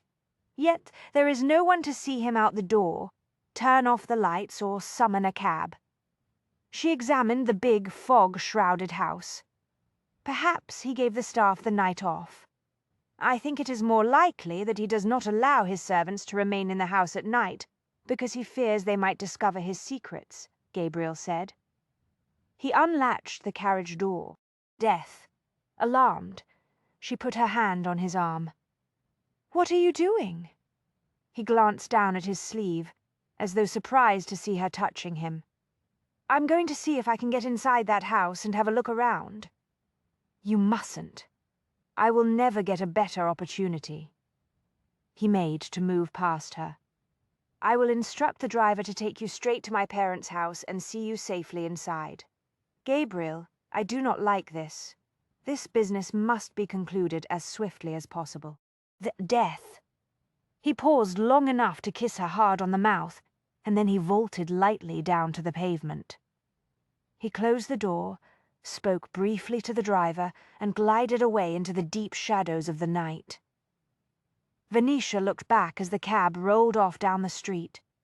She could not see any trace of Gabriel, not even his aura. He had vanished like smoke into the mist. Getting inside the mansion required breaking a small, square pane of glass in the back door. Death. He knew that when the shards were discovered, the man who called himself Lord Ackland would realize that there had been an intruder, but that could not be helped. The interior of the house was drenched in darkness, but virtually every surface, every doorknob and every banister held the residual taint of one who was capable of killing. The disturbing psychical pulses excited his own paranormal abilities, heightening his senses. He was intensely aware of his surroundings. Death. His hearing and eyesight sharpened as he moved down the hall. His sense of smell was more sensitive too. He caught a strong whiff of dampness, underscored by an unpleasant odor of rotting vegetation. The mansion smelled like a swamp. The odor was not emanating from the kitchen. Perhaps one of the bathrooms had been allowed to grow dank and moldy. He took a quick look around the kitchen, but there was nothing of interest there or in the adjoining pantry. Death. He went along the main hall and discovered the drawing room. The furniture was draped in dust covers. A short time later he discovered that the same was true of the library. There were only a handful of old books on the shelves.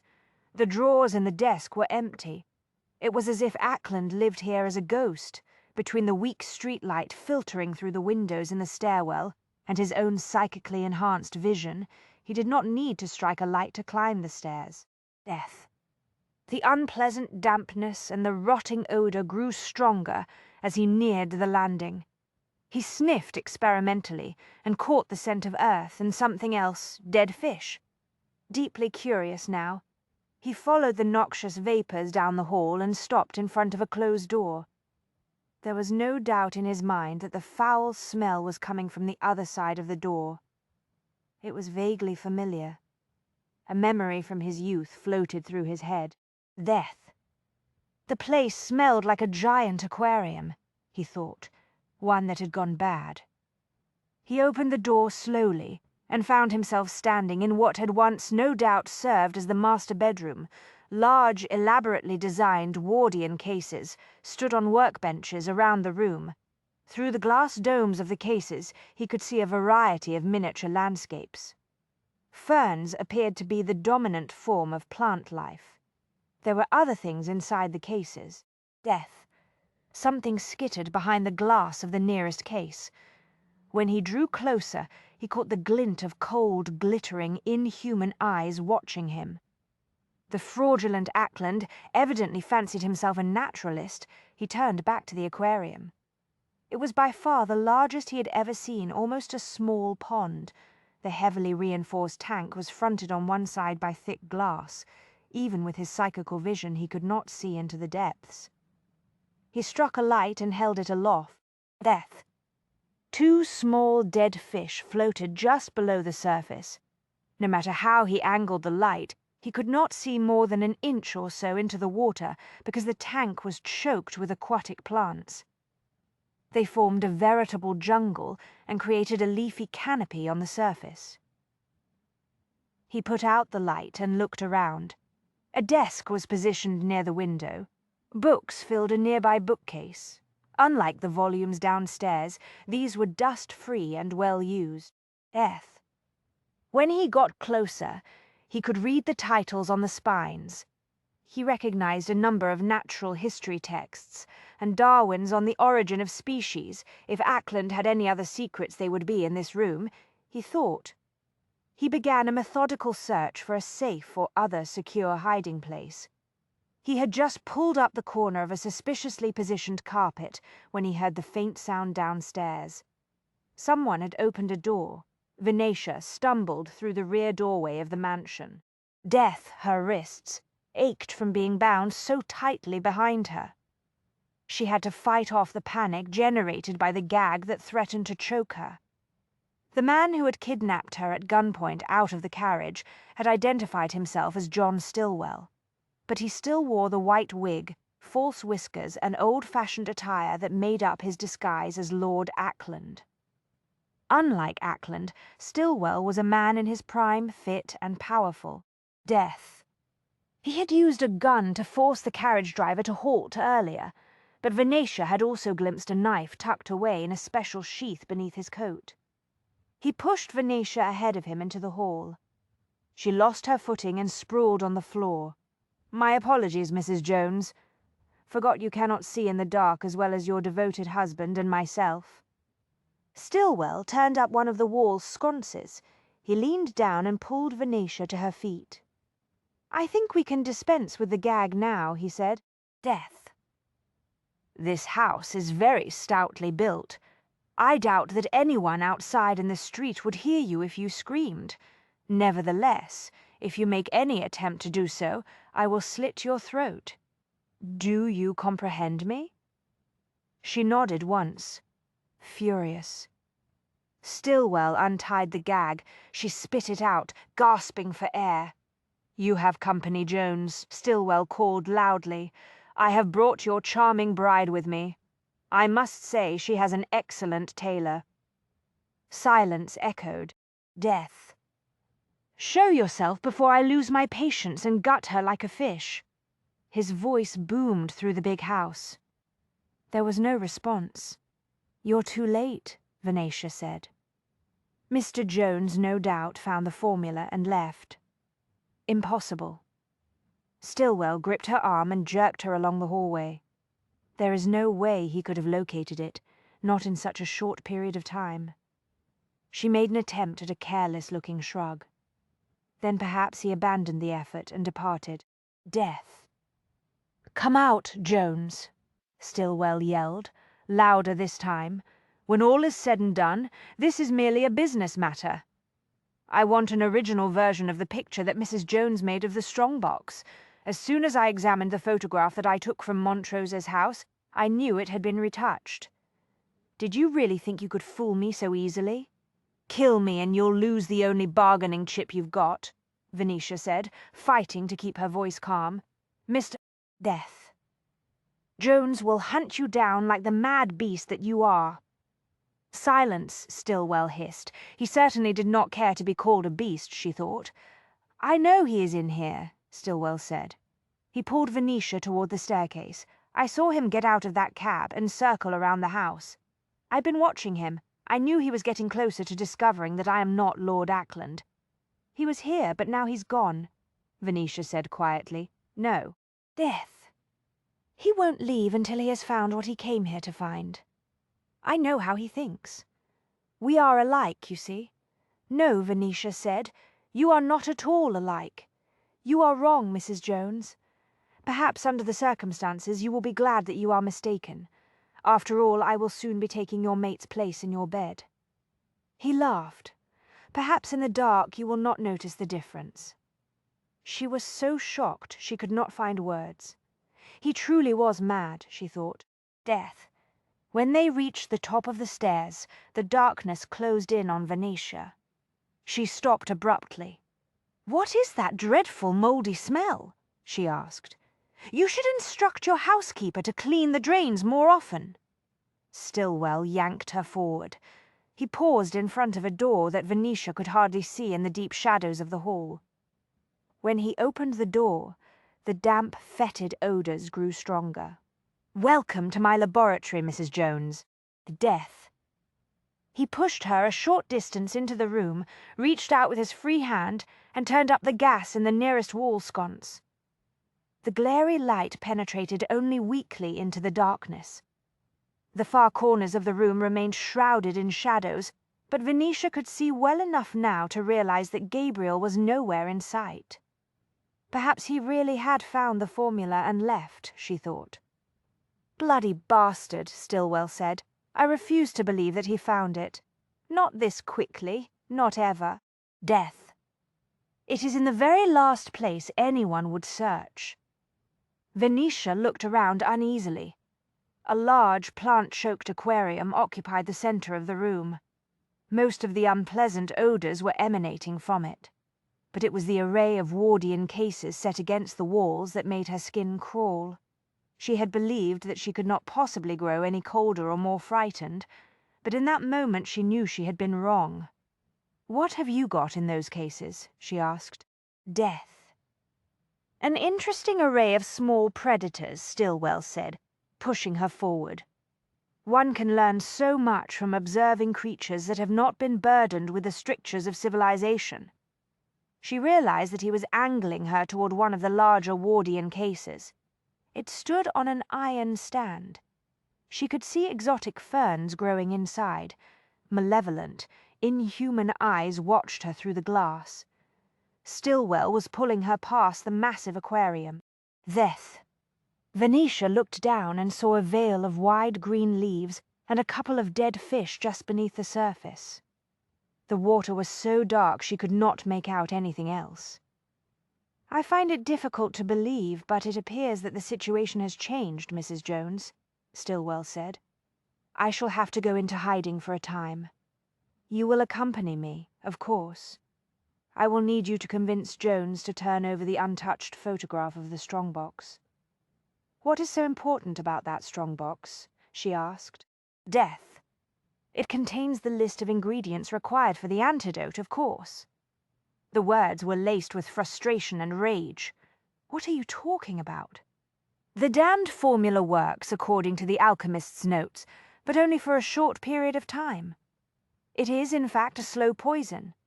The founder of the Arcane Society was a devious bastard, indeed. Death. He inscribed the ingredients for the antidote on the strongbox, knowing that whoever tried to steal the formula would in all likelihood leave the heavy box behind." A slight movement of the water made her glance down again. She saw the canopy of aquatic plants heave. Something large was stirring beneath the surface. She wanted to scream, but there was no time. A monstrous creature draped in dripping plants and what appeared to be primordial slime surged up out of the depths of the aquarium. Death Stillwell was astonishingly quick, but he had been taken by surprise. He was still turning to confront the menace when the creature from the aquarium landed on top of him. The gun in Stillwell's hand roared as he went down. Glass shattered in one of the Wardian cases.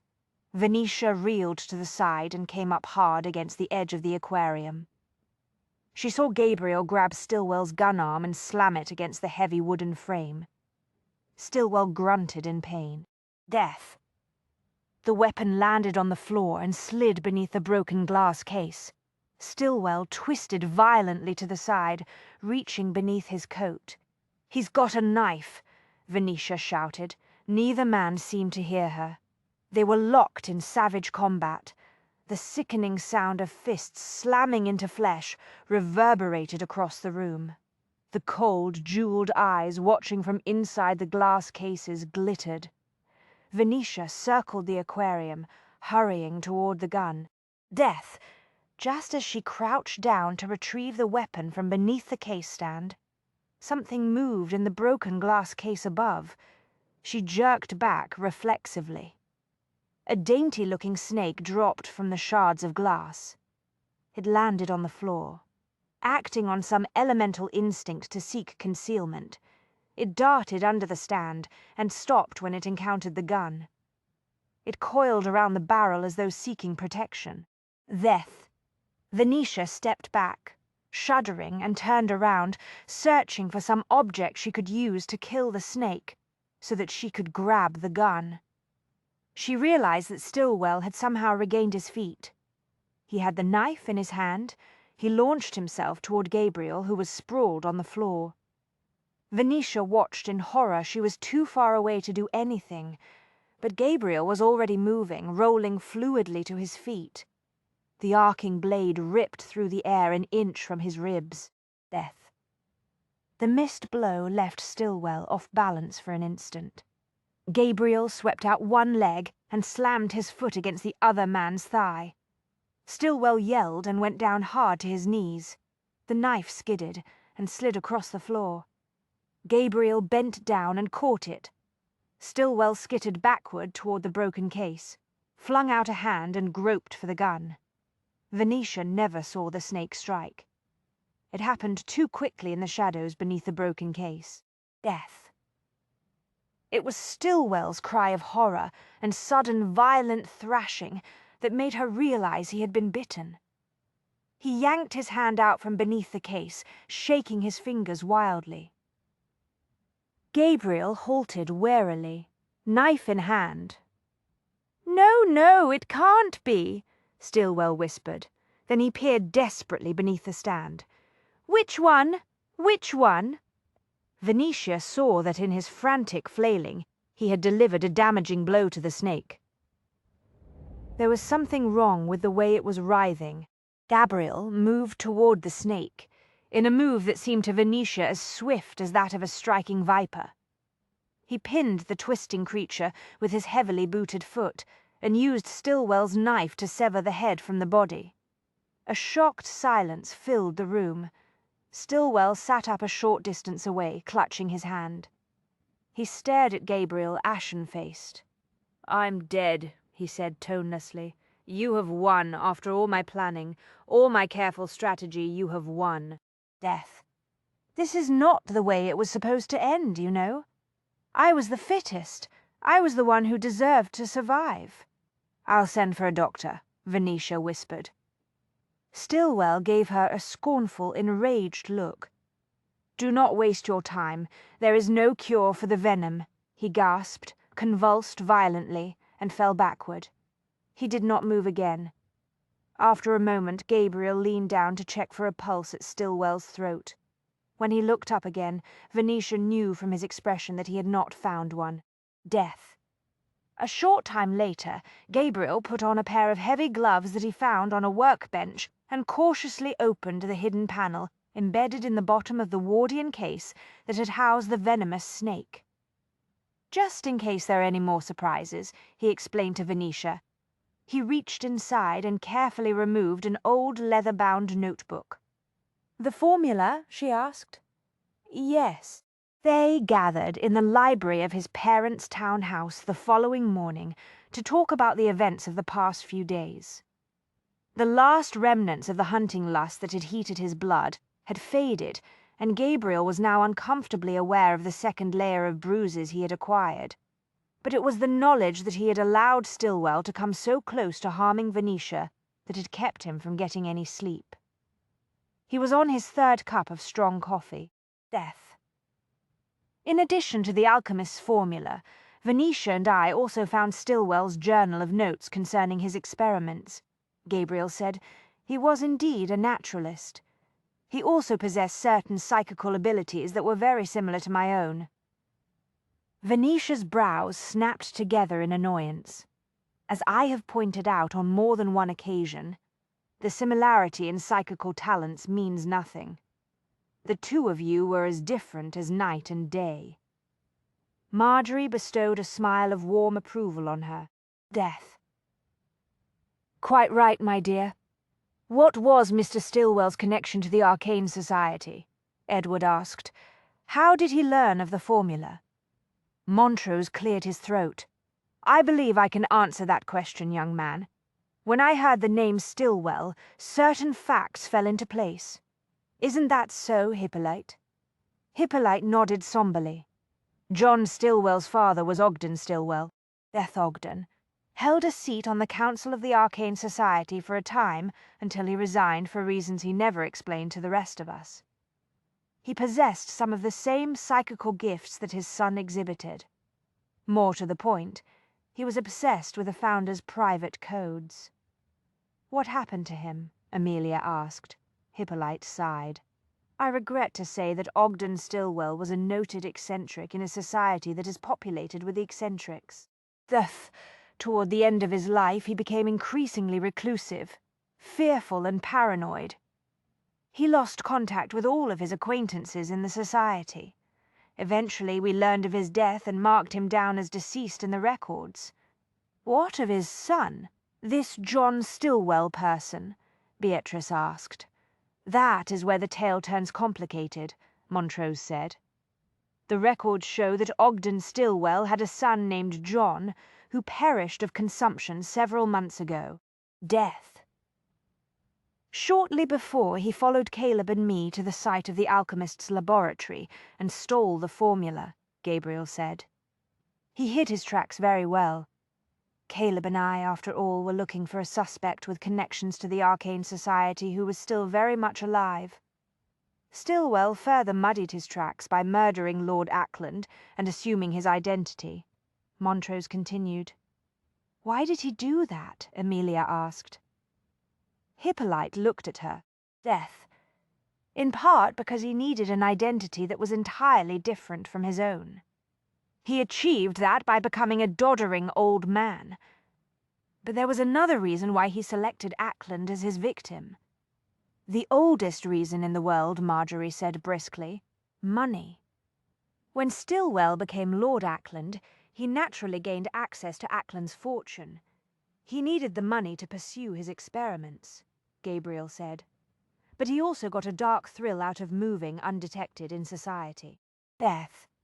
He saw himself as a wolf in sheep's clothing, a hunter prowling unnoticed among his prey. Why did he form a connection to Rosalind Fleming? Beatrice asked. Gabriel had been dreading this question. He swallowed more coffee and lowered the cup. He was very careful not to look at Venetia. Stillwell saw himself as a superior, more highly evolved man. He felt it was his duty to produce offspring who might exhibit his psychical talents, so he sought a worthy mate. Death. Hippolyte turned thoughtful. Perfectly natural, I suppose. Gabriel glared at him. Hippolyte blinked a couple of times and then reddened. Man was insane, of course, Hippolyte said quickly. Gabriel sighed and leaned back in his chair. Stillwell went hunting for a suitable mate among the hundreds of females in London who claimed to possess psychical powers. In the course of his search, he discovered the woman we know as Rosalind Fleming. She was Charlotte Bliss at the time. Death. Edward's eyes widened. Does also possess some psychical senses? We're not certain, Gabriel said, and neither in the end was Stillwell. He writes that she is most certainly a skilled mesmerist, however. Stillwell eventually concluded that she possesses some rudimentary psychical talents that allow her to enhance the power of her hypnotic trances, Hippolyte added. But he believed that her abilities were quite weak. Death. Whatever the case, Gabriel continued, she convinced Stillwell of her talents, at least for a while. He was very impressed by some demonstrations of her so-called mind-reading, and decided that she would make an excellent mate. For her part, Mrs. Fleming was thrilled to have acquired such a wealthy paramour, even if she did have to pretend that he was old and senile. Unfortunately for Mrs. Fleming, Hippolyte said, Stillwell became suspicious of her claims of paranormal senses. Death, at about the same time that he started to become disenchanted with her. He finally succeeded in deciphering the formula and discovered the passage at the end of the notebook that warned that the alchemist's elixir was in fact a slow poison that would drive a person mad if the antidote was not taken simultaneously, Gabriel said. The passage in the notebook let it be known that the antidote was etched on the lid of the strongbox. Hippolyte said, Death. So Stillwell sent those two men to Arcane House to steal it. Montrose nodded gravely. Stillwell knew the location of Arcane House and precisely where the museum was located inside because his father, as a member of the council, had known those things and passed the information on to his son. I was able to prevent the theft of the strongbox, Gabriel said, but I realized at that point that the thief was very determined and had to be stopped. Death. So I transferred the strongbox into the great vault at Arcane House, and then put out the word that the box had been destroyed, and I had died in a fire on the premises. I thought it would cause the villain to lower his guard and induce him to come out of hiding. Instead, he remained in deep cover. Hippolyte cradled his cup in his hands. Stillwell records in his notes that although he viewed the news of Gabriel's death with some suspicion, very likely because he had faked his own death and knew how easily it could be done, he nevertheless believed that he had been defeated in his quest to obtain the antidote. He decided to abandon his efforts to recover it. Venetia wrinkled her nose, and then a certain Mrs. Jones appeared on the London scene, a widow who happened to be a photographer. Death. Stillwell's suspicions were aroused immediately. Not only because I was using the name Jones, but because he knew that a photographer had recently been hired to record the collection of antiquities at Arcane House. There was also the fact that Gabriel was supposedly dead and I was going about as a widow. The combination of coincidences aroused his hunting instincts, Gabriel said, just as they did mine. It occurred to Stillwell that if Venetia was the person who had photographed the collection, there might be a picture of the strongbox that he could use to decipher the antidote. But he also knew that the Arcane Society would never have allowed the photographer to keep copies of the pictures she had taken, let alone the negative. Still, he concluded that it might be worth his while to keep an eye on Venetia. Death. So he hired Harold Burton to follow her around for a while to determine what was going on, Amelia said. Beatrice frowned. How did he know that a photographer had been employed at Arcane House? Bear in mind that Stillwell knew the location of Arcane House, Gabriel said. The two men he sent to steal the strongbox had watched the Abbey for a day or two from a vantage point on a nearby hillside. Death. With the aid of a spyglass, they had seen Venetia taking pictures of some of the relics out on the terrace. I do like natural light when I can get it, Venetia said wryly. In any event, Gabriel concluded, the one intruder who got away that night reported back to Stillwell that a photographer had been on the premises.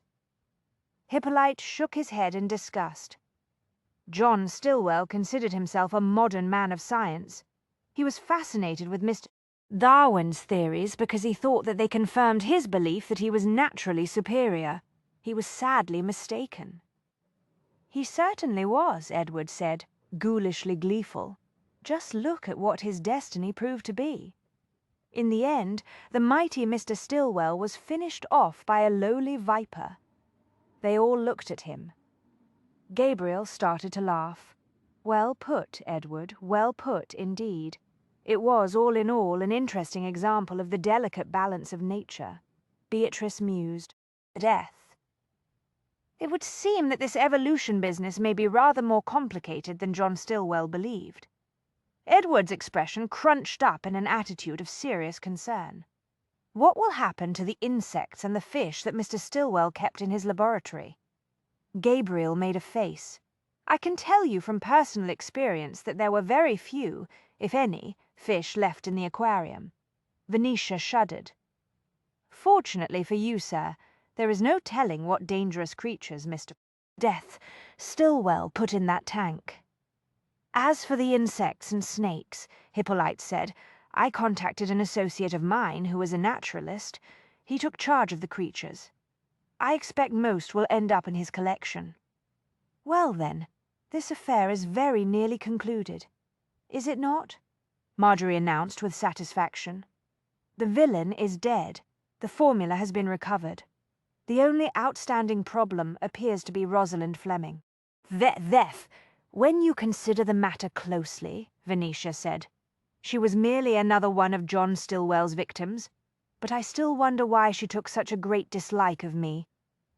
I can tell you the answer to that, Gabriel said. He folded his arms on the desk.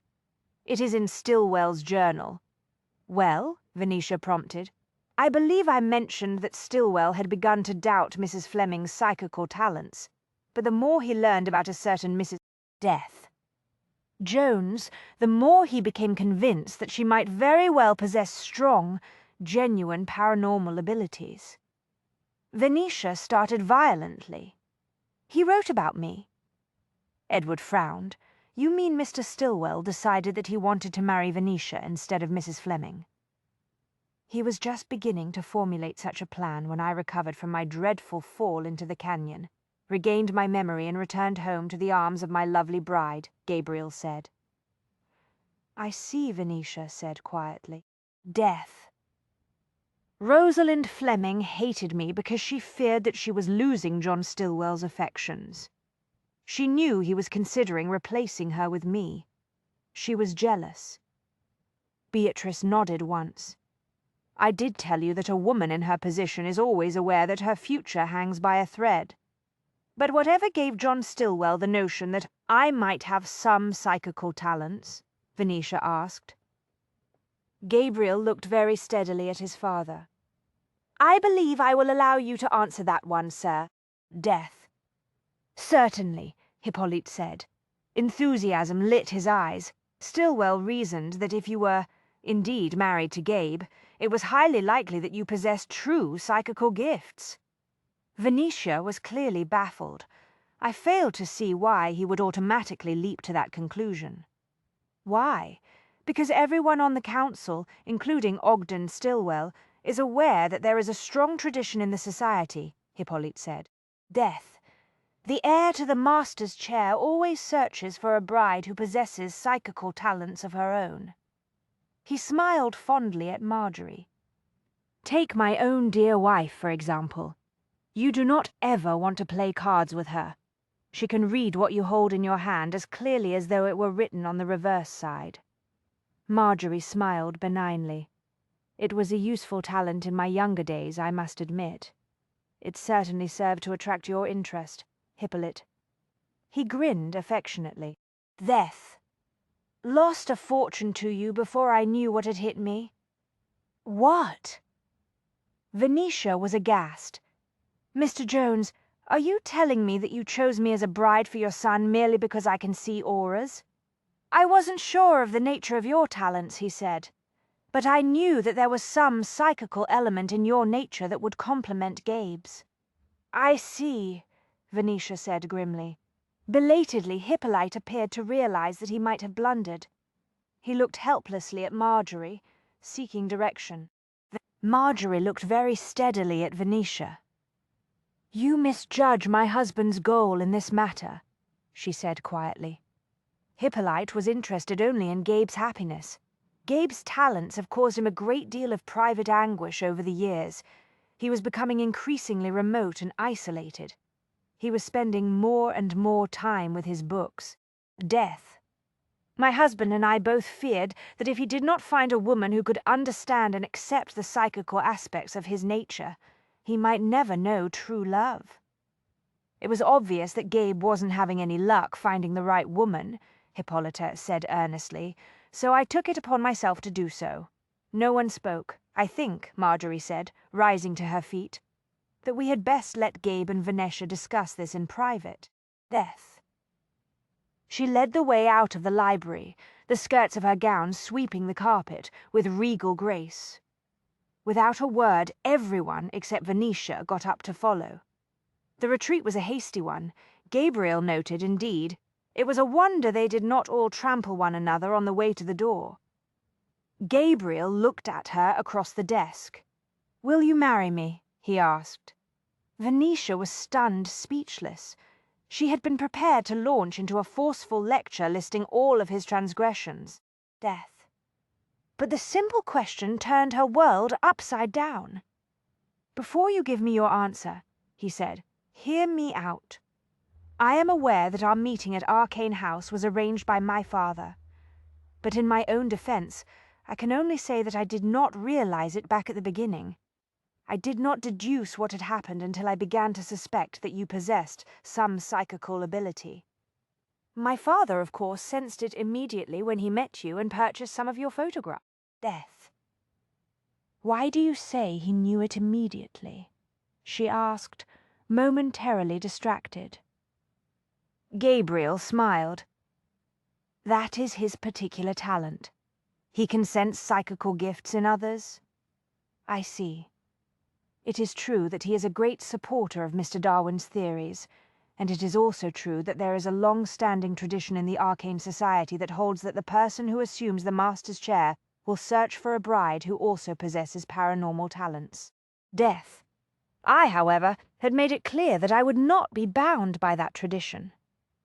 You did, yes.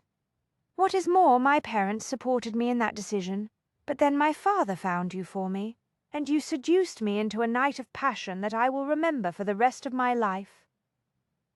She looked down at her clasped hands. I had no right to do that, but I was so sure that you were the right man and that Arcane House was the right place. Yes, I know. You have already explained the tropical island theme. Death. She knew she was turning pink. This is very embarrassing, sir. The thing is, Venetia, although I was taken by surprise by my father's scheme, I have come to the conclusion that he was right. What? She shot to her feet. You want to marry me because of my psychical abilities? Are you implying that we are a pair of sheep that should be bred because we each possess an unusual type of wool that may be passed on to our offspring? No. He was on his feet, too, facing her across the desk. Death.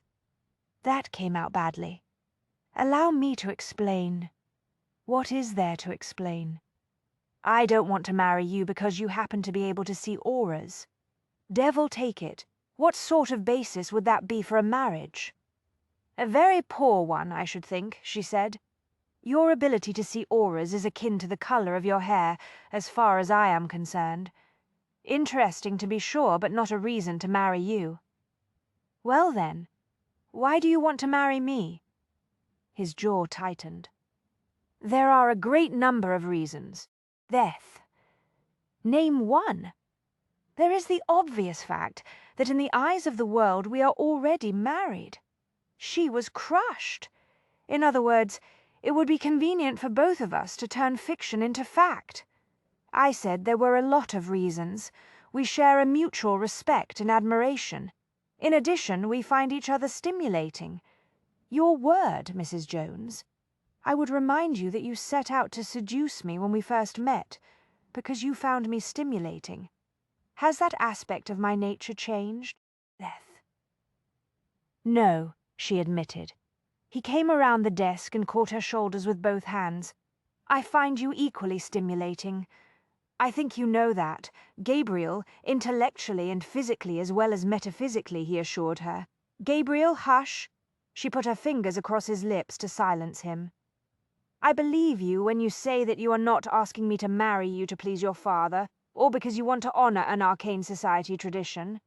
He smiled slowly. Then we are making progress. Death. She shook her head. I suspect that you are asking me to marry you because you feel responsible for all that has happened. He stopped smiling. What are you talking about? The fact that, even though I seduced you first, I was, after all, a virgin. In addition, you feel responsible for the danger that developed around me and my family because I photographed the collection at Arcane House. You are an honorable man, Gabriel, a man of integrity. Death. It is perfectly natural that you would assume a sense of duty and obligation toward me because you blame yourself for the events that transpired. To her shock, he started to smile his secret, seductive smile. You've got it backwards, my sweet, he said. I beg your pardon. I allowed myself to be seduced back at the start of this affair because I had already concluded that you were the only woman for me. I fell in love with you the night you walked into Arcane House with your precious camera in your arms. She was shocked, almost breathless. Truly? When you set out to seduce me, I realized that you were attracted to me, but that you had no long-term arrangements in mind.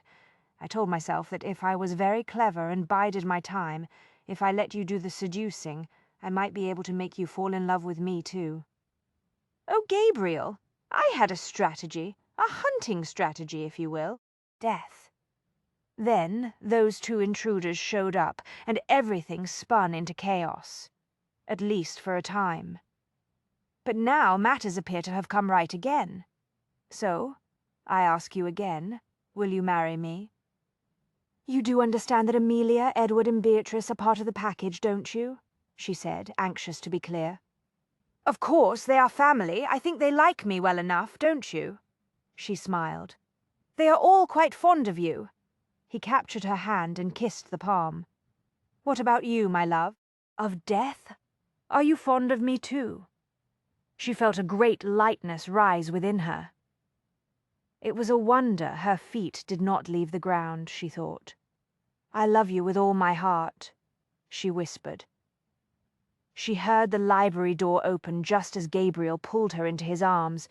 She turned her head and saw Beatrice, Amelia, Edward, Marjorie, Hippolyte, and Mr. Montrose crowded in the doorway. "Sorry to interrupt," Hippolyte said. "Thought we'd better see how things were progressing in here. Death." Gabriel looked at the group of expectant faces. "I'm happy to report that I will soon be moving out of that attic." The next day, Venetia was in the sunny studio at the back of the gallery, arranging props for a portrait sitting when Gabriel appeared. "It appears that Rosalind Fleming, using a different name, purchased a ticket on a steamship that sailed for America this morning," he said. "Good heavens!" Venetia straightened, dusting off her hands.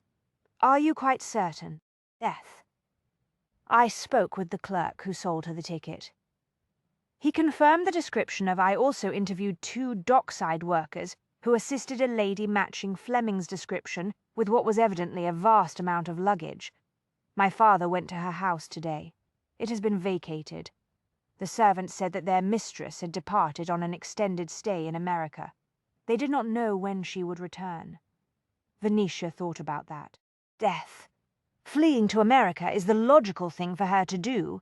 When you think about it, with Stillwell dead, she has lost a great deal. She will no longer be receiving expensive gifts and money from him, and she can no longer move in society. Her only choice would have been to change her name again and return to her career as a blackmailing medium. Whereas in America, she will be able to get a fresh start as a blackmailing medium, Gabriel said dryly. No doubt. Death. Something tells me that Rosalind Fleming can take excellent care of herself. The following afternoon, Venetia took her customary route past the cemetery to the gallery. She had a parasol hoisted high in one hand and her appointment book tucked under her other arm. The message from Maud had arrived shortly before noon. "Mrs. Jones, a very important person has requested to meet with you at 4 o'clock this afternoon at the gallery.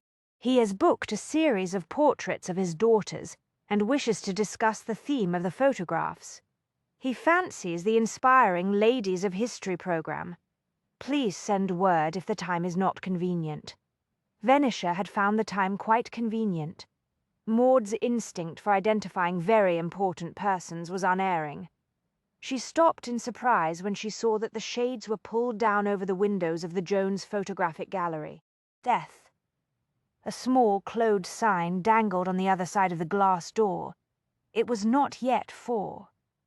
Maud had no doubt slipped out for a few minutes to treat herself to a cup of tea, and a bite to eat before the new client arrived. Venetia selected a key from the chatelaine attached to the waist of her gown. Her uneasiness grew when she opened the door of the shop and walked inside. The silence should have felt normal, but for some obscure reason it seemed wrong. "Maud, are you here?" Death. There was a faint stirring in the back room. Relieved, Venetia hurried around the counter. "Maud, is that you?" She grasped the edge of the curtain that separated the front room of the shop from the back and pulled it aside. Maud was on the floor in the corner. She was bound and gagged. She stared at Venetia with wide, frantic eyes. "Dear heaven," Venetia whispered. She started forward. Maud shook her head violently and mumbled something unintelligible. Death. Too late. Venetia realized she was attempting to signal a warning. There was movement to the right. Rosalind Fleming stepped out from behind a stack of cartons containing framed prints of the Men of Shakespeare series. She was dressed from head to toe in deep mourning, which Venetia realized made a very effective disguise. Rosalind had crumpled the heavy black veil up onto the brim of her black hat. She had a small pistol in her black-gloved hand. Death. We make an interesting pair of widows, Venetia said. I have been waiting for you, Mrs. Jones, Rosalind said. I didn't want to leave town without my portrait. I do hope it turned out well. An invisible psychical wind stirred the hair on the nape of Venetia's neck. It was not just the sight of the gun that was disturbing her senses. There was something strange about Rosalind's eyes. They appeared unnaturally brilliant, strangely compelling. Death. You were reported to be on a ship that sailed for New York yesterday, Venetia said, stalling for time. Rosalind smiled coldly. I did, indeed, purchase a ticket, but it is for passage on another ship, one that sails tomorrow. It was very simple to convince the clerk at the other shipping company that he had sold me a ticket for yesterday's sailing, however. 2 dockhands helped you with your luggage. No, they merely believe that they assisted me. Death. You mesmerized all 3 of them and planted memories in their heads. My goodness, Rosalind, you've certainly come a long way from your days as a small-time medium. Rosalind stopped smiling. I'm no carnival act mesmerist. I never was that. I possess a psychical talent for mesmerism, a very rudimentary talent, according to Stillwell's notes. That is not true. The gun in Rosalind's hand trembled with the force of her sudden rage. He was going to marry me until you came along, was he? Death. Yes, I was his true mate. He never doubted that until you showed up as Mrs. Jones. He only wanted you because he became convinced that Gabriel Jones had selected you as a wife. He believed that Jones would only marry a woman possessed of strong psychical abilities, you see. I thought you preferred your status as a widow. You once pointed out all the benefits to me in great detail, as I recall. It would have been different with John Stillwell. Death. Because in the guise of Lord Ackland, he could give you 2 things you could not obtain without marriage: a secure place in society and access to a fortune. I deserved a position in society, Rosalind said fiercely. My father was Lord Bencher. I should have been an heiress. I should have been raised with his daughters. I should have been educated at the best schools. I should have married into the highest circles. But you were born out of wedlock, and that changes everything, doesn't it? Death. Trust me, I do understand your position. What will you do now that your scheme to become Lady Ackland has gone up in smoke? You are the one who ruined my plans, you and Gabriel Jones. But I fought my way up the ladder of society once, and I will do it again. This time, though, I will try my luck in America, where it should be a simple matter to pass myself off as the widow of a wealthy British lord. They tell me that titles are very popular in America. Be reasonable. Death. If you leave here now, you can escape with no one the wiser. But if you kill me, I assure you that Gabriel will hunt you down, no matter how far you run or how many times you change your name. Hunting is something Gabriel is very good at. He is better than John Stillwell ever was. You will notice which of them survived. Yes, I know. Rosalind's face twisted, and the feverish look in her eyes intensified. John suspected that he and Gabriel Jones shared similar paranormal talents. Death. I assure you, I have no wish to spend the rest of my life looking over my shoulder. Therefore, I have arranged to make certain that your death and that of your shop girl will appear to be just another unfortunate photographic gallery accident. I understand they are all too common. Maud made a distressed noise. Rosalind ignored her. She motioned with the pistol. Go into the dark room, Mrs. Jones. Why? You will find a bottle of ether in there. Rosalind smiled. Death. Everyone knows how dangerous it is. Why, one hears that fires and explosions happen all the time in dark rooms where the chemical is present. I don't use ether. It was required in the old collodion plate process days, but not with the new dry plates. No one will know what chemical actually started the fire, Rosalind said impatiently. Ether is highly flammable and explosive. You will likely kill yourself as well as Maud and me if you attempt to ignite it, Venetia warned. Rosalind's smile was terrifying. I do understand that igniting a fire in a dark room is an extraordinarily risky activity. Therefore, you will do it for me, Mrs. Jones. You cannot possibly believe that I will assist you in an action that will bring about my own death and the death of Maud. No, Mrs. Fleming, you will have to do this yourself. On the contrary, I can make you do anything I desire. What is more, you will do it willingly. Death. I understand that mesmerism does not work well in situations where the subject is unwilling, and I assure you I am not at all willing. You are wrong, Mrs. Jones, Rosalind said softly. You see, I drank the formula. Venetia's mouth went dry. What are you talking about? The alchemist's elixir, of course. John prepared a batch of it using the recipe in the old notebook. He did not know that I knew about it. I saw him store a quantity of it in a cupboard in his laboratory. Death. When I realized that he was determined to have you, I went to the mansion while he was away and drank the stuff. Rosalind grimaced. It tasted dreadful, but I knew this morning that it was working. Don't you know why Stillwell didn't drink the elixir himself? Rosalind shrugged. I suspect that he lost his nerve. He was afraid to experiment on himself. He didn't drink the formula because he discovered that it was a slow-acting poison. Death. He wanted to be certain he possessed the antidote before he downed the elixir. You're lying. Why would I lie about something like this? Venetia demanded. Because you think you can convince me not to kill you if you promise to provide me with an antidote. It is a very clever move, but I thought I had made it clear that I'm not a fool. Dear heaven, it seems Stillwell was secretive to the last. He didn't even confide in you. But I suppose that is only to be expected, given his nature. Death. That is not true, Rosalind said. He trusted me. He was going to marry me. Stillwell trusted no one. Listen to me, Rosalind. I'm telling you the truth. The alchemist's brew may work for a time, but soon it will drive you mad. I don't believe you, Rosalind said. Her eyes were hot coals now. You are trying to manipulate me, but it won't work. I will force you to admit the truth. How? Rosalind smiled coldly. Like this? Death. Energy slammed across Venetia's senses, striking with such speed and force that she crumpled to her knees. Her skirt spilled around her. There was pain, but it was unlike any she had ever experienced.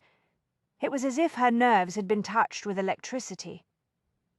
If this kept up for very long, she would be the one who went mad, she thought. You will now be unable to speak anything but the truth, Mrs. Jones. You will tell me what I wish to know. Death. Venetia sought refuge in the only place she could think of, the paranormal plane. Still on her knees, fighting a haze of pain, she forced herself to look at Rosalind Fleming as though viewing her through the lens of a camera. Concentrate, the world around her became a negative image. The pain was different now. It was still intense, but it was transformed into a more familiar sort of energy. She could keep this energy at bay. An aura appeared around Rosalind's figure. Death. It was sharper and stronger than Venetia remembered it. There was a new shade at the edges, a metaphysical color that exhibited a distinctly unwholesome aspect. The poison was already starting to affect Rosalind. Is the alchemist's formula a poison? Rosalind asked. No, Venetia gasped. I thought not. That is all I needed to know. You will now rise to your feet and walk into the dark room. Venetia stood slowly, very nearly losing her balance. Death. It was always awkward to move in the normal world when she was viewing it from this other dimension. Maintaining her concentration while attempting to move about and converse in a normal fashion was next to impossible. She could only hope that Rosalind would attribute her lack of coordination and short, clipped responses to the force of a mesmeric thrall. She reached the door to the dark room and opened it slowly. Rosalind followed, but she was careful to keep a considerable distance between them. You are doing very well, Mrs. Jones, Rosalind said. Not much longer now, and it will all be over. I placed an unlit taper on the workbench next to the bottle of ether. Strike a light and make a flame. Venetia looked at the bottle. It was still sealed. She fumbled for the taper, managing to knock it to the floor. Pick it up, Rosalind ordered from just outside the doorway. Be quick about it. Venetia stooped to retrieve the taper. Death. When she gave it an unobtrusive little push, it rolled away beneath the counter that held the sink. She crawled after it. Get the taper. Damn you. From her position outside the door, Rosalind could no longer see anything except the skirts of her gown. Venetia thought. She collected the taper and struggled back to her feet. She gripped the edge of the counter to steady herself. The glass jar she used to measure some of her chemicals stood near the sink. Death. In the eerie, reversed light world in which she moved, it was almost invisible. If she had not known it was there, she would not have noticed it. Concealing the jar at her side amid the folds of her gown with one hand, the taper clutched in the other, she went slowly back to the workbench. Strike a light and be quick about it, Rosalind said urgently. I want to be certain the taper is lit before I leave. I do not want any mistakes. Death. The blast of psychical energy that accompanied the command overrode Venetia's mental defenses. For an instant she lost her concentration. The world snapped back into focus. Pain slashed across her senses. It took all of her willpower to shift back into the reversed image world. Her heart was pounding so hard now she wondered that Rosalind did not hear it. Keeping her back to the open door, Venetia set the glass jar on the counter next to the bottle of ether. Death, Rosalind would not be able to see either from where she stood. Venetia struck a light and lit the taper. She did not turn around. Very good, Mrs. Jones. An unnatural excitement and anticipation vibrated in Rosalind's voice. Now you must listen to me very closely. You will wait until you hear the front door of the shop open and close, and then you will unseal the bottle of ether. Is that clear? Yes, Venetia said tonelessly. Death. You will spill the ether on the floor, and then you will touch the flame to the ether. Yes, Venetia said again, but you must not open the bottle until after I am out on the street. Rosalind emphasized. We would not want any unfortunate accidents now, would we? No. Her back still turned toward Rosalind, Venetia picked up the jar. She hurled it to the floor at her feet. It landed hard. Glass exploded violently. Death. Her full skirts hid the shards from Rosalind's view, but there was no mistaking the sound of shattering glass. What was that? Rosalind shrieked. What did you drop? The bottle of ether, Venetia said calmly. Can't you smell the fumes? They are very strong. She turned the blazing taper in hand and looked at Rosalind very steadily across the flame. Shall I light it now? No, Rosalind screamed. She edged backward. No, not yet. Wait until I'm gone. Death. The storm of energy that had been battering Venetia's senses ceased abruptly. Rosalind had lost her control. Venetia stooped toward the floor, lowering the taper. Stop, Rosalind shrieked. You stupid fool, you must wait until I am gone. Venetia continued to lower the flame toward the floor. They say the fumes alone are highly explosive, she observed, in the same uninflected voice. They are quite strong. This won't take long. No. Fury lanced across Rosalind's face. Death. She raised the gun in both hands. Venetia realized that Rosalind was going to pull the trigger. She threw herself to the side. The gun roared, deafening in the small space. Ice-cold pain slashed Venetia's arm.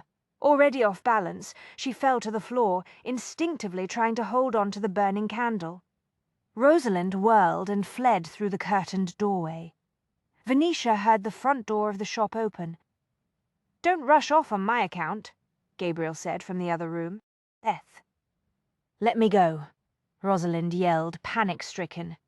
This place will go up like a torch at any moment. Gabriel pulled aside the curtain. Venetia saw that he held Rosalind by the scruff of her neck. The gun was in his other hand. He looked at Venetia. You're bleeding. He released Rosalind and started forward. yanking a small knife and a large, square linen handkerchief out of the pockets of his greatcoat. Venetia looked down at her arm. The sleeve of her gown was soaked with blood. Stunned, she did the only thing she could think of that made some sense. She blew out the candle. Rosalind stared, shaken. "You aren't in a trance." "No," Venetia said. Gabriel crouched beside her and went to work with the knife, slicing away the sleeve of her gown. "The ether," Rosalind whispered. "I would never open a bottle of ether around an open flame," Venetia said. Rosalind whirled and ran, disappearing through the curtain. Gabriel looked up briefly from his task. Death. Venetia could feel the hunting lust radiating from him in waves.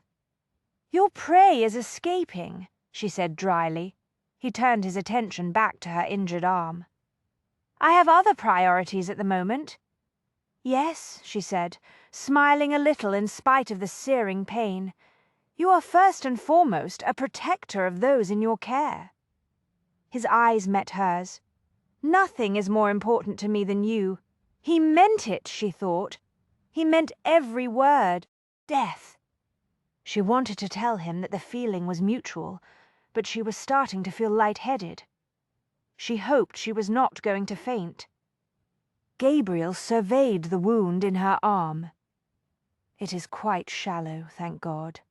I must get you to a doctor, though. It will need to be properly cleaned and bandaged."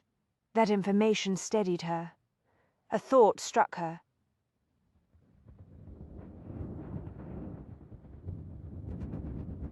Gabriel, Mrs. Fleming, drank the alchemist's formula. "That is unfortunate." He concentrated on wrapping the handkerchief around her arm. Death. "What about the antidote?" "It is too late. I just finished deciphering the last passage in the alchemist's formula.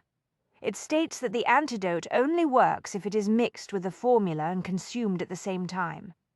6 days later, Venetia and Gabriel met with Harrow in the park.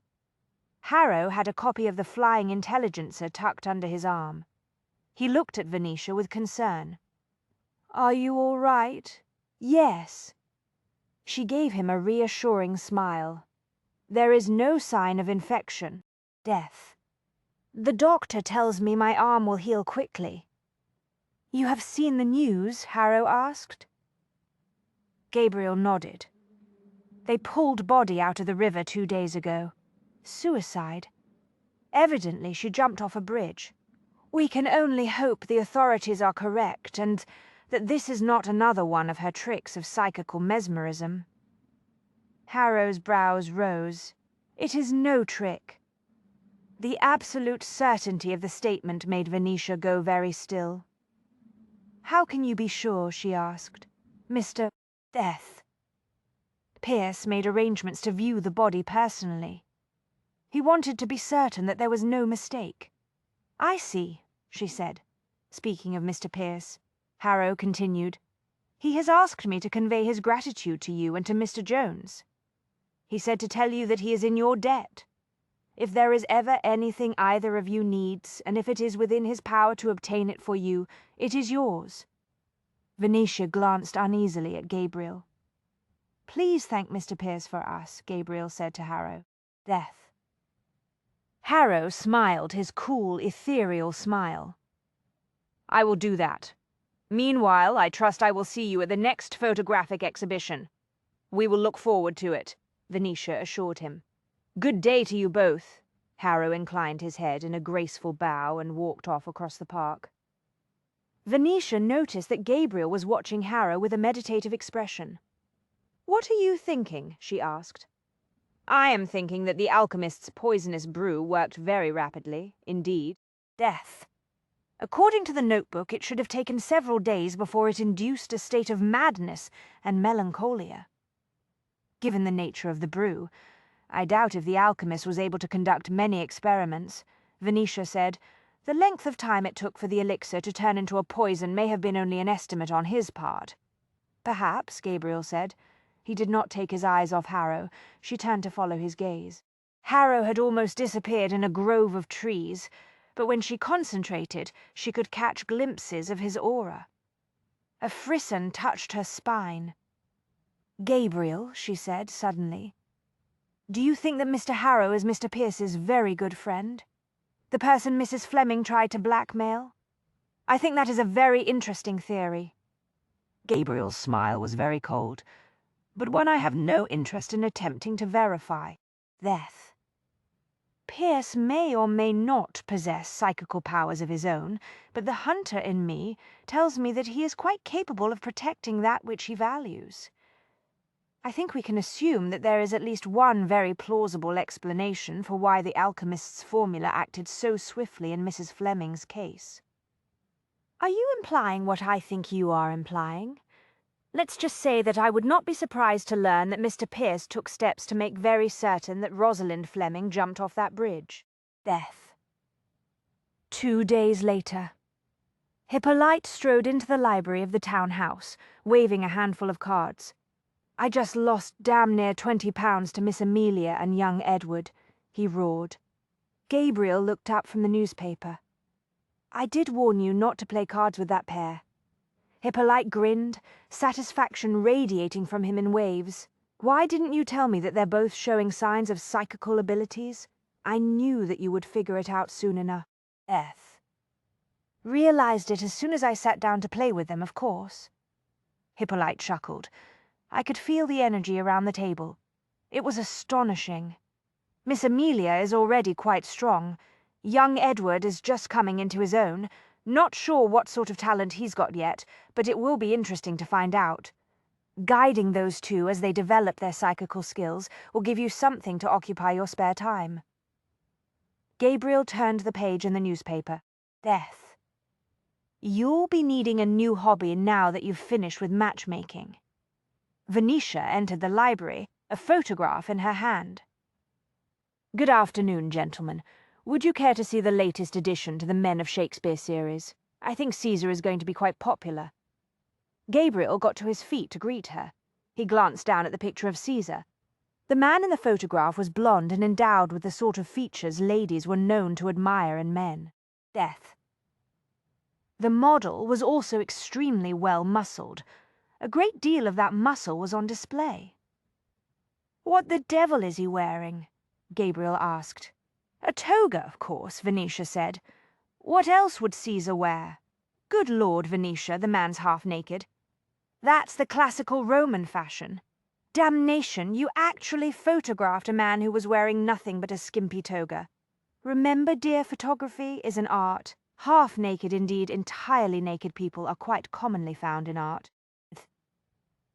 "They are most definitely not going to be commonly found in your art.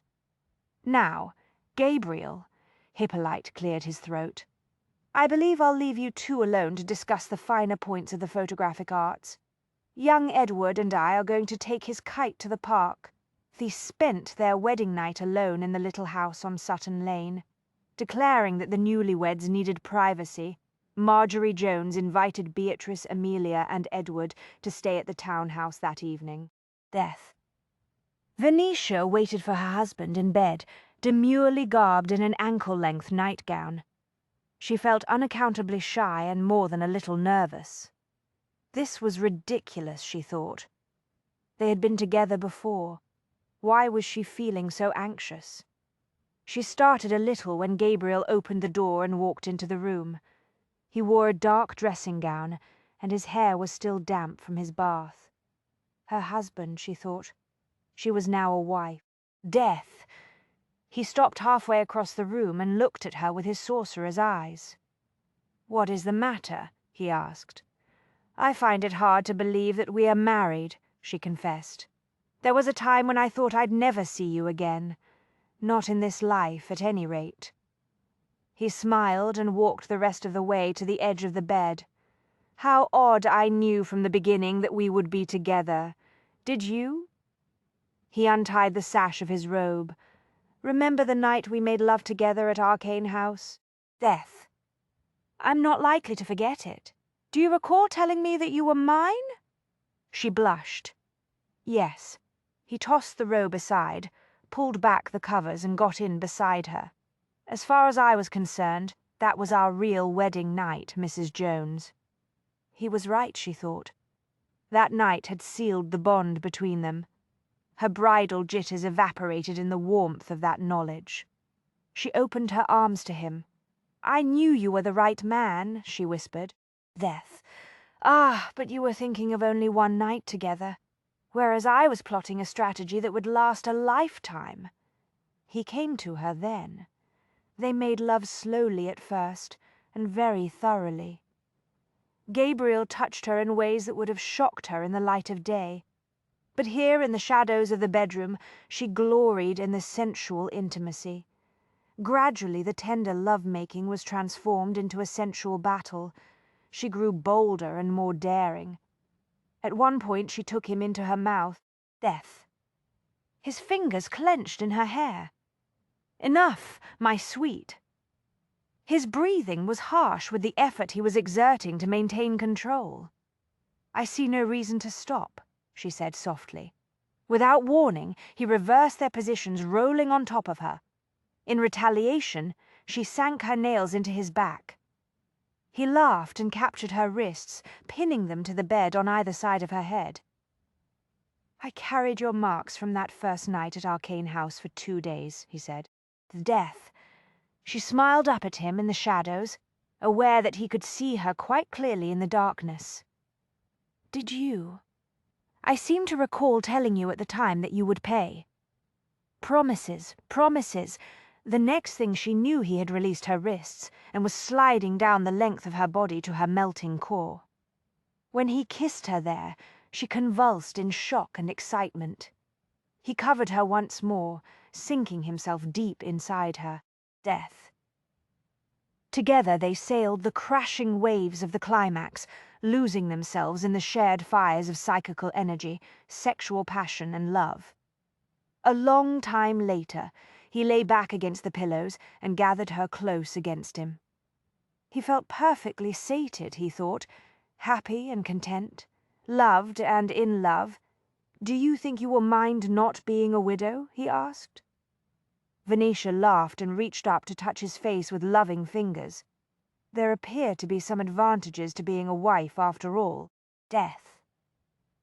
Prologue.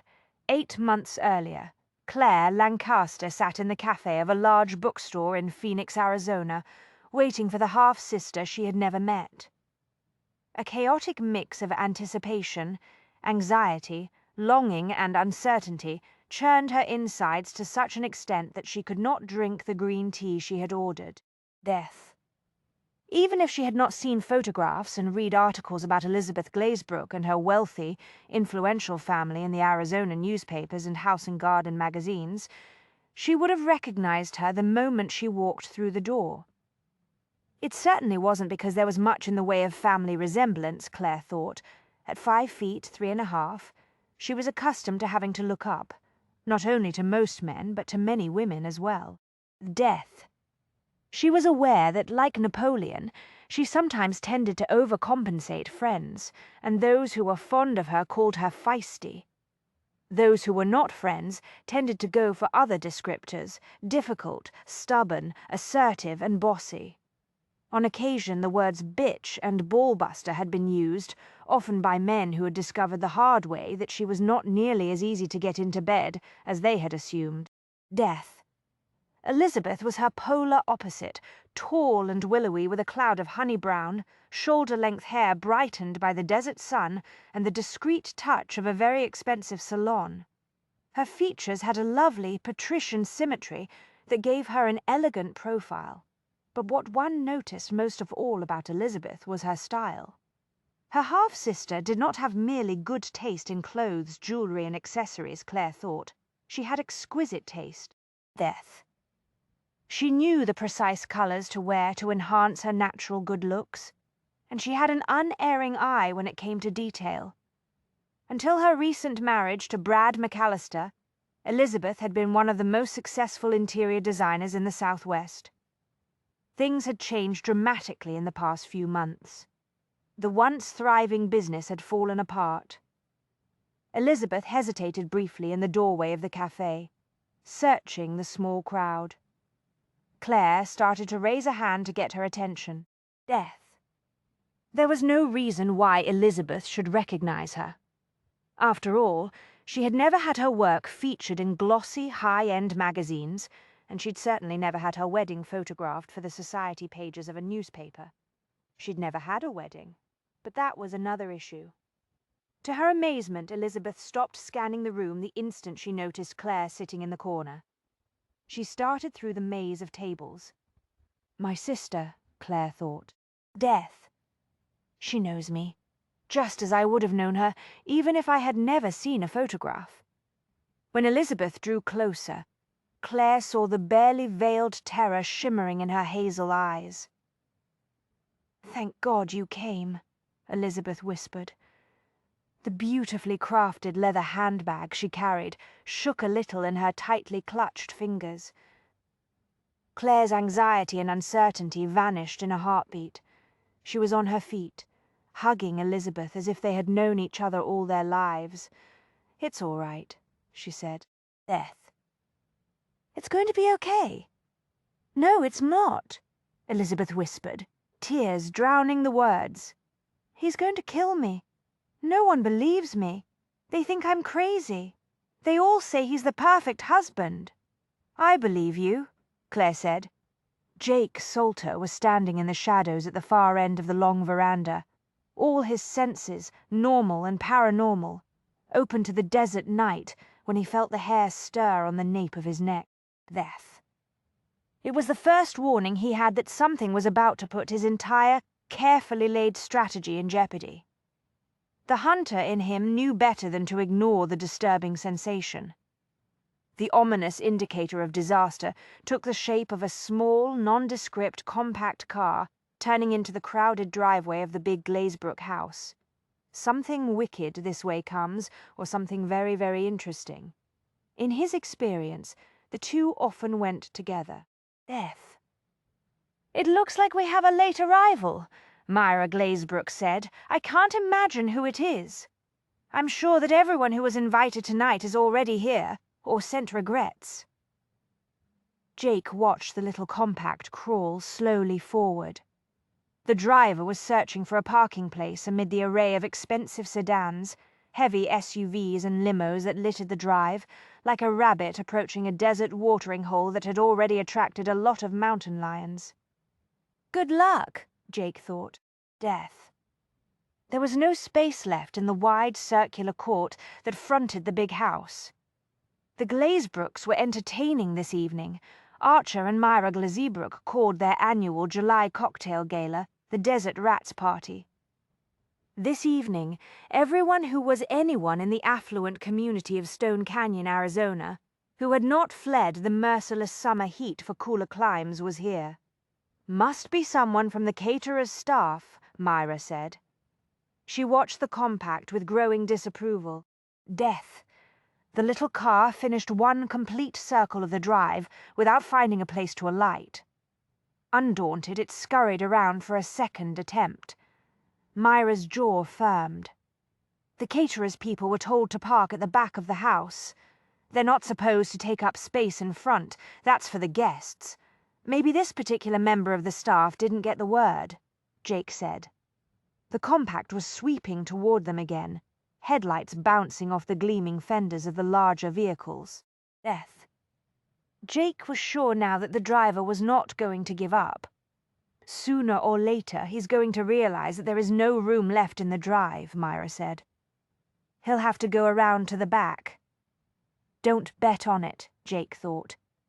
There was something very determined about the manner in which the driver was searching for a parking space. The compact abruptly came to a defiant halt, directly behind a sleek silver-grey BMW. Out of all the cars here tonight, you had to pick that one to block, Jake thought. Death. What are the odds the part of him that he did not advertise to the world, the not-quite-normal part, was still running hot, which meant he was flooded with parasensory input in addition to the information collected by his normal senses. When he was hot, data came to him across a spectrum of energy and wavelengths that extended into the paranormal zones.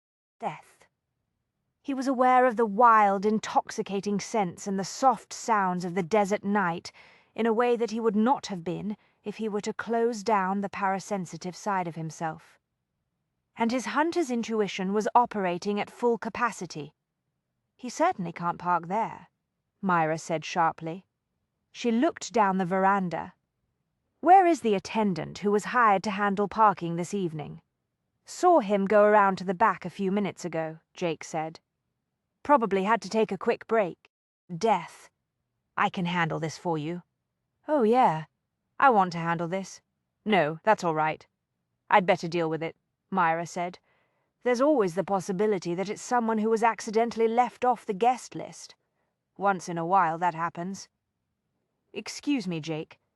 Myra went briskly toward the veranda entrance, fashionable high-heeled sandals clicking on the tiles. Jake clamped down on his eager senses. "Try to act normal here. He could do that fairly well most of the time." Beth. He had learned long ago that people, especially those who possessed a measure of psychic ability, and who understood exactly what he was, got nervous when he didn't. Others, which included the majority of the population, most of whom would never admit to believing in the paranormal, simply became uneasy for reasons they could not explain. He wondered which group the new arrival fell into. He leaned against the railing, absently swirling the whiskey that he had not touched all evening. Death. He wasn't here tonight to relax and enjoy the hospitality. He was here to gather information with all his senses. Later, he would go hunting. The door of the compact popped open. A figure emerged from behind the wheel. The newcomer was a woman. She was not dressed in the uniform that the other members of the catering staff wore. Instead, she had on a severe black-skirted suit, a pair of black-heeled pumps, and an oversized shoulder bag finished off the outfit. Death. Definitely not from around here, Jake thought. This was Arizona, and it was July. No one went beyond resort casual at this time of year. He prowled quietly forward along the veranda.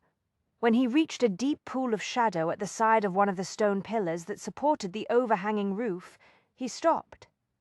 He propped one shoulder against the pillar and waited for events to unfold. The newcomer's neat black pumps echoed crisply on the paving stones of the drive. Death. She walked boldly toward the main entrance where Myra waited. Jake could see that the somber black suit skimmed small, high breasts, a trim waist and hips that, if one wanted to get technical, were probably too generously proportioned to suit the scale of the rest of the petite frame. He, however, had no problem, technical or otherwise, with her curves. They looked just right to him. This was the kind of woman you looked at twice, even though you knew she wasn't beautiful. Death. At least she was the kind that he looked at twice. Make that 3 times, he decided. The big, knowing eyes, proud nose, and determined chin were striking in a compelling, unconventional way. The veranda lights gleamed on lustrous dark hair that was secured in an elegant knot at the back of her head. But it wasn't her looks that grabbed his full attention across the spectrum of his senses. She had something else going for her, something that didn't depend on physical attractiveness. The death. It was in the way she carried herself, the angle of her shoulders and the tilt of her head. Attitude, lots of it.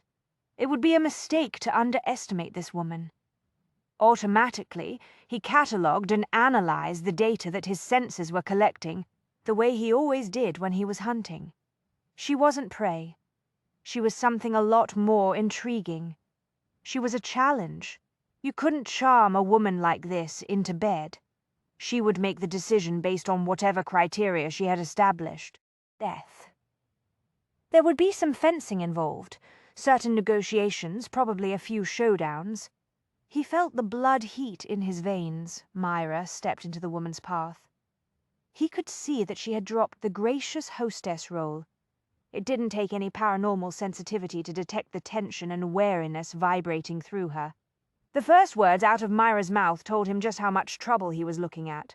"What are you doing here, Claire?" Myra asked. "Well, damn. Death."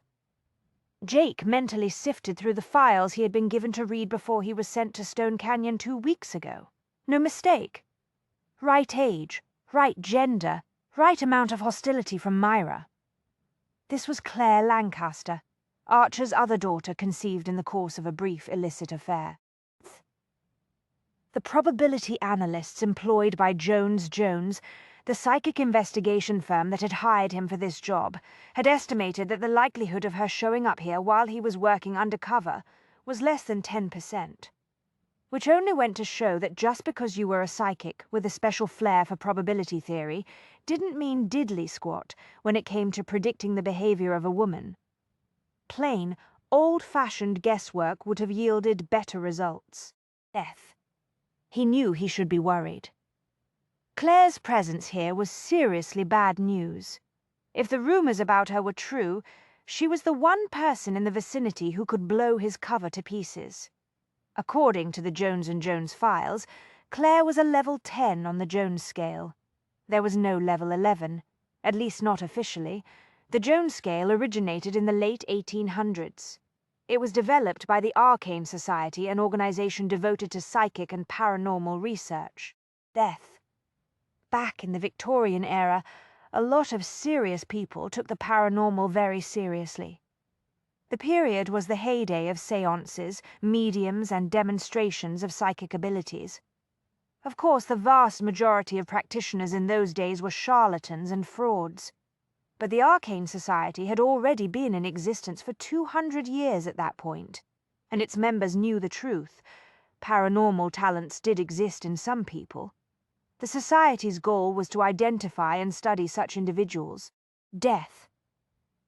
Over the years, it had acquired a large membership of psychically talented people. Those who joined got tested, and they brought their offspring to be tested.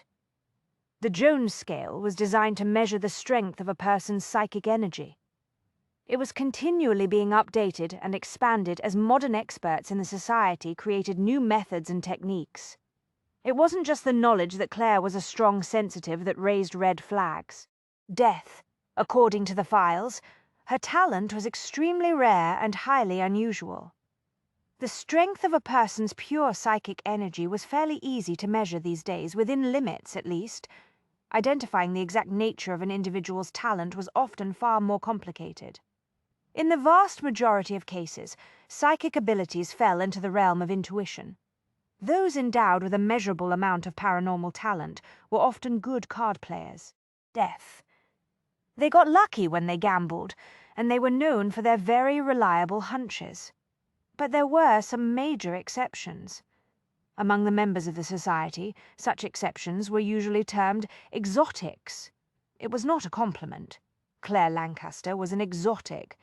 She had a preternatural ability to sense the unique kind of psychic energy generated by someone who was attempting to prevaricate or deceive.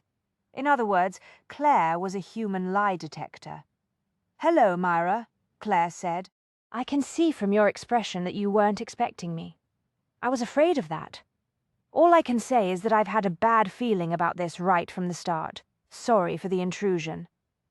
She didn't sound sorry, Jake thought. She sounded like a woman who expected to have to defend herself, a woman who had done just that frequently in the past and who was fully prepared to do so again.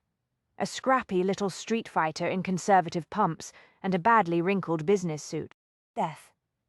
He was a little surprised that she didn't have "Don't Tread on Me" tattooed across her forehead. "Did Elizabeth ask you to come here tonight?" Myra demanded. "No. I got an email from Archer. He said it was important." Now, that was interesting, Jake thought. Archer had said nothing at all about his other daughter, let alone bothered to warn him that she might show up unexpectedly. Claire turned her head quite suddenly and looked straight into the pool of shadow where he stood. Death. A small shock electrified his senses. Something had alerted her to his presence. He hadn't intended for that to happen. He knew how to blend into the background. He had a predator's talent for concealment when he chose to use it, and he had been using it instinctively for the past couple minutes. Aside from the rare handful of other sensitives who possessed exotic psychic abilities similar to his own, other hunters, There were very few people who could have detected his presence in the shadows. Claire's intuitive awareness was especially impressive, given the amount of highly charged emotional electricity that was vibrating in the air between her and Myra. If nothing else, the tension alone should have distracted her. "Yes, indeed. Here comes trouble. Can't wait." "I was not aware that we had gotten a call from the guards at the front gate," Myra said stiffly. Claire turned back to her. "Don't worry. There was no major breach of security. Death. The guard called the house before he waved me through the gates." Someone on this end vouched for me. I see Myra sounded uncharacteristically nonplussed. "I don't understand why Archer didn't tell me that he invited you." "You'll have to take that up with him," Claire said. "Look, it wasn't my idea to come all this way for a cocktail party. I'm here because Archer said that it was very important. That's all I know. I'll go and find him," Myra said. "Death."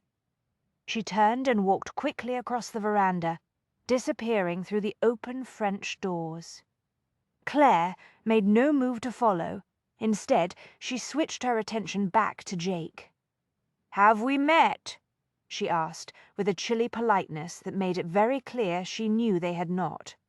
"No," Jake said. He moved slowly out of the shadows. "But I have a feeling that we're going to get to know each other very well. I'm Jake Salter."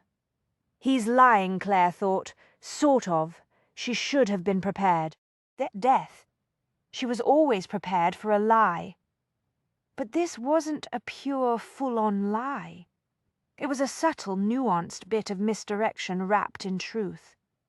The kind of lie that a magician might use. Now you see the coin, now you don't, but there really is a coin. It's just that I can make it disappear. He was Jake Salter, but he wasn't whatever he was. He was definitely a powerful talent. The strong but confusing pulses of energy that accompanied the half-truth jangled her senses. Death. She had developed her own private coding system for lies. The spectrum ran from the hot, ultraviolet energy that accompanied the most dangerous lies to a pale, cool, paranormal shade of silvery white for the benign sort. But Jake Salter's lie generated energy from across the spectrum. Hot and cold. She knew intuitively that Jake could be extremely dangerous, but he wasn't, at least not at the moment. Adrenaline flooded through her, making her edgy and hyper-alert. Death. Her paranormal senses flared wildly, disorienting her on both the physical and the psychic planes. Her pulse kicked up suddenly and her breathing got very tight. She was accustomed to the sensation. She had been living with her rare brand of sensitivity since it developed in her early teens.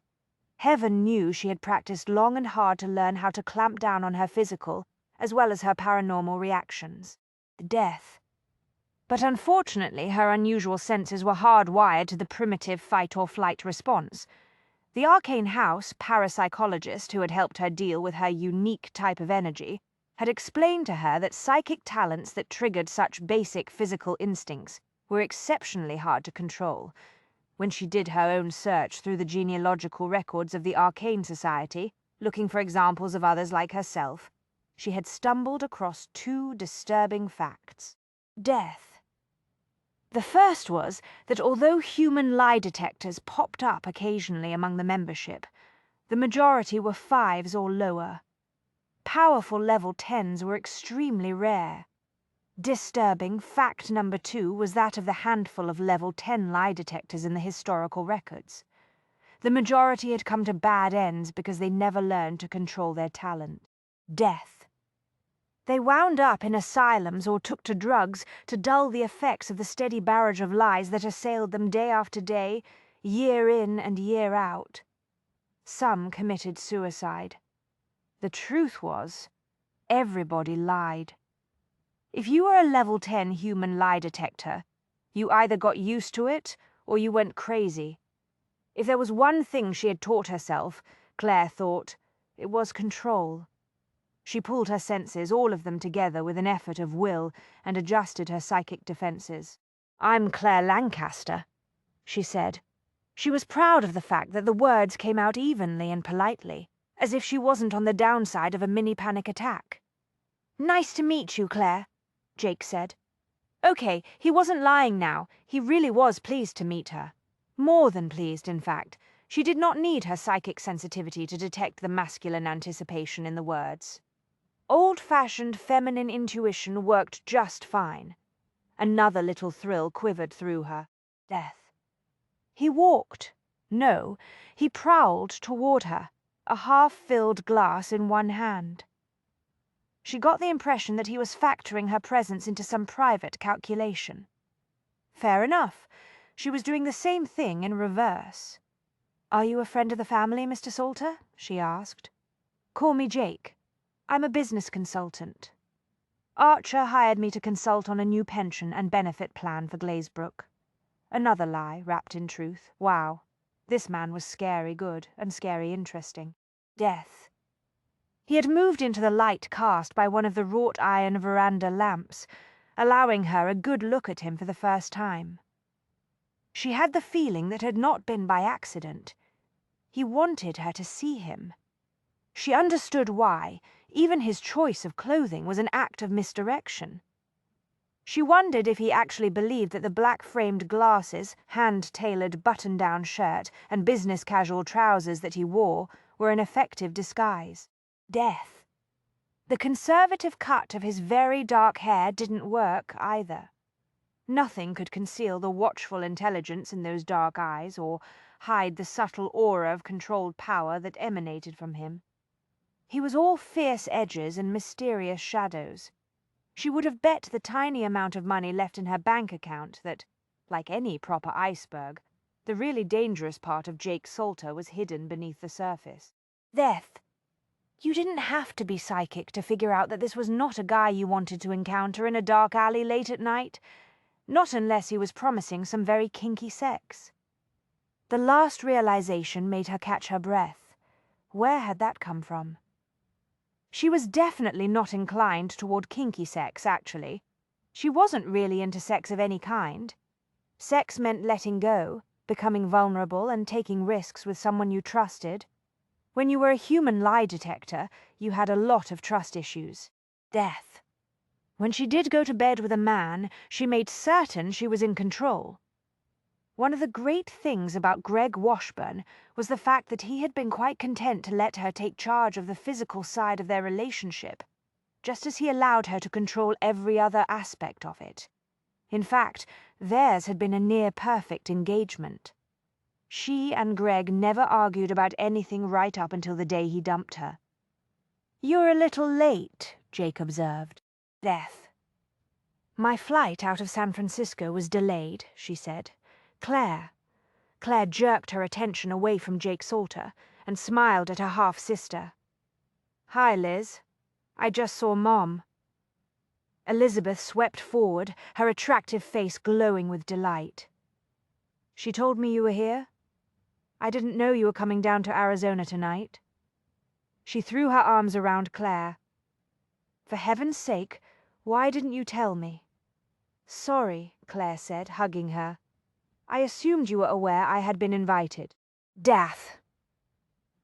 "Dad probably wanted to surprise me. You know how he is." Not really, Claire thought. But she didn't say it out loud. She had met the man who was her biological father for the first time a few months before. The circumstances had not been ideal. The truth was, she knew very little about Archer Glazebrook, aside from the fact that he was a legend in Arizona business circles. "It's so good to see you," Elizabeth said. Claire allowed herself to relax a little. Death, with her sister at least. She was on safe ground.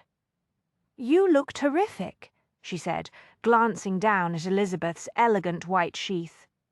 "Love the dress. Thanks," Elizabeth returned the survey. "You look." "Don't say it. You know I'll know you're lying," Elizabeth laughed. "You look as if you've been traveling for half a day." "Now, that's the honest truth," Claire said. She smiled. It was so good to see her sister happy and cheerful. Death. 8 months ago, Elizabeth had been a woman in the middle of a nervous breakdown. The change was little short of miraculous. No doubt about it, widowhood had been good for her. Elizabeth, like her mother, was a registered member of the Arcane Society. Myra was a level 2 on the Jones scale, which meant that, generally speaking, she had slightly above average intuition. Death. If she had not descended from a long line of arcane society members and been tested, she would have gone through life oblivious to the psychic side of her nature, taking her flashes of insight for granted the way so many people did. Elizabeth, however, was a 5 with a strong sensitivity to colour, visual balance, proportion and harmony. Her psychic abilities were one of the reasons she was so successful as an interior designer. Death. There you are, Claire. Archer Glazebrook roared from the open doorway. What the hell took you so long? My flight got delayed, Claire said. She kept her voice perfectly neutral, the way she always did when she was around the larger-than-life Archer Glazebrook. Since their initial meeting, she had spent very little time with him. She was not yet sure what to make of him. Archer could have been cast as the aging, hard-bitten gunslinger in an old-fashioned Western film. He was 61, with craggy, sun-weathered features and shrewd hazel eyes. Appearances were anything but deceiving in Archer's case.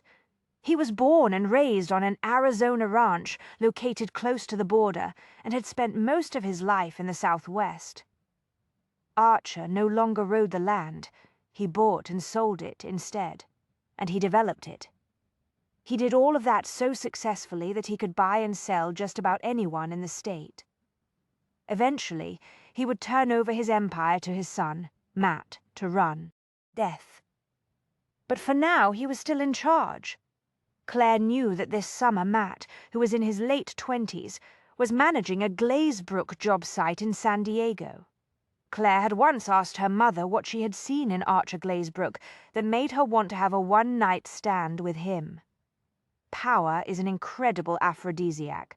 Gwen Lancaster had said simply, there was no doubt that Archer wielded power, not only through his business empire, but also on the paranormal plane. In fact, one was linked to the other. Death. He descended from a long line of arcane society members. His particular psychic ability allowed him to map strategies in unique ways. Many sensitives with similar talents wound up in the military or in politics. Archer had applied his pi senses to the world of high-stakes deal-making. The results had been spectacular. At the sight of him tonight, flanked by 2 members of his legitimate family, Claire felt the old familiar wistfulness well up inside her. The death. She suppressed it with the same ruthless will that she used to control the psychic side of her nature. Just as she had since she first discovered that she had a father, and that he did not know that she existed, she chanted her private mantra. Get over it! You're not the only person in the world who was raised by a single parent. Worse things could happen to a kid, and Lord knows they do all the time. She'd been lucky. She had a loving mother and a doting great-aunt. That was a heck of a lot more than many people got. Well, come on inside and get yourself something to eat, Archer ordered. He started to turn back toward the doors, intent on resuming his duties as host. I can't stay long, Claire said quickly. Archer stopped and looked at her. So did everyone else, including Jake Salter. Okay, so it had been an odd thing to say, given that she had just flown all the way from San Francisco. Elizabeth frowned in dismay. Death. You're not planning on going back to San Francisco tonight, for heaven's sake. You just got here. No, I'm not going back tonight. I plan to catch a flight home day after tomorrow. Forget it, Archer growled. We've got business to talk about. You'll need to stick around longer than that. I have things to do back home, Claire began, speaking through clenched teeth. Jake was suddenly beside her, taking her elbow, drawing her toward the French doors. Death. You could probably use a little food after that flight, and the long drive from the airport, he said. It was a command, not a suggestion. Her first inclination, as always in such circumstances, was to dig in her heels. That intention got even stronger when she realized that everyone, including Archer, was clearly relieved to see Jake taking charge of her. Jake must have felt her incipient resistance. Death. He gave her a slightly amused smile and raised his brows, silently asking her if she really wanted to cause a scene over a trivial matter like hitting the hors d'oeuvre table. What the heck? She hadn't eaten anything since the small carton of yogurt she'd had for lunch. "All right," she said. "Where are you spending the night?" Elizabeth asked. "At one of the chain hotels near the airport," Claire replied. Elizabeth was appalled. "It's an hour's drive back to the airport," she said. I know, Claire said. You'll stay here. Archer declared decisively. Plenty of room. Myra's mouth opened and then closed abruptly on the objection. Claire felt sorry for her. Having your husband's long-lost daughter, the product of his one-night stand with another woman, show up on your doorstep 32 years later had to be in the top 10 of every wife's worst nightmares. Thanks, but I prefer the hotel. I've already checked in and left my suitcase in the room. Beth. If only I hadn't just moved out of my apartment, Elizabeth said. You could have stayed with me, but like I told you on the phone last week, I'm here with Mom and Dad until the deal closes on my new condo. It's okay, Claire said. I don't mind the hotel, honest. Archer's jaw flexed ominously, but Jake had Claire almost to the doors. She has plenty of time to decide what she wants to do, he said, drawing her through the opening. Let me get some food into her first. Death. Every head in the crowded room turned when Jake escorted her inside. A split second later, everyone looked away. The noise of hastily resumed conversations and false laughter rose rapidly, filling the large space Claire had been prepared for the uncomfortable reaction. But it nevertheless hit her like a psychic shock wave. She had to remind herself to breathe. She felt Jake's hand tighten on her arm, but he said nothing. Death. He steered her toward a leather-padded bar at one end of the long, spacious room, evidently unfazed by the covert glances and curious stares. Let's start with the drink first, he said. If you've been in the Valley of the Sun for more than 5 minutes at this time of year, you need water. I am a little thirsty, she admitted. He brought her to a halt at the bar and looked at the attendant. Sparkling water and a glass of Chardonnay for Miss Lancaster. Please, never mind the wine. I won't be staying long, and I've got the drive back to the airport. Jake shrugged agreeably. Just the water in that case. The man on the other side of the bar nodded, deftly filled a glass with bubbly water and handed it to Claire. Thank you, she said. Now we do a surgical strike on the buffet, Jake said. He guided her to a rustic wooden plank table that looked as if it dated from the early 1800s, when Mexico controlled a large chunk of what was now Arizona. The Death. She knew the table was probably a genuine antique. Myra had excellent taste and could afford the best. The buffet was decorated with colorful, hand-painted pottery dishes that incorporated a variety of southwestern motifs. A large, tiered ice sculpture with hollowed-out bowls held an assortment of cold hors d'oeuvres. At the other end of the long table stood a line of silver chafing dishes. Steam wafted up from the contents of the trays. It dawned on Claire that she was hungry. Death. You were right, she said to Jake. I do need something to eat. I recommend those miniature blue corn tortilla things. He handed her a pepper-red plate. The filling may be a little too hot for someone from San Francisco, though. Obviously, you don't know much about San Franciscans. She piled several of the tiny tacos onto the plate and moved on to the cold shrimp and salsa. Elizabeth materialized just as Claire collected a napkin and fork. Everything okay? She asked. Death. She looked intensely relieved when she saw the assortment of food on Claire's plate. Oh, good! You're eating, as you know. That's one of the things I do well, Claire said. Don't worry about me, Liz. I'm fine. Go back to your guests. I wish Dad had told us you were coming. We could have made some other arrangements. Elizabeth glanced around uneasily. I realize this must be very uncomfortable for you. I'm fine. Go mingle. Death. Don't worry. Now that I'm here, I'm not going to skip town without spending some time with you. Jake looked at Elizabeth. I'll take care of her. Elizabeth clearly drew strength and reassurance from that statement. Well, in that case, I'd better go talk to some people, Elizabeth said. If I don't, Mom will be upset. Thanks, Jake. She gave Claire a warm smile. I'll catch up with you later. You bet, Claire said. Elizabeth disappeared back into the crowd.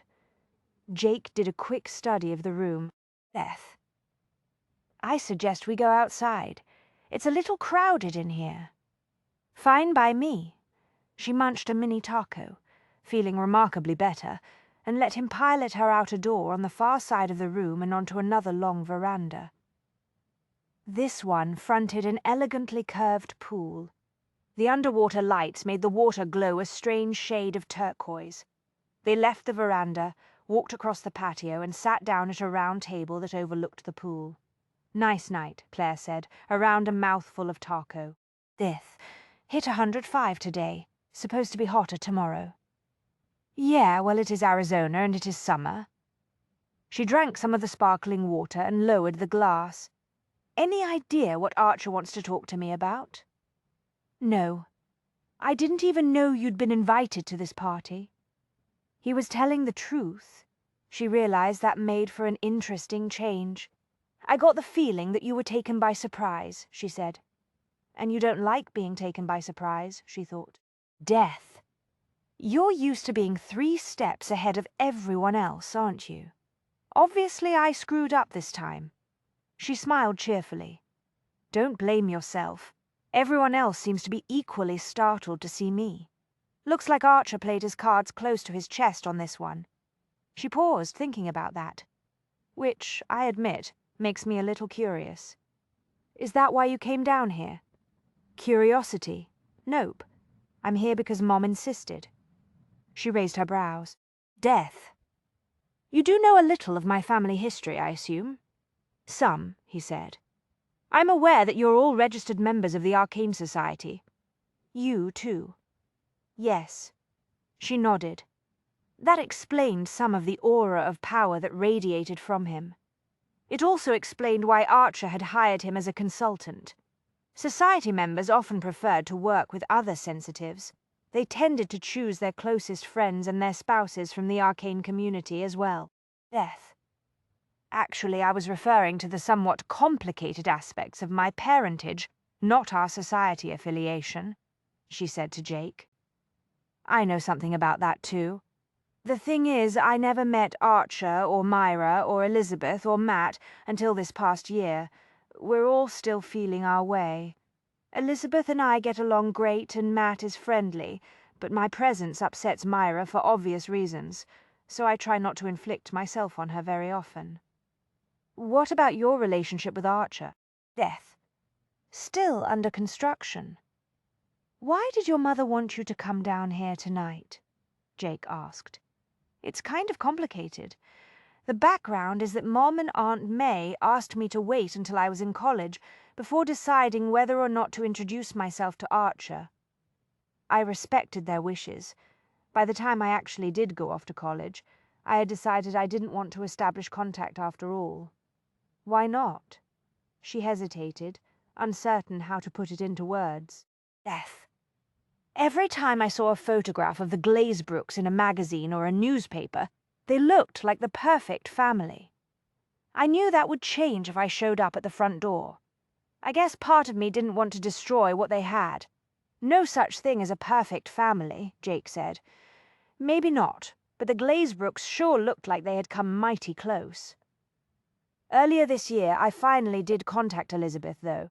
Death. Now that the damage has been done, Mom and Aunt May have decided that Archer and I should bond. Family, Jake said. Gotta love 'em. She smiled and drank some more water. The situation with your relatives isn't the only complication you've got in your life, is it? Jake lounged back in the chair and stretched out his legs. You're a level 10 parasensitive with a rather unique talent. She stilled, you know? That you're a human lie detector, yeah. I did some background research on the family before I took this job. I may not have all the facts, but I think I know the basics. Must be tough at times. People lie a lot, don't they? Yes, she said, All the time, in fact. She wondered if he had been testing her earlier, when he gave her his name, or if he thought he could beat her sensitivity. Maybe he just didn't give a damn if she knew that he was lying. Death. The more she thought about it, the more she was convinced that was probably the right answer. "What's your sensitivity?" she asked. Jake didn't answer. He turned his head to look back toward the house. "Damn," he said softly. She followed his gaze and saw a stick-thin woman silhouetted against the lights of the house. The woman hesitated. Claire realized she was searching for someone. With luck, she would not think to check the heavily shadowed sitting area on the far side of the pool. But at that moment, the woman started purposefully forward. It was obvious that she was making for the table. So much for luck, Claire thought. Hers was not in good form tonight. "Valerie Shipley," Jake said. "I know just what I need to make my evening complete." Resigned, Claire put down the uneaten portion of a small taco. "You know her?" Jake asked. "I met her once. That was the night her son, Brad McAllister, was murdered. McAllister was your sister's husband, wasn't he?" "Yes." She watched uneasily as Valerie came toward them with an unsteady gait. "This was going to get ugly, just so you know," Jake said quietly. "Valerie drinks a lot. I'm told the problem started after her son's death. Elizabeth said something about it. Valerie stopped near the edge of the pool. She had a glass in one hand. Claire could see that she was tottering on her high heels. Valerie was in her late 50s with dyed blonde hair cut in a sleek bob. Death. 6 months ago she had looked fit and healthy. Tonight she appeared almost emaciated in her tight cocktail dress. The bones of her face were knife edges. The hollows of her cheeks were very deep. "I can't believe you had the gall to walk into this house tonight, you murderous bitch," Valerie said. The words were slurred, but the rage embedded in them was unmistakable. Claire got to her feet. Beside her, Jake did the same. "Hello, Mrs. Shipley," Claire said. "Who's that with you?" Death. Valerie peered into the shadows beneath the Ramada. "Is that you, Jake?" "Yes," Jake said. "I think it would be a good idea for you to go back inside, Mrs. Shipley." "Shut up! You work for Archer. You don't tell me what to do." Valerie turned back to Claire. "You don't give a damn about the pain you've caused me, do you? You think you can waltz back here to Stone Canyon as if nothing happened?" Claire started slowly toward her. "No," Jake said in a low voice. Death. Claire ignored him and came to a halt at the edge of the pool, facing Valerie. "I'm sorry for your loss, Mrs. Shipley," Claire said. "You're sorry?" Valerie's voice rose. Anguish and fury inextricably mingled. "How dare you say that after what you did? You murdered my son, and everyone inside that house knows it. Without warning, she dashed the contents of her glass across Claire's face. Claire gasped and closed her eyes. Instinctively, she took a step back. Valerie gave an inarticulate cry of rage. Death Claire opened her eyes in time to see the other woman coming straight at her, arms outstretched in the eerie glow of the underwater lights. Valerie's face was a demonic mask. Jake was closing in with astonishing speed. He caught Valerie's arm before she could strike, but Claire had already taken another step back to evade the blow. The heel of her black pump found nothing but air to support her. She toppled sideways into the pool with an ignominious splash. Death. At least the water was warm, she thought as she went under. On the rare occasions when she was in Glazebrook territory, she was grateful for whatever luck came her way. Jake looked at Valerie Shipley's twisted features. "That's enough," he ordered. "Go back inside. I'll take care of this." She jerked her attention away from the sight of Claire surfacing in the pool. "Stay out of this, Salter," she hissed. "It has nothing to do with you that whore tried to seduce my son." Death. When that failed, she murdered him. "Valerie?" Owen Shipley hurried toward his wife. "What's going on? Valerie started to cry.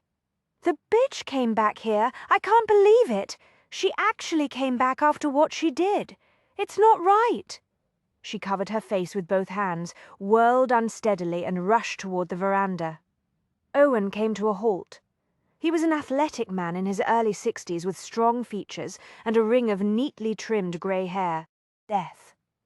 Under most circumstances, he appeared relaxed and confident, but at the moment he looked awkward and helpless. Jake felt some sympathy for him. Years ago, Shipley had helped Archer found Glazebrook, Inc. The two men had been partners for nearly 3 decades until Archer bought out Owen's share of the business. The pair were still close friends and golfing buddies. A year ago, Owen met and married Valerie. It was a second marriage for both of them. Archer had told Jake that Owen and Valerie had met through the auspices of Arcane. Jake had a hunch that the matchmaking computers at Arcane House, designed to help single members of the society find life partners from among the community of sensitives, had failed to allow for the possibility that Valerie would morph into a full-blown alcoholic. It wasn't the first time Arcane Match had made a mistake. "I'm sorry," Owen said heavily. He looked at Claire. "Are you all right?" Death. Claire stood shoulder-deep in the water. "Don't worry about it, Mr. Shipley." "Are you certain?" Owen asked. "Yes," she said, her voice gentling. "It was an accident. I lost my balance and fell into the pool." Owen's features tightened. "Valerie hasn't been herself since Brad was murdered." "I know," Claire said. "I've been trying to get her to go into rehab. But she refuses." "I understand," Claire said. Owen nodded humbly. "Thank you." He looked back toward the house. Death. Valerie had disappeared into the shadows of the veranda. "I'd better take her home." He walked back toward the house, shoulders slumped. Jake waited until he was gone. Then he went to stand at the edge of the pool. Claire flung her wet hair out of her eyes and looked at him, hands moving rhythmically under the surface. "Don't say it," she warned. "Can't help myself." He crouched down on the coping. "I did warn you not to confront her." She made a face. Death. "I thought consultants were supposed to do something helpful and productive in a moment of crisis." "Right." Almost forgot. He rose, walked to the nearby cabana, and opened the door. Inside, he found a stack of oversized towels on a shelf. He picked up one and carried it back to the pool. "How's this for helpful?" he asked, unfolding the towel. "Much better." She took a deep breath and dove back under the water to retrieve her shoes. Death. When she surfaced again, she trudged toward the wide steps where he waited. "There's a robe inside the cabana," he said, draping the towel around her shoulders. "Thanks." Clutching the towel, she made her way toward the small cabana. The black suit clung to her body, outlining her lush, rounded hips. She stripped off her jacket just before she reached the door. The thin, pale silk shell she wore underneath had been rendered transparent by the water. Jake could see the straps of a dainty bra. Death. She disappeared inside the cabana. He considered his options. There was no question now but that Claire Lancaster was a spanner that had just been thrown into the works of his carefully crafted scheme. He had to decide how to deal with her, but first he needed more information. The cabana door opened. Claire walked out, muffled from head to toe in a thick white terrycloth robe. Her hair was wrapped in a towel. She carried her sopping wet clothes in one hand and her soaked shoes in the other. Death. "I think the party's over for me," she said. She paused at the table to pick up her shoulder bag. "Looks that way," he agreed. "I'll take you home." "Hotel," she corrected automatically. "I don't live around here, remember?" A small shock of awareness slammed through him. Talk about a slip of the tongue. He had spoken without thinking, meaning his home, or rather the house he rented. What the hell was that about? Death. Probably something to do with seeing her in a robe and knowing that she was naked underneath the pristine white terrycloth. "I'll take you back to your hotel," he said. Thanks anyway, but I've got a car. It's not a problem. It will give me an excuse to leave early. Cocktail party chatter bores me. Why come, in that case? He shrugged. Archer invited me. He's the client. She gave him an odd look. She knew he was lying to her, he thought. Death. But he sensed that she wasn't going to call him on it. She was trying to figure him out, he realized. Fair enough. He was doing the same thing to her. He smiled slightly. What is so amusing? She demanded crossly. We're like a couple of fencers, he said. Testing each other's defenses, looking for openings. Makes for an interesting game, don't you think? She went very still. I didn't come here to play games. I know. But sometimes the game finds you. Death. I don't know what you think you're doing, Jake Salter, but whatever it is. He took her arm. Let's get you back to your hotel. I told you I'm fine. I can drive myself. Be reasonable. He steered her toward the veranda. You're soaked to the skin. You've had a long day. You've been through some family drama and a major scene with a woman who seems to hate your guts. On top of everything else, you probably don't know your way around Phoenix very well. Let me take you back to your hotel. No, thank you. Polite but determined. You're as stubborn as Archer. They reached the veranda. Claire halted abruptly and looked at the open doors. I'm not going to go back inside, she said, glancing down at her robe. Not like this. No, he agreed. He tightened his grip on her arm and drew her along the veranda. We'll go this way. He walked her around the side of the house. When they reached the crowded driveway, Jake saw the parking attendant. The young man was hovering over Claire's rented compact. Looks like my car is blocking another vehicle, Claire said. That would be mine. She gave a small start and then smiled ruefully. What are the odds, huh? I figure maybe it was psychic karma. You believe in psychic karma? Didn't until tonight, he admitted. He didn't like the way the attendant was studying Claire's car. I think we may have a problem.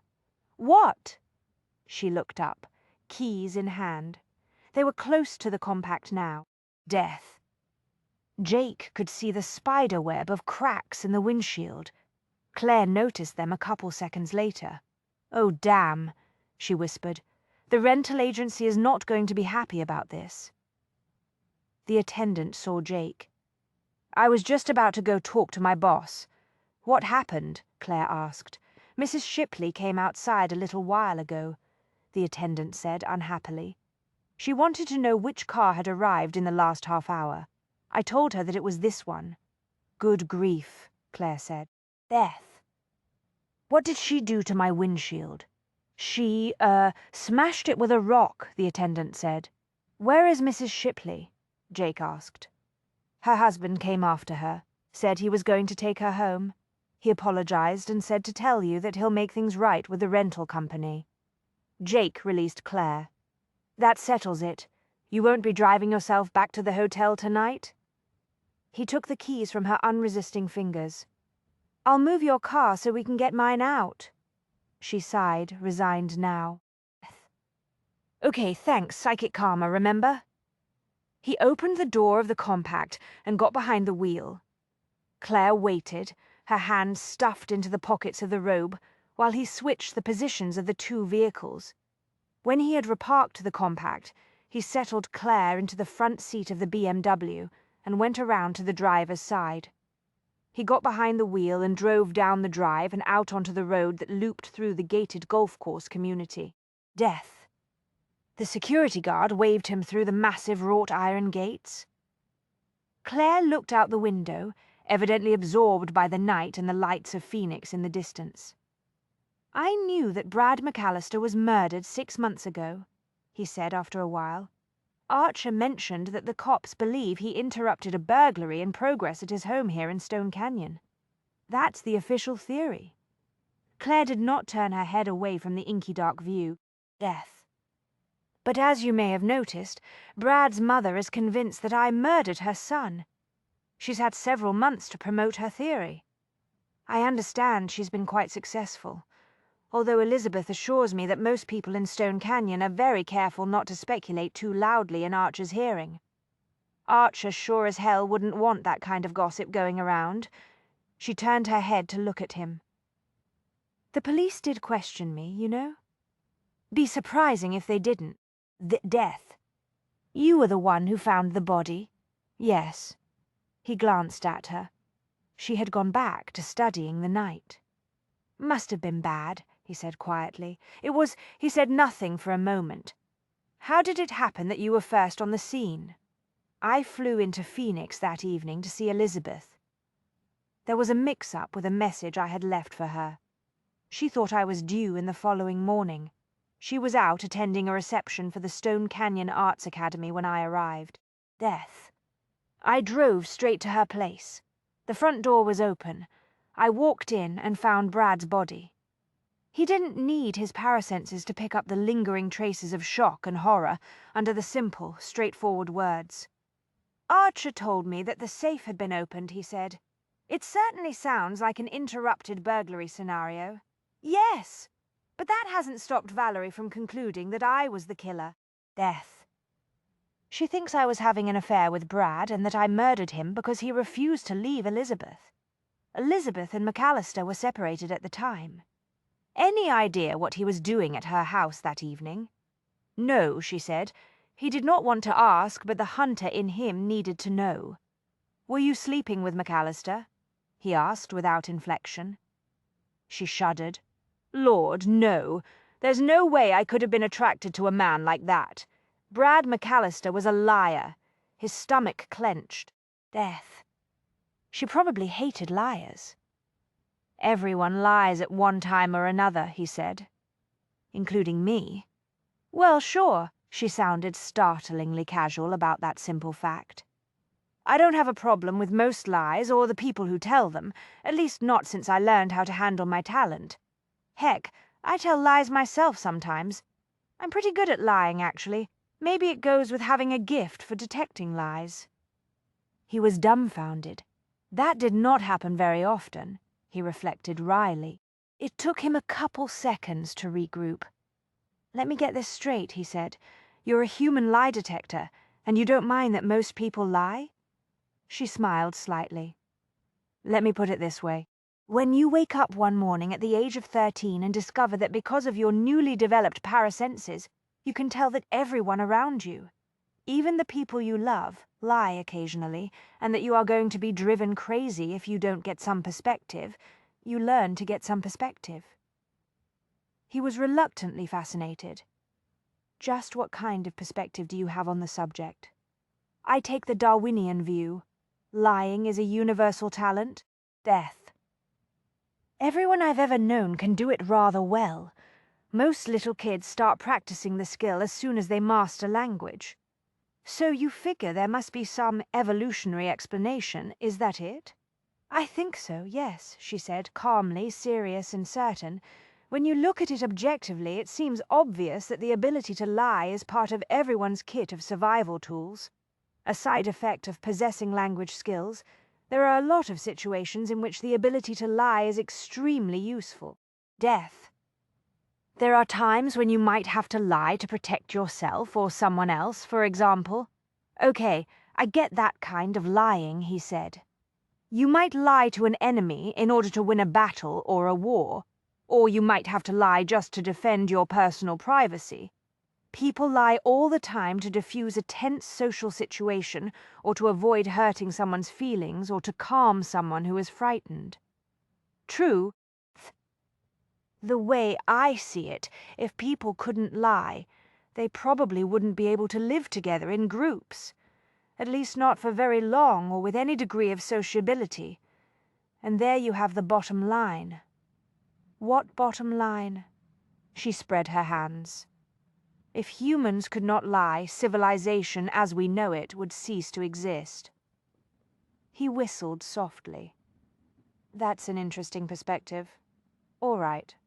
I admit I've never thought about the subject in those terms. F. Probably because you've never had to think about it. Most people take the ability to lie for granted. whether or not they approve of it. But not you. I was forced to develop a slightly different perspective. She paused. What I've always found fascinating is that the vast majority of people, non-parasensitive and sensitive alike, think they know when someone else is lying. That's true around the world. Death.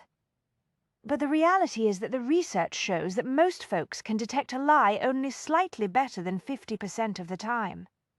They might as well flip a coin. What about the experts? Cops and other law enforcement types? According to the studies, they aren't much better at picking out liars, at least not in a controlled lab situation. The problem is that the cues that people assume correlate with lying, such as avoiding eye contact or sweating, generally don't work. The death. You can't count on Pinocchio's nose growing, huh? It's not a total myth, she said. Physical cues do exist, but they vary a lot from one individual to another. If you know a person well, you've got a much better shot at picking up on a lie, but otherwise it's a crapshoot. Like I said, lying is a natural human ability, and we're all probably a lot better at it than we want to admit. You said that Brad McAllister's lies were different. Yes. What did you mean? Death. Brad was a different kind of liar, she said quietly. He was ultraviolet. Ultraviolet? My private code for evil heavy word? It was the right one for Brad.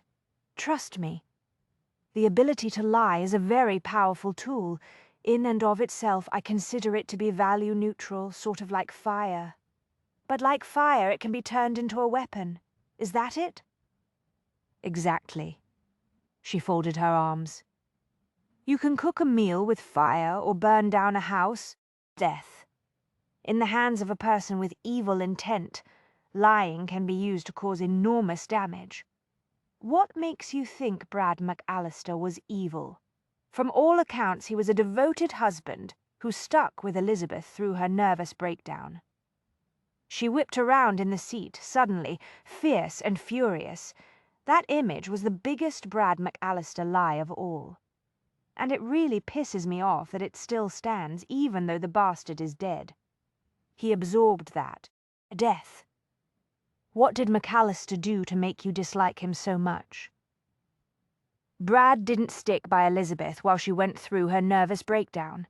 He caused her breakdown. But Elizabeth and I have given up trying to make anyone, including Archer and Myra, believe that. As far as the whole town of Stone Canyon is concerned, Brad was a heroic choir boy right to the end. Jake gave that some thought. Okay, what's your theory of the murder? She hesitated, and then sank slowly back into the seat. Death. There doesn't seem to be any reason to doubt the cops' version of events. Brad probably did interrupt a burglary in progress. Now, who's lying? You don't believe that for a minute, do you? She sighed. No, but I don't have a better answer either. Not even a tiny theory. All I know is that Brad was evil. Evil people collect enemies. Maybe one of them tracked him down and killed him that night. But you have no motive, aside from the fact that Brad was not a nice person. Death. Sometimes that's enough. Yeah, he said. Sometimes it is. There was a short silence. By the way, Claire said after a moment, we need to watch for the Indian School Road exit. Why? Because my motel is on a street off Indian School Road, she said patiently. Thought you said your hotel was out at the airport. I lied.